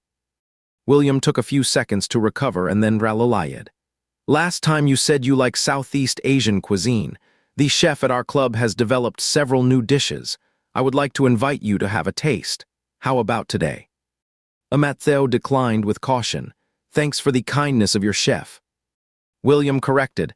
It is me who wants to invite you to taste. Would you be so kind as to honor me with your presence? Out of the corner of his eye, Mattheo could tell that Henry did not turn his head, but he felt Henry's eyes were always on him. William also looked over with a humble and polite expression. With such a good attitude, it seemed like it would be ungrateful to refuse again. Caught between these two gazes, Mattheo's tuft of hair seemed to curl up and not help. No one told him that being an assistant would involve all this. A hearty laugh suddenly broke the current stalemate. William, I am the host today. How about this? Since you two are fated, why not make an appointment for another time? Benjamin had been in the business world for decades, and his intelligence and EQ were on full display at this moment. You are all guests here. Anyway, I should play the host. Give me some face. William smiled. That is true. Benjamin turned his head. What do you think, Mr. Henry? Henry said calmly, Mr. Benjamin's face has to be respected. With Benjamin's mediation, both sides took a step back and walked out together. Amattheo felt the alarm was lifted and still remembered to maintain the distance between superior and subordinate, so he moved aside and distanced himself from Henry again. A hand reached out, grabbed the back of his collar and pulled him back. "Keep up. What are you running around for?" Amattheo replied, "Is okay." The place where Benjamin treated guests was a 4-star hotel behind the company. It was neither shabby nor overly formal, just right for entertaining friends. The group entered, and immediately a waiter came to lead the way. The hall had an elegant environment, with a ceiling of carved lanterns adorned with golden branches and green leaves, and koi swimming in the cold, smoke-filled pond at the bottom. Amattheo took a glance at the bottom of the pond. The golden-red koi wagged their tails nimbly, splashing a few drops of water. "Pretty, is not it?" William turned to look at him with a romantic look in his eyes. "Do you like it?" Before Amattheo could answer, Henry said casually, "Did not you just finish dessert? How are you hungry again?" Whether it was an illusion or not, he always had the feeling that Henry was taking a dig at him directly and subtly at Mr. William. After entering the private room, Benjamin sat in the host's seat. According to table etiquette, Henry should sit on one side and William on the other side of him. After Henry took his seat, Amattheo sat down next to him. But William walked towards the empty seat on the other side of Amattheo. "Today is a gathering of friends. We do not need to be so particular about the rules. I will just sit next to." "Samuel," Henry interrupted. Samuel understood and stepped forward to sit on the other side of Amattheo. He adjusted his glasses seriously and said, "Sorry, Mr. William. Assistant Usu has been on a long-distance trip today. He is so tired that his vision is blurry and he cannot lift his hands. He needs me to help serve the dishes." Amattheo thought to himself that no one had told him being an assistant would come with so many ailments. William then sat on the other side of Benjamin. Before sitting down, he said meaningfully, "Amattheo really has a smart secretary." Henry said, "The most important thing is that he knows the situation." Benjamin in the host's seat had already told the waiter to bring up sunflower seeds, ready to watch this palace intrigue, filled with veiled threats up close. The dishes were served quickly.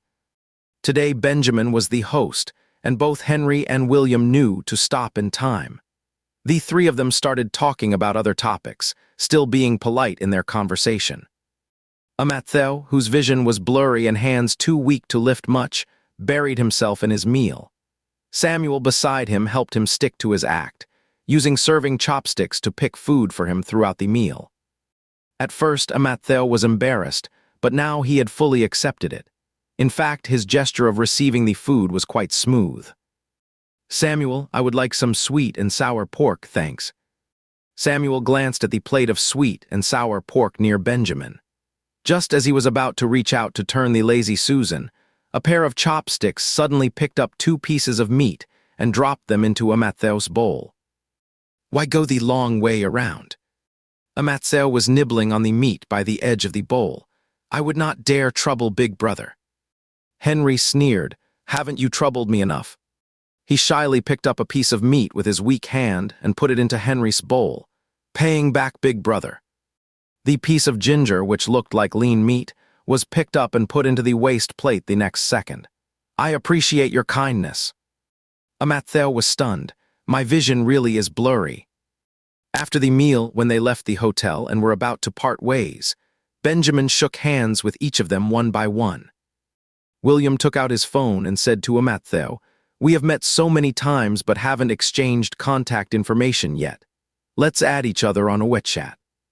As he spoke, the QR code was already in front of Amattheo. Benjamin chimed in from the side. "Yeah, that is right. Young people should make more friends." Under the death stare, Amattheo slowly fished out his phone and gave a soft beep as he scanned.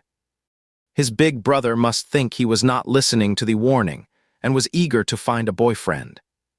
"What is Mr. William's full name?" William took out a business card from his upper pocket and handed it to him. "This is my name." Under Henry's sharp gaze, he said with tenderness, Remember it well this time. The writing on the business card was flamboyant. Amattheo deciphered the characters one by one. William. After having lunch, I went back to the company in the afternoon. Henry was kind enough not to assign any work to Amattheo. You can take the afternoon off, he said.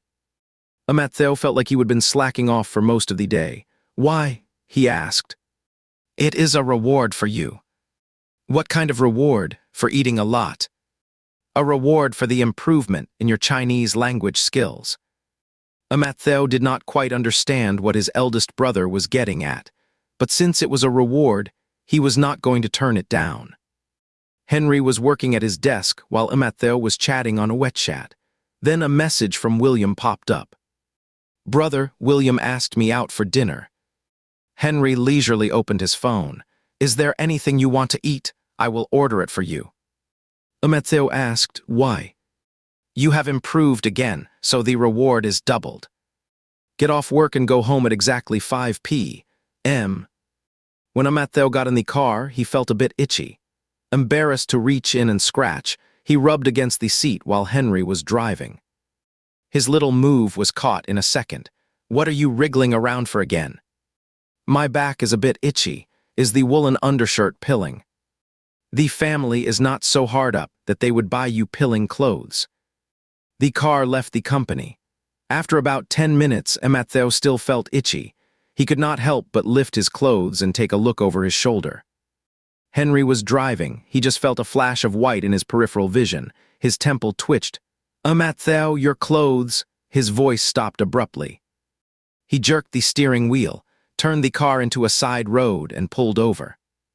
Henry grabbed Amattheo's hand that was scratching his back, his face turning serious. Are you allergic? Amattheo looked up, confused. Allergic to what? Henry did not want to waste words. He turned the car around and headed for the hospital. The municipal hospital, the most authoritative one in the city, was located in the city center. It was a 15-minute drive from here. Usually, you had to make an appointment and register to see a doctor. But Amattheo saw Henry just make a phone call, and when they got to the hospital, Henry led him straight to the consulting room. Amattheo was rubbing his itch through his clothes and muttering, Big bro, we are pulling rank again, Henry grabbed him and strode down the hospital corridor, his face extremely unpleasant. Shut up. After a series of examinations, it was already dark outside.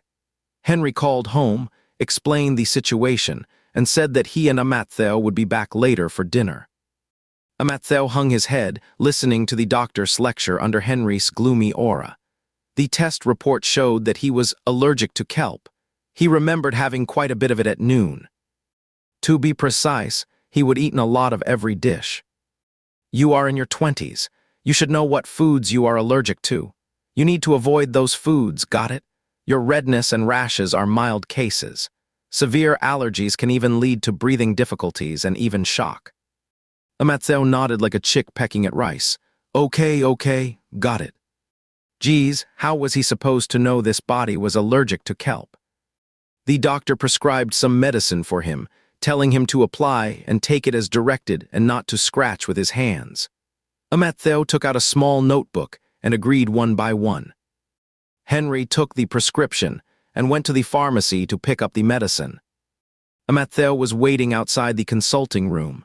When he looked up, he saw Henry walking over, carrying a plastic bag. His tall figure exuded a sense of pressure as he got closer. A big. With a rustle, the plastic bag was thrown into his arms. You did not know you were allergic to kelp. All you do is eat. You eat everything. Are you trying to kill yourself? Henry's face was frighteningly cold, and Amattheo fell silent instantly. In his memory, he had never seen his eldest brother this angry before. Not when he crawled out from under the bed, not when he poured a bucket of cold water over Henry's head, and not when they met William today. Only at this moment did it seem like a storm was brewing in Henry's eyes. Amid the surging air current, Amattheo hugged himself tightly. Big brother, if I do not apply some medicine to my skin soon, it will be like crispy pastry. The light in the underground garage was dim, and a light came on inside the car. Henry's words were harsh, but his actions were gentle. Amatheo lifted his shirt and turned his back to Henry, whining, "Brother, it is so itchy, can you press harder?" Henry said coldly, "Should I get a rake to scratch you some more?" Realizing he was in the wrong, Amatheo hung his head and obediently let Henry apply the medicine. For about 5 or 6 minutes, the inside of the car was quiet. Just as he was thinking about an excuse for not knowing about the allergen, Henry suddenly spoke. "I did not know you were allergic to kelp." Amatheo was stunned. What did Henry mean by that? Was he blaming himself for not paying enough attention to him? Or did he think that if he had known, Amatheo might not have had an allergic reaction? He waited for Henry to continue, but this time Henry said nothing. They remained silent all the way home. Amatheo was surrounded by Noah and his wife, who had heard the news and were waiting in the living room, and his second brother. Through the gaps between them, he saw Henry's back as he went upstairs alone. Noah and his wife looked at the red rash on Amatheo's back. Seeing that the medicine had been applied, they felt relieved. Amelaye felt sorry for him. "Why did not you watch what you ate? You knew you could not eat kelp, right?" The couple and Harper, who did the cooking, knew about the allergies of this body. Amatheo did not know, and the 3 brothers of the Sioux family, who did not get along well with the original owner, did not know either. Oliver tilted his head and watched for a while, searching for the right words for a moment. "Well, you should eat something lighter." "Okay, second brother." Amatheo glanced towards the stairs again, but did not see Henry coming down. Remembering Henry's back view, he said, "I will go upstairs and change first." When he reached the second floor, Henry's room door was slightly ajar. Amatheo knocked and slipped in. "Big brother." Inside the room, Henry was still wearing the clothes he would worn when going out today. He stood with his head down in front of the desk, lost in thought. Hearing the sound, he turned around. "What is up?" Amatheo said, "Change your clothes so we can go downstairs for dinner." Henry moved his feet. "Got it." Amatheo stole a peek. Henry's expression was normal, showing no signs of anything unusual. He probed, "Big brother, why did you go upstairs alone just now?" Henry replied indifferently, "Should I stay and join them in surrounding you? Are you a bonfire?" Amatheo thought, seemed like he was overthinking. Right, his allergy was not Henry's fault. His big brother did not need to blame himself. When Amatheo changed into his pajamas and went down to the dining room, Oliver was already sitting at the table. "Second brother, haven't you eaten yet?" "I am here to keep an eye on you." Amatheo thought. His second brother's way of showing kindness was really hard to take. Harper reheated the food and placed it on the table. One side had spicy boiled fish, stir-fried liver and kidneys, and stewed beef. The other side had rice porridge and stir-fried vegetables, clearly divided.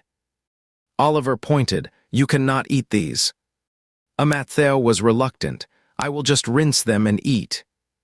Suddenly, a hand reached out from behind, picked up the spicy boiled fish and stewed beef, and took them into the kitchen. After removing several dishes, Henry sat back at the table. "Eat." Oliver said, "Big brother, why did you take them all away? You do not need to avoid these foods." Henry shot a glance at him and said, "Are you here to make sure he eats light food, or to encourage me to indulge in rich food?" Amatheo tossed and turned like a caterpillar all night. Before going out the next day, Noah stopped him and said, "Amatheo, you might as well rest at home today instead of going to work." Amatheo turned his head to look at Henry, who happened to be looking down at him. There was no sign of displeasure on Henry's face, as if he had no opinion on whether Amatheo went or not. "No need, I will just go with big brother."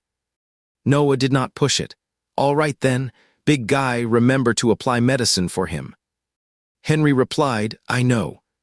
Having just discussed the Urongcheng project yesterday, as soon as Henry arrived at the company, he went downstairs to have a meeting with the relevant departments.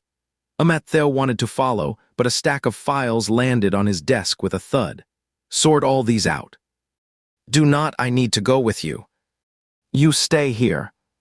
Amatheo sighed. This is like keeping someone in a gilded cage. Then he realized belatedly, Did I use the idiom wrong again? Unusually, Henry did not bring out the Xinhua dictionary. I think you are quite delicate. Once Henry left, only Amattheo was left in the office. It was too quiet in the large space. Amattheo worked for a while, then could not help taking out his phone to check. There were 2 new WeChat messages. He clicked and found they were from Theodoi. Theodoi, little bro, did you get an allergy? Theodoi, are you better? Send me a photo. I will ask my friend majoring in medicine to prescribe some medicine for you. Amattheo marveled at how well informed his third brother was.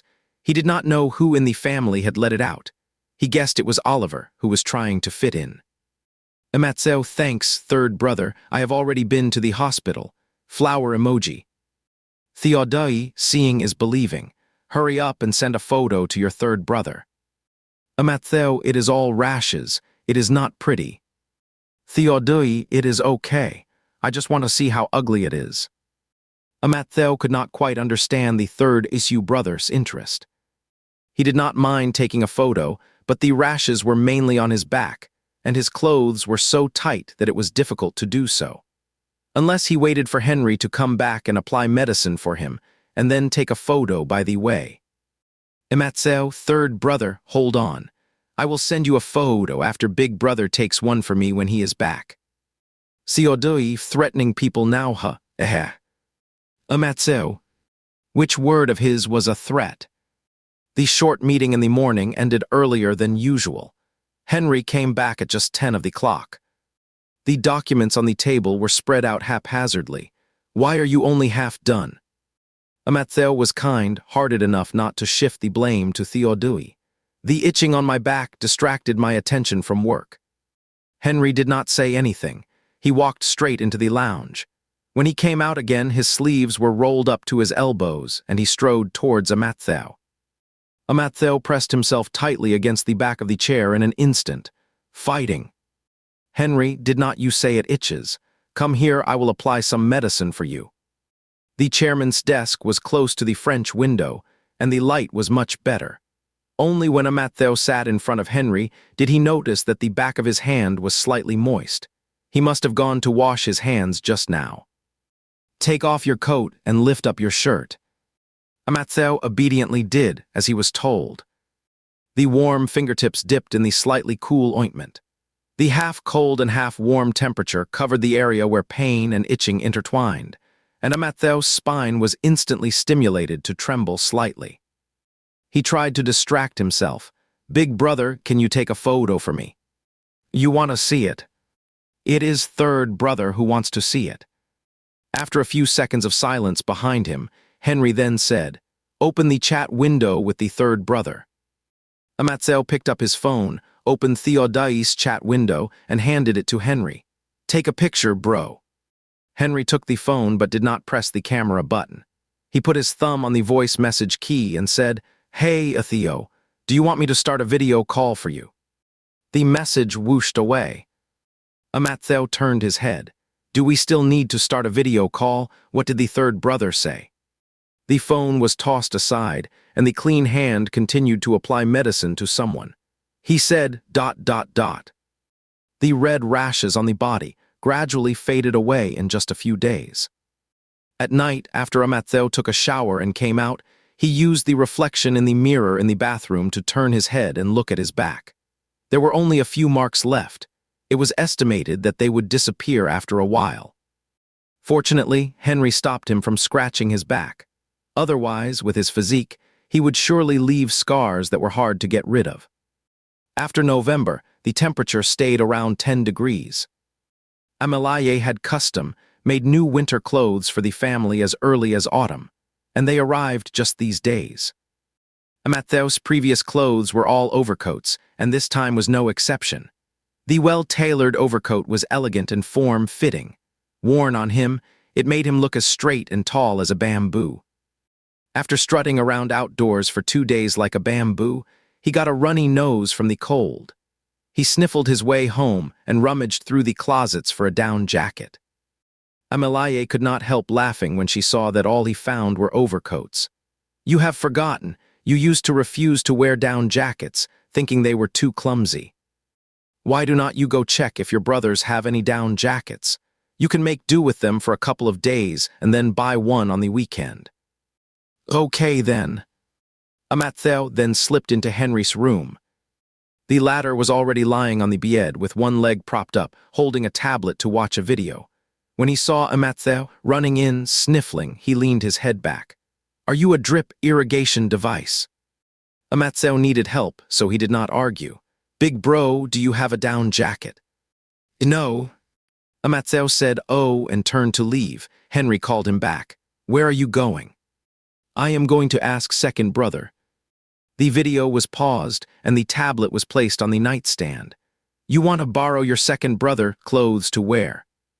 I borrowed your clothes before, big brother. I will buy some for myself this weekend. Henry sneered. He is much taller and bigger than you. You want to wear his. If you wear it to the company, people might think we are collaborating with Michelin tires. The mental image was too vivid. Matthew sniffled and went back. He thought he would just endure it a bit longer. By the weekend, he would buy a dozen down jackets. The next day when he went out, Amelie could not help but exclaim in surprise when she saw he was still wearing a coat. Did not you borrow your brother's clothes? Matthew buried his head in the thick scarf, a tuft of unruly hair on top of his head looking like a bonsai. They are too big. Ah, right. Amelie turned around, grabbed a few warm baby patches from the room and stuffed them to him. Make do with these for now. There is heating in the car and the office. You will only feel cold on the way before getting in the car. Matthew was not a fussy person anyway. Thanks, Mom. The heating in the office and the car was on full blast all day. Matthew's frozen soul was slowly coming back to life. When it was almost time to get off work, he stood in front of the French window, looking down at the ant-sized passers-by downstairs. Big brother, do you think they are all shivering from the cold? Henry did not want to play along. I do not have your good eyesight. Once they got in the car, the heating system was turned on right away. Henry frowned. Are you really that cold? Matthew nodded, freezing cold. The trembling voice was convincing. The hot air in the car was turned up to the maximum, and the windows were shut tightly, blocking out the cold air from outside. The private car drove along the main road. After about 10 minutes, it stopped again. Matthew looked at the big mall outside the window, a bit dazed. Big brother. Henry unbuckled his seatbelt. Get out. Ise is the largest international trade center in the city. All major brands have physical stores in it. The mall has the heating on, and the light gray marble floor is so shiny that it can reflect people's figures. There are floor guides at the elevator entrances. Matthew followed Henry directly to the 4th floor and entered a men's clothing store. His eyes fell on the logo at the store entrance. This brand looks so familiar. Henry calmly reminded, you used it to wipe your head. Henry did not realize at all that he had caused a huge shock. He lifted his chin, motioning for Matthew to look at the down jackets. There is a row over there. Buy whatever you want. Matthew slipped over under the eager gaze of the clerk, picked out a few that looked very warm and held them in his hands. These will do. Okay. The clerk took them and placed them in front of the cash register to count one by one. Henry stood aside waiting. His gaze accidentally swept over the row of clothes racks just now and suddenly stopped. He stepped forward, took out one of them, turned around and held it against Matthew. Try this one. Matthew took it. It was a pure white down jacket with gray-black fur on the hood. He put it on and zipped it up. As soon as he looked up, a pair of hands put the hood on his head. Matthew said, Big brother, what are you doing? Some soft black fur stuck out from the white mass, like a sesame-filled glutinous rice ball that had leaked its filling. Noah's description would be a bit more apt. Henry looked down. This suits you. After getting back in the car with the shopping bags, Henry started the private car and drove back. Matthew went back wearing that white down jacket directly. He huddled himself in the gray-black fluff, feeling that all the warmth of his body was contained. He took a look at himself in the car window. It did look good, but he looked good in anything. He still could not figure out what Henry meant by suits. Big brother, why do you think this suits me? The private car drove out of the parking lot and jolted on the speed bump. Do not you think you are showing your true colors? Mattheo's heart skipped a beat. Like a burst glutinous rice ball. His heartbeat slowly returned to normal. Mattheo huddled deeper into the fluff. He was startled. So it was about him looking like a glutinous rice ball with its filling showing. He had thought Henry had seen through him. But thinking it over, he had let out quite a few telltale signs these days.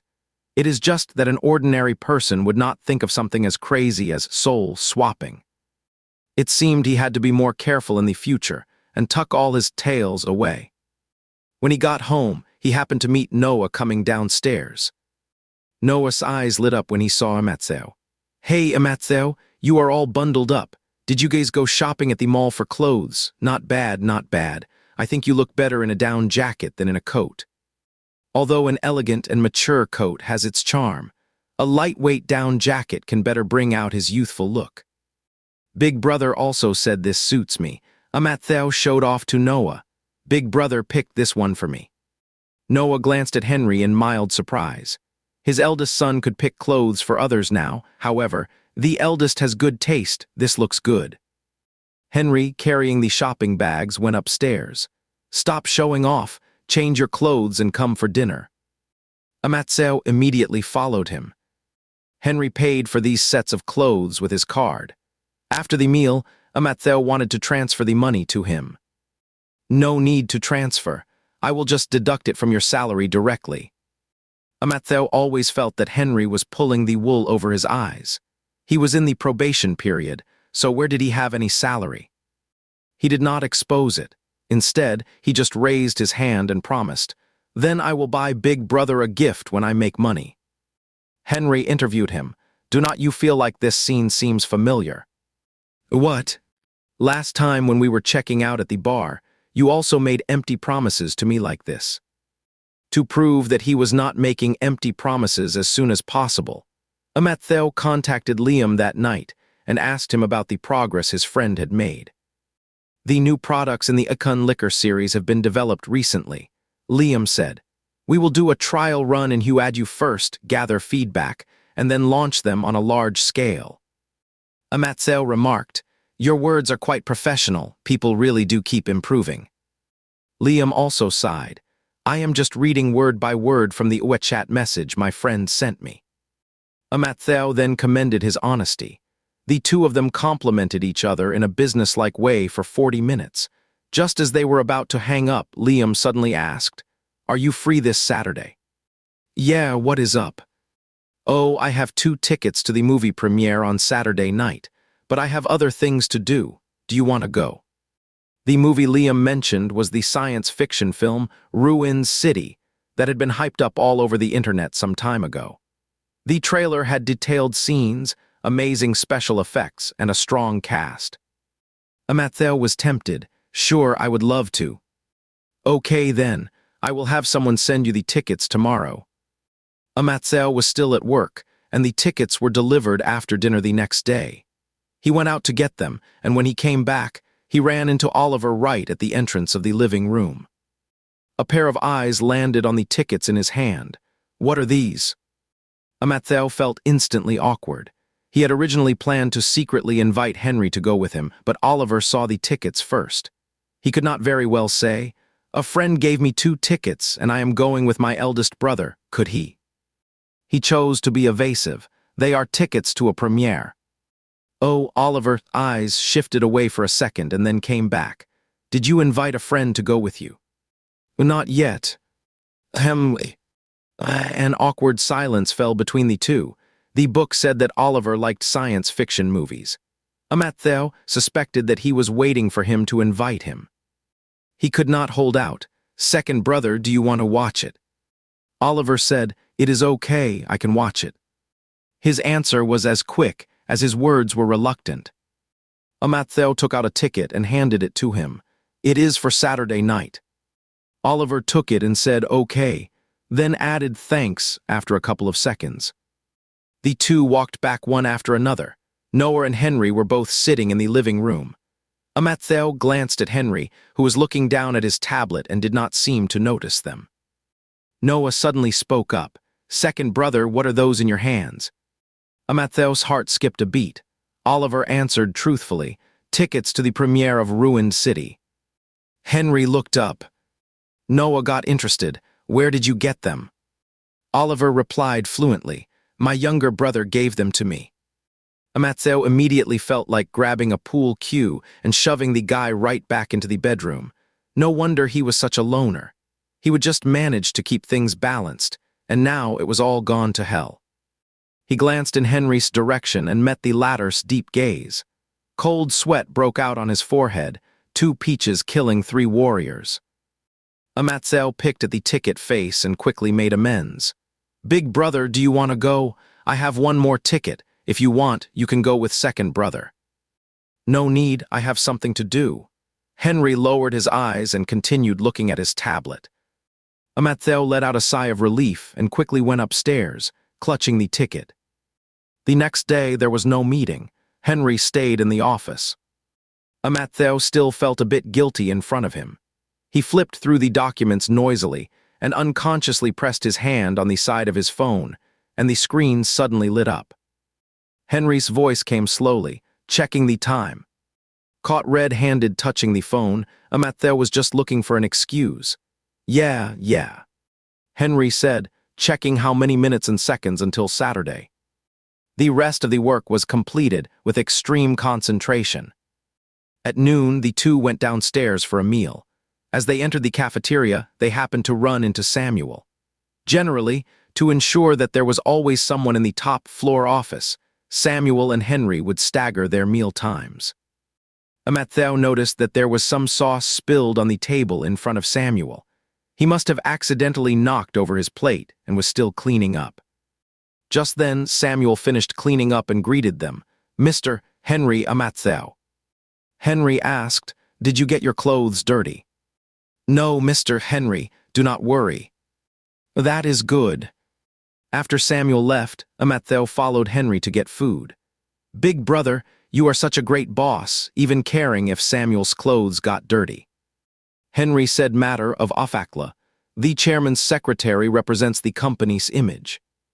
"What about me? What does the chairman's assistant represent?" "It shows that the company's power hasn't fallen into the wrong hands." It rained during the day today, and the air became bitterly cold and damp. When work ended at 5 of the clock, Mathieu pulled his hat down, only showing half of his face. With the fluff from the hat in his line of sight, he almost bumped into the doorframe when he went out. Henry grabbed the brim of his hat and pulled him forward. "You are so afraid of the cold. What are you going to do on Saturday?" Mathieu was dragged along, gliding freely and carefree. "It is okay. I have checked the temperature. It is about the same as today." Henry sneered. "Do you think you can wear a down jacket to the premiere?" Click, Mathieu froze. He had only been thinking about watching the movie and completely forgotten that the premiere was a formal occasion. He thought carefully. "Maybe I can put the down jacket inside first, and then wear one of your formal suits over it." "What, do you want to compete with the film crew for the trending topics?" His initial plan was shattered. On Friday night, Mathieu started stocking up on heat packs and found the sweaters and thermal pants to wear under his formal clothes the next day. His bedroom door was half open when someone suddenly knocked on it. "Knock, knock." Mathieu, rummaging through the wardrobe, turned his head. Henry was leaning against the doorframe, looking at him lazily. "You are going to the movies with the second brother tomorrow, so excited." Mathieu could not shake the feeling that there was something off about his words. "I am worried I will not be able to stand the cold tomorrow." "If you are afraid of the cold, you do not have to go. The second brother will understand. He will not mind." "I would better go. The tickets were given by Liam, and it would be a waste not to use them." Henry stared at him for a moment, then turned to leave. Mathieu called out to him, "Big brother, are you really busy tomorrow night?" "Why are you asking?" "Nothing, I'm just showing my concern for you, big brother." There was a few seconds of silence between them. "Yes. The premiere is at 6 p.m. on Saturday. We need to enter the venue half an hour in advance." This time is neither too early nor too late for Matthew and the others. It takes an hour to get there from the SU residence. If we want to have dinner at home, we have to start dinner at 4 p.m. and leave at 4:30 p.m. If we wait until after the premiere to eat, it will be 8 or 9 p.m. Oliver looked at the map on his phone. There is a Cantonese restaurant nearby. We can leave at 4 p.m. and arrive there at 5 p.m. just in time for dinner. Then we can enter the venue after eating. Matthew was still tugging at the warm baby under his clothes. Okay then. It was almost 4 p.m. by now. After they finished packing, they got ready to go out. Matthew was changing shoes at the entrance. He turned his head and saw Henry leaning against the corridor, scrolling through his phone. "Big brother, do not you have something to do tonight too? When are you leaving?" Henry's hand paused while scrolling through the phone. "Later." Oh, Matthew stood up after putting on his shoes. The warm baby on his back seemed not to be stuck firmly and slid down his spine. He reached back and patted it. This piece does not stick well. Oliver was standing right next to him. Seeing this, he reached out and pressed it for him. "Is it okay now?" "Thanks, second brother." Oliver pushed open the door and a gust of cold air rushed in. Matthew shrank his neck. He turned his head to say goodbye to Henry, only to find that there was no one at the corridor anymore. Oliver said, "Shall we go then?" Matthew quickly caught up. It was his first time riding in Oliver's car. The tough off-road vehicle had a high chassis, providing a great view when seated, which was very much in line with the owner's style. Henry drove smoothly, Oliver drove steadily, and Theodore drove as if he were racing the traffic police. Matthew had experienced all of them by now, and still preferred riding with Henry the most. After the car had been driving for about 10 minutes, Oliver's phone rang. His phone was connected to the car's Bluetooth device, and Matthew saw that the caller was Henry. Oliver could not spare a hand. "Answer it for me." Matthew reached out and tapped. With a beep, the call connected. After a 2-second pause, Henry's voice came through the car. "Second brother." Oliver was focused on the road. "Big brother, what is up?" Matthew listened obediently to the conversation between the two, not making a sound. "The place where I am handling business is very close to you guys." Henry's voice had some static and a bit of a waver. "I will have dinner with you guys." The call ended. Matthew started chattering. "What business does Big Brother have to attend to? If it is close, he should have gone out with us just now." Oliver said he did not know. Maybe the place was changed last minute. That makes sense. There was no traffic at this time, and they arrived 10 minutes earlier than expected. Sue's Cantonese restaurant was located on the second floor of the commercial street. It had wooden doors, white stone tabletops, and small orange lanterns hanging up, looking clean and cozy.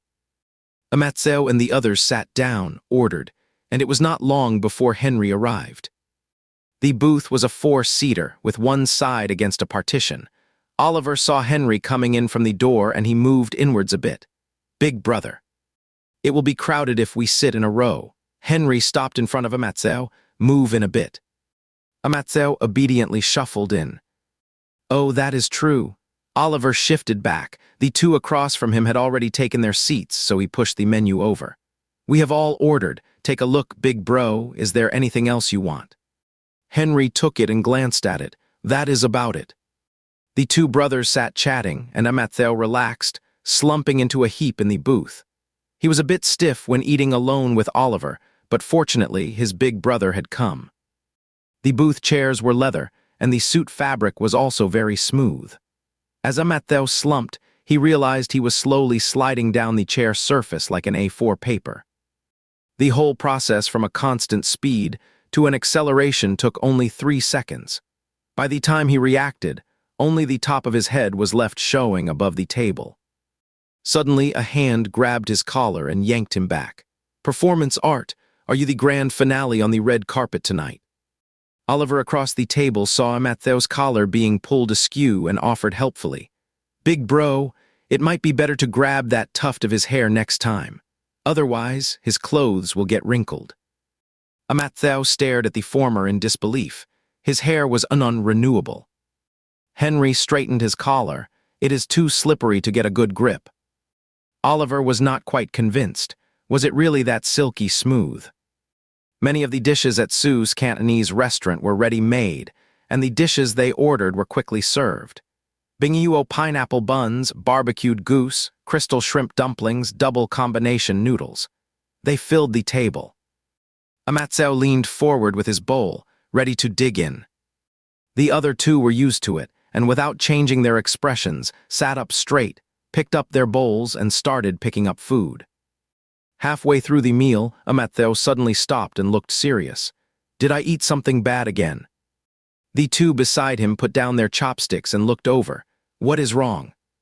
I feel like my stomach is getting hot and cold. Henry's eyes fell on his slightly bulging belly. As the latter took deep breaths, the belly rose and fell, getting closer to and then away from the shirt. Henry calmly retracted his gaze. You have eaten too much. Amatseo asked, why? A hand pressed on the hot pack on his abdomen. Is this the kind of heat you are feeling? Amatseo shyly picked up his chopsticks and continued eating. There were still 20 minutes until the premiere entrance. They would leave soon after eating a bit more. Big brother, where are you going to handle business later? Oliver asked. Will you come with us after you are done? Just nearby. It depends on the time. Let me know when you are finished. Okay. The three of them left the restaurant. Amatseo waved to Henry. Bye, big brother. Wish you all the best with your business. Henry looked at him. Go ahead. Amatseo felt the response was not appropriate. Big brother, you should say, wish you a good time watching the movie. Henry sneered. You do not need my wish. You already seem pretty happy. Amatseo grinned sheepishly. Ahehe. With 10 minutes left until entrance, the three did not chat much and parted ways. Amatseo walked dozens of meters. When he was almost at the street corner, he turned his head and took a look. Henry was still standing at the restaurant entrance. Most of the premiere guests were actors, media, and top executives of entertainment companies. The venue was well equipped, and beautiful people gathered there. The two brothers of the Isu family were outstanding in appearance and figure. Standing among the crowd, they did not get overshadowed at all. Instead, they attracted quite a few glances. It was not until the two sat down in the auditorium that the glances gradually faded away. Amattheo's mind was still filled with Henry's profile. He quietly asked Oliver for advice. Second brother, if you finish a meal with friends and they all leave but you do not, why do you think that is? Oliver thought for a moment. Maybe I did not get enough to eat and want to go back and continue eating after they leave. Amatheo was suddenly enlightened. The premiere included media interviews, crew promotions, on-site interactions, and finally, screening movie clips. In the pitch-black environment, the light on the big screen flickered. The tense rhythm, accompanied by mixed sound effects, stimulated people's senses. The screening ended before half of the film was shown. When the lights came back on at the scene, everyone still wanted more. Oliver looked really excited, with the back of his neck all red. As they left the venue, Amatheo felt that Oliver was incredibly friendly to him. He even asked on his own initiative, "What do you like? I will treat you next time." Amatheo daydreamed, is there a kind of party where you do not have to socialize, just eat and drink without a care in the world? Oliver thought seriously for a moment. Was not that just a buffet? After they went out, Oliver sent a message to Henry. The other side replied quickly, saying that he was done too and they could go back together. They waited at the entrance of the mall for about 10 minutes. Then Henry walked over, wrapped in the cold chill of late autumn. Amatheo smelled a faint coffee scent on him. He must have been sitting in a coffee shop for a long time. "Big brother, did you finish your business?" Henry gave a hum. Amatheo sensed that he was not in a very good mood. Guessing that things might not have gone well, he did not continue the topic. The three of them walked towards the parking lot together. The two cars were not parked together. Oliver turned to ask him, "Whose car are you taking?" Henry had already walked 3 or 4 meters towards the other end. Amatheo quickly said, "I will still take Big Brother's car, I am used to it." Oliver did not care. "Okay." Henry's steps of leaving paused slightly, then slowed down until Matthew, with a tuft of unruly hair, caught up with a patter. It was almost 10 of the clock when they got home. Oliver greeted the two of them and went upstairs to take a shower. Matthew clung to his big brother. "Did you not have enough to eat tonight?" Henry said, "Not bad. He always only ate until he was about 70–80% full for dinner." Matthew gradually tried to open up his heart. "Do not be shy. I know you did not have enough to eat tonight." He even wanted to secretly order more food, and I caught him. Henry did not know where he got such an idea. "Who told you?" Matthew said, "How about I make you some noodles?" The second half of the sentence stopped abruptly. Henry put his hands in his pockets and was silent for a moment. "Whatever." The water in the kitchen was boiling, and the white mist drifted out of the boiling pot. The white lamp shone on half of Matthew's focused face, which was hazy and soft through the curling smoke. After changing his clothes, Henry came down and leaned against the kitchen door, watching him. Watching how he knocked the eggshell into the pot. "Are you trying to give me calcium?" Perhaps he was tired today, so his tone was very soft. Matthew clanged with a spoon to fish out the broken eggshells. Even the most perfect work has flaws. Henry squinted and carefully searched for which bit of foam in the pot reflected the word perfect. The noodles were out of the pot, with sesame oil, scallions, garlic, sauce, vinegar, and chili added. Although they did not look good, they smelled delicious. Matthew brought the noodle bowl to the dining table. "Big brother, come and eat." Henry took a pair of chopsticks and sat down. Matthew sat next to him, chin in hand, looking at him. The heat was curling between them, and the white smoke slowly spiraled up above their heads, enveloped by the orange light. Matthew suddenly thought this scene was very warm. "Big brother, does it taste good?" Henry said, "Not good." The warmth dissipated in an instant. Seeing Matthew's expression change, Henry, rarely softening his stance, tried to make up for it. "But this bowl of noodles is really festive." Matthew perked up. "How is it festive?" The knotted noodles were picked up by the tip of the chopsticks. "Look, it is like a Chinese knot." In the end, that bowl of noodles with eggshells and Chinese knots was eaten clean. Matthew followed Henry upstairs. Seeing that Henry's mood had improved, the tuft of hair on his head slowly stood up again. Saying he was not hungry, but he really needed his considerate little brother to feed him after all. The two separated at the door of the room. Matthew reminded, "Big brother, if you are hungry or thirsty in the future, you can tell me. I will make sure you are well fed." Henry's mouth seemed to twitch. The tuft of unruly hair was gently tugged, spouting nonsense. By late November, the temperature had dropped below 10 degrees Celsius. When Noah came home in the afternoon, he was carrying a live, soft, shelled turtle in his hand. Amelaye was startled. "Where did you get that?" "Arason set up a farm. He took me to see it today and let me bring one back. He carried it into the kitchen and told Harper, 'Stew this soft, shelled turtle for dinner. It is getting cold and we should have some nourishment.'" "Sure, okay." At dinner, the deliciously stewed soft, shelled turtle in the middle of the table full of dishes was particularly eye-catching. Harper was a good cook. The stewed soft, shelled turtle had a thick soup, with a layer of shiny oil floating on top, making it look very appetizing. Matthew leaned over with a small bowl in his hand. Noah could not help but laugh when he saw Matthew's eyes glued to the turtle.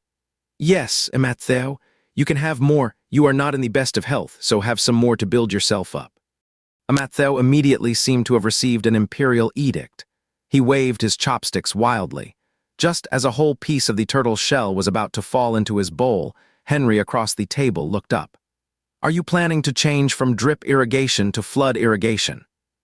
Matthew's chopsticks stopped in mid-air, looking confused. The sociable Oliver spoke up to translate. "Eat too much and you will get a nosebleed." The tip of the chopsticks trembled, and the turtle's shell changed direction and fell into Henry's bowl. "Big brother, you have it."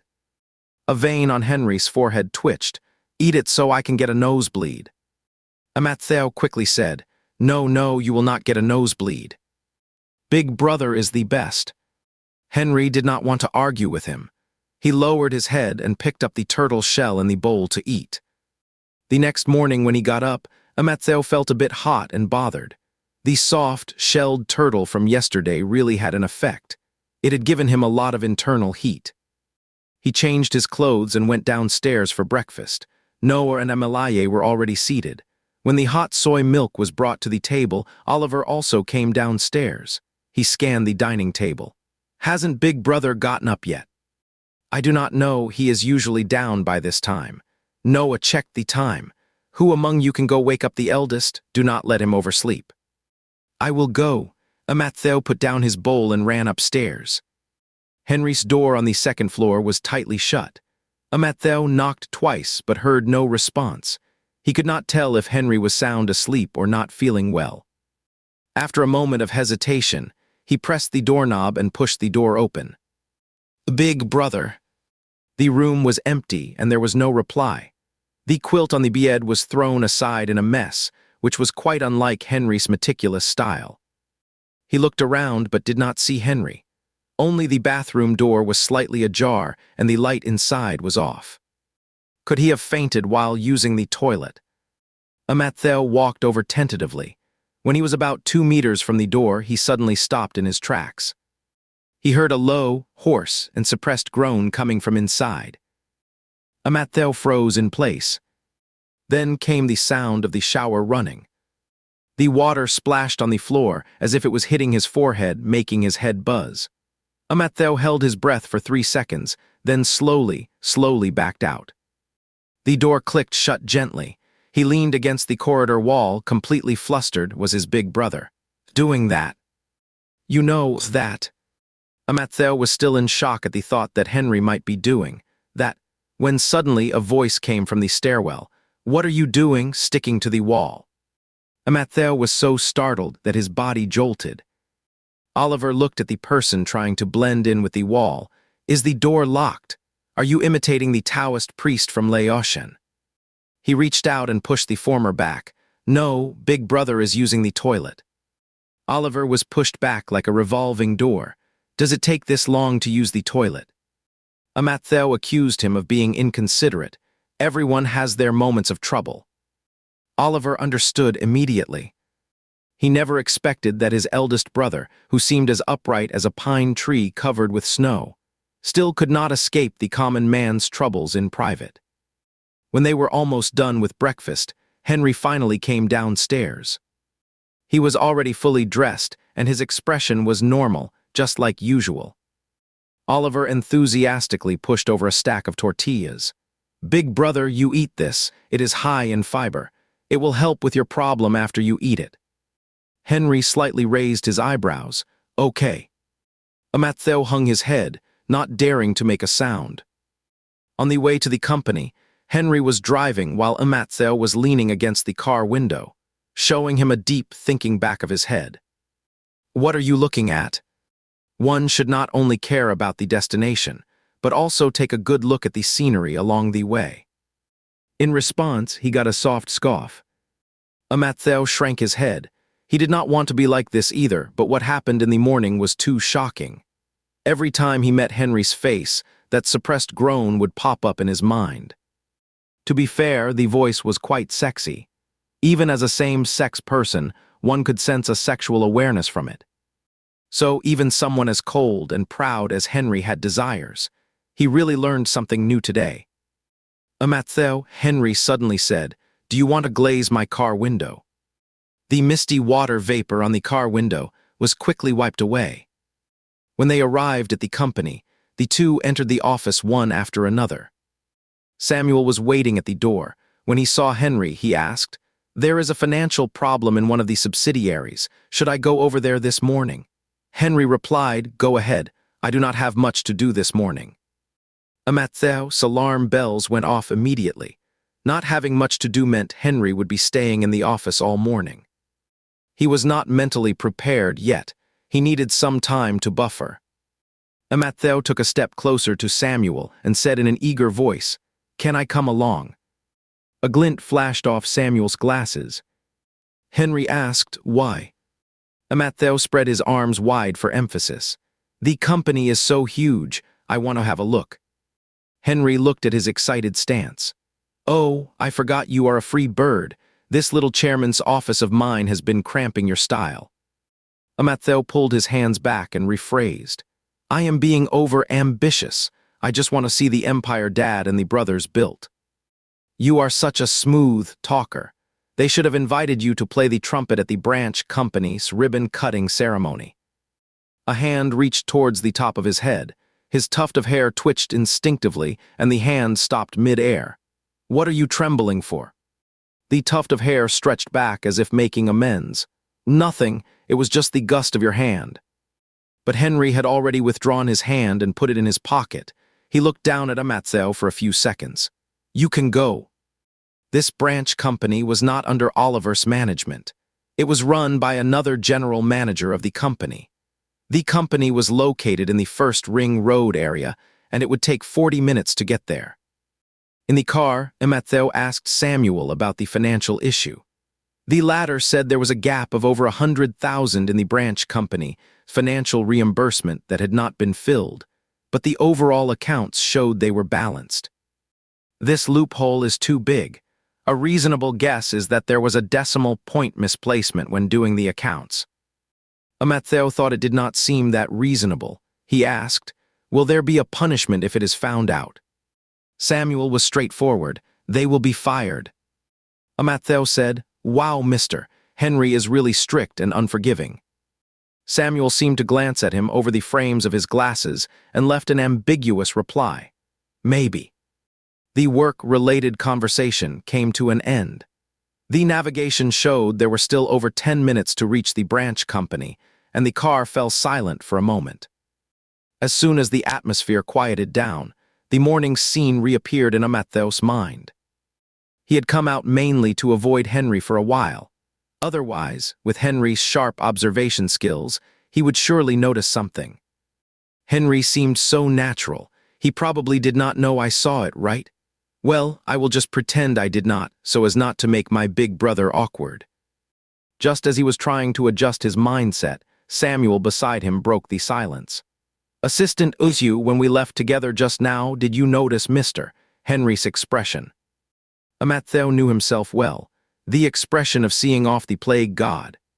Samuel said, "No, Ahehi." Matthew was stunned. Since when did Samuel learn to sneer like this? Samuel stated, "I mean Mr. Henry's face was like Ahehi. His big brother must think he is an ungrateful brat. After having a good meal, he ran off with Samuel again. But actually, he is a caring guy. He just ran out to deal with his psychological issues." Matthew said, "Samuel, a friend of mine, has a question." "Sure, Assistant Uzyu, what is your friend's question?"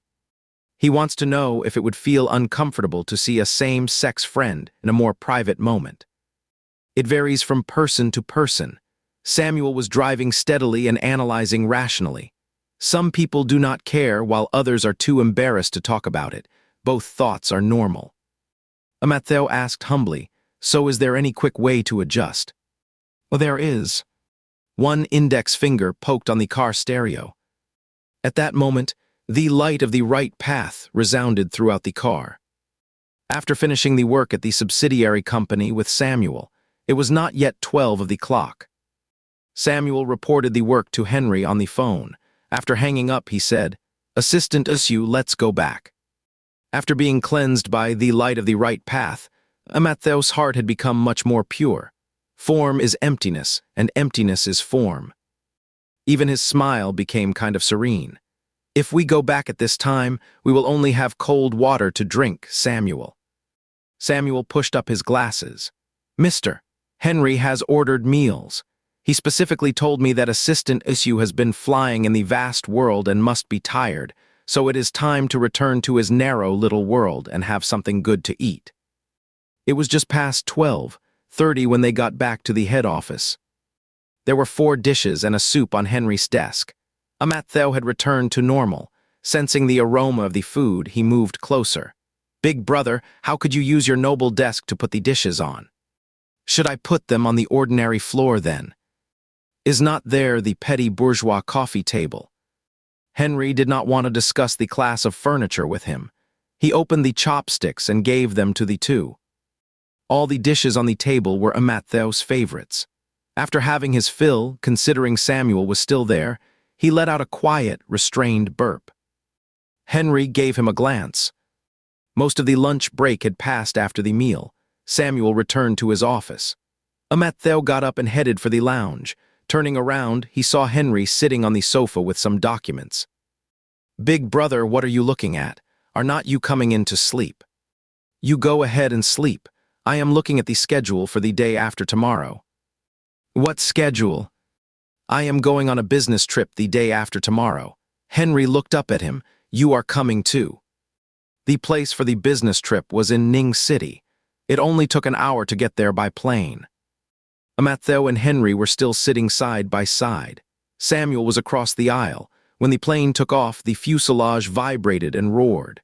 Matthew wanted to grab Henry again, but when his hand was about to touch him, he grabbed Henry's wrist instead.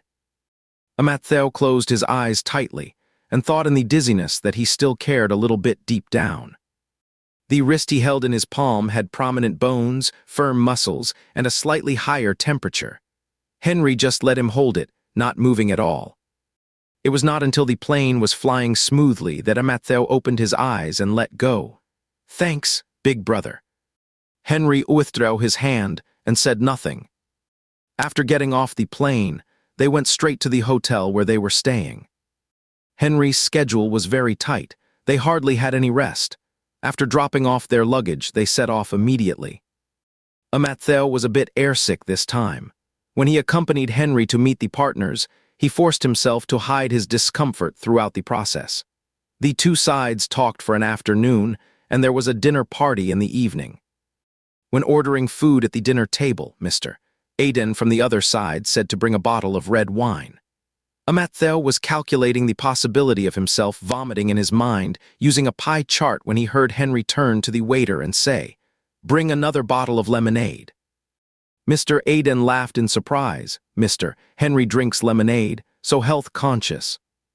"I am a bit uncomfortable just after getting off the plane. I will have some lemonade to soothe my stomach first. I will drink to my heart content with Mr. Aiden when the red wine comes." "Oh, you should have said so earlier.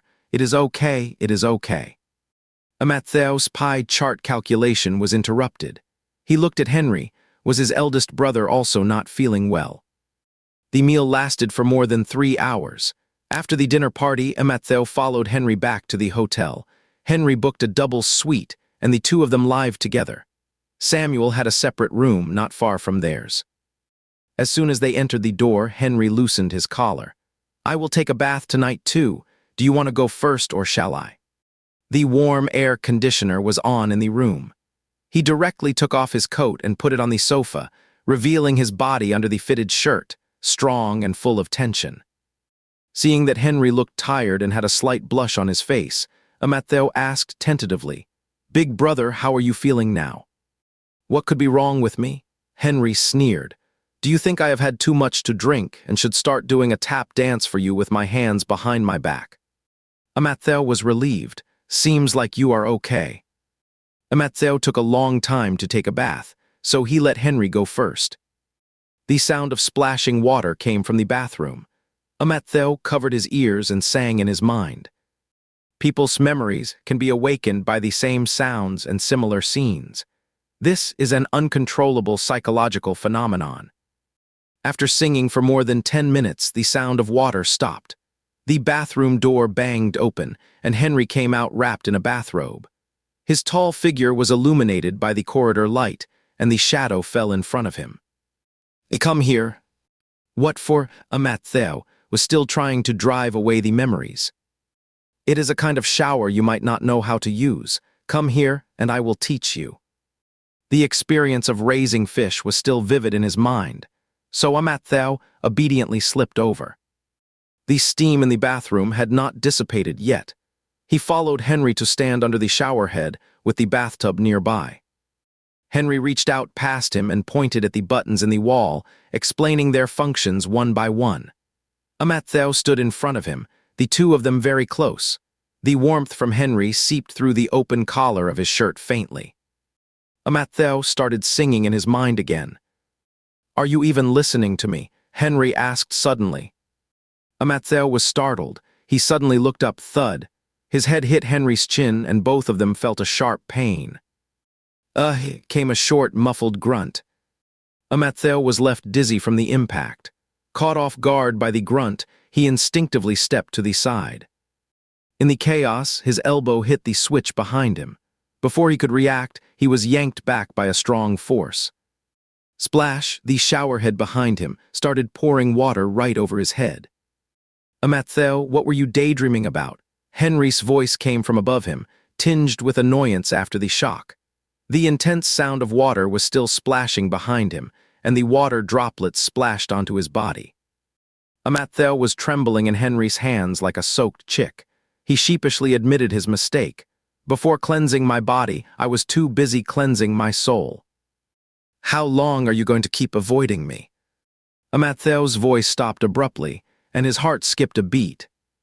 The shower was still running noisily. He looked up and met Henry's deep gaze. You heard it that morning, right? Amatzeo's heart started pounding wildly. Henry looked at him. I knew you came in that morning. I heard you call me too. You knew? Amatzeo's mind was in a turmoil filled with reproach. But not only did you not respond, you even sped things up secretly. A hand reached past him and turned off the showerhead. The noisy sound of water stopped, and Henry's voice became clear. So, I am not even embarrassed. Why are you? We are both men who hasn't had that. There is no need to avoid me like this. Henry's words were reasonable and confident. Amatzeo was taken aback. Well, I will try to get over it. Yeah, get over it quickly. Henry's eyelids drooped halfway. Do not avoid me anymore. Before leaving, hot water was put in the bathtub. Amatzeo squatted in it, bubbling like a boiled glutinous rice ball. He thought Henry had a point. It was just a man's morning routine. His big brother was so healthy, of course he would have it. And Henry was so calm about it that Amatzeo felt embarrassed to be awkward anymore. Amatzeo soaked for over 40 minutes until the bathroom door was knocked, dong dong. Henry's voice came, Are you making soup in there? Amatzeo slipped out of the bathtub, and the footsteps outside gradually moved away. After coming out of the bathroom, Henry was sitting on the living room sofa. Amatzeo composed himself and walked over to sit beside him. Big brother, You did not dry yourself again. A towel landed. Henry rubbed his head through the towel. Have you accepted it, not going to avoid me anymore? Amatzeo felt extremely comfortable being rubbed, and the following words came out more smoothly. Yeah, big brother, I am sorry. I should not have avoided you these days. Henry waited leisurely for him to continue. Amatzeo reflected. Big brother has treated me well with good food and drink, yet I distanced myself from you. You have been through that kind of thing, but still comforted me instead. The word that was emphasized with a special meaning, and Henry's eyebrows twitched. Is that the point, Amatzeo? Today you avoided me just because you bumped into the showerhead in the bathroom. What if you bump into a car on the street next time? Amatzeo exclaimed, Wow, then we could make a fortune. Henry said, Are you going back to your old tricks? After getting everything out in the open, Amatzeo felt much more relaxed. And the fact that his big brother would discuss such a topic with him, did it mean they were getting closer? He tentatively stretched out his naughty little foot. Big brother, I did not expect you to be so open-minded. Henry was drying his hair, and his fingers occasionally rubbed against the soft hair through the towel. He lazily let out an hem. Amatzeo said, Before, you even lectured me for not wearing pants, and now you can do. Right in front of me. Amatzeo, a cold voice rang out. The towel slid down and covered his face. Dry yourself. Both of them were tired today. After the rich, contented heart-to-heart talk, they went back to their rooms to sleep. The next day, Amatzeo sleepwalked to the bathroom. Henry was brushing his teeth with his back to him. His uncombed hair and slightly messy clothes gave off a casual, at-home vibe. With no outsiders around, Amatzeo let out a loud and unrestrained yawn. Yeah. Big brother, are you done with the bathroom? Henry looked up and met his gaze in the mirror, and the sound of his brushing got a bit louder. Is not it obvious? Amatzeo's muddled mind cleared a little, and he changed the subject. It rained outside last night. I feel a bit cold. Henry rinsed his mouth and wiped his face. If you are cold, put on more clothes. We have to meet the partners today. I cannot wear a down jacket under my formal clothes. Just wear a woolen overcoat outside. Amatzeo hugged himself tightly. Brother, we are different. He had forgotten to bring heat packs when he went out this time. The temperature dropped sharply after it rained at night.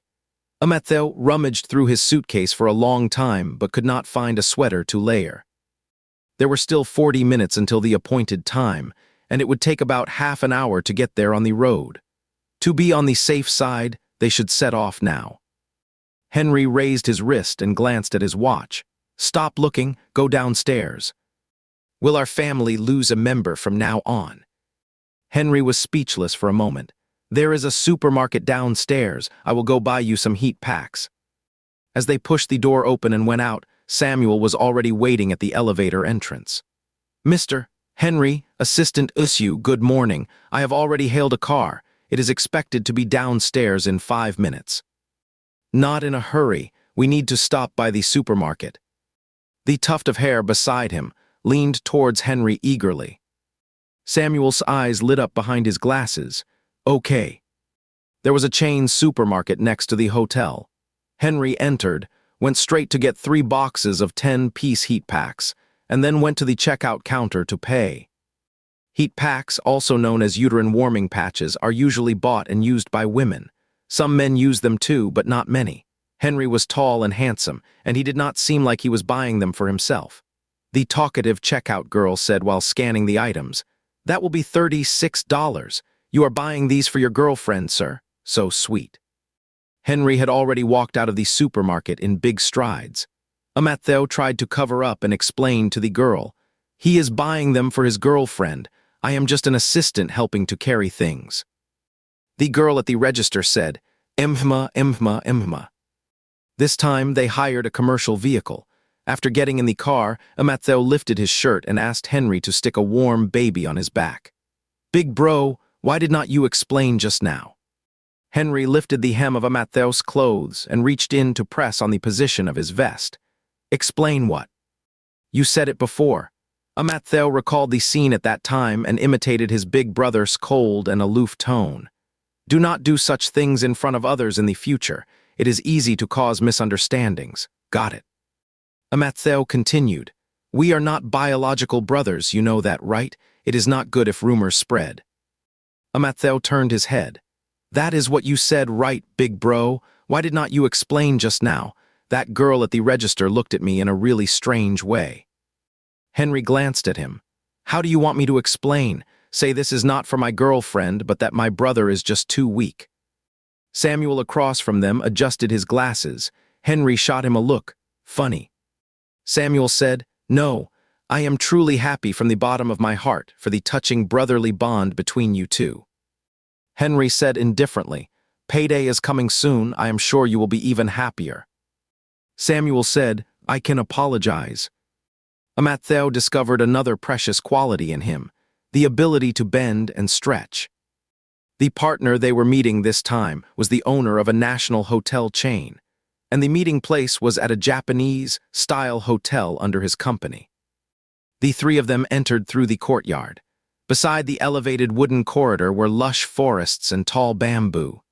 It had rained the night before, and at the moment the cold air was still mixed with the fragrance of the soil.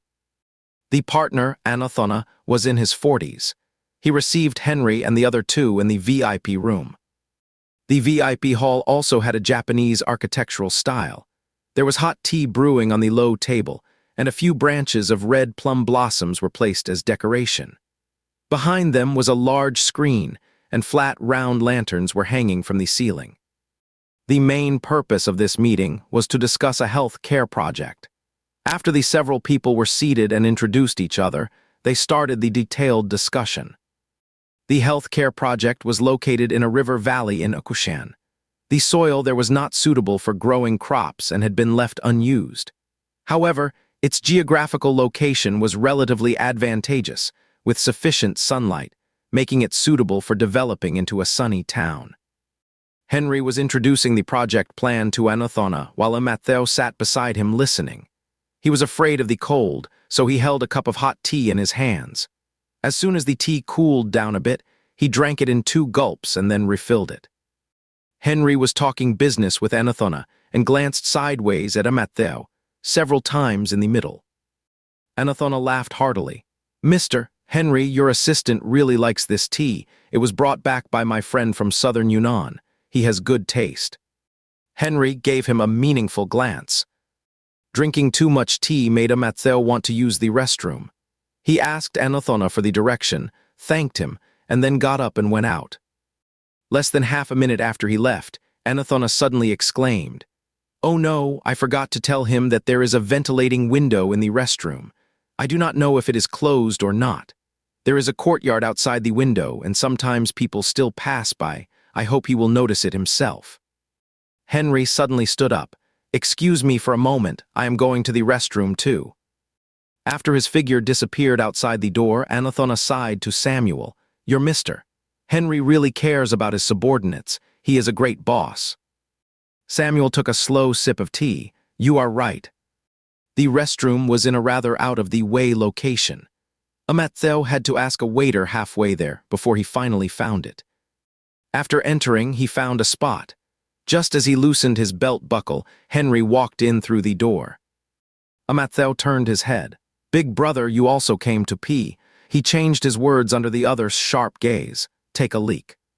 Henry walked past him to the window and raised his hand to close the wooden window. Matthew's vision suddenly darkened. "You have shut the window to my soul." He mumbled, "I cannot see anything clearly now." After closing the window, Henry walked to the other side, 2 spots away from him.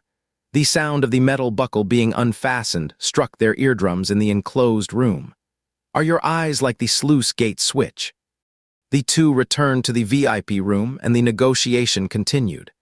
Nearly 12 of the clock, they had lunch, and then talked for over 2 more hours in the afternoon before finishing up. Anathona stood up and led the others out of the VIP room. "You have all worked hard.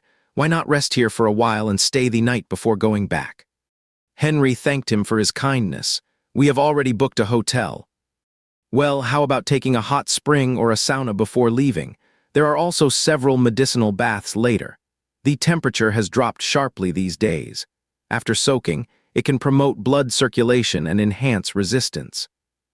Matthew leaned forward slightly. Anathona extended a warm invitation. "For example, this assistant. You do not have much color in your face. Soaking in the bath would be the best thing for you." Matthew leaned in even closer. "I will follow Mr. Henry's lead." Henry twitched the corner of his mouth and yanked him back.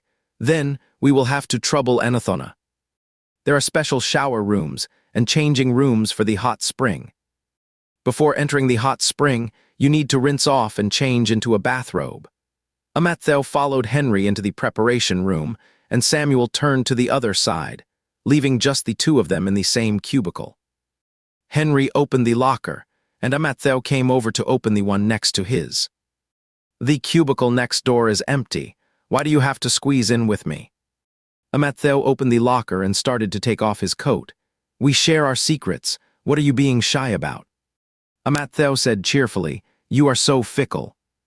Henry felt like his bottom line was like a string being plucked, vibrating and unstop.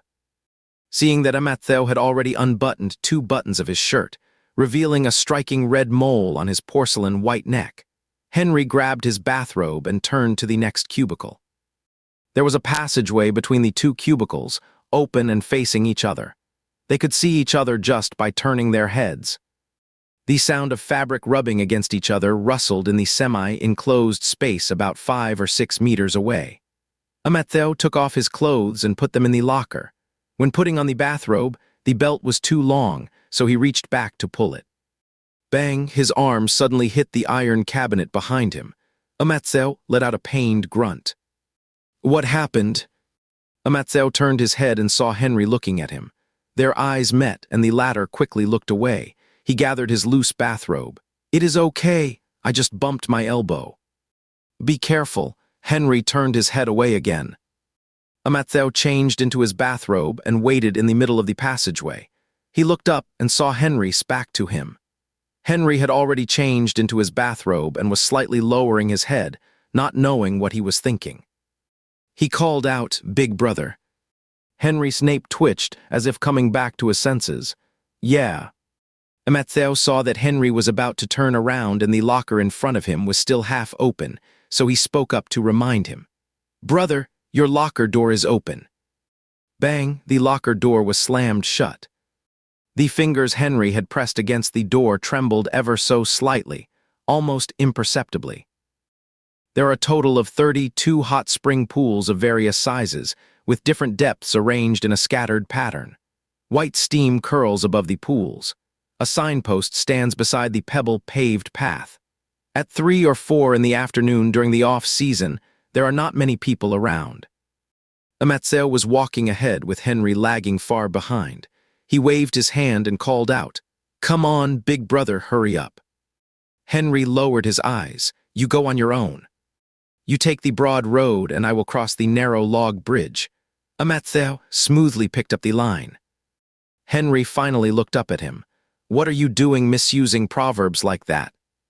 Matthew obediently shut up and turned to look for a good spot. He found a secluded hot spring pool. Half of it was paved with pebbles, and it was backed by a shady grove. He wrapped a towel around himself and slipped into the water. Then he popped his head out of the surface. "Big brother, come in quickly. It is warm." Henry paused for a moment, then untied the sash around his waist and got into the water. There was about 3 meters between them. Matthew splashed his way over.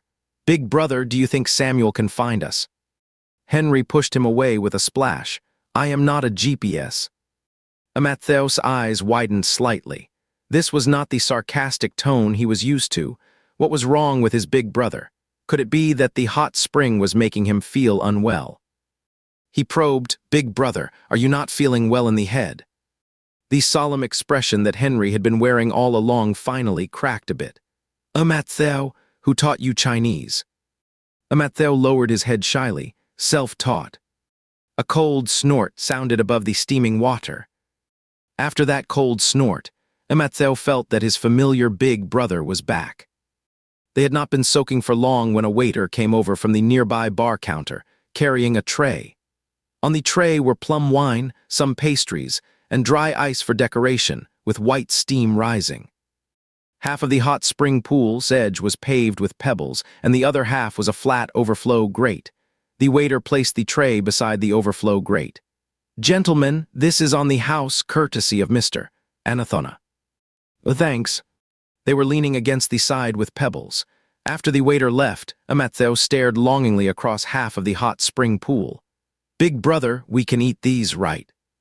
"Why not? Did not we reject what Ezra sent before?" The temperature around them dropped suddenly. "Can it be the same?" "No, it is not the same."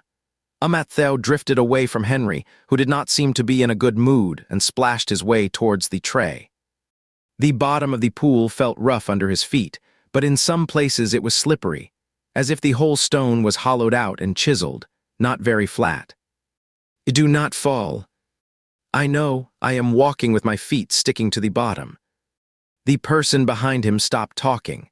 Matthew shuffled across most of the hot spring pool along the bottom. When he was about 2 meters away, his toe suddenly kicked a broken stone. "Ouch!" he exclaimed in pain. A splash of water sounded behind him. Matthew stood there, shrinking his foot, afraid to move, worried about kicking the other half of the stone. A sharp pain came from his toe, and he still did not forget to remind Henry, "Brother, be careful of the stones at the bottom of the pool. Maybe someone else kicked them in." But the approaching sound of water did not stop at all, until his arm was grasped by a warm and thick hand. Henry held him and slowly moved towards the edge of the pool, not saying a word the whole time. Matthew recovered from the initial pain and wanted to tell Henry it was okay. But when he looked up, he met the latter's dark and unreadable eyes. Big brother, did you also kick a stone?" Henry's tightly pursed lips relaxed a bit. "No, sit up." Matthew was lifted onto the edge of the pool by him and was still babbling. "Really? Do not hold back for the sake of face. If you are also hurt, we can cry our hearts out on the shore and lick each other's wounds. No one is better than the other. Lift your leg up. Henry interrupted his rambling in a deep voice. A leg shot up from the emerald green water, kicking up a string of splashes as it stepped on the edge of the pool. Henry's palm grasped his ankle, pulling it a bit closer.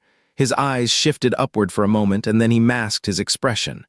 "Drape your bath towel properly," he said, his fingertips slightly curved, "or your leg will get cold." Amatzel obediently tugged at it. "Okay, sure." The toes, unaccustomed to sunlight, were as white as jade, with the tips tinged red. Amatzel must have kicked his toenail with that kick, and there was a thin line of blood where the nail met the flesh. Henry's brows knitted tightly. His rough fingertips gently rolled over the tip of Amatzel's toe.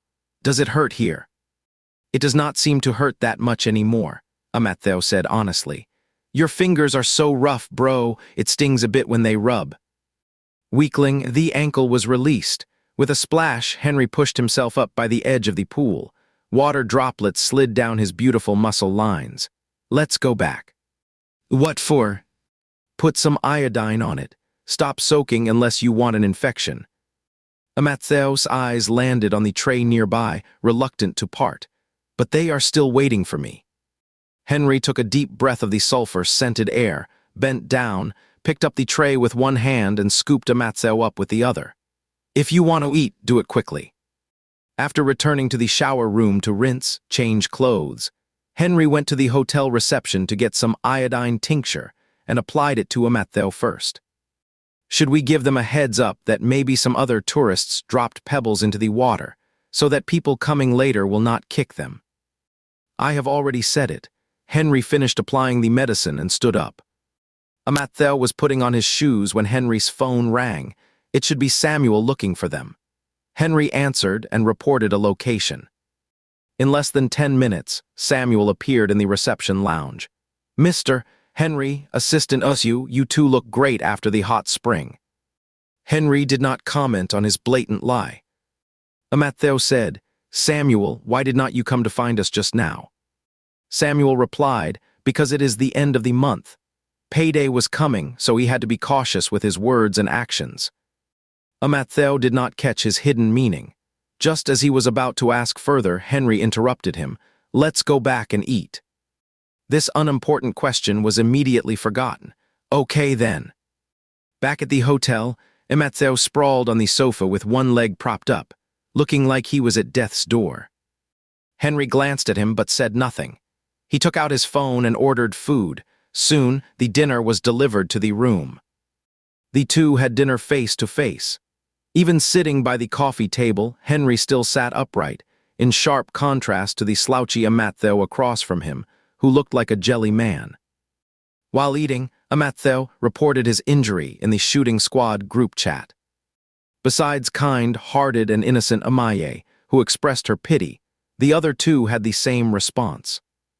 "Awesome." Probably realizing his attitude was not proper, Liam then recommended some scenic spots to him as a make-up. "Liam, there is an observation tower in Ning City that is good to visit at night, but you are afraid of heights." Amatzel got up unhappily, put down his phone and said to Henry, "Bro, shall we go to the observation tower tonight?" "You were just acting like you got amputated." "I am fine now, I am fully recovered." Seeing Henry's brows starting to furrow, Amatzel quickly moved closer, "And besides, you are here with me, big bro." Henry swallowed back his words of refusal, along with a mouthful of white rice. The observation tower in Ning City is 408 meters high.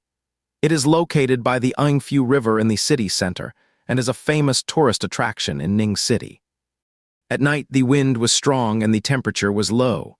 Amatzel put on his puffy down jacket, huddled himself up like a glutinous rice ball stuffed with sesame filling, and followed Henry closely. Since it was the off-season and there was no need to queue, Henry bought tickets at the entrance and led Amatzel in. There is an elevator on the first floor that goes straight to the top floor observation deck. The elevator is transparent on all four sides. As it ascends, the whole city gradually unfolds before your eyes from beneath your feet. After getting into the elevator, Amatzel nervously grabbed Henry's elbow. "Big bro, can I lean close to you?" All around was the pitch-black night. The blue lights around the transparent elevator shone on the two of them. In the quiet space, Henry lowered his voice. "If you are afraid of heights, why did you come?" Suddenly, the elevator shot up. Amatheo's grip tightened sharply. "People always keep challenging themselves," he said. Amatheo tugged at Henry's expensive overcoat, wrinkling it like a steamed bun. "I feel like you are challenging me instead," Henry replied. When the elevator rose to 100 meters, thousands of lights from houses far and wide were beneath them. Amatheo both wanted to look and was scared. His eyes gradually narrowed as he tried to block out his fear with his eyelids. Henry's eyes were fixed on his quivering eyelashes. The few 100-meter journey took only about a minute. When they got out of the elevator, Amatheo was practically hanging on Henry's arm. "Big brother, it is so exciting," Amatheo exclaimed. Henry calmly ruffled Amatheo's hair. "Do not be afraid," he comforted. "There will be something even more exciting later." Amatheo froze instantly. The viewing platform extended out from the tower body, offering a 360-degree panoramic view. The glass under their feet was transparent, giving a direct view of the 400-meter high altitude. Amatheo clung to Henry and inched onto the platform, only looking straight ahead and not daring to glance down at his feet. The night view in the distance was magnificent and bright. Night was the most splendid moment of a city's civilization. There were tourists in 2s and 3s around, not a few, but not a lot either.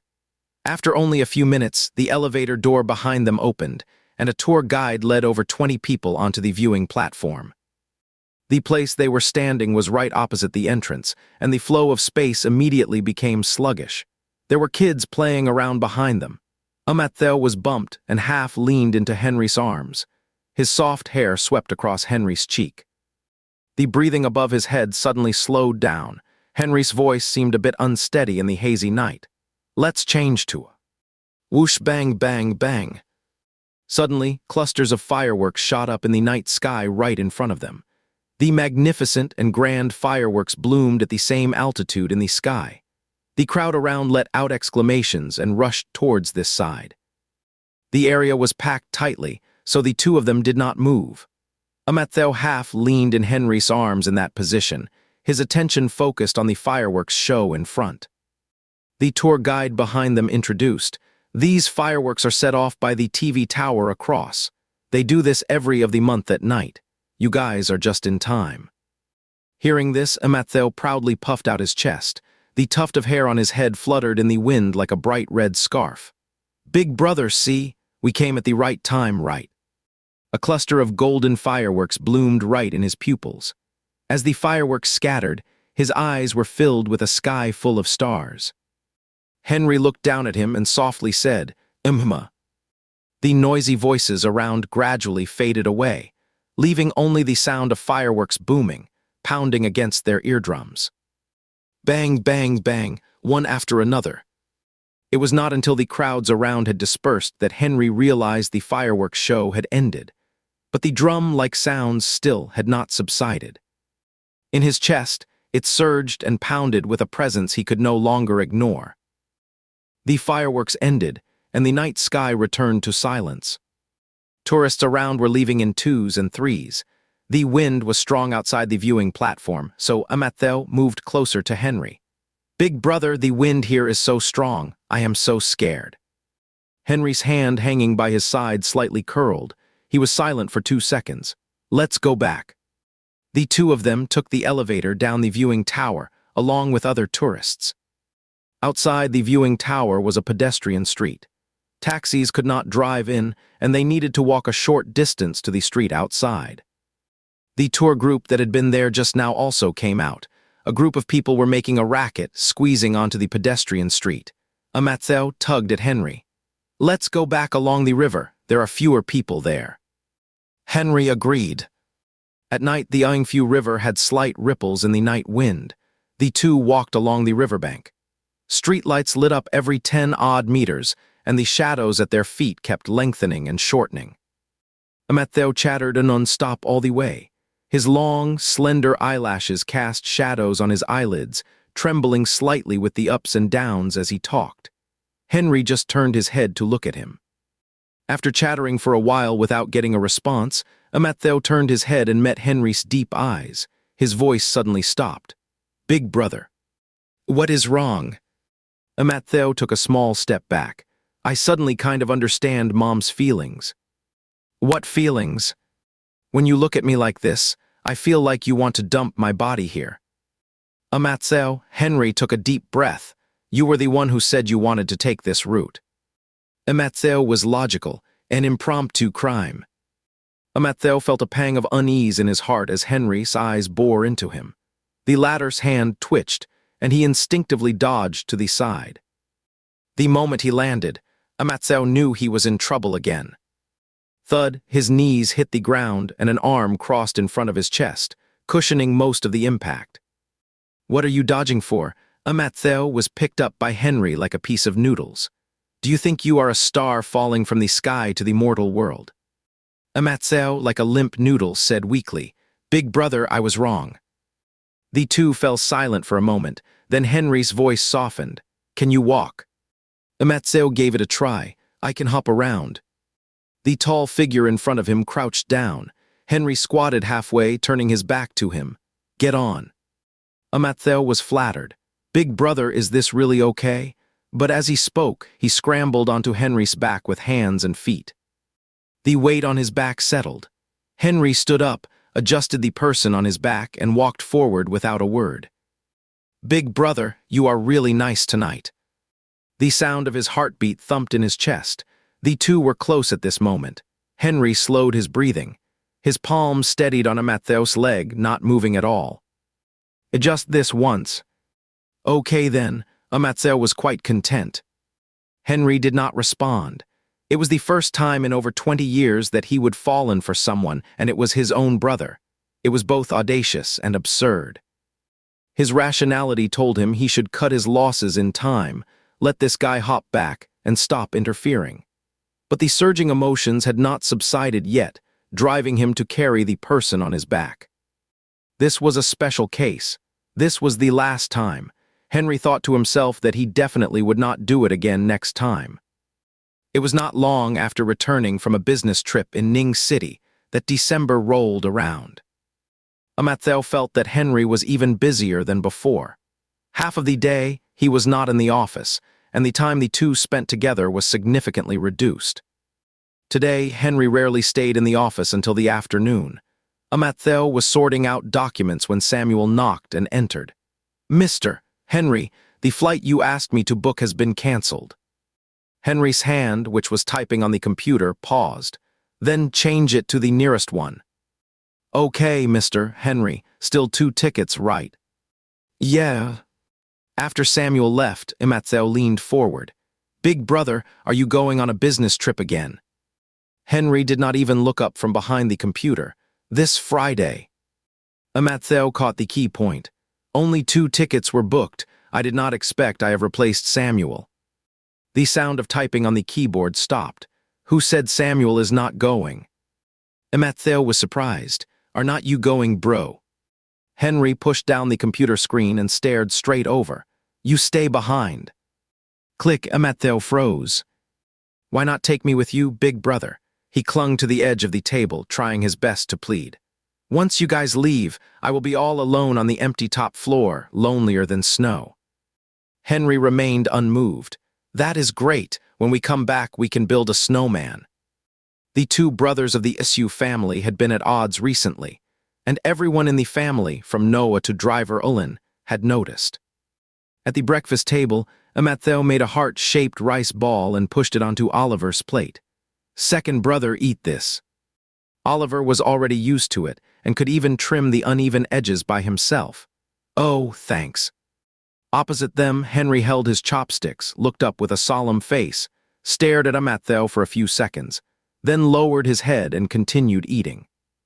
Noah was anxious in his heart. He tried to smooth things over. "Did Amattheo forget to make a rice ball for your big brother?" Amattheo sipped his milk and glanced at Henry. "Does big brother want one?" Henry put down his chopsticks, wiped his mouth. "I do not dare to hope for it." Oliver held the half-eaten rice ball, looking confused. After having breakfast and heading out to work, Matthew stopped outside the passenger door and hesitated for a moment. The car window rolled down. "Hurry up and get in." He opened the door and got in. The private car was moving smoothly on the road. Matthew hung his head and picked at his fingers. He felt kind of embarrassed to be sitting in Henry's car again while still being at odds with him. But he did not want to be left alone again. "Big brother, I can apologize to you, but I want to know why you are not taking me on this business trip." Matthew said, "Do you think I am a trouble to you?" The hand gripping the steering wheel tightened. "That is not the case." "Then why? It cannot be because of budget constraints. I know our family is wealthy.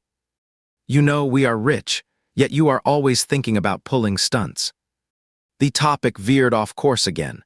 With no answer obtained, the two entered a new round of sulking. Inside the office, the sound of pages flipping was loud. Henry slightly lifted his eyes from behind the computer, and his gaze landed on that droopy tuft of hair. He also wanted to find a proper reason, but none of them held up. The only valid one was too embarrassing to tell.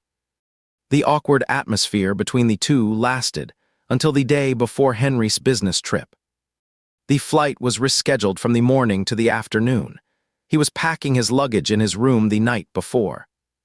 There were 2 knocks on the door, and Matthew slipped in through the crack. Henry put down the clothes in his hand, straightened up, and looked at him. The two stared at each other for a while without saying a word. Finally, Matthew shuffled over first. "Big brother, even though you are not taking me, I still wish you a smooth trip." Henry's eyelashes drooped, then he reached out and gently touched his tuft of hair. "I will bring you a souvenir." Matthew grinned shamelessly. "Then I want an expensive one." Henry scoffed, "So tacky." The two reconciled tacitly. Matthew finally felt much more at ease. Although his big brother left him behind, he still had him in mind. He said goodnight to Henry, and then went back to his room to sleep. The next day, Henry did not go to work. Driver Ulin was going to send Noah to visit his friend. Matthew was about to take a taxi when Henry stopped him. "I will give you a day off today. You do not need to go." Matthew asked, "Why?" Amalaye had just sent Noah out the door. She turned around and said, "It snowed last night. The snow on the road might freeze. What if we encounter an inexperienced driver and the car skids?" Matthew obediently took the day off as ordered. "Okay then, big brother, you be careful when you go out too." "I know." However, Henry did not end up going on the business trip after all. At a little past 10 in the morning, a call came through to Amalaye's cell phone. The call lasted only half a minute. Then she called out to Matthew and Henry, who were still at home. "Your dad fell. He is in the hospital now. Let's go there right away." Although her tone of voice was steady, she fumbled a few times when trying to wrap her coat around herself. Matthew's heart skipped a beat. "Is it serious?" he asked. "It is preliminarily diagnosed as a fracture. We do not know about other things yet." Without a word, Henry grabbed the car keys and pushed the door open. The 3 of them quickly got into the car and drove all the way to the hospital. By the time they reached the city hospital, it was almost noon. Noah was in a VIP luxury ward. Amalaye and Matthew went straight up, while Henry went to handle the procedures. They pushed the door open and entered. In the spacious VIP ward, Noah was lying on the bed. There were several doctors and nurses standing around. When they saw them come in, they briefly explained the situation. Noah mainly had a broken leg and a slightly injured coccyx. It was a blessing in disguise. He needed to rest quietly in the hospital for a month. He did not notice when getting out of the car and stepped on the snow by the roadside, slipping on his feet. At his age of 50 or 60, his body was not as strong as when he was young. After falling, he could not get up from the ground. It was driver Ulin who called an ambulance and sent him to the hospital. After the doctors and nurses left, Amalaye sat by the bedside and chided him. "Look at you. You are no longer young. You knew it had snowed, and yet. Oh well, never mind. Just lie down and rest." Noah felt guilty. Matthew rushed over and leaned on the bedside. "Dad, do you want some water? Or some fruits?" Noah quickly averted his gaze. Well, I will just drink more warm water then. Amatzeo was pouring water for someone when Henry came in through the door. Dad, how are you doing?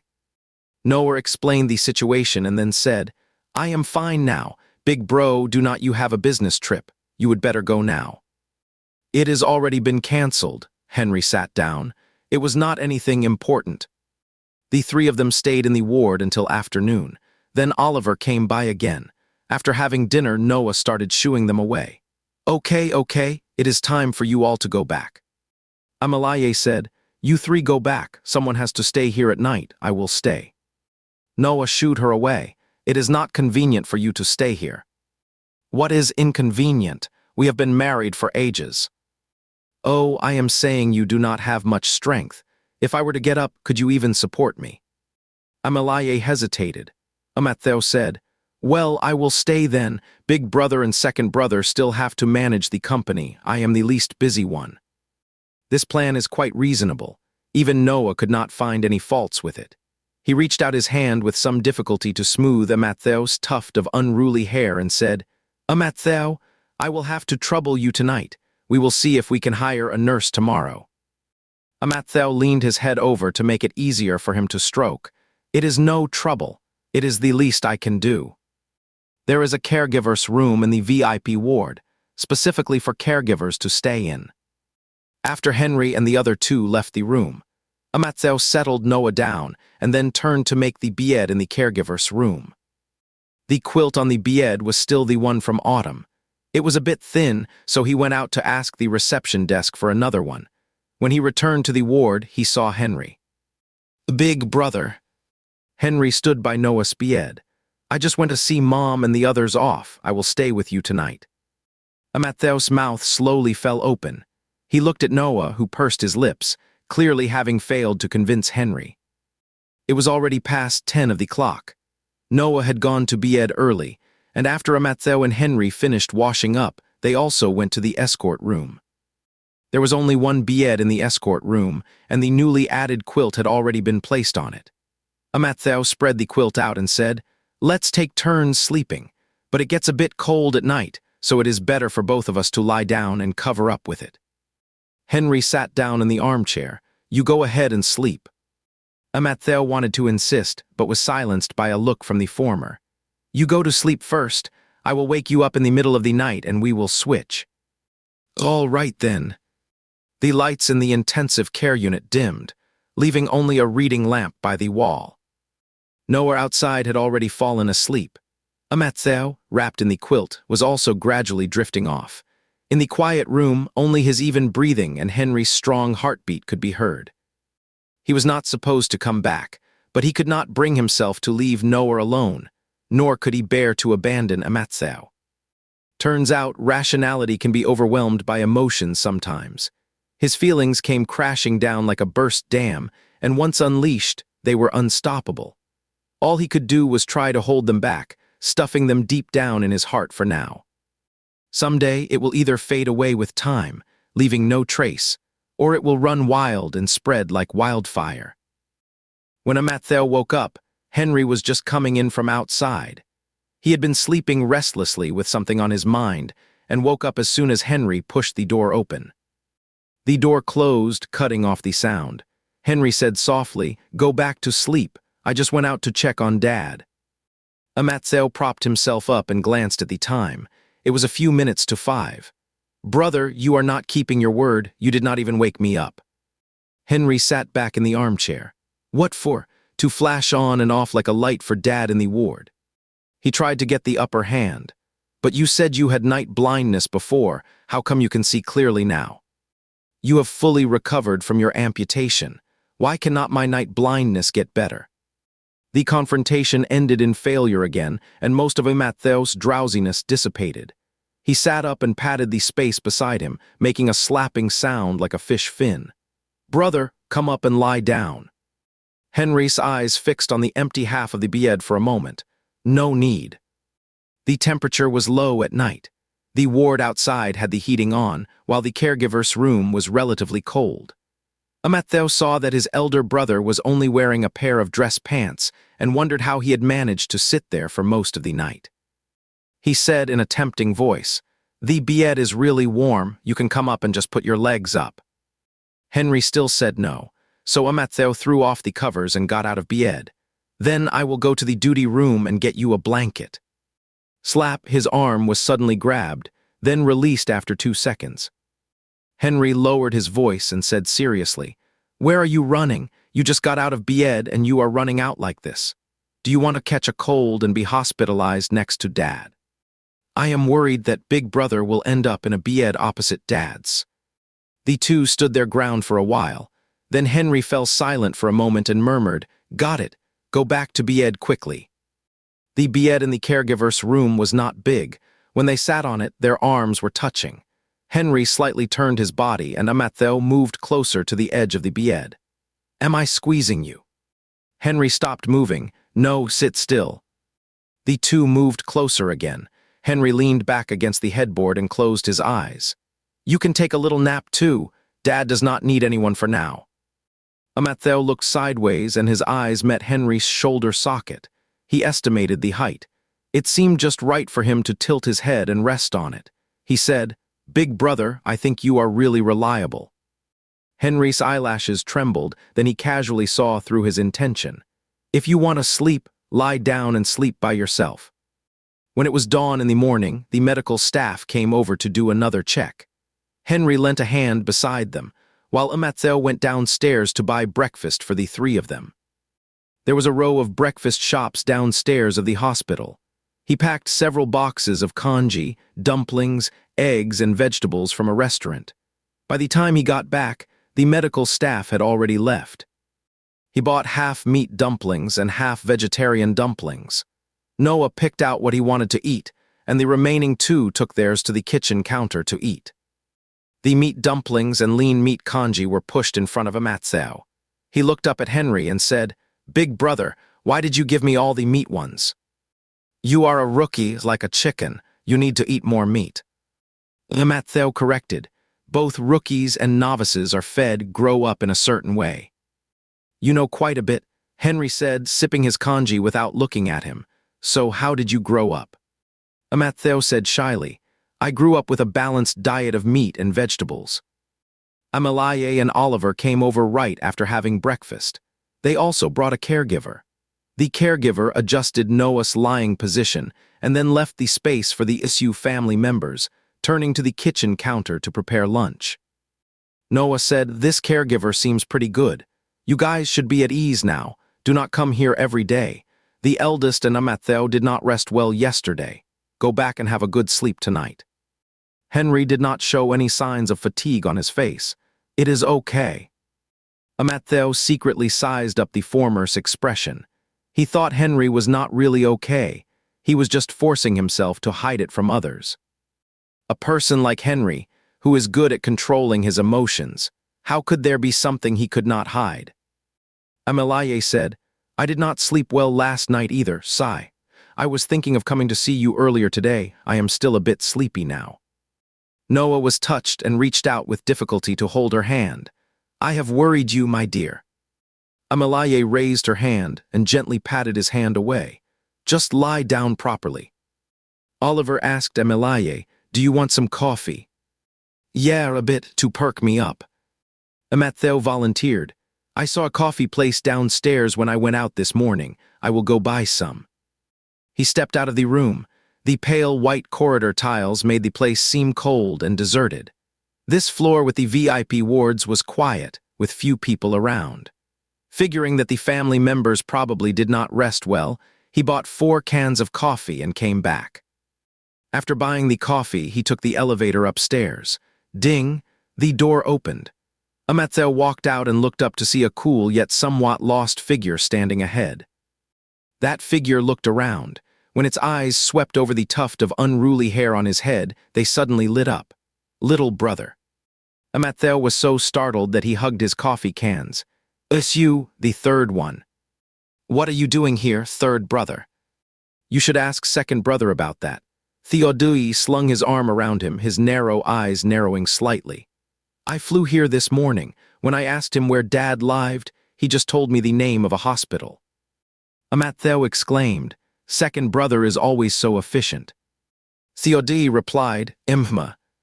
Why did not you call us to come pick you up, third brother? I just sent a message to big brother. He did not. Theodore stopped mid-sentence. A tall and handsome figure was walking towards them from the other end of the corridor. Oh, here he comes. As he got closer, Henry's eyes landed on Amattheo, who was being held like a crutch under Theodore's armpit. Theodore greeted, Big. Cannot you walk on your own, third? Theodore, he shut up and withdrew his hand. Amattheo took the opportunity to move next to Henry and rubbed his reddened neck, just as he thought. His big brother was reliable. The coffee cans in his arms clinked as he moved. A hand reached out and took 2 cans. Theodore saw this and raised an eyebrow. Big brother is so considerate. I did not even think to help my little brother out. Henry said calmly, Not only that, you added to his burden. Amattheo felt like he would want a comeback battle.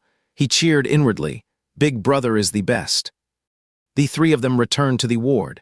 Noah saw Theodore and asked, Third, why are you back too? Theodore had already recovered from the shock. Just came to see you, Dad. Oh, you are just making a fuss for nothing. The family sat around and chatted for a while, and the morning hours passed quickly. There were so many of them at the moment that they could not make do like they did in the morning. Amalaye stayed to accompany Noah and told the brothers to go outside to eat. There is a health-promoting soup pot restaurant not far away. You can go there since it is getting cold. Henry said, Then let's have the soup pot. We will bring some medicinal food back for you too. Uanisho Hot Pot is a local hot pot chain that focuses on health and wellness. The restaurant has a clean and quiet environment with private compartments. After the 4 of them took their seats, the hot pot was quickly served. The pots were individual-sized, and they could cook and dip ingredients in them on the induction cooker. Amattheo and Henry sat side by side, with Oliver and Theodore sitting across from them. Theodore picked up the menu. What do you want to order, little bro? Amattheo was eager, crispy pork and Coke. Henry gave him a glance. You are the most health-conscious person I have ever seen. Amattheo felt a bit embarrassed at the compliment. So can I order them, bro? What answered him was a eh. After excluding Amattheo's suggestions, the other 3 ordered some radishes, mushrooms, meatballs, and beef. When the dishes were served, the table was filled. Amattheo picked up some beef and meatballs and put them into the pot. Theodore was amazed. Little bro, why do you only eat meat? Even the second brother eats vegetables. Oliver put down his chopsticks and frowned. What do you mean by even I eat vegetables? Third brother, do you have something against me? While the 2 brothers across the table were bickering, Amattheo was happily moving meatballs, beef, and shrimp paste in his little corner. As he ate, he could not help but chatter. I still think we should order an iced Coke. Henry rinsed 2 slices of king oyster mushrooms and put them in Amattheo's bowl. We came here to drink soup. But we cannot exclude others just because we are here for the soup. Amattheo, when you are not sure about the meaning, it is better not to use idioms. As they were nearly done with the meal and all the meatballs on the table were gone, Amattheo still wanted more. Oliver got the hint, turned around and asked the waiter to bring another plate. Amattheo was satisfied. Second brother is the best. The fish ball on the tip of Henry's chopsticks plopped back into the pot. He paused for a second and fished it out again. Amattheo saw this and overacted. Even the fish ball agrees with me. Henry did not respond to him. He just calmly ate the fish ball. The soup in the pot boiled for the second time. The meatballs Oliver ordered were brought over. Amattheo used his chopsticks to pick up 3 meatballs at once and dropped them into his bowl. Theodore across the table was stunned. He took a moment and then said to Oliver, I have found a skill that can rival flipping a coin. Amattheo did not care what the others across the table were saying. As soon as a meatball floated up, he stabbed it with his chopsticks, blew on it twice and took a bite. Clatter, the chopsticks were dropped. Amattheo covered his scalded mouth and tears welled up. Why was it a juicy one? The other 3 heard this and looked over. Oliver scanned the table but did not see any cold water, so he quickly got up and went to the front desk. Almost at the same time he left his seat, Mattheo's chin was suddenly grabbed by a big hand and turned. Rough fingertips pressed against his jaw, half forcing his mouth open. "Open up, do not bite down." Through his hazy tears, he looked up and saw Henry's enlarged face. His brows were tightly knitted, and his drooping eyelashes could not hide the worry in his eyes. "Stick out your tongue, let me see if you have got blisters." Matteo was like a puppy, and he stuck out his tongue with a puff. Henry held his chin and examined it carefully. After making sure he was okay, he let go. "Good, no blisters." "Imhima." Just then, Oliver came back with an iced Coke and handed it to Matteo. "Drink this." He gulped it down. "Thanks, second brother." Matteo finally got to drink the iced Coke, and Henry kept looking at him sideways. Except for the action of withdrawing his hand earlier, his upper body was still leaning forward and had not moved at all. Across the table, Theodore put down his chopsticks and stared straight over. But his usually perceptive eldest brother did not turn around. After they finished their meal, they packed 2 servings of bone soup for Noah and his wife to take away. There was a nurse to look after them tonight, so the others stayed for a while and then decided to head home. Theodore had a flight at noon tomorrow, so he was going to stay at home tonight. They went down to the parking lot. Amelaye got in Oliver's car, and Matteo got in Henry's. Theodore was left standing between the 2 cars. Oliver extended an invitation. "Hey, little bro, you wanna ride with me?" Theodore put his hands in his pockets, stayed silent for a moment, then suddenly grinned. "I will take Big Bro's car." With 3 people in one car, no one wanted to sit in the front passenger seat, so Matteo and Theodore sat in the back together. The car left the hospital, drove smoothly on the main road, then turned at an intersection after a while and entered an alley. At this time, there were hardly any cars on the road. The sidewalks on both sides were deserted, and the streetlights were dimly lit in the dark. Henry's sharp and cold eyes reflected the light, as if nothing could ever shake or break his composure. Theodore raised his eyebrows. He had something he wanted to confirm. He spoke, "Little bro." Matteo turned his head and suddenly saw a manified face in front of him. He was startled and raised his arm to push it away. "What are you doing, bro?" Theodore leaned in and whispered, "I." Screech, the car suddenly braked hard and stopped by the roadside. The car jolted, and the distance between the 2 was forced to widen. Theodore even hit his head on the seat, and he hissed, then looked up and met Henry's eyes in the rear view mirror. The usually calm surface was broken at this moment. There was a terrifying emotion suppressed in Henry's eyes. It was like a crack had appeared in the ice, and the surging undercurrent beneath could be faintly seen. Theodore raised his eyebrows and sat back.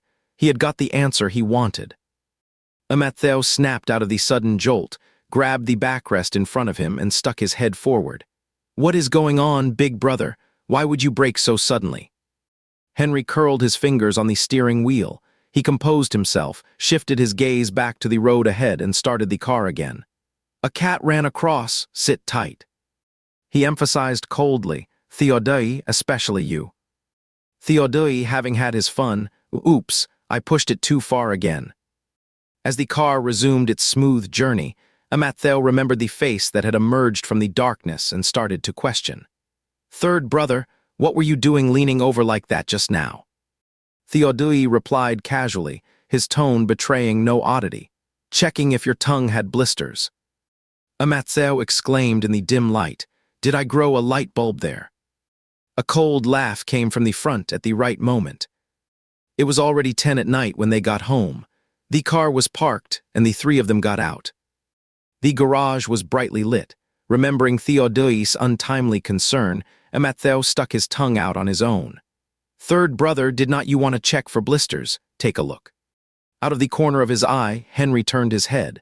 Theodore quickly waved his hand, trying to get Matteo to put his tongue back. "No blisters. Hurry, put it back." Matteo retracted his tongue again. Henry turned and walked out of the garage. "Let's go back."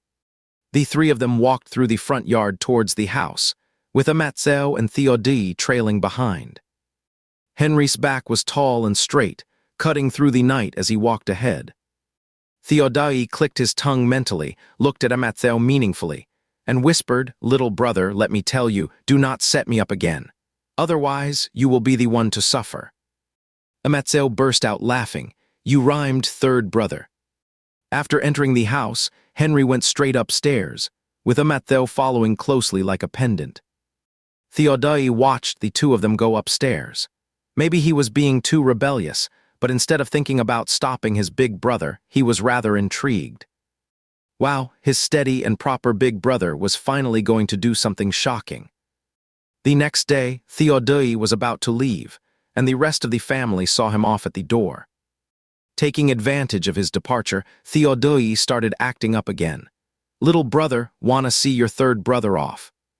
Amatheo had a sense of you, by taxi. "As expected, my little brother knows me well." Henry, standing aside, coldly urged him to go. "If you turn around now, we can still watch you leave, but if you say one more word, we will go back inside." Eventually, Theodai got into driver Ulan's car.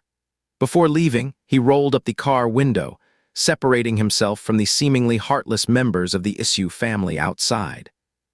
Amatheo comforted him through the closed car window. "Third brother, you had better go. Everyone has to learn to grow up on their own." Theodai replied expressionlessly, "Okay then." The private car sped away and disappeared at the end of the road. Amatheo followed the family back. He and Henry walked at the back. "Big brother, is third brother sad?" He did not even use the wavy line in his words. Henry was used to it. Do not underestimate his ability to bounce back. Amatheo, half believing, took out his phone and sent Theodai a WeChat message. "Amatheo, third brother." "Theodai, what is up, little brother?" Closing his phone, Amatheo apologized to Henry. "Big brother, I am sorry. I should not have doubted you." There was a heavy snow warning in mid-December. With the roads being unsafe for traffic, the members of the Issue family temporarily stopped going to the hospital. They stayed at home as they did in previous years and did not even go to the company. On the third day of staying at home, the heavy snow quietly came. When the snow was falling, the members of the Issue family were having dinner at the dining table.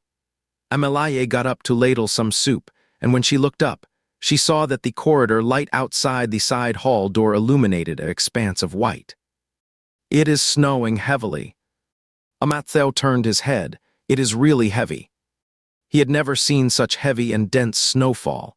It was fluttering down in the courtyard, half illuminated by the light. He put down his chopsticks, eager to give it a try. Henry's warning drifted over casually. "If you go out now, there will be one more you who is as lonely as the snow at home." Amatheo picked up his chopsticks again. With the heavy snow and cold weather after dinner, everyone in the family went back to their rooms. Amatheo took a bath in the bedroom, then wrapped himself in a blanket and slipped downstairs. The corridor lights in the courtyard were on all night, shining on the snow covering the entrance. He found a cushion, placed it in front of the door, sat down, and watched the snow up close through a layer of glass. Before long, there was a noise at the stairway.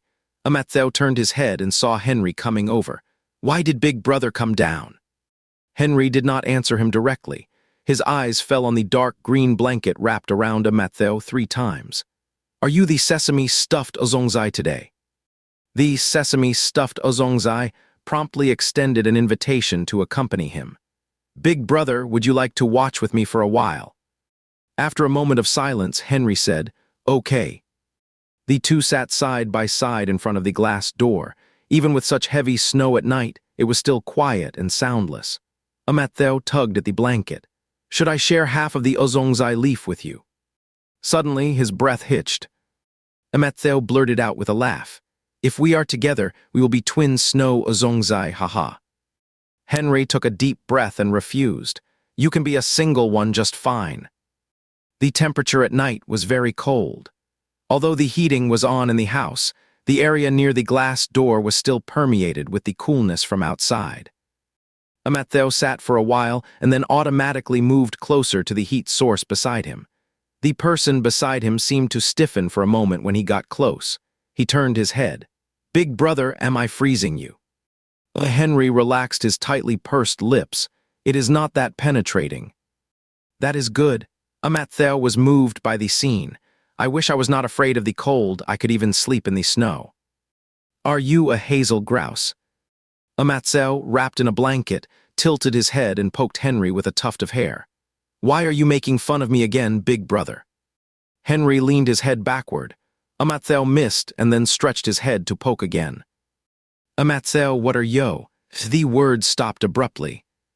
Thud, a zongzai, a traditional Chinese rice dumpling, fell into his arms.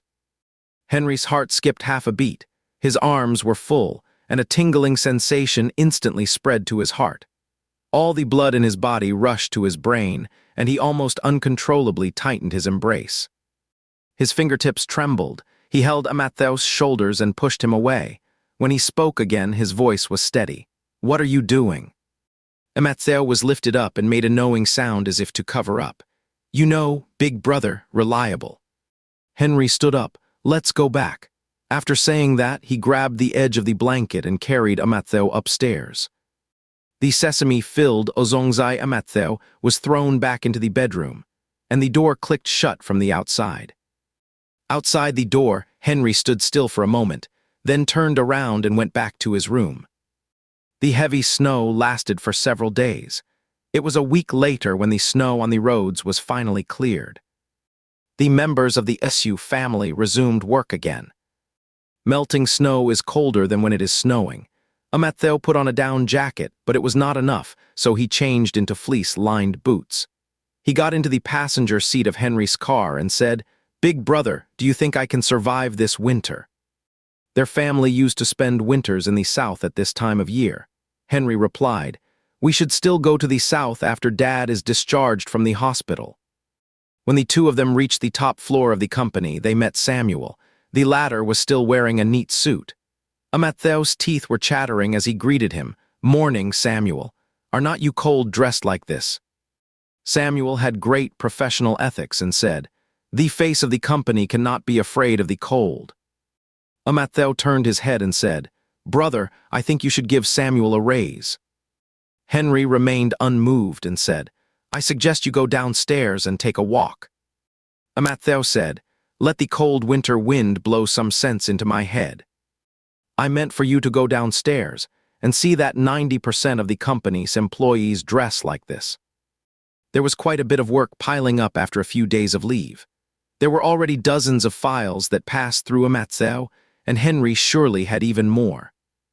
The tapping of the keyboard did not stop until noon. When he looked up at the time, he realized it was already past 1. Henry took out his phone and said, Let's order food. What do you want to eat? A head leaned over to take a look and said, I want something with soup, something warm.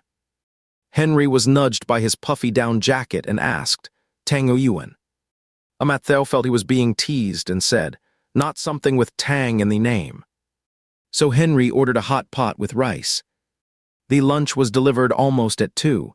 The lunch boxes were still placed on Henry's prestigious desk. Amattheo and he sat facing each other, each with a portion. Amattheo took off his puffy down jacket for now. He was only wearing a sweater with the sleeves rolled up a bit, revealing a section of his slender, fair wrist. Henry's eyes swept over and he asked, Thought you were afraid of the cold. Amattheo said shyly, Rolling up the sleeves makes it easier for me to use chopsticks. Henry complimented him, You are quite well prepared. The soup in the hot pot was boiling hot. Half an hour later, they both got up to clean the table. Henry held the paper bag, and Amattheo put the lunch box in it. The edge of the bowl was greasy, and his fingertips slipped. Suddenly, the soup tilted towards his hand. His wrist was abruptly pulled away by a strong force. Watch your hand. The lunch box landed with a thud on the table in front, and the soup spilled all over the table, flowing down and wetting his sweater. Henry frowned tightly, walked around the table and asked, Did you get burned? Amattheo lifted the hem of his sweater, sucking in his belly hard to keep his stomach from getting splashed by the soup, and said, No, just my sweater got wet. As long as your hand is not burned, Henry said, looking at the wet spot. Go to the wardrobe in the break room, there should be a spare sweater I brought. Matthew went pattering in, still holding his sweater. Henry continued clearing the table outside while Matthew closed the door and rummaged through the clothes in the closet. There were clothes for all seasons in the closet, and Matthew pulled out 2 sweaters from it.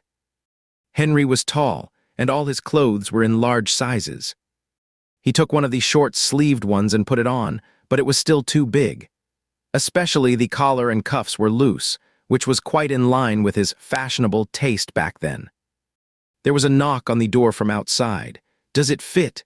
If not, I will have someone send one over. It fits, just a bit big. There was a moment of hesitation in the voice at the door. How big? Matthew's poor language skills could not describe it. He tugged at the loose collar and ran to the door, then clicked it open. The light in front of him dimmed. Henry stood outside, his eyes dropping. The collar was pulled open, revealing a large expanse of porcelain white skin. Matthew's wrist was suddenly grabbed with a slap, and the soft collar fell back to his shoulder from his hand. He looked up. Big brother. Henry looked down, his gaze sweeping over the graceful side of the neck, the bright red mole, and then down into the collar. His fingertips trembled imperceptibly, as if suppressing his emotions. Pull it up. Matthew obediently withdrew his hand. The wrist slipped out of the palm, and Henry's fingertips instinctively closed and pulled back. The former took an involuntary half-step forward, and the two almost bumped into each other. Matthew leaned back, looking up. Big brother, did not you tell me to pull it up? Yeah, the rough fingertips pressed with restrained force, then let go. Henry put his hands back in his trouser pockets. I was checking if you put it on backwards. Matthew was filled with self-doubt. Did I put it on backwards? Henry's tone seemed normal. Cannot tell, you make it look like a drafty pocket whether it is front or back. He changed into the new sweater and put on his down jacket again. The wet one was folded in a paper bag to be taken home and washed in the evening. The sweater had a large collar, and when squeezed by the down jacket, a section of it would fall down in the front. Matthew kept pulling it up while lying on the desk typing some documents. Suddenly, Henry across from him got up and went out.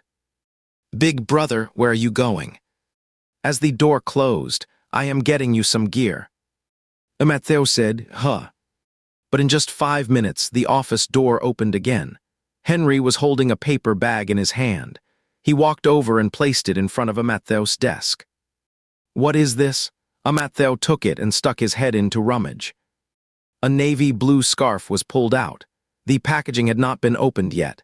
Just by looking at the texture and the brand, one could tell it was surely expensive. Henry said, this sweater has a big collar, you can wrap this around. Since Matthew bought a turtleneck down jacket, he had not worn a scarf when going out. This is so embarrassing. As he spoke, he calmly unwrapped the scarf and wrapped it around his neck, making himself look like a potted plant again. Brother, you bought it, but why haven't you worn it? Someone gave it to me, I do not need it. Huddled like in a pot, Matthew gave a compliment. Wow, I am as delicate as a flower, and Big Brother is as fiery-tempered as ever. Henry replied, Yes. After work, they went to the hospital. Amelaye and Oliver were there too. The two bought a box of pastries on the way. Henry entered and placed it on the counter. Dad, it is from that store you like. Have it as a midnight snack if you are hungry at night. Noah craned his neck and took a look from the bed. Why are you guys so thoughtful? Matthew puffed out his chest. Noah said, only bought this little. Henry opened his mouth and then closed it. For a moment, Matthew caught a glimpse of the words he swallowed back from the tip of his tongue. This unreasonable topic was quickly dropped by Noah. I will be discharged from the hospital next week. The third born said he has a project in hand and will not be able to come back for Christmas this year. Your mom and I discussed that we will go to the south together when the third born comes back. Henry said okay. The few of them sat and talked for a while. When it was 9 of the clock, they got up and left. As they walked down the hospital corridor, Amelaye suddenly went huh and said, Matthew, why did you change the scarf? Matthew guessed she meant flower pot and said, This is Big Brother's. Amalaye said, I did not see it when you went out this morning. It was just planted this afternoon. Hearing this, Oliver frowned and a faint suspicion rose in him. Big Brother, you guys would not. Henry pursed his lips slightly. What? Oliver looked solemn. You would not have gone shopping together behind my back again, would you? There was a rare hint of concern in Henry's usually cold and sarcastic eyes. Noah was discharged from the hospital just one day before Christmas. The rest of the family got together to discuss how to make the head of the family feel the warmth of home. Coincidentally, it was Christmas. Amalaye suggested putting up an enormous Christmas tree in the courtyard, decorating it with colorful lights and gifts.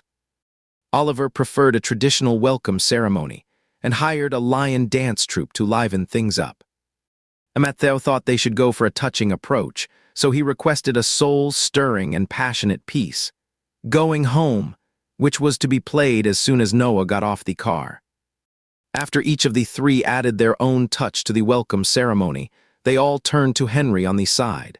What did you prepare for him? Henry calmly flipped through a magazine, an eye mask and earplugs. Noah eventually went through this diverse welcome ceremony. At the dinner table, Oliver, who was being sociable for once, tried to exclude his eldest brother from the conversation. Dad, Big Brother did not do anything for this welcome ceremony.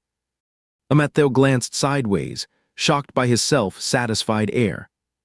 Before he could even share half of his credit with Henry, an admiring gaze landed on the latter.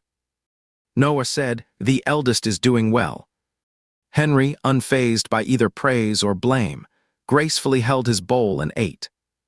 At 8 of the clock the next morning, someone knocked on the door of the Issue family residence. The whole family was having breakfast at the table, and Harper went to answer the door.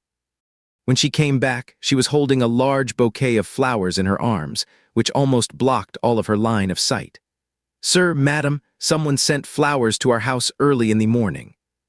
Noah put down his chopsticks. Who sent them? Harper put the flowers aside and looked for the card. Matthew thought carefully. Could it be the hospital director sending them to Dad to see him off as he leaves the hospital? Henry said indifferently, watch your words. Matthew corrected himself respectfully. Could it be the hospital director presenting them to Dad to see him off as he leaves the hospital? Henry said, what I meant was. Harper's exclamation interrupted the cultural showdown at the table. These are for young Master Matthew. Matthew was stunned. What? The large bouquet was placed on the coffee table in the side hall. The family sat around it, looking solemn as if they were having a round table meeting. The flowers were delicate and charming, even with fresh dewdrops on them. Preparing such a bouquet in the cold weather at the end of December obviously took a lot of effort. On the small card, it was written in a flamboyant hand. Merry Christmas, Matthew. I wanted to pick the stars from the sky for you and give you the pearls from the sea, but these are all too tacky. In the end, I just made a bouquet of winter flowers and presented them to you. William. Noah hesitated, and after a while he asked tentatively, Matthew, how do you feel after reading this? Matthew replied, it is well written. Seeing that Matthew completely missed the point, Noah turned to Henry and asked, Big Brother, you are with Matthew every day. When did he meet this guy, and what do you think of this? William. Henry said, not good. Noah and Amalaye exchanged a glance and frowned worriedly. Someone was eyeing their little cabbage, and the eldest brother did not have a good impression of this person. Matthew, seeing this, tried to smooth the wrinkles between their brows. It is not that bad. Look, this poem is quite nice, which means he should be quite educated. A cold laugh came from across the table. Is that all there is to your taste? Matthew held the card and did not dare to say a word. His eldest brother did not like Mr. William, and he was not going to argue with him. Seeing Matthew being rebuked and looking dejected, Noah stepped forward and asked, Matthew, do not care what your big brother says. Dad just wants to know what you think. What do you think of this William? Matthew waved his hand and explained, I am not interested in him. He analyzed objectively. Mister, William is probably just having a whim about me. We do not even chat usually, so it is not sincere. But from the little interaction we have had, there is nothing wrong with his character. The atmosphere at the table was rather heavy. Henry was leaning back in his chair, arms folded, eyes half closed. The family meeting lasted for half an hour, then Noah and Amelaye went upstairs. It seemed they had something to talk about. Only the three brothers of the Su family were left at the table. Oliver still did not quite get it. This guy sent flowers. Why did Big Brother scold him? He even took out his phone and looked up the meanings of flower language one by one to see if any of them were unlucky. Henry's temple vein twitched. Second brother, take it to your room and check slowly. I need to talk to him. Oh, then Oliver went upstairs with the flowers in his arms. Only Henry and Amatzeo were left in the side hall. Amatzeo clung to the edge of the table, feeling guilty. Big brother, I know you do not like Mr. William, but you should also evaluate others objectively.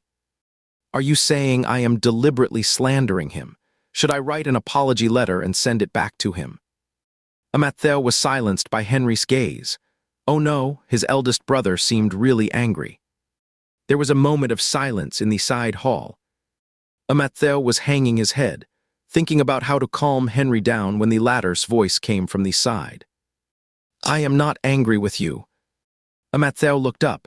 Henry was looking at him, his eyes filled with complex and veiled emotions. Amatzeo was taken aback, then made a conciliatory sound. I know Big Brother is worried that I will be deceived. Henry did not reply. He did not want to lie, yet he could not tell the truth either. At first, he was indeed worried that Amatzeo would be deceived, but now it was not entirely the case. His motives had long been mixed with other emotions. He knew there was no way forward, yet he still wanted to have it all to himself. In the bedroom on the third floor, Mr. and Miss Sessa, Noah had come to a decision. Amelaye said, "It is better to declare independence early so as not to be looked down upon. Take today's situation, for example. Those who are interested in someone will be more cautious and not just come around easily trying to win someone over. Yeah, I have noticed they have become much closer. Little White. Amatzeo was running to the hospital every day to take care of me some time ago, and the eldest and the others saw it too." Noah said as he pushed the door open and went out. We have to tell the eldest about this first. He is the next head of the family, and I am just worried he might have some objections and ruin the brotherly relationship among them. The eldest is reasonable. He probably will not. I hope so. The bedroom door closed behind him, and Noah walked across the corridor and went downstairs. When he got to the first floor, the two brothers were still sitting opposite each other in the side hall, and his eldest son did not seem to be in a very good mood. Noah suddenly felt a bit unsure. He composed himself and called out, "Son, come here. Dad has something to tell you." In the study on the third floor, Noah and Henry sat on the sofa. "Dad, what is up?" Noah deliberated on his words. "Son, what do you think of Amatzeo?" Henry's heart skipped a beat. There was a momentary pause. He is pretty good. Noah took a deep breath and built on his words. Yeah, although Amatzeo has no blood relation to us, he is as good as family. But no matter how close we are to him, in the eyes of outsiders, he is just the adopted son of the Isu family. He said, I hope Amatzeo can be independent. Henry did not respond, waiting for him to continue. Your mom and I have discussed it. We have moved Amattheo's household registration out. The light from outside the latticed window shone on Henry's eyes and brows. He suddenly looked up. Noah did not notice.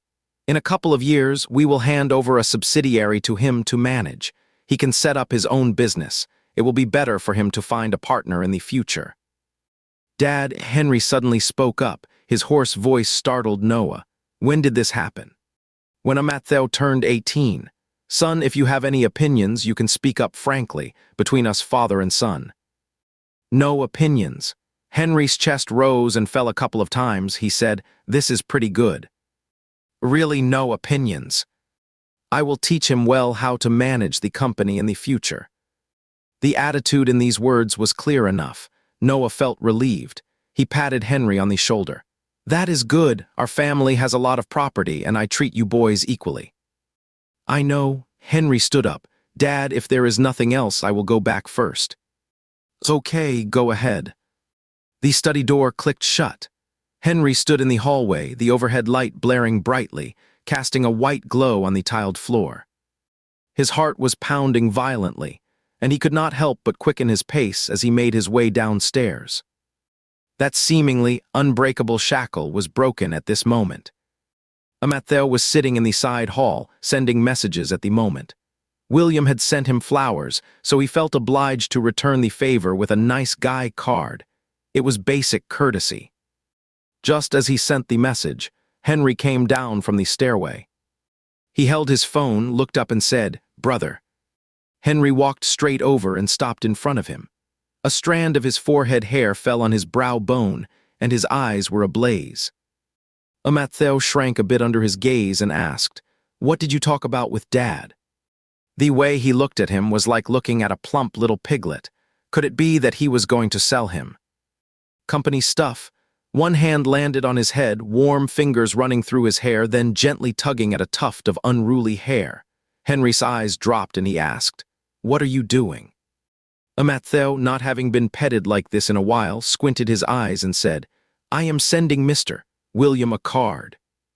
The hand on his head paused for a moment. "Send more, it is not like you are short on data." Matthew had just sent one, so he compromised. "Better save them up for now." Save them for what? To follow the law of sustainable development. The bouquet of flowers on the table had already been taken upstairs by Oliver for some mind-sweeping game. All that was left on the table was a small card. After Matthew finished sending William an additional card, he looked up and saw it. He tried to turn it over as if that would hide it. Just as he reached out his hand, Henry suddenly said, "Go upstairs and change your clothes." His hand retracted. "Why do I need to change clothes?" "It is a special day today. I am taking you out." The two went upstairs first and greeted Noah and his wife, saying they were going out. Noah readily agreed. "Sure, it is a festival, you should go out and have some fun, soak up the festive atmosphere." He had been worried that the eldest son might hold a grudge, but in a blink of an eye, the two brothers were going out to celebrate the festival. How nice! Whose family could have such a good brotherly relationship? If you are going out, why not invite the second son along? Before Matthew could respond, Henry said, "The second brother is busy." Noah said regretfully, "Well, then we will not disturb him." On the way downstairs and back to their rooms, Matthew asked his eldest brother, "What is the second brother busy with?" "Busy diffusing minds." Matthew got ready quickly. After changing his clothes, he went downstairs and waited in the living room. In just a few minutes, he saw Henry coming down from upstairs. The overcoat made him look as straight as a pine tree. A section of his neck was revealed from the shallow-necked sweater collar, making him look capable and energetic. Unlike himself, who was wrapped up like a ball. Henry walked up to him, all set. Matthew stuck his head out of the down jacket. "There is not much to prepare." Henry tilted his head to avoid that dangerous tuft of unruly hair. "Let's go then." From the living room, there was a corridor, directly facing the front door. Matthew leaned against the wall to change his shoes. The down jacket piled up, and he swayed as he bent over. A hand reached out and grabbed his arm to steady him. "Big brother, you are being especially kind today." Henry caught the key word, today. Matthew tried to make up for it. "May every day be like this for you, and every year be filled with such good times." Henry gave a little laugh. The two went out and got into the private car, then slowly drove away from the courtyard gate. Matthew looked at the street view passing by outside the car window. "Big bro, did we kick second bro out of the group chat again?" Henry was focused on driving, looking straight ahead.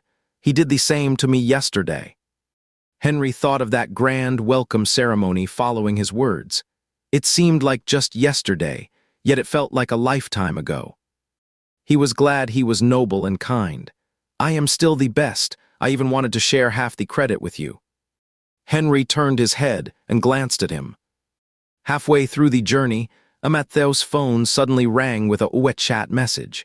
He picked it up and saw it was from his second brother. He immediately felt guilty. "Big bro, second bro sent me a WeChat message. Did he find out that we secretly went out to play without him and come to question us?" Henry did not seem worried at all. "No way." Matthew opened the message, half believing. "Oliver, I have checked. None of the flower meanings are unlucky. Oliver, I feel like my time has been wasted, angry emoji." Sure enough, his second brother was still stuck at the point from a few hours ago. Matthew sent a message to comfort him. "Matthew, do not take the world of flowers too seriously." After sending the message, he turned to Henry and said, "I will not doubt you any more, big bro." Henry saw through him calmly. "That is what you said last time." Matthew felt a bit sheepish. "My belief has deepened now." With the holiday traffic peak, it was already an hour later when they entered the city center. It was noon at the moment, and the streets and alleys were crowded with people. Festival-colored lights were hung on the shops on both sides. Henry parked the car in the parking lot under the commercial street. The moment he got out of the car, the cold air hit him. Matthew took out the scarf that Henry had given him before from the car and wrapped it around his neck. The weather at the end of December was colder than before. Just wearing a turtleneck could not keep out the cold. When they got from the underground garage to the ground level, the crowd became dense. Matthew got jostled. Henry raised his arm to block on the outside of Matthew, separating him from the bustling crowd. "Come closer." Matthew obediently moved closer. They had booked a place that served pan-fried beef for lunch. When they entered the restaurant, every table was steaming with white mist. The waiter led them to their seats. Matthew stood by the table to take off his scarf. He had wrapped it up too hastily when getting out of the car, and the scarf got all tangled up. He could not pull it loose for a while. There were a lot of customers coming to eat at this time. 3 girls walked towards them in the aisle. Matthew pressed himself against the table to make way for them, and a section of the scarf behind him fell down and swept towards the iron plate in the middle of the table. Henry reached out and caught the scarf. After the 3 girls passed by, he stood up, pulled Matthew over, and bent his head to untangle the scarf from Matthew's neck. Matthew stretched his neck hard to make it easier for Henry to do it, and he even looked like he was going to his doom because of the excessive effort. Henry looked up halfway through untying it, slightly frowning. "Adjust your expression." Matthew stiffened his neck. If you do not want me to be taken away by the police." They took off their scarves and coats and sat down. The pan-fried beef was cooked half by frying and half by boiling, and they needed the waiter's help. The waiter was putting the ingredients beside them. After frying, he first put the food on Henry's plate. Matthew, eyes glued over, and he leaned forward slightly. Henry looked up. "Give it to him first." The waiter was a bit stunned, then said okay and turned to put the meat into Matthew's plate. "Big brother, you are the best." Henry saw through it and said it out. "You say whoever gives you food is the best." Matthew did not admit it. "No way." "Did not you praise the second brother when he ordered meatballs for you?" He looked at the person across the table with a look of amnesia and sneered to remind him. "The juicy ones." Hiss, Matthew remembered. He exclaimed, "The second brother is always so good at handling things. Ordering meatballs could even start a little story." Henry seemed to recall something, halted his chopsticks, and let out an moo. The 2 of them ordered 6 servings of beef, 2 plates of vegetables, and 1 serving of bibimbap. By the time they finished cooking and eating everything one by one, it was already an hour and a half later. Henry finished paying at the front desk and turned around. "Where do you want to go later?" Matthew rubbed his belly. "Bro, I am stuffed. I want to walk off the food." Henry expressionlessly dragged him out. About half an hour ago, this guy had almost the same lines, except for the last few words, "Bro, I am so full, but I still want to eat." Matthew huddled in his scarf and followed Henry into the elevator to go downstairs. "Where are we going?" "Let's take a stroll in the mall. Did not you say you wanted to walk off the food? He does not learn his lesson. Is not there a place selling snacks on the top floor of the mall? Henry lowered his head and took out his phone. Amatzel leaned in. You are checking for me. I am checking which route to the hospital is not congested. To get from the restaurant where they had dinner to the mall, they had to cross a commercial street. There were a lot of people and cars on the street, and some street vendors were shouting and selling their wares by the roadside. This commercial street was built years ago and has been renovated several times. The main road is clean and wide, but the alleyways are a bit messy and dirty. The two did not take the alleyways, but just walked forward along the street beside the main road. As they passed an intersection, suddenly an electric bike for food delivery shot out from the alley on the right. It was so fast and rushed that it almost brushed past them from behind. Before Amatzel could react, his arm was yanked, and he was pulled straight into a tight embrace. An arm wrapped firmly around his lower back, blocking most of his vision. All he could hear were a few gasps from around him. Henry pulled him into a tight embrace. Through the thick overcoat, he could feel the rapid heartbeat beneath. The electric scooter shot out of the crowd in just a few seconds. Amatzel was pressed against Henry's chest, and the arms around Henry's back were strong and firm. The people around them snapped out of their initial shock, then turned their heads and saw the two people huddled together. Henry was tall and imposing, standing out in a crowd. He had his arm around Amatzel, who was dressed in fluffy, soft clothes. Amatzel revealed half of his face from his scarf, and it was handsome and bright. Whoa, look quick. These two are so sweet. A flurry of whispers reached his ears, and Amatzel pushed himself up from Henry's chest. Remembering Henry's words about being mindful in public, he gave the man a little shove. Amatzel tried to push but did not budge. He looked up.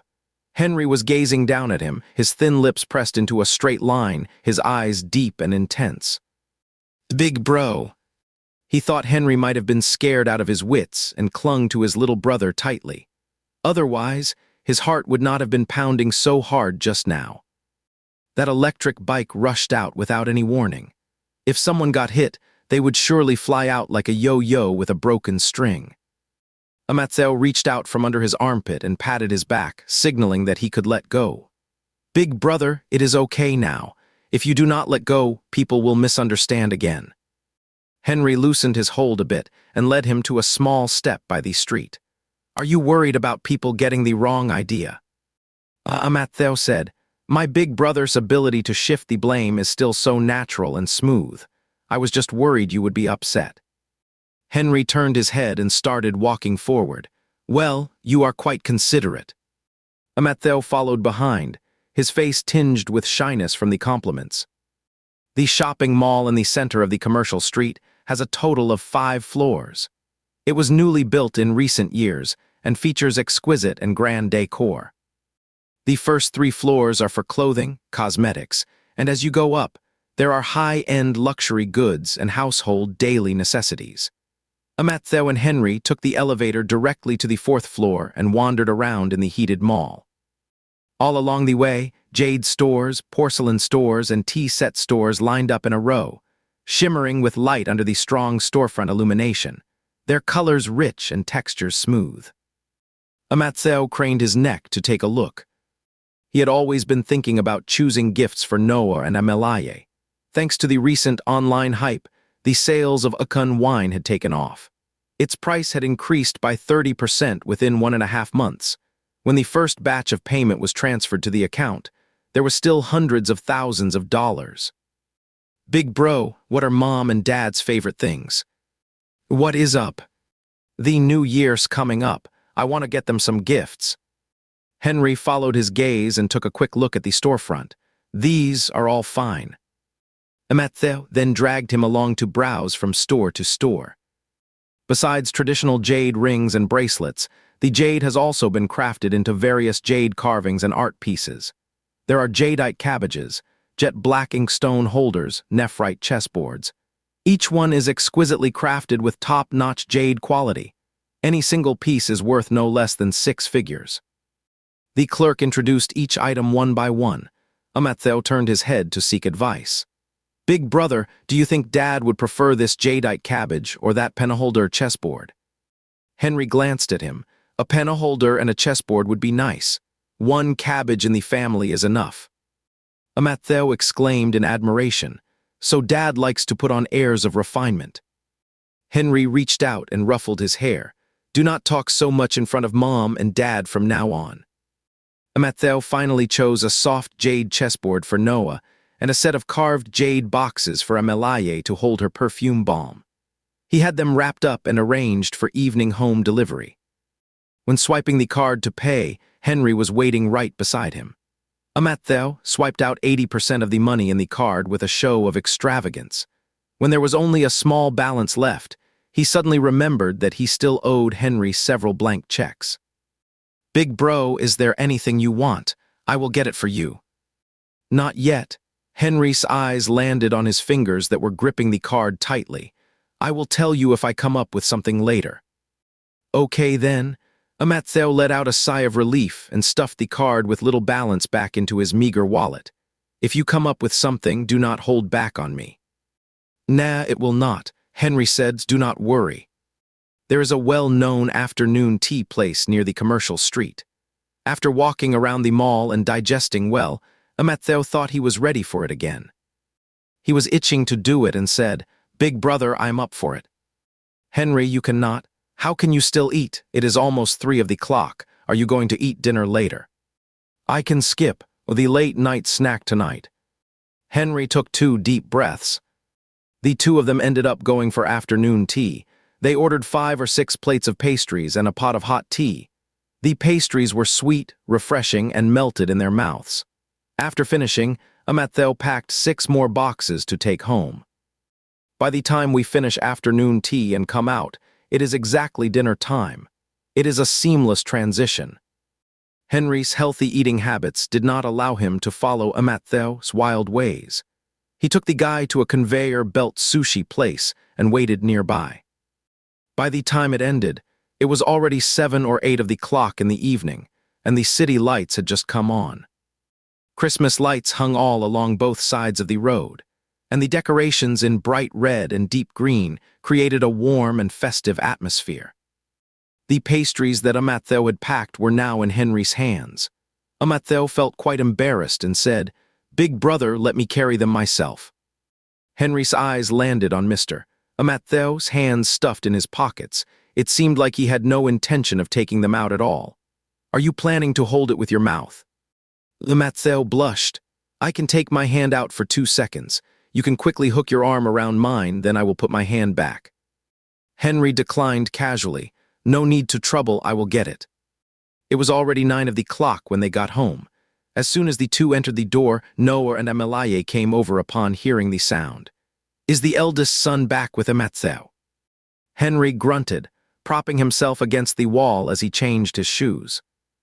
We are back. Matthew was also changing his shoes in front of him. As he looked up, he lost his balance on one foot and started to fall backward. Uncle Noah and Anatai Amelaye. Hey. Henry tucked his arm in, pulling the other closer. They were so near that he could almost touch the top of Matthew's head just by tilting his head slightly. He held the person in his arms and looked up at Noah and Amelaye, who were just an arm's length away. Noah clapped his hands in approval. Good, brothers should support each other. Matthew steadied himself and also clapped his hands. Yeah, that is right, brothers should help each other. He looked up and said, Thanks, big brother, your arms are like the harbor where I can lean back strategically. After changing their shoes, they walked into the living room. There were 2 packages on the table. Amelaye said, Matthew, these are your packages, right? I saw your name signed as the buyer on them. Matthew dashed over, holding the package and presenting it in front of Noah and his wife. These are New Year gifts for Mom and Dad. Oh my, the couple exclaimed in delight as they took it. Why, there is a gift too. They opened the packages right there on the table. The delicate jade handicrafts glistened and shimmered under the light. Matthew explained, I bought these with the money I earned myself, just a little token of my appreciation. You have been earning money on your own. Matthew hung his head shyly. I did a little business with some friends. Standing beside them, Henry looked over at Amatzeo. Noah and Emelaye were touched. Wow, Amatzeo, you are so thoughtful. Sensing Henry's gaze, Amatzeo also gave him half the credit. Big brother accompanied me to pick it out today. Noah and Emelaye exclaimed, wow, the eldest one has worked hard too. The atmosphere in the living room was harmonious and full of laughter. The bright lights filled the room with warmth. In this warm and sunny atmosphere, Amatzeo suddenly felt a gaze.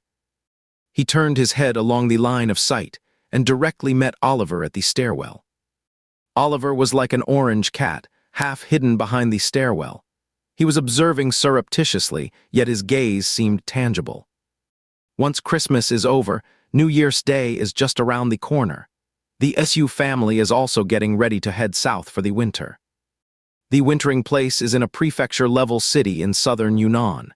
It has plenty of sunshine and a pleasant climate, making it perfect for vacations and retirement. The SU family has bought a house there, and they go there every winter. Theodai got a holiday the day before New Year's Day and would leave directly from school then. Most of his luggage was at home, so he made a video call to Amatzeo and asked him to help with packing. It was Amatzeo's first time entering Theodai's room, and it was quite different from what he had imagined. Theodai seemed like a fun, loving guy, but there were a lot of books in his room. There was also a special bookshelf for storing all kinds of models. Seeing his eyes fixed on the screen, Theodai said leisurely, "If you like it, little bro, when we have a vacation, the third brother will take you to build one." Okay, Amatzeo drawled slowly as he shifted his gaze away. From the wardrobe to the bookcase, Theodai had a lot of miscellaneous things to take. Amatzeo had been packing for 20 minutes and still was not done. Halfway through, Henry came in and stood by, arms folded. In the video, Theodai was guiding Amatzeo to pack things. When the latter turned around, Henry behind him was revealed.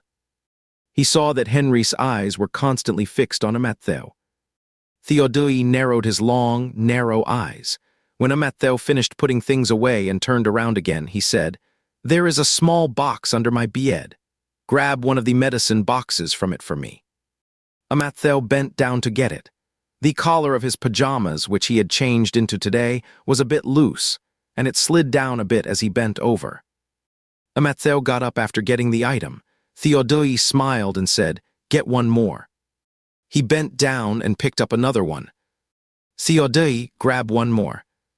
Amatzeo looked suspicious. "Third brother, are you glitching?"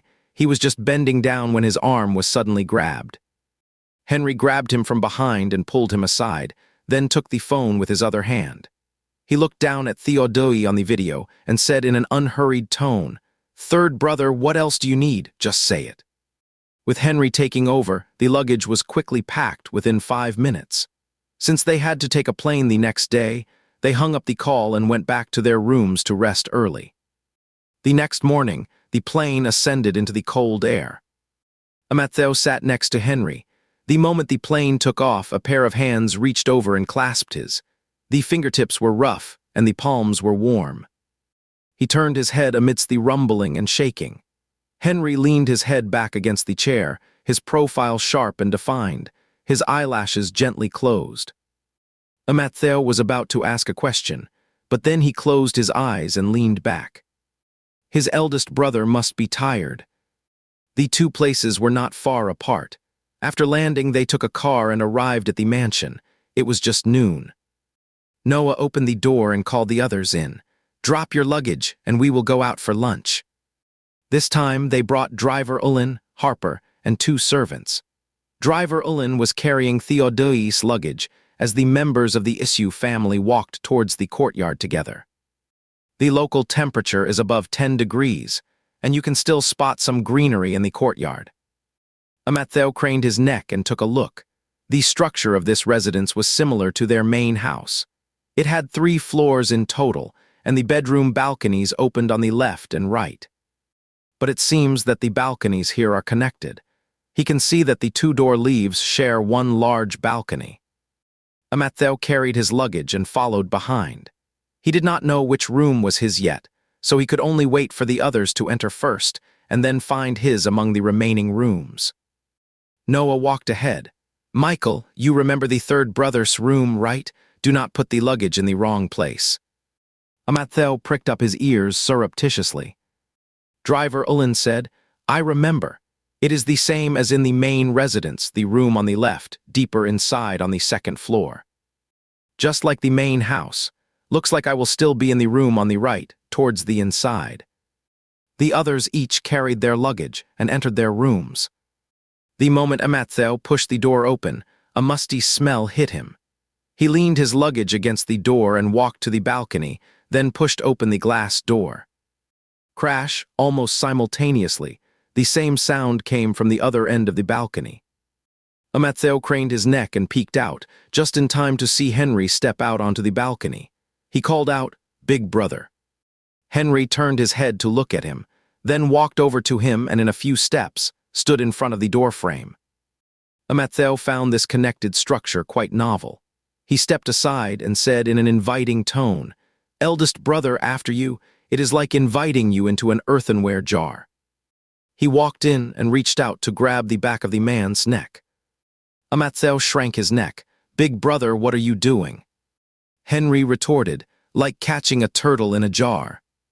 The two exchanged idioms with each other for a while, then remembered they were going out for lunch. The temperature here was high, so the down jacket and scarf Matthew wore on his way here were unnecessary. He lowered his head and started to unzip his down jacket, but halfway through, the zipper got caught on the scarf. He did not dare to force it open. His clothes were expensive. "Big brother, this is all tangled up. Help me sort it out." Henry stepped forward and grabbed his zipper. His well-defined fingers gently tugged at the scarf, trying to straighten it out bit by bit. "I should pay you some tuition fees." The two were standing very close. When Henry lowered his head, his breath landed on Matthew's forehead hair, making the soft strands flutter. Matthew had an intuition that this was another setup for mockery, but he could not help it. Why? "Otherwise, it will not be worthy of all the tough problems you have given me." The scarf was pulled out, and the zipper smoothly zipped open with a whoosh. Matthew immediately dropped the previous verbal argument and exclaimed in praise, "Big brother, you are really good at undressing people." Henry's fingertips were still tugging at his zipper. At Matthew's words, he looked up and gave the zipper a little yank. "Try misusing idioms again." Noah's voice came from the stairwell outside. "Guys, Henry, Oliver, Matthew, haven't you finished packing yet?" Henry let go of his zipper and walked towards the door. Matthew took off his coat and put it on the bed, then followed in just a sweater. The bedroom door opened, and Oliver, who was diagonally across the hall, happened to come out at the same time. He saw the two brothers emerging from the same door, his eyes sharp. "Why are you two coming out of the door together?" Matthew opened his mouth to explain, but Henry beside him said coolly, "Otherwise, where should I come out from? The chimney." Matthew slowly closed his mouth. The three of them went downstairs one after another. Noah and Amelaye were already waiting in the corridor. Noah had already made up his mind. "Let's go to that steam pot chicken place we went to last time. Their mushroom stew is also really delicious." Amelaye said, "The third brother will probably arrive at 3 in the afternoon. Let's come back and rest for a while after lunch, and then go out for a stroll when he gets here. The place to eat steam pot chicken is not far from here. It is only a 10-minute drive." Entering the store, there is a small Chinese-style courtyard. On both sides are shallow ponds and covered bridges, and the sound of water is clear. The wooden windows are pasted with paper, and the orange light inside faintly shines through. The 5 of them got a private room and sat down. Noah ordered the main dishes, then passed the menu around for them to add a few side dishes. The menu was passed from Oliver's hands to Henry's. Matthew clung to Henry's arm, his eyes glued to the menu. "I want to have grilled tofu and stir-fried rice noodles." Henry turned his head to look at him. "Cannot you eat something healthier?" Matthew let loose. Life's all about chasing the good times. Henry said calmly, "If things go on like this, we will only decline." Even though he said that, the grilled tofu and fried rice noodles still had check marks in front of them. Henry added a few more dishes according to the family's tastes, then handed the menu to the waiter. Soon, the dishes were served on the table. The steam pot chicken was bubbling and giving off hot steam, and the fresh and fragrant smell filled the entire table. Amelaye asked Noah to serve her some soup. Put it in the bowl and let it cool for a while.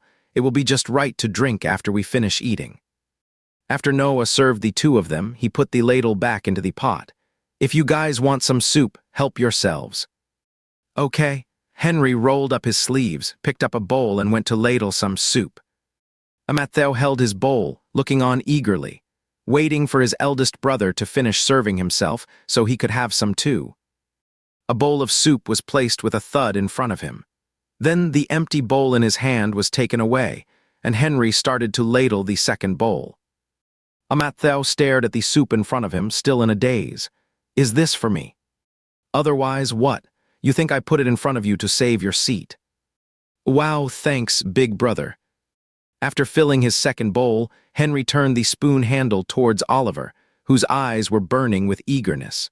Second brother, if you want some, serve yourself. As the meal was nearly over, Noah glanced at the time. It is almost 2 of the clock. The third one should be landing soon. I will ask Michael to pick him up. Amelaye agreed.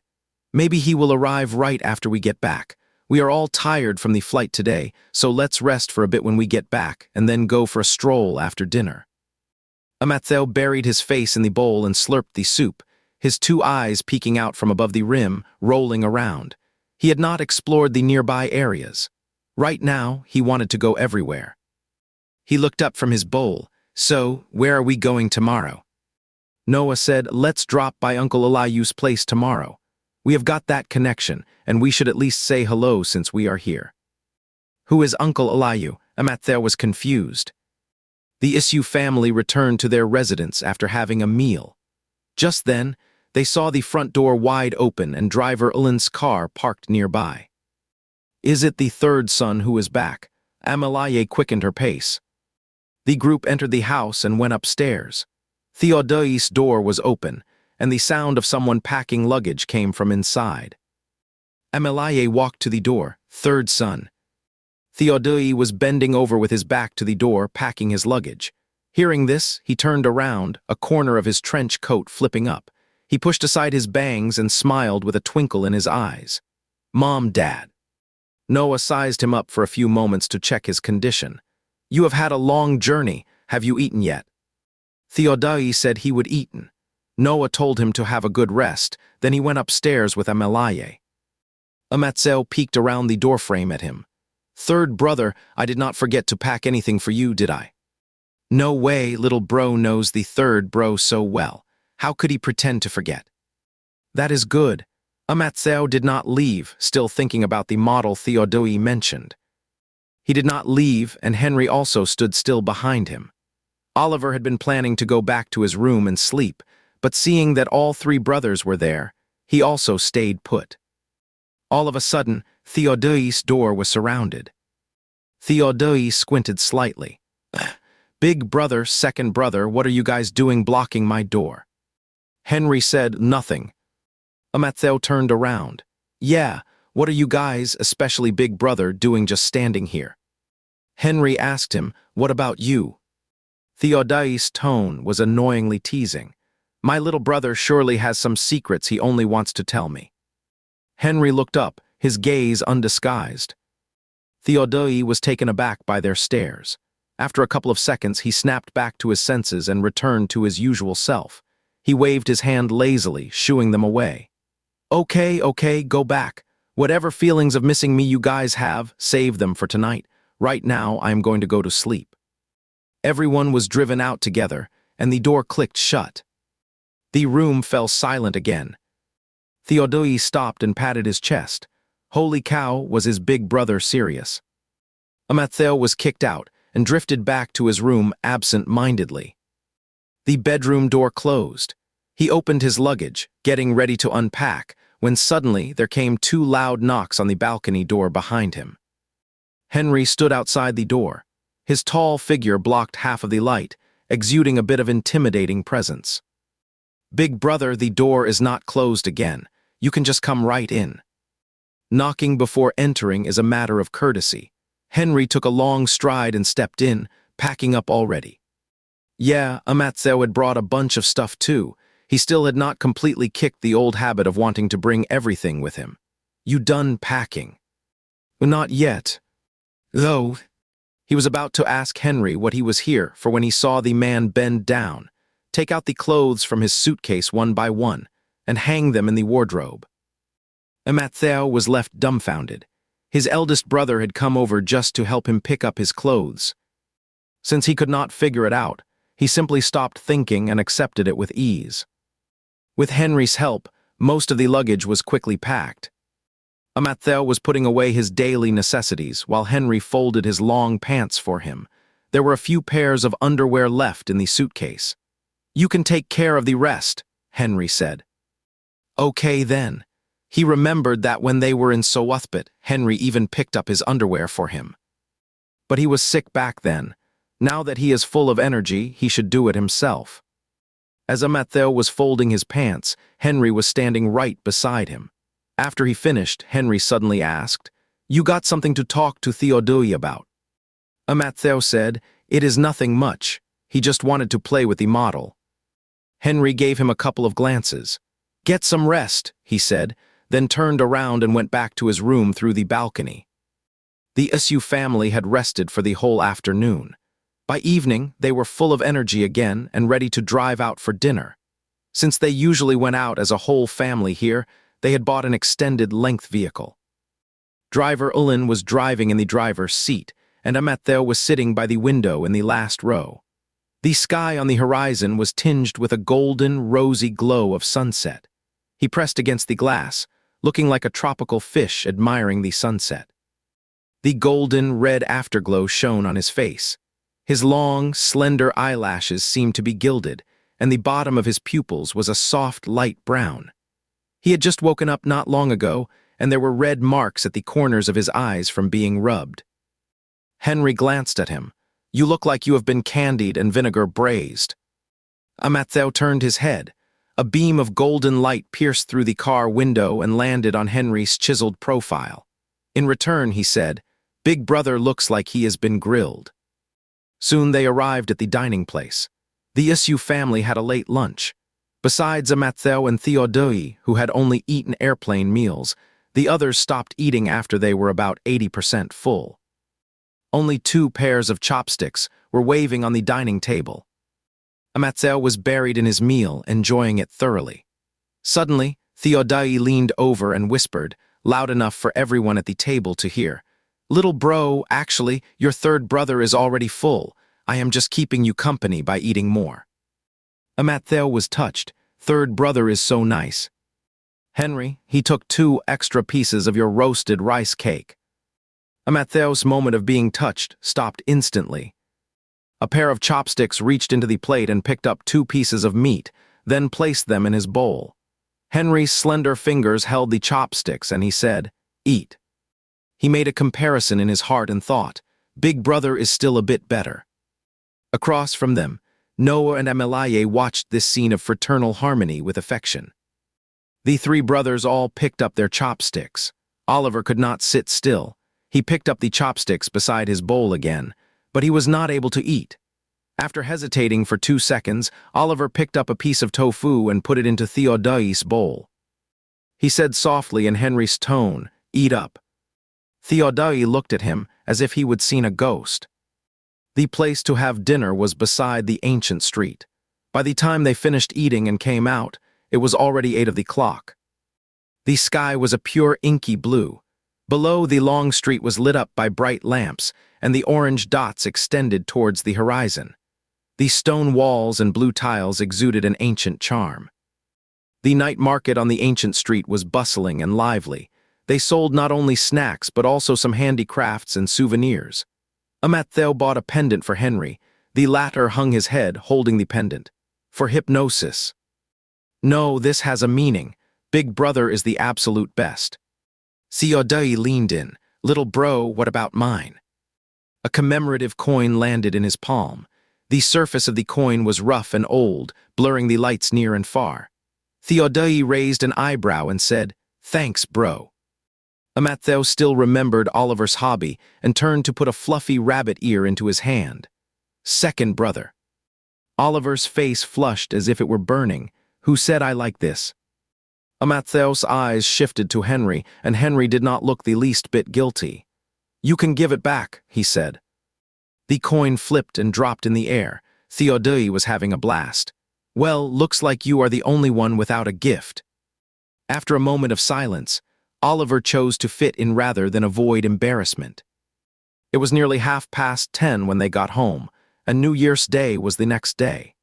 The Usu family usually stays up late on New Year's Eve, so they did not plan to stay up to welcome the new year together today. Before going upstairs, Noah reminded his brothers, "We are going to visit Uncle Elihu tomorrow. Do not sleep in too late."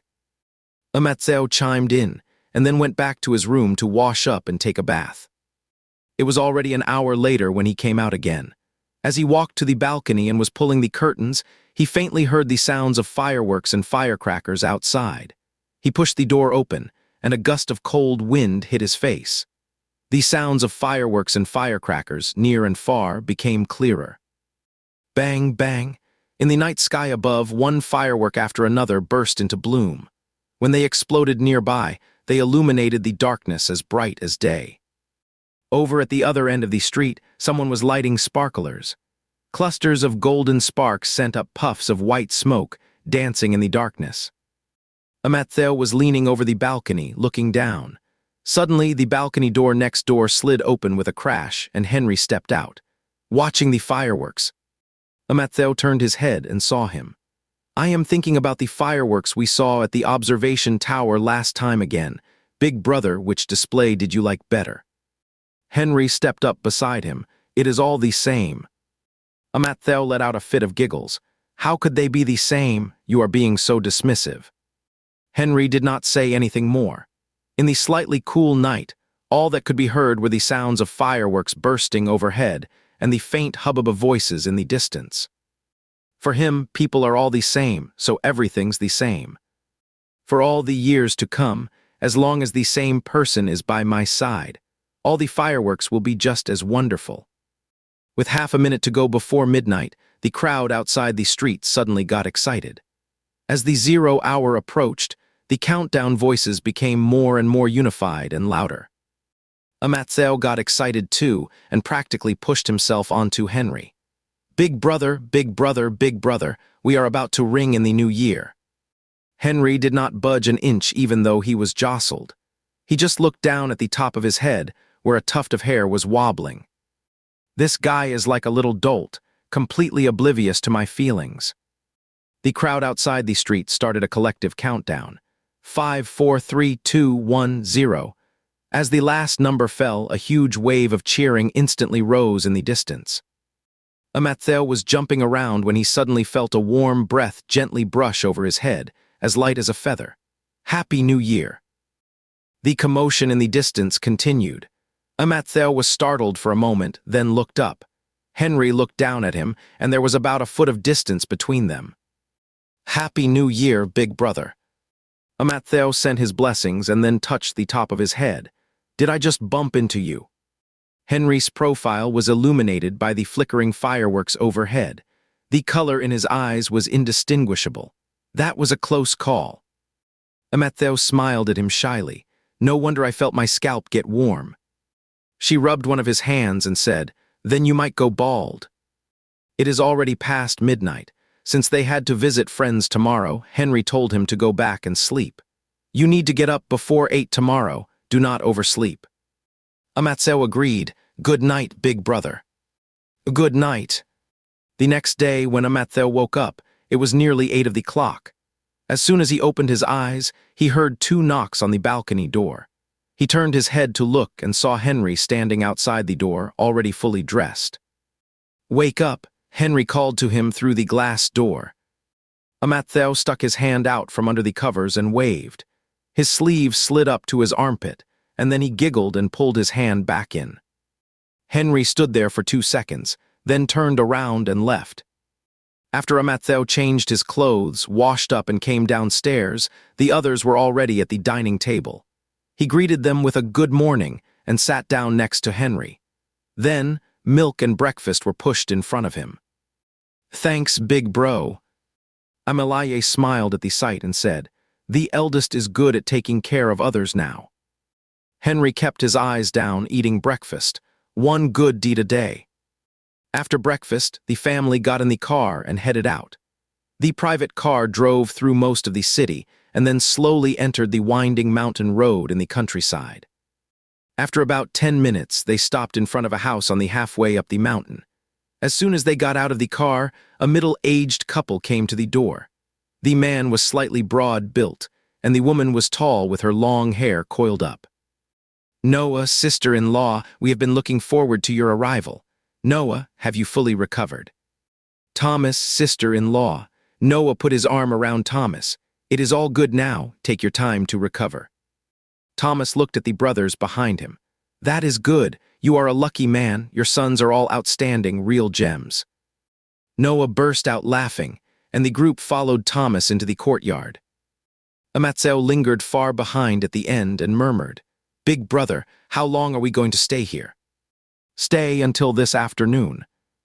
Then we will be freeloading lunch here too." Henry glanced at him and refrained from commenting on his choice of words. The group followed into the house. Before they reached the living room, they saw a tall and capable girl coming to greet them. "Uncle Noah, Anatai Amelaye." Amelaye replied with a smile. "Sofaye is getting more and more beautiful." Sofaye smiled generously, greeted the few brothers behind her, and also said hello when she came to Amatseo. "Little brother Amatseo." Amatseo thought for a moment about how to address her. "Sister Sofaye." Thomas led everyone into the living room and they took their seats. The servants brought in tea and pastries, and then the few of them sat there and started making small talk.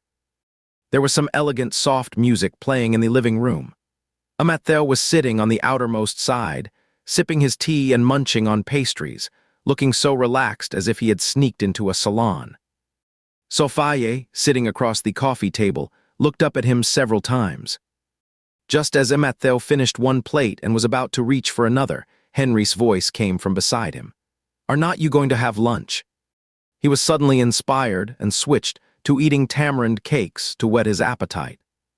After the two families had been sitting in the living room for a while, Thomas waved his hand and told Sofaye to take the others to the back garden. "We will talk among ourselves. You kids go and have fun on your own." "Okay." Sofaye got up and led Amatseo and the others around the side hall to the back garden. There was a greenhouse in the garden, and a long table was placed there, big enough for 6 people to sit around. After Amatseo took his seat, a servant brought fresh tea and pastries. Sofaye pushed them towards him. "Here you go, little Amatseo. These are your favorites." "Thanks, Sister Sofaye." Amatseo was about to reach for it when a hand reached out from the side and held him back. Henry furrowed his brows. "Knowing you have a weak stomach, you still dare to stuff yourself like that." Theodai took a piece in an annoying way and ate it himself. "It does not matter. I will help my little brother eat it." Not to be outdone, Oliver offered his consolation. "Drink more hot water." Amattheo's eyes were dark and mysterious. Sofaye's gaze swept around among the people, a bit surprised. She remembered that the relationship among these 4 brothers was not this close when they met last time. The Isu family and the Alayu family meet once a year, and Sofaye is well acquainted with the brothers. Being naturally talkative, she turns to Theodui and asks, "Just got back from vacation in the capital, right? How many more years do you have left?" "It depends on my mood." "I envy your laid-back attitude." Sofaye chatted with Theodui and Oliver for a while.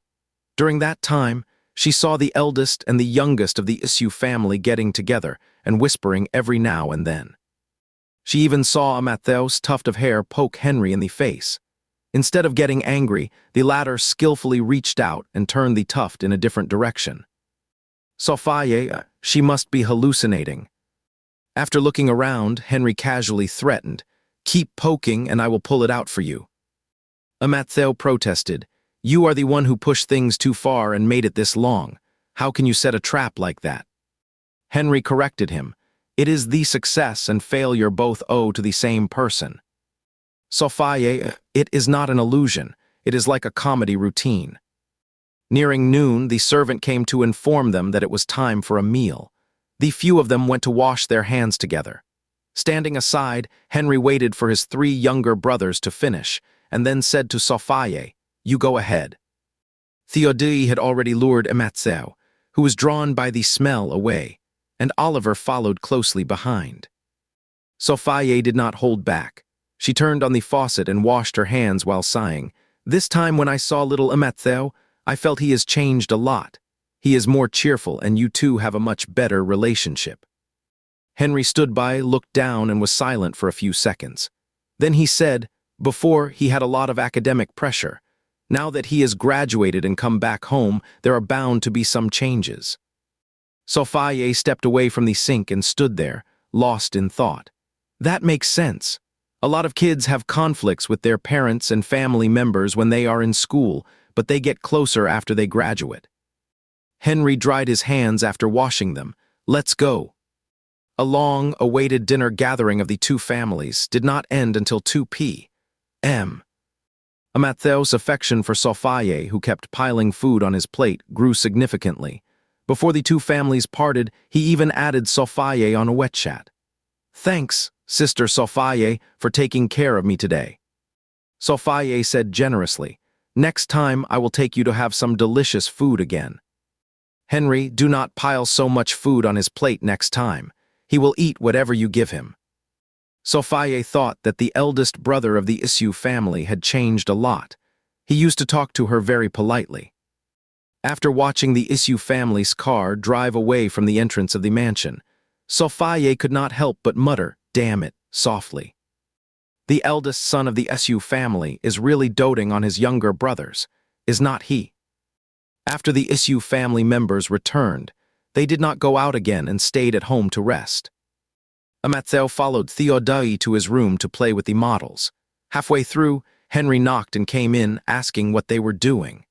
Amatzel held up the unassembled boat in his hand and said, "We are making a racing boat."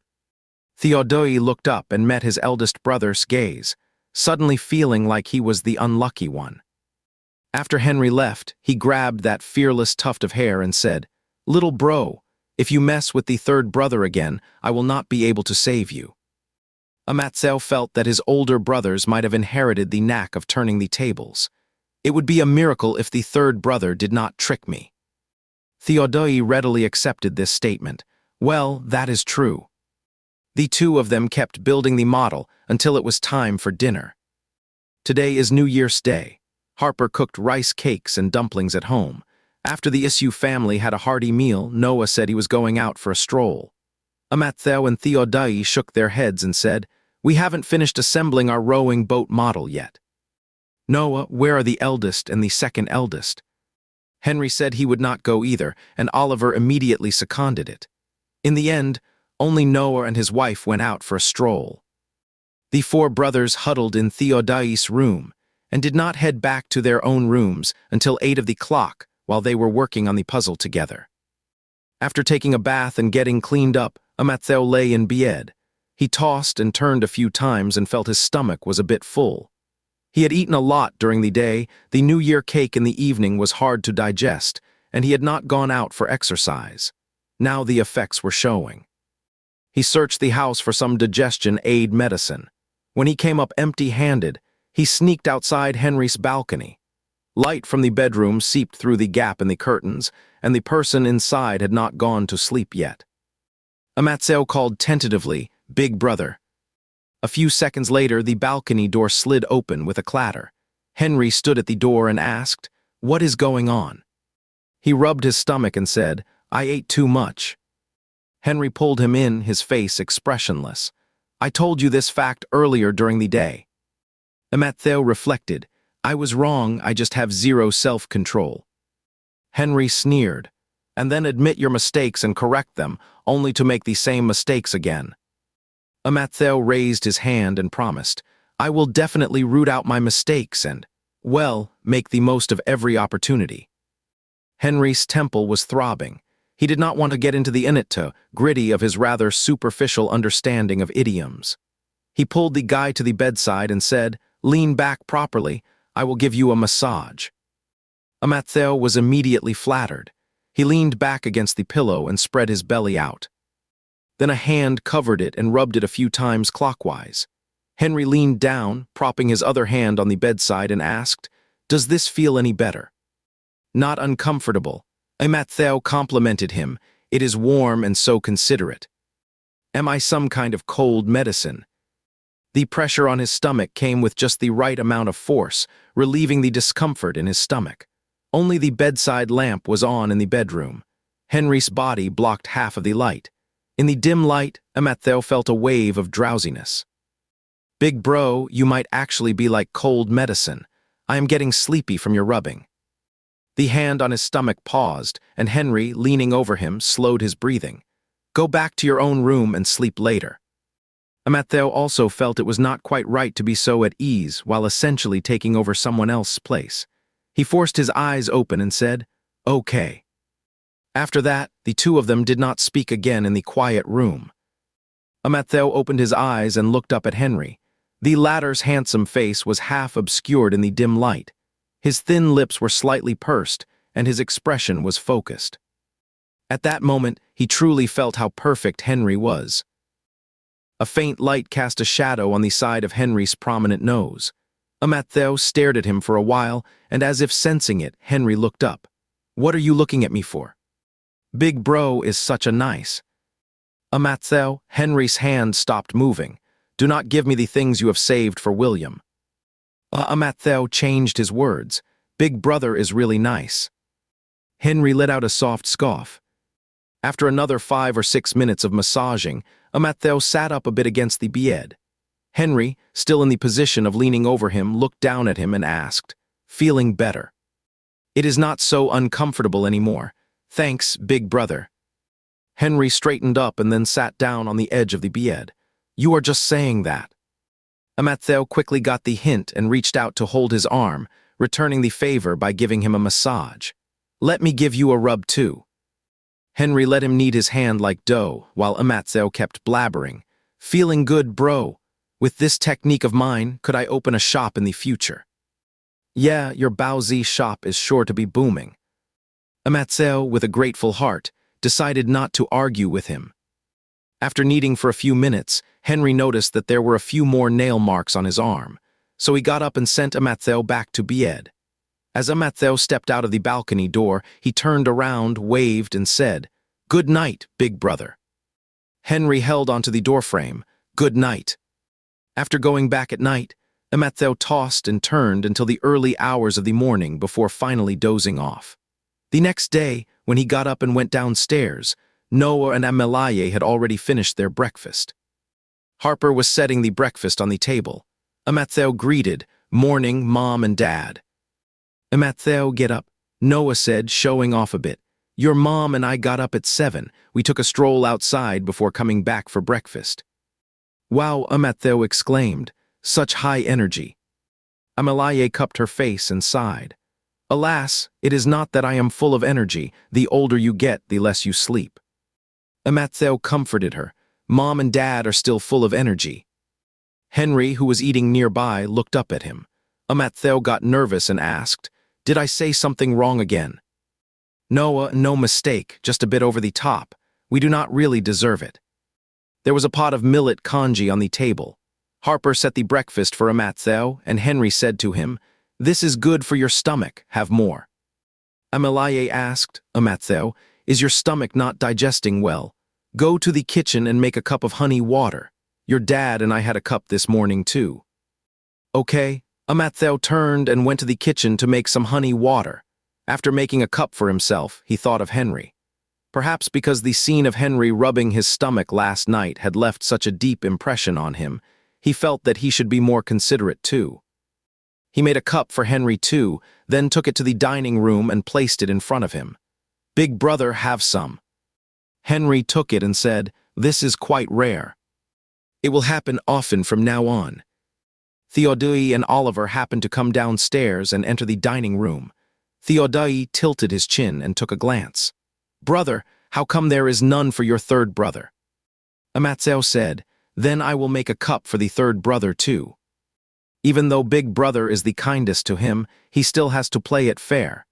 He cannot show such blatant favoritism, or else something like using 2 peaches to kill 3 warriors might happen again.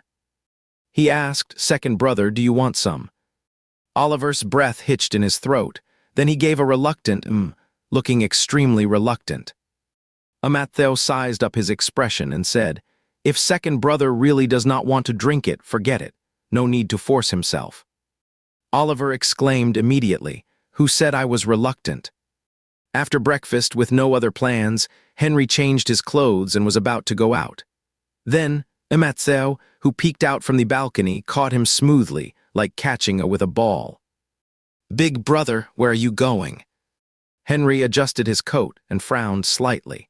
Do not recite that line in the tone you would use to scold the white bone demon. Amatseo apologized to him, then leaned against the balcony door and peeked out. So, big brother, where are you going? Did not you fail to find your stomach medicine yesterday?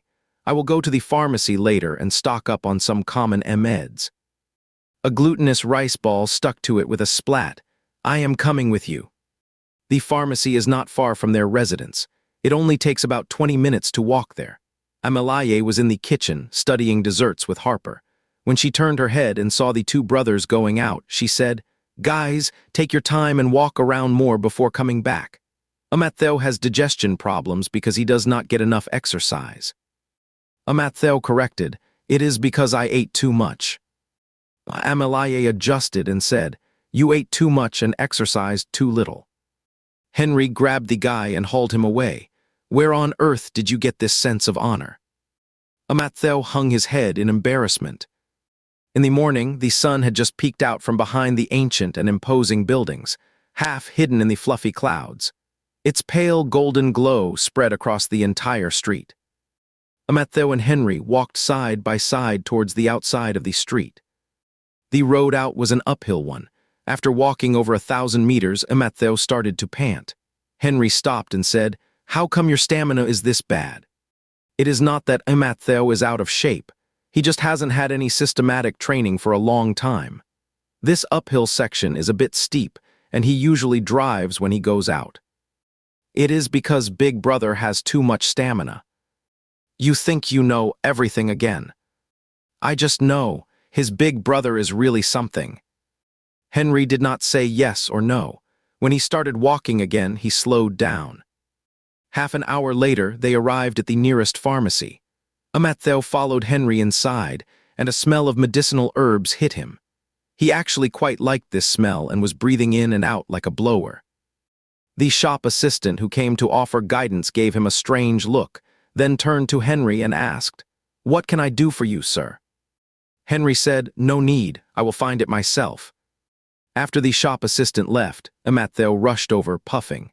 Why did not you let her stay? How on earth did you manage to find so many medicines?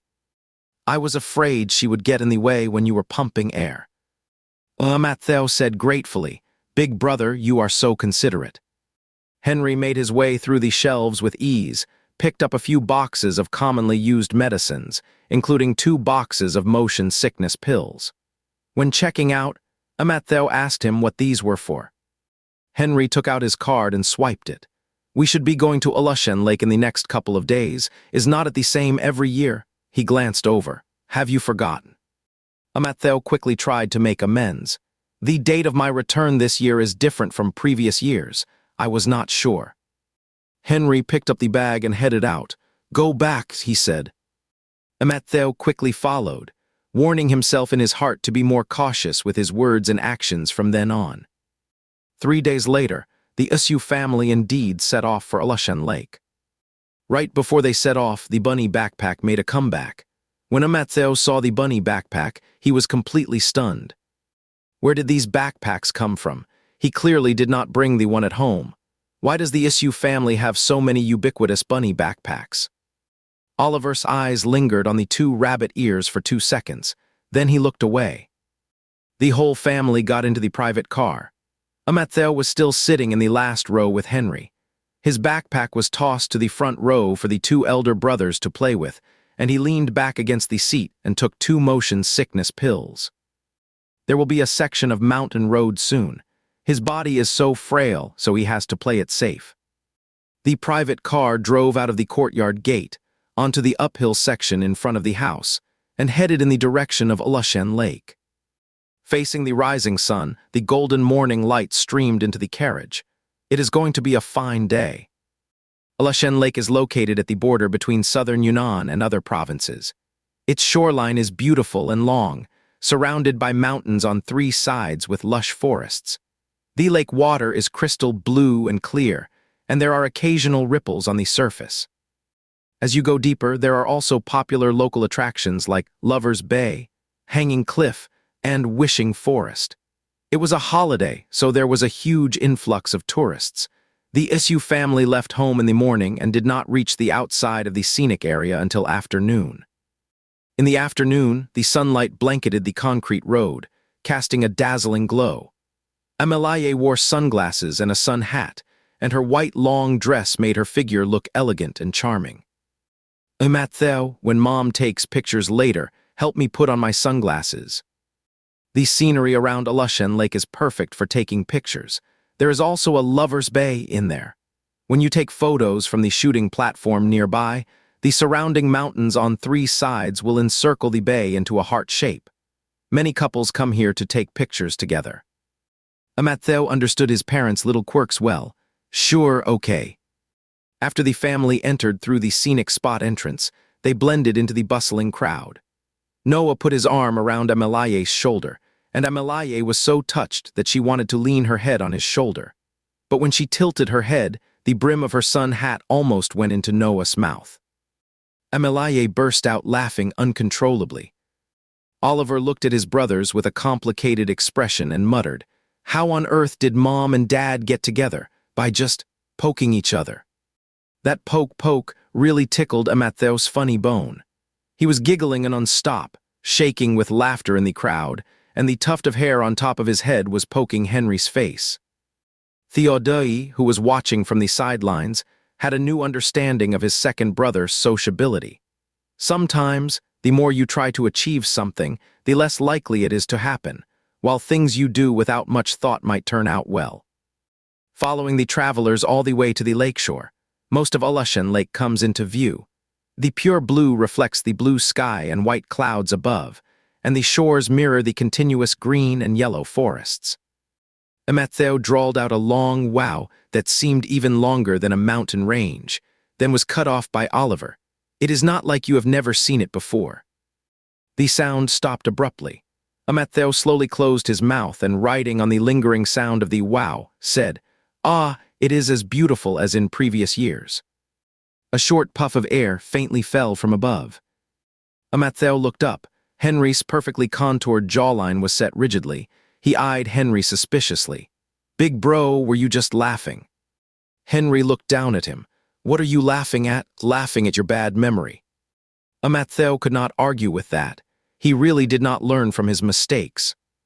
It only takes about 20 minutes to get from Alashan Lake to the legendary Lover's Bay. Every year when the Isu family comes here, Amelaye and Noah would take a photo together at this place. After the tourists in front finished taking pictures, Henry stood on the shooting platform to take photos of the two. Matteo waited aside, holding Amelaye's hat and sunglasses. Amelaye tilted her head and leaned on Noah's shoulder. The two put their arms around each other's waists from behind. Their intimate and tacit posture clearly showed that they were an old married couple. Matteo suddenly felt a bit touched. The surrounding mountains and the clear lake have remained unchanged since time immemorial, witnessing year after year the equally unchanging affection between Noah and his wife. After taking pictures of their parents, Henry turned around, walked up to Matteo, paused for a couple of seconds and asked, "What is up?" The second and third brothers were huddled in front of Noah and his wife, admiring the photos they had just taken. Henry's tall figure stood in front of him, blocking the view of others. Matteo held his breath and fought back the tears. "I am shedding tears for this beautiful love again today." Amalaye put her sunglasses and hat back on to protect herself from the sun after taking the photo. The scenery here is so nice. You do not have to be a couple to take pictures. If you want to, just go ahead. Oliver was not really into taking pictures. I am good. Amatheo was itching to do something. Theodai next to him glanced over and said, "Little brother, do you want to take a photo with your third brother here?" Third brother. A cold voice cut off the conversation between the two. Under Henry's gaze, Theodai went from starting to dance to giving it up in just a few short seconds. He dragged Oliver away like they were playing with a yo-yo. "Brother, I do not photograph well today, so I will not take pictures." With that, the two of them disappeared in a flash. Amatheo thought his third brother's excuse was as ridiculous as saying, "My phone is out of gas." He turned to Henry and grumbled, "What does he mean by not photogenic today? Can the third brother look different every day?" Henry said casually, "Do not mind him, he is mu a jibenting." The two stood there for a while longer. Amatheo looked at Lover's Bay and still wanted to take a photo. He guessed that Theodai had made an excuse to slip away just now because of Henry's warning, reminding the two not to do anything in public that might lead to misunderstandings. Henry's voice came from the side, "Wanna go take pictures?" "Yeah." Amatheo wanted Henry to take a solo photo of him. Although it might seem a bit silly among a bunch of couples, but it would only be silly for a few seconds. Henry suddenly said, "Come on, I will find someone to take a picture of us." Amatheo, huh? It was not until he was pulled in front of the lake that he really came to his senses. The little girl holding a mobile phone across from them was already calling out, "You guys strike a pose. I will take the photo when I count down 3, 2, 1. A hand landed on his shoulder, not pressing too close, maintaining a proper brotherly distance. Henry said in a low voice, "Look at the camera." Amatheo reined in his wandering thoughts, tilted his head slightly towards Henry, and struck a big brother reliable pose. Click, the image was captured by the camera. The two thanked the little girl, then Amatheo leaned in to take a look at the photo. There were blue sky, white clouds, green mountains, and a clear lake. In the photo, both of them had slender figures and outstanding looks. Leaning together, they seemed quite close. Since the angle was chosen casually, the lake bay in the background was captured as a slightly tilted heart shape. Amatheo was quite satisfied. "Big brother, look, we are really an amazing pair of brothers, just that this heart is a bit off-center, hehe. Let's go." Henry put away his phone and walked ahead, and Amatheo happily followed. He made his way through the bustling crowd, his hand constantly in his pocket, gripping his phone. Henry thought this photo turned out quite well. Even if his heart was a bit off-kilter, so what? Anyway, he had always been so partial and biased towards this person. Noah and the others had already taken a rest in the pavilion by the lake bay. Amatheo, with his backpack clattering all the way, followed them. Henry turned his head and his eyes landed on the bulging backpack. He reached out his hand. "Wanna transfer some of your gravitational potential energy to me?" Amatheo said there could be other ways. "You want some snacks or a drink?" "Well, I will have some water then." In just a few words, the two of them arrived at the pavilion. Amatheo bent down to rummage through his bag. Afraid that he might get bumped into again, Henry put his hand on Amatheo's shoulder and guided him inside. Amalaye saw the two enter. Where did the eldest and Amatheo go? They did not come over for ages. They could not have gone to take pictures, could they? His eldest son had never taken pictures outdoors except for family portraits, even fewer than the second son. Amatheo took out a bottle of water with a thud and handed it to Henry. "I took a photo with Big Brother in front of the lake." Noah looked surprised. The eldest took a picture. Theodai crossed his arms and snorted with a laugh. He knew it. Henry calmly replied with an umhama and casually took the water to drink. His expression was so natural that Noah was only surprised for a moment. Then he thought, right, what was so strange about it? Taking pictures was just something you did when you felt like it.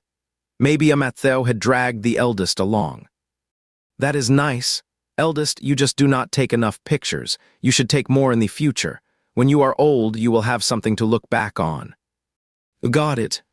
After giving the water to Henry, Amattheo asked the others equally if they wanted something to eat.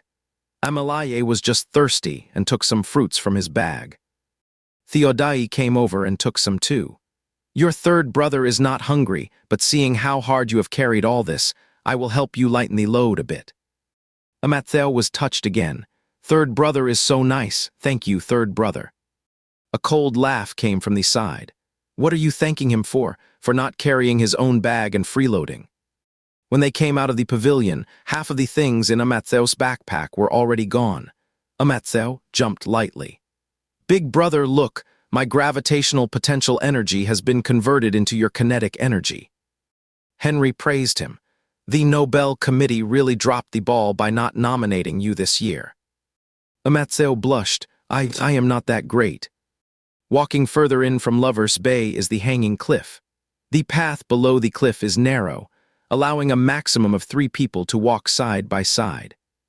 The steep cliff almost drops vertically, as if it were chopped off by the uncanny workmanship of nature.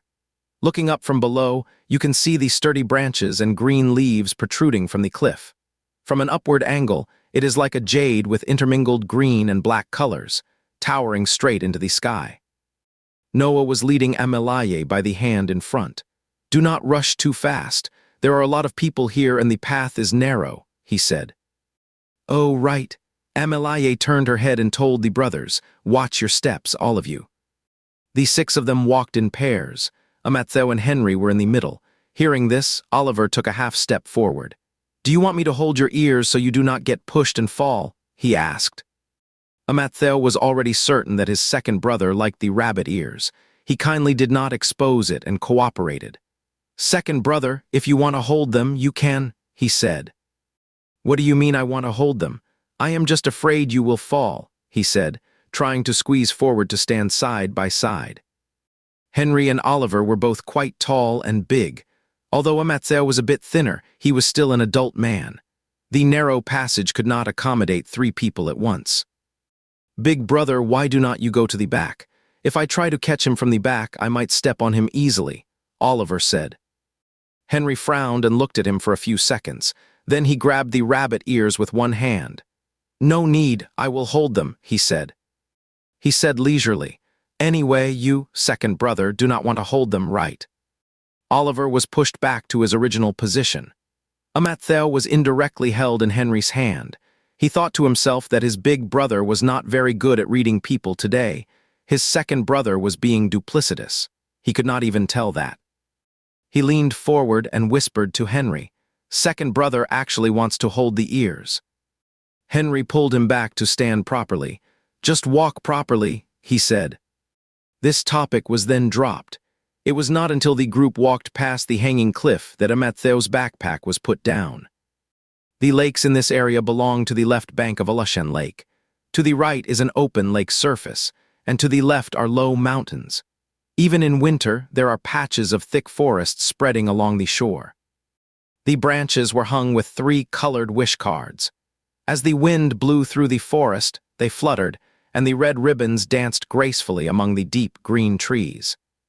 There was a small tour group following Amattheo and the others.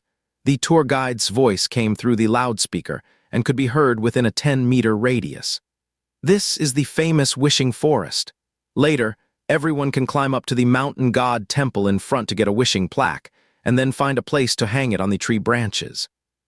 Amattheo craned his neck to look forward according to what the tour guide said. Ahead, a stone staircase leads deep into the forest towards the mountain god temple above.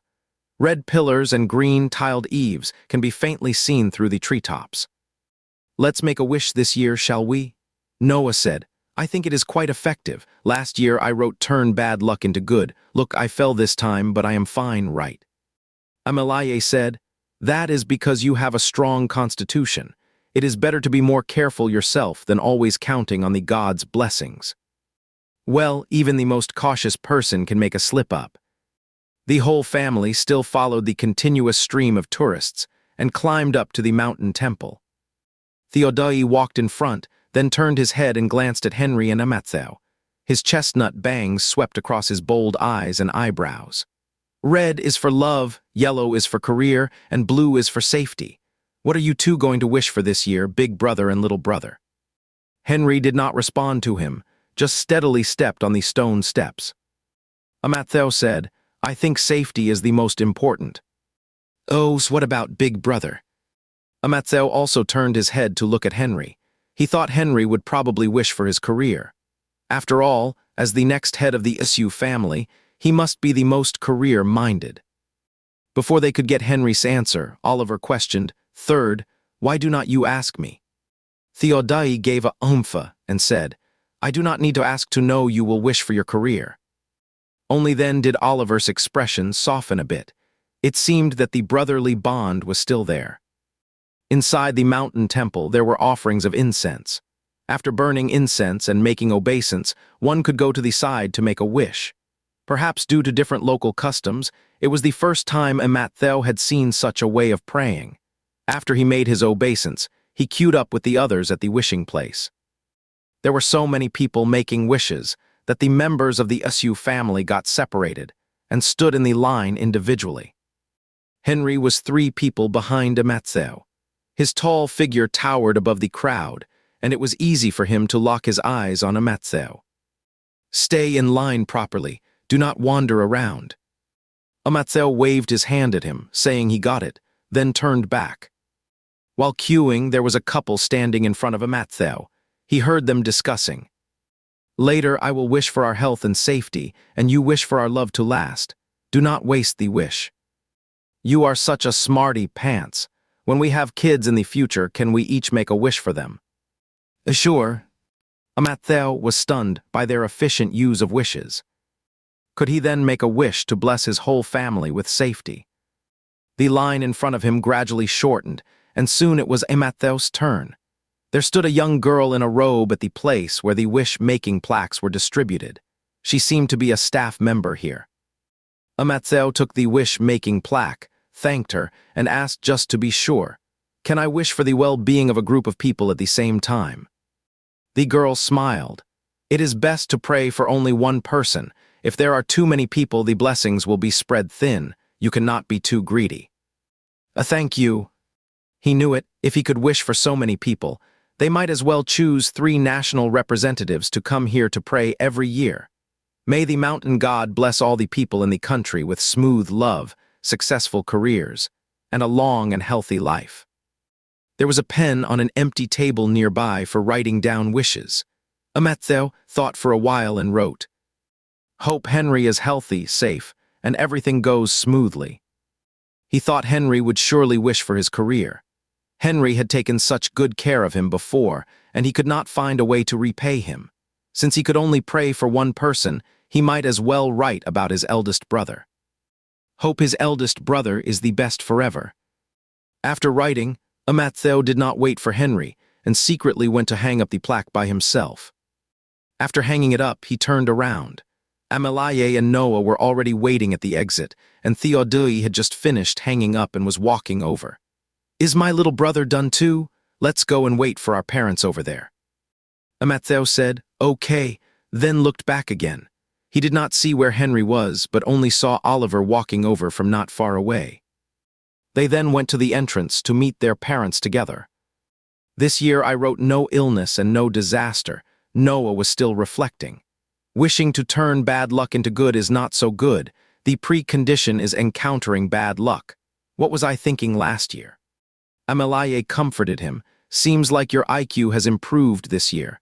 She had also prayed for health. At their age, nothing was more important than health. A few minutes later, Henry walked over from the other side of the wishing forest. From afar, he exuded a cold and sharp aura, but when he got closer, one could smell the scent of incense on him. Let's go, we are going down the mountain, Noah said. Henry lagged behind and Amattheo sidled up to him.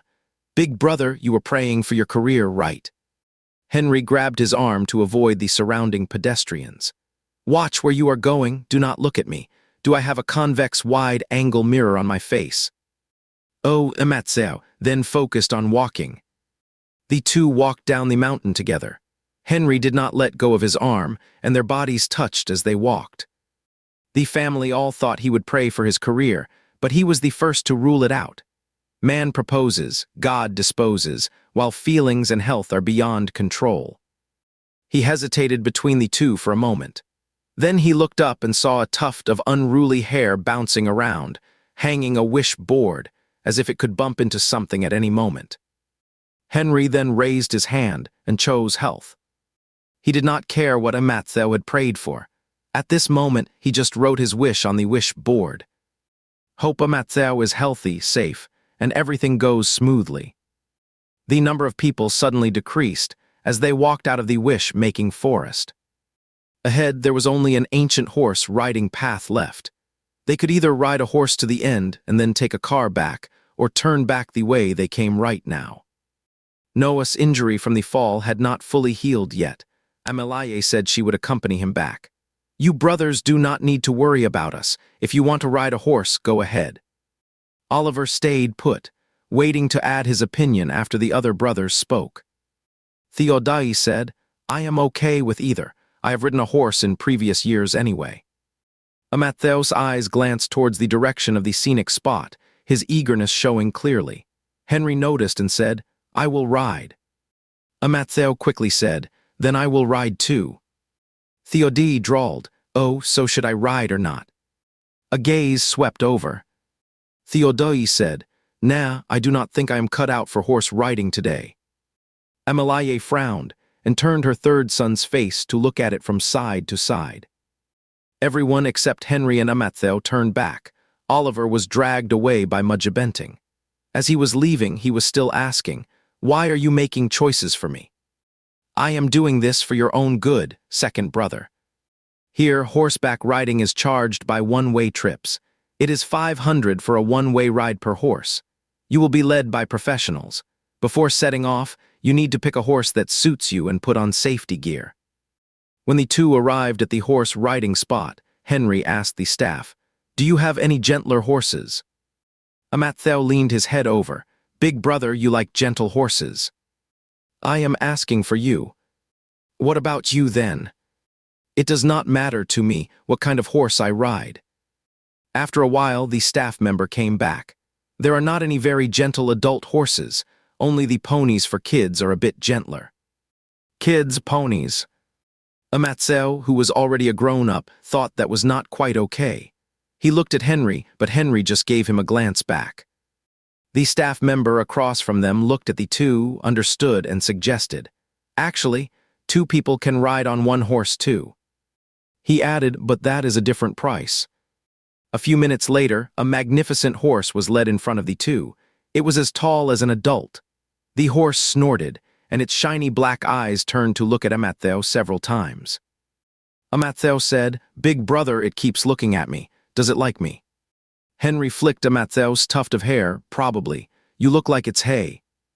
Guided by the staff, the two put on safety gear and prepared to mount the horse. Amattheo got on first. After sitting down, he was a bit higher up, so he looked at Henry at a 45-degree upward angle. Big brother, you look even more handsome from this angle. Henry, who looked even more handsome at a 45-degree angle, braced his long arm, stepped on the stirrup and flipped onto the horse. Amattheo only felt a blur of movement in front of him. The next second, a warm body pressed up against his back, and 2 arms reached around from behind, firmly pinning him to the side. He was encircled in front of Henry and heard the latter's steady voice from above, Let's go. As the horse took its first step, Amattheo instinctively leaned backward and plopped right into Henry's arms, his head bumping against the other man's chin. Henry turned his head to the side. Are you the gear shift on the horse? Do you need to change gears when we start? Amattheo quickly sat up straight again. The staff led the steed forward.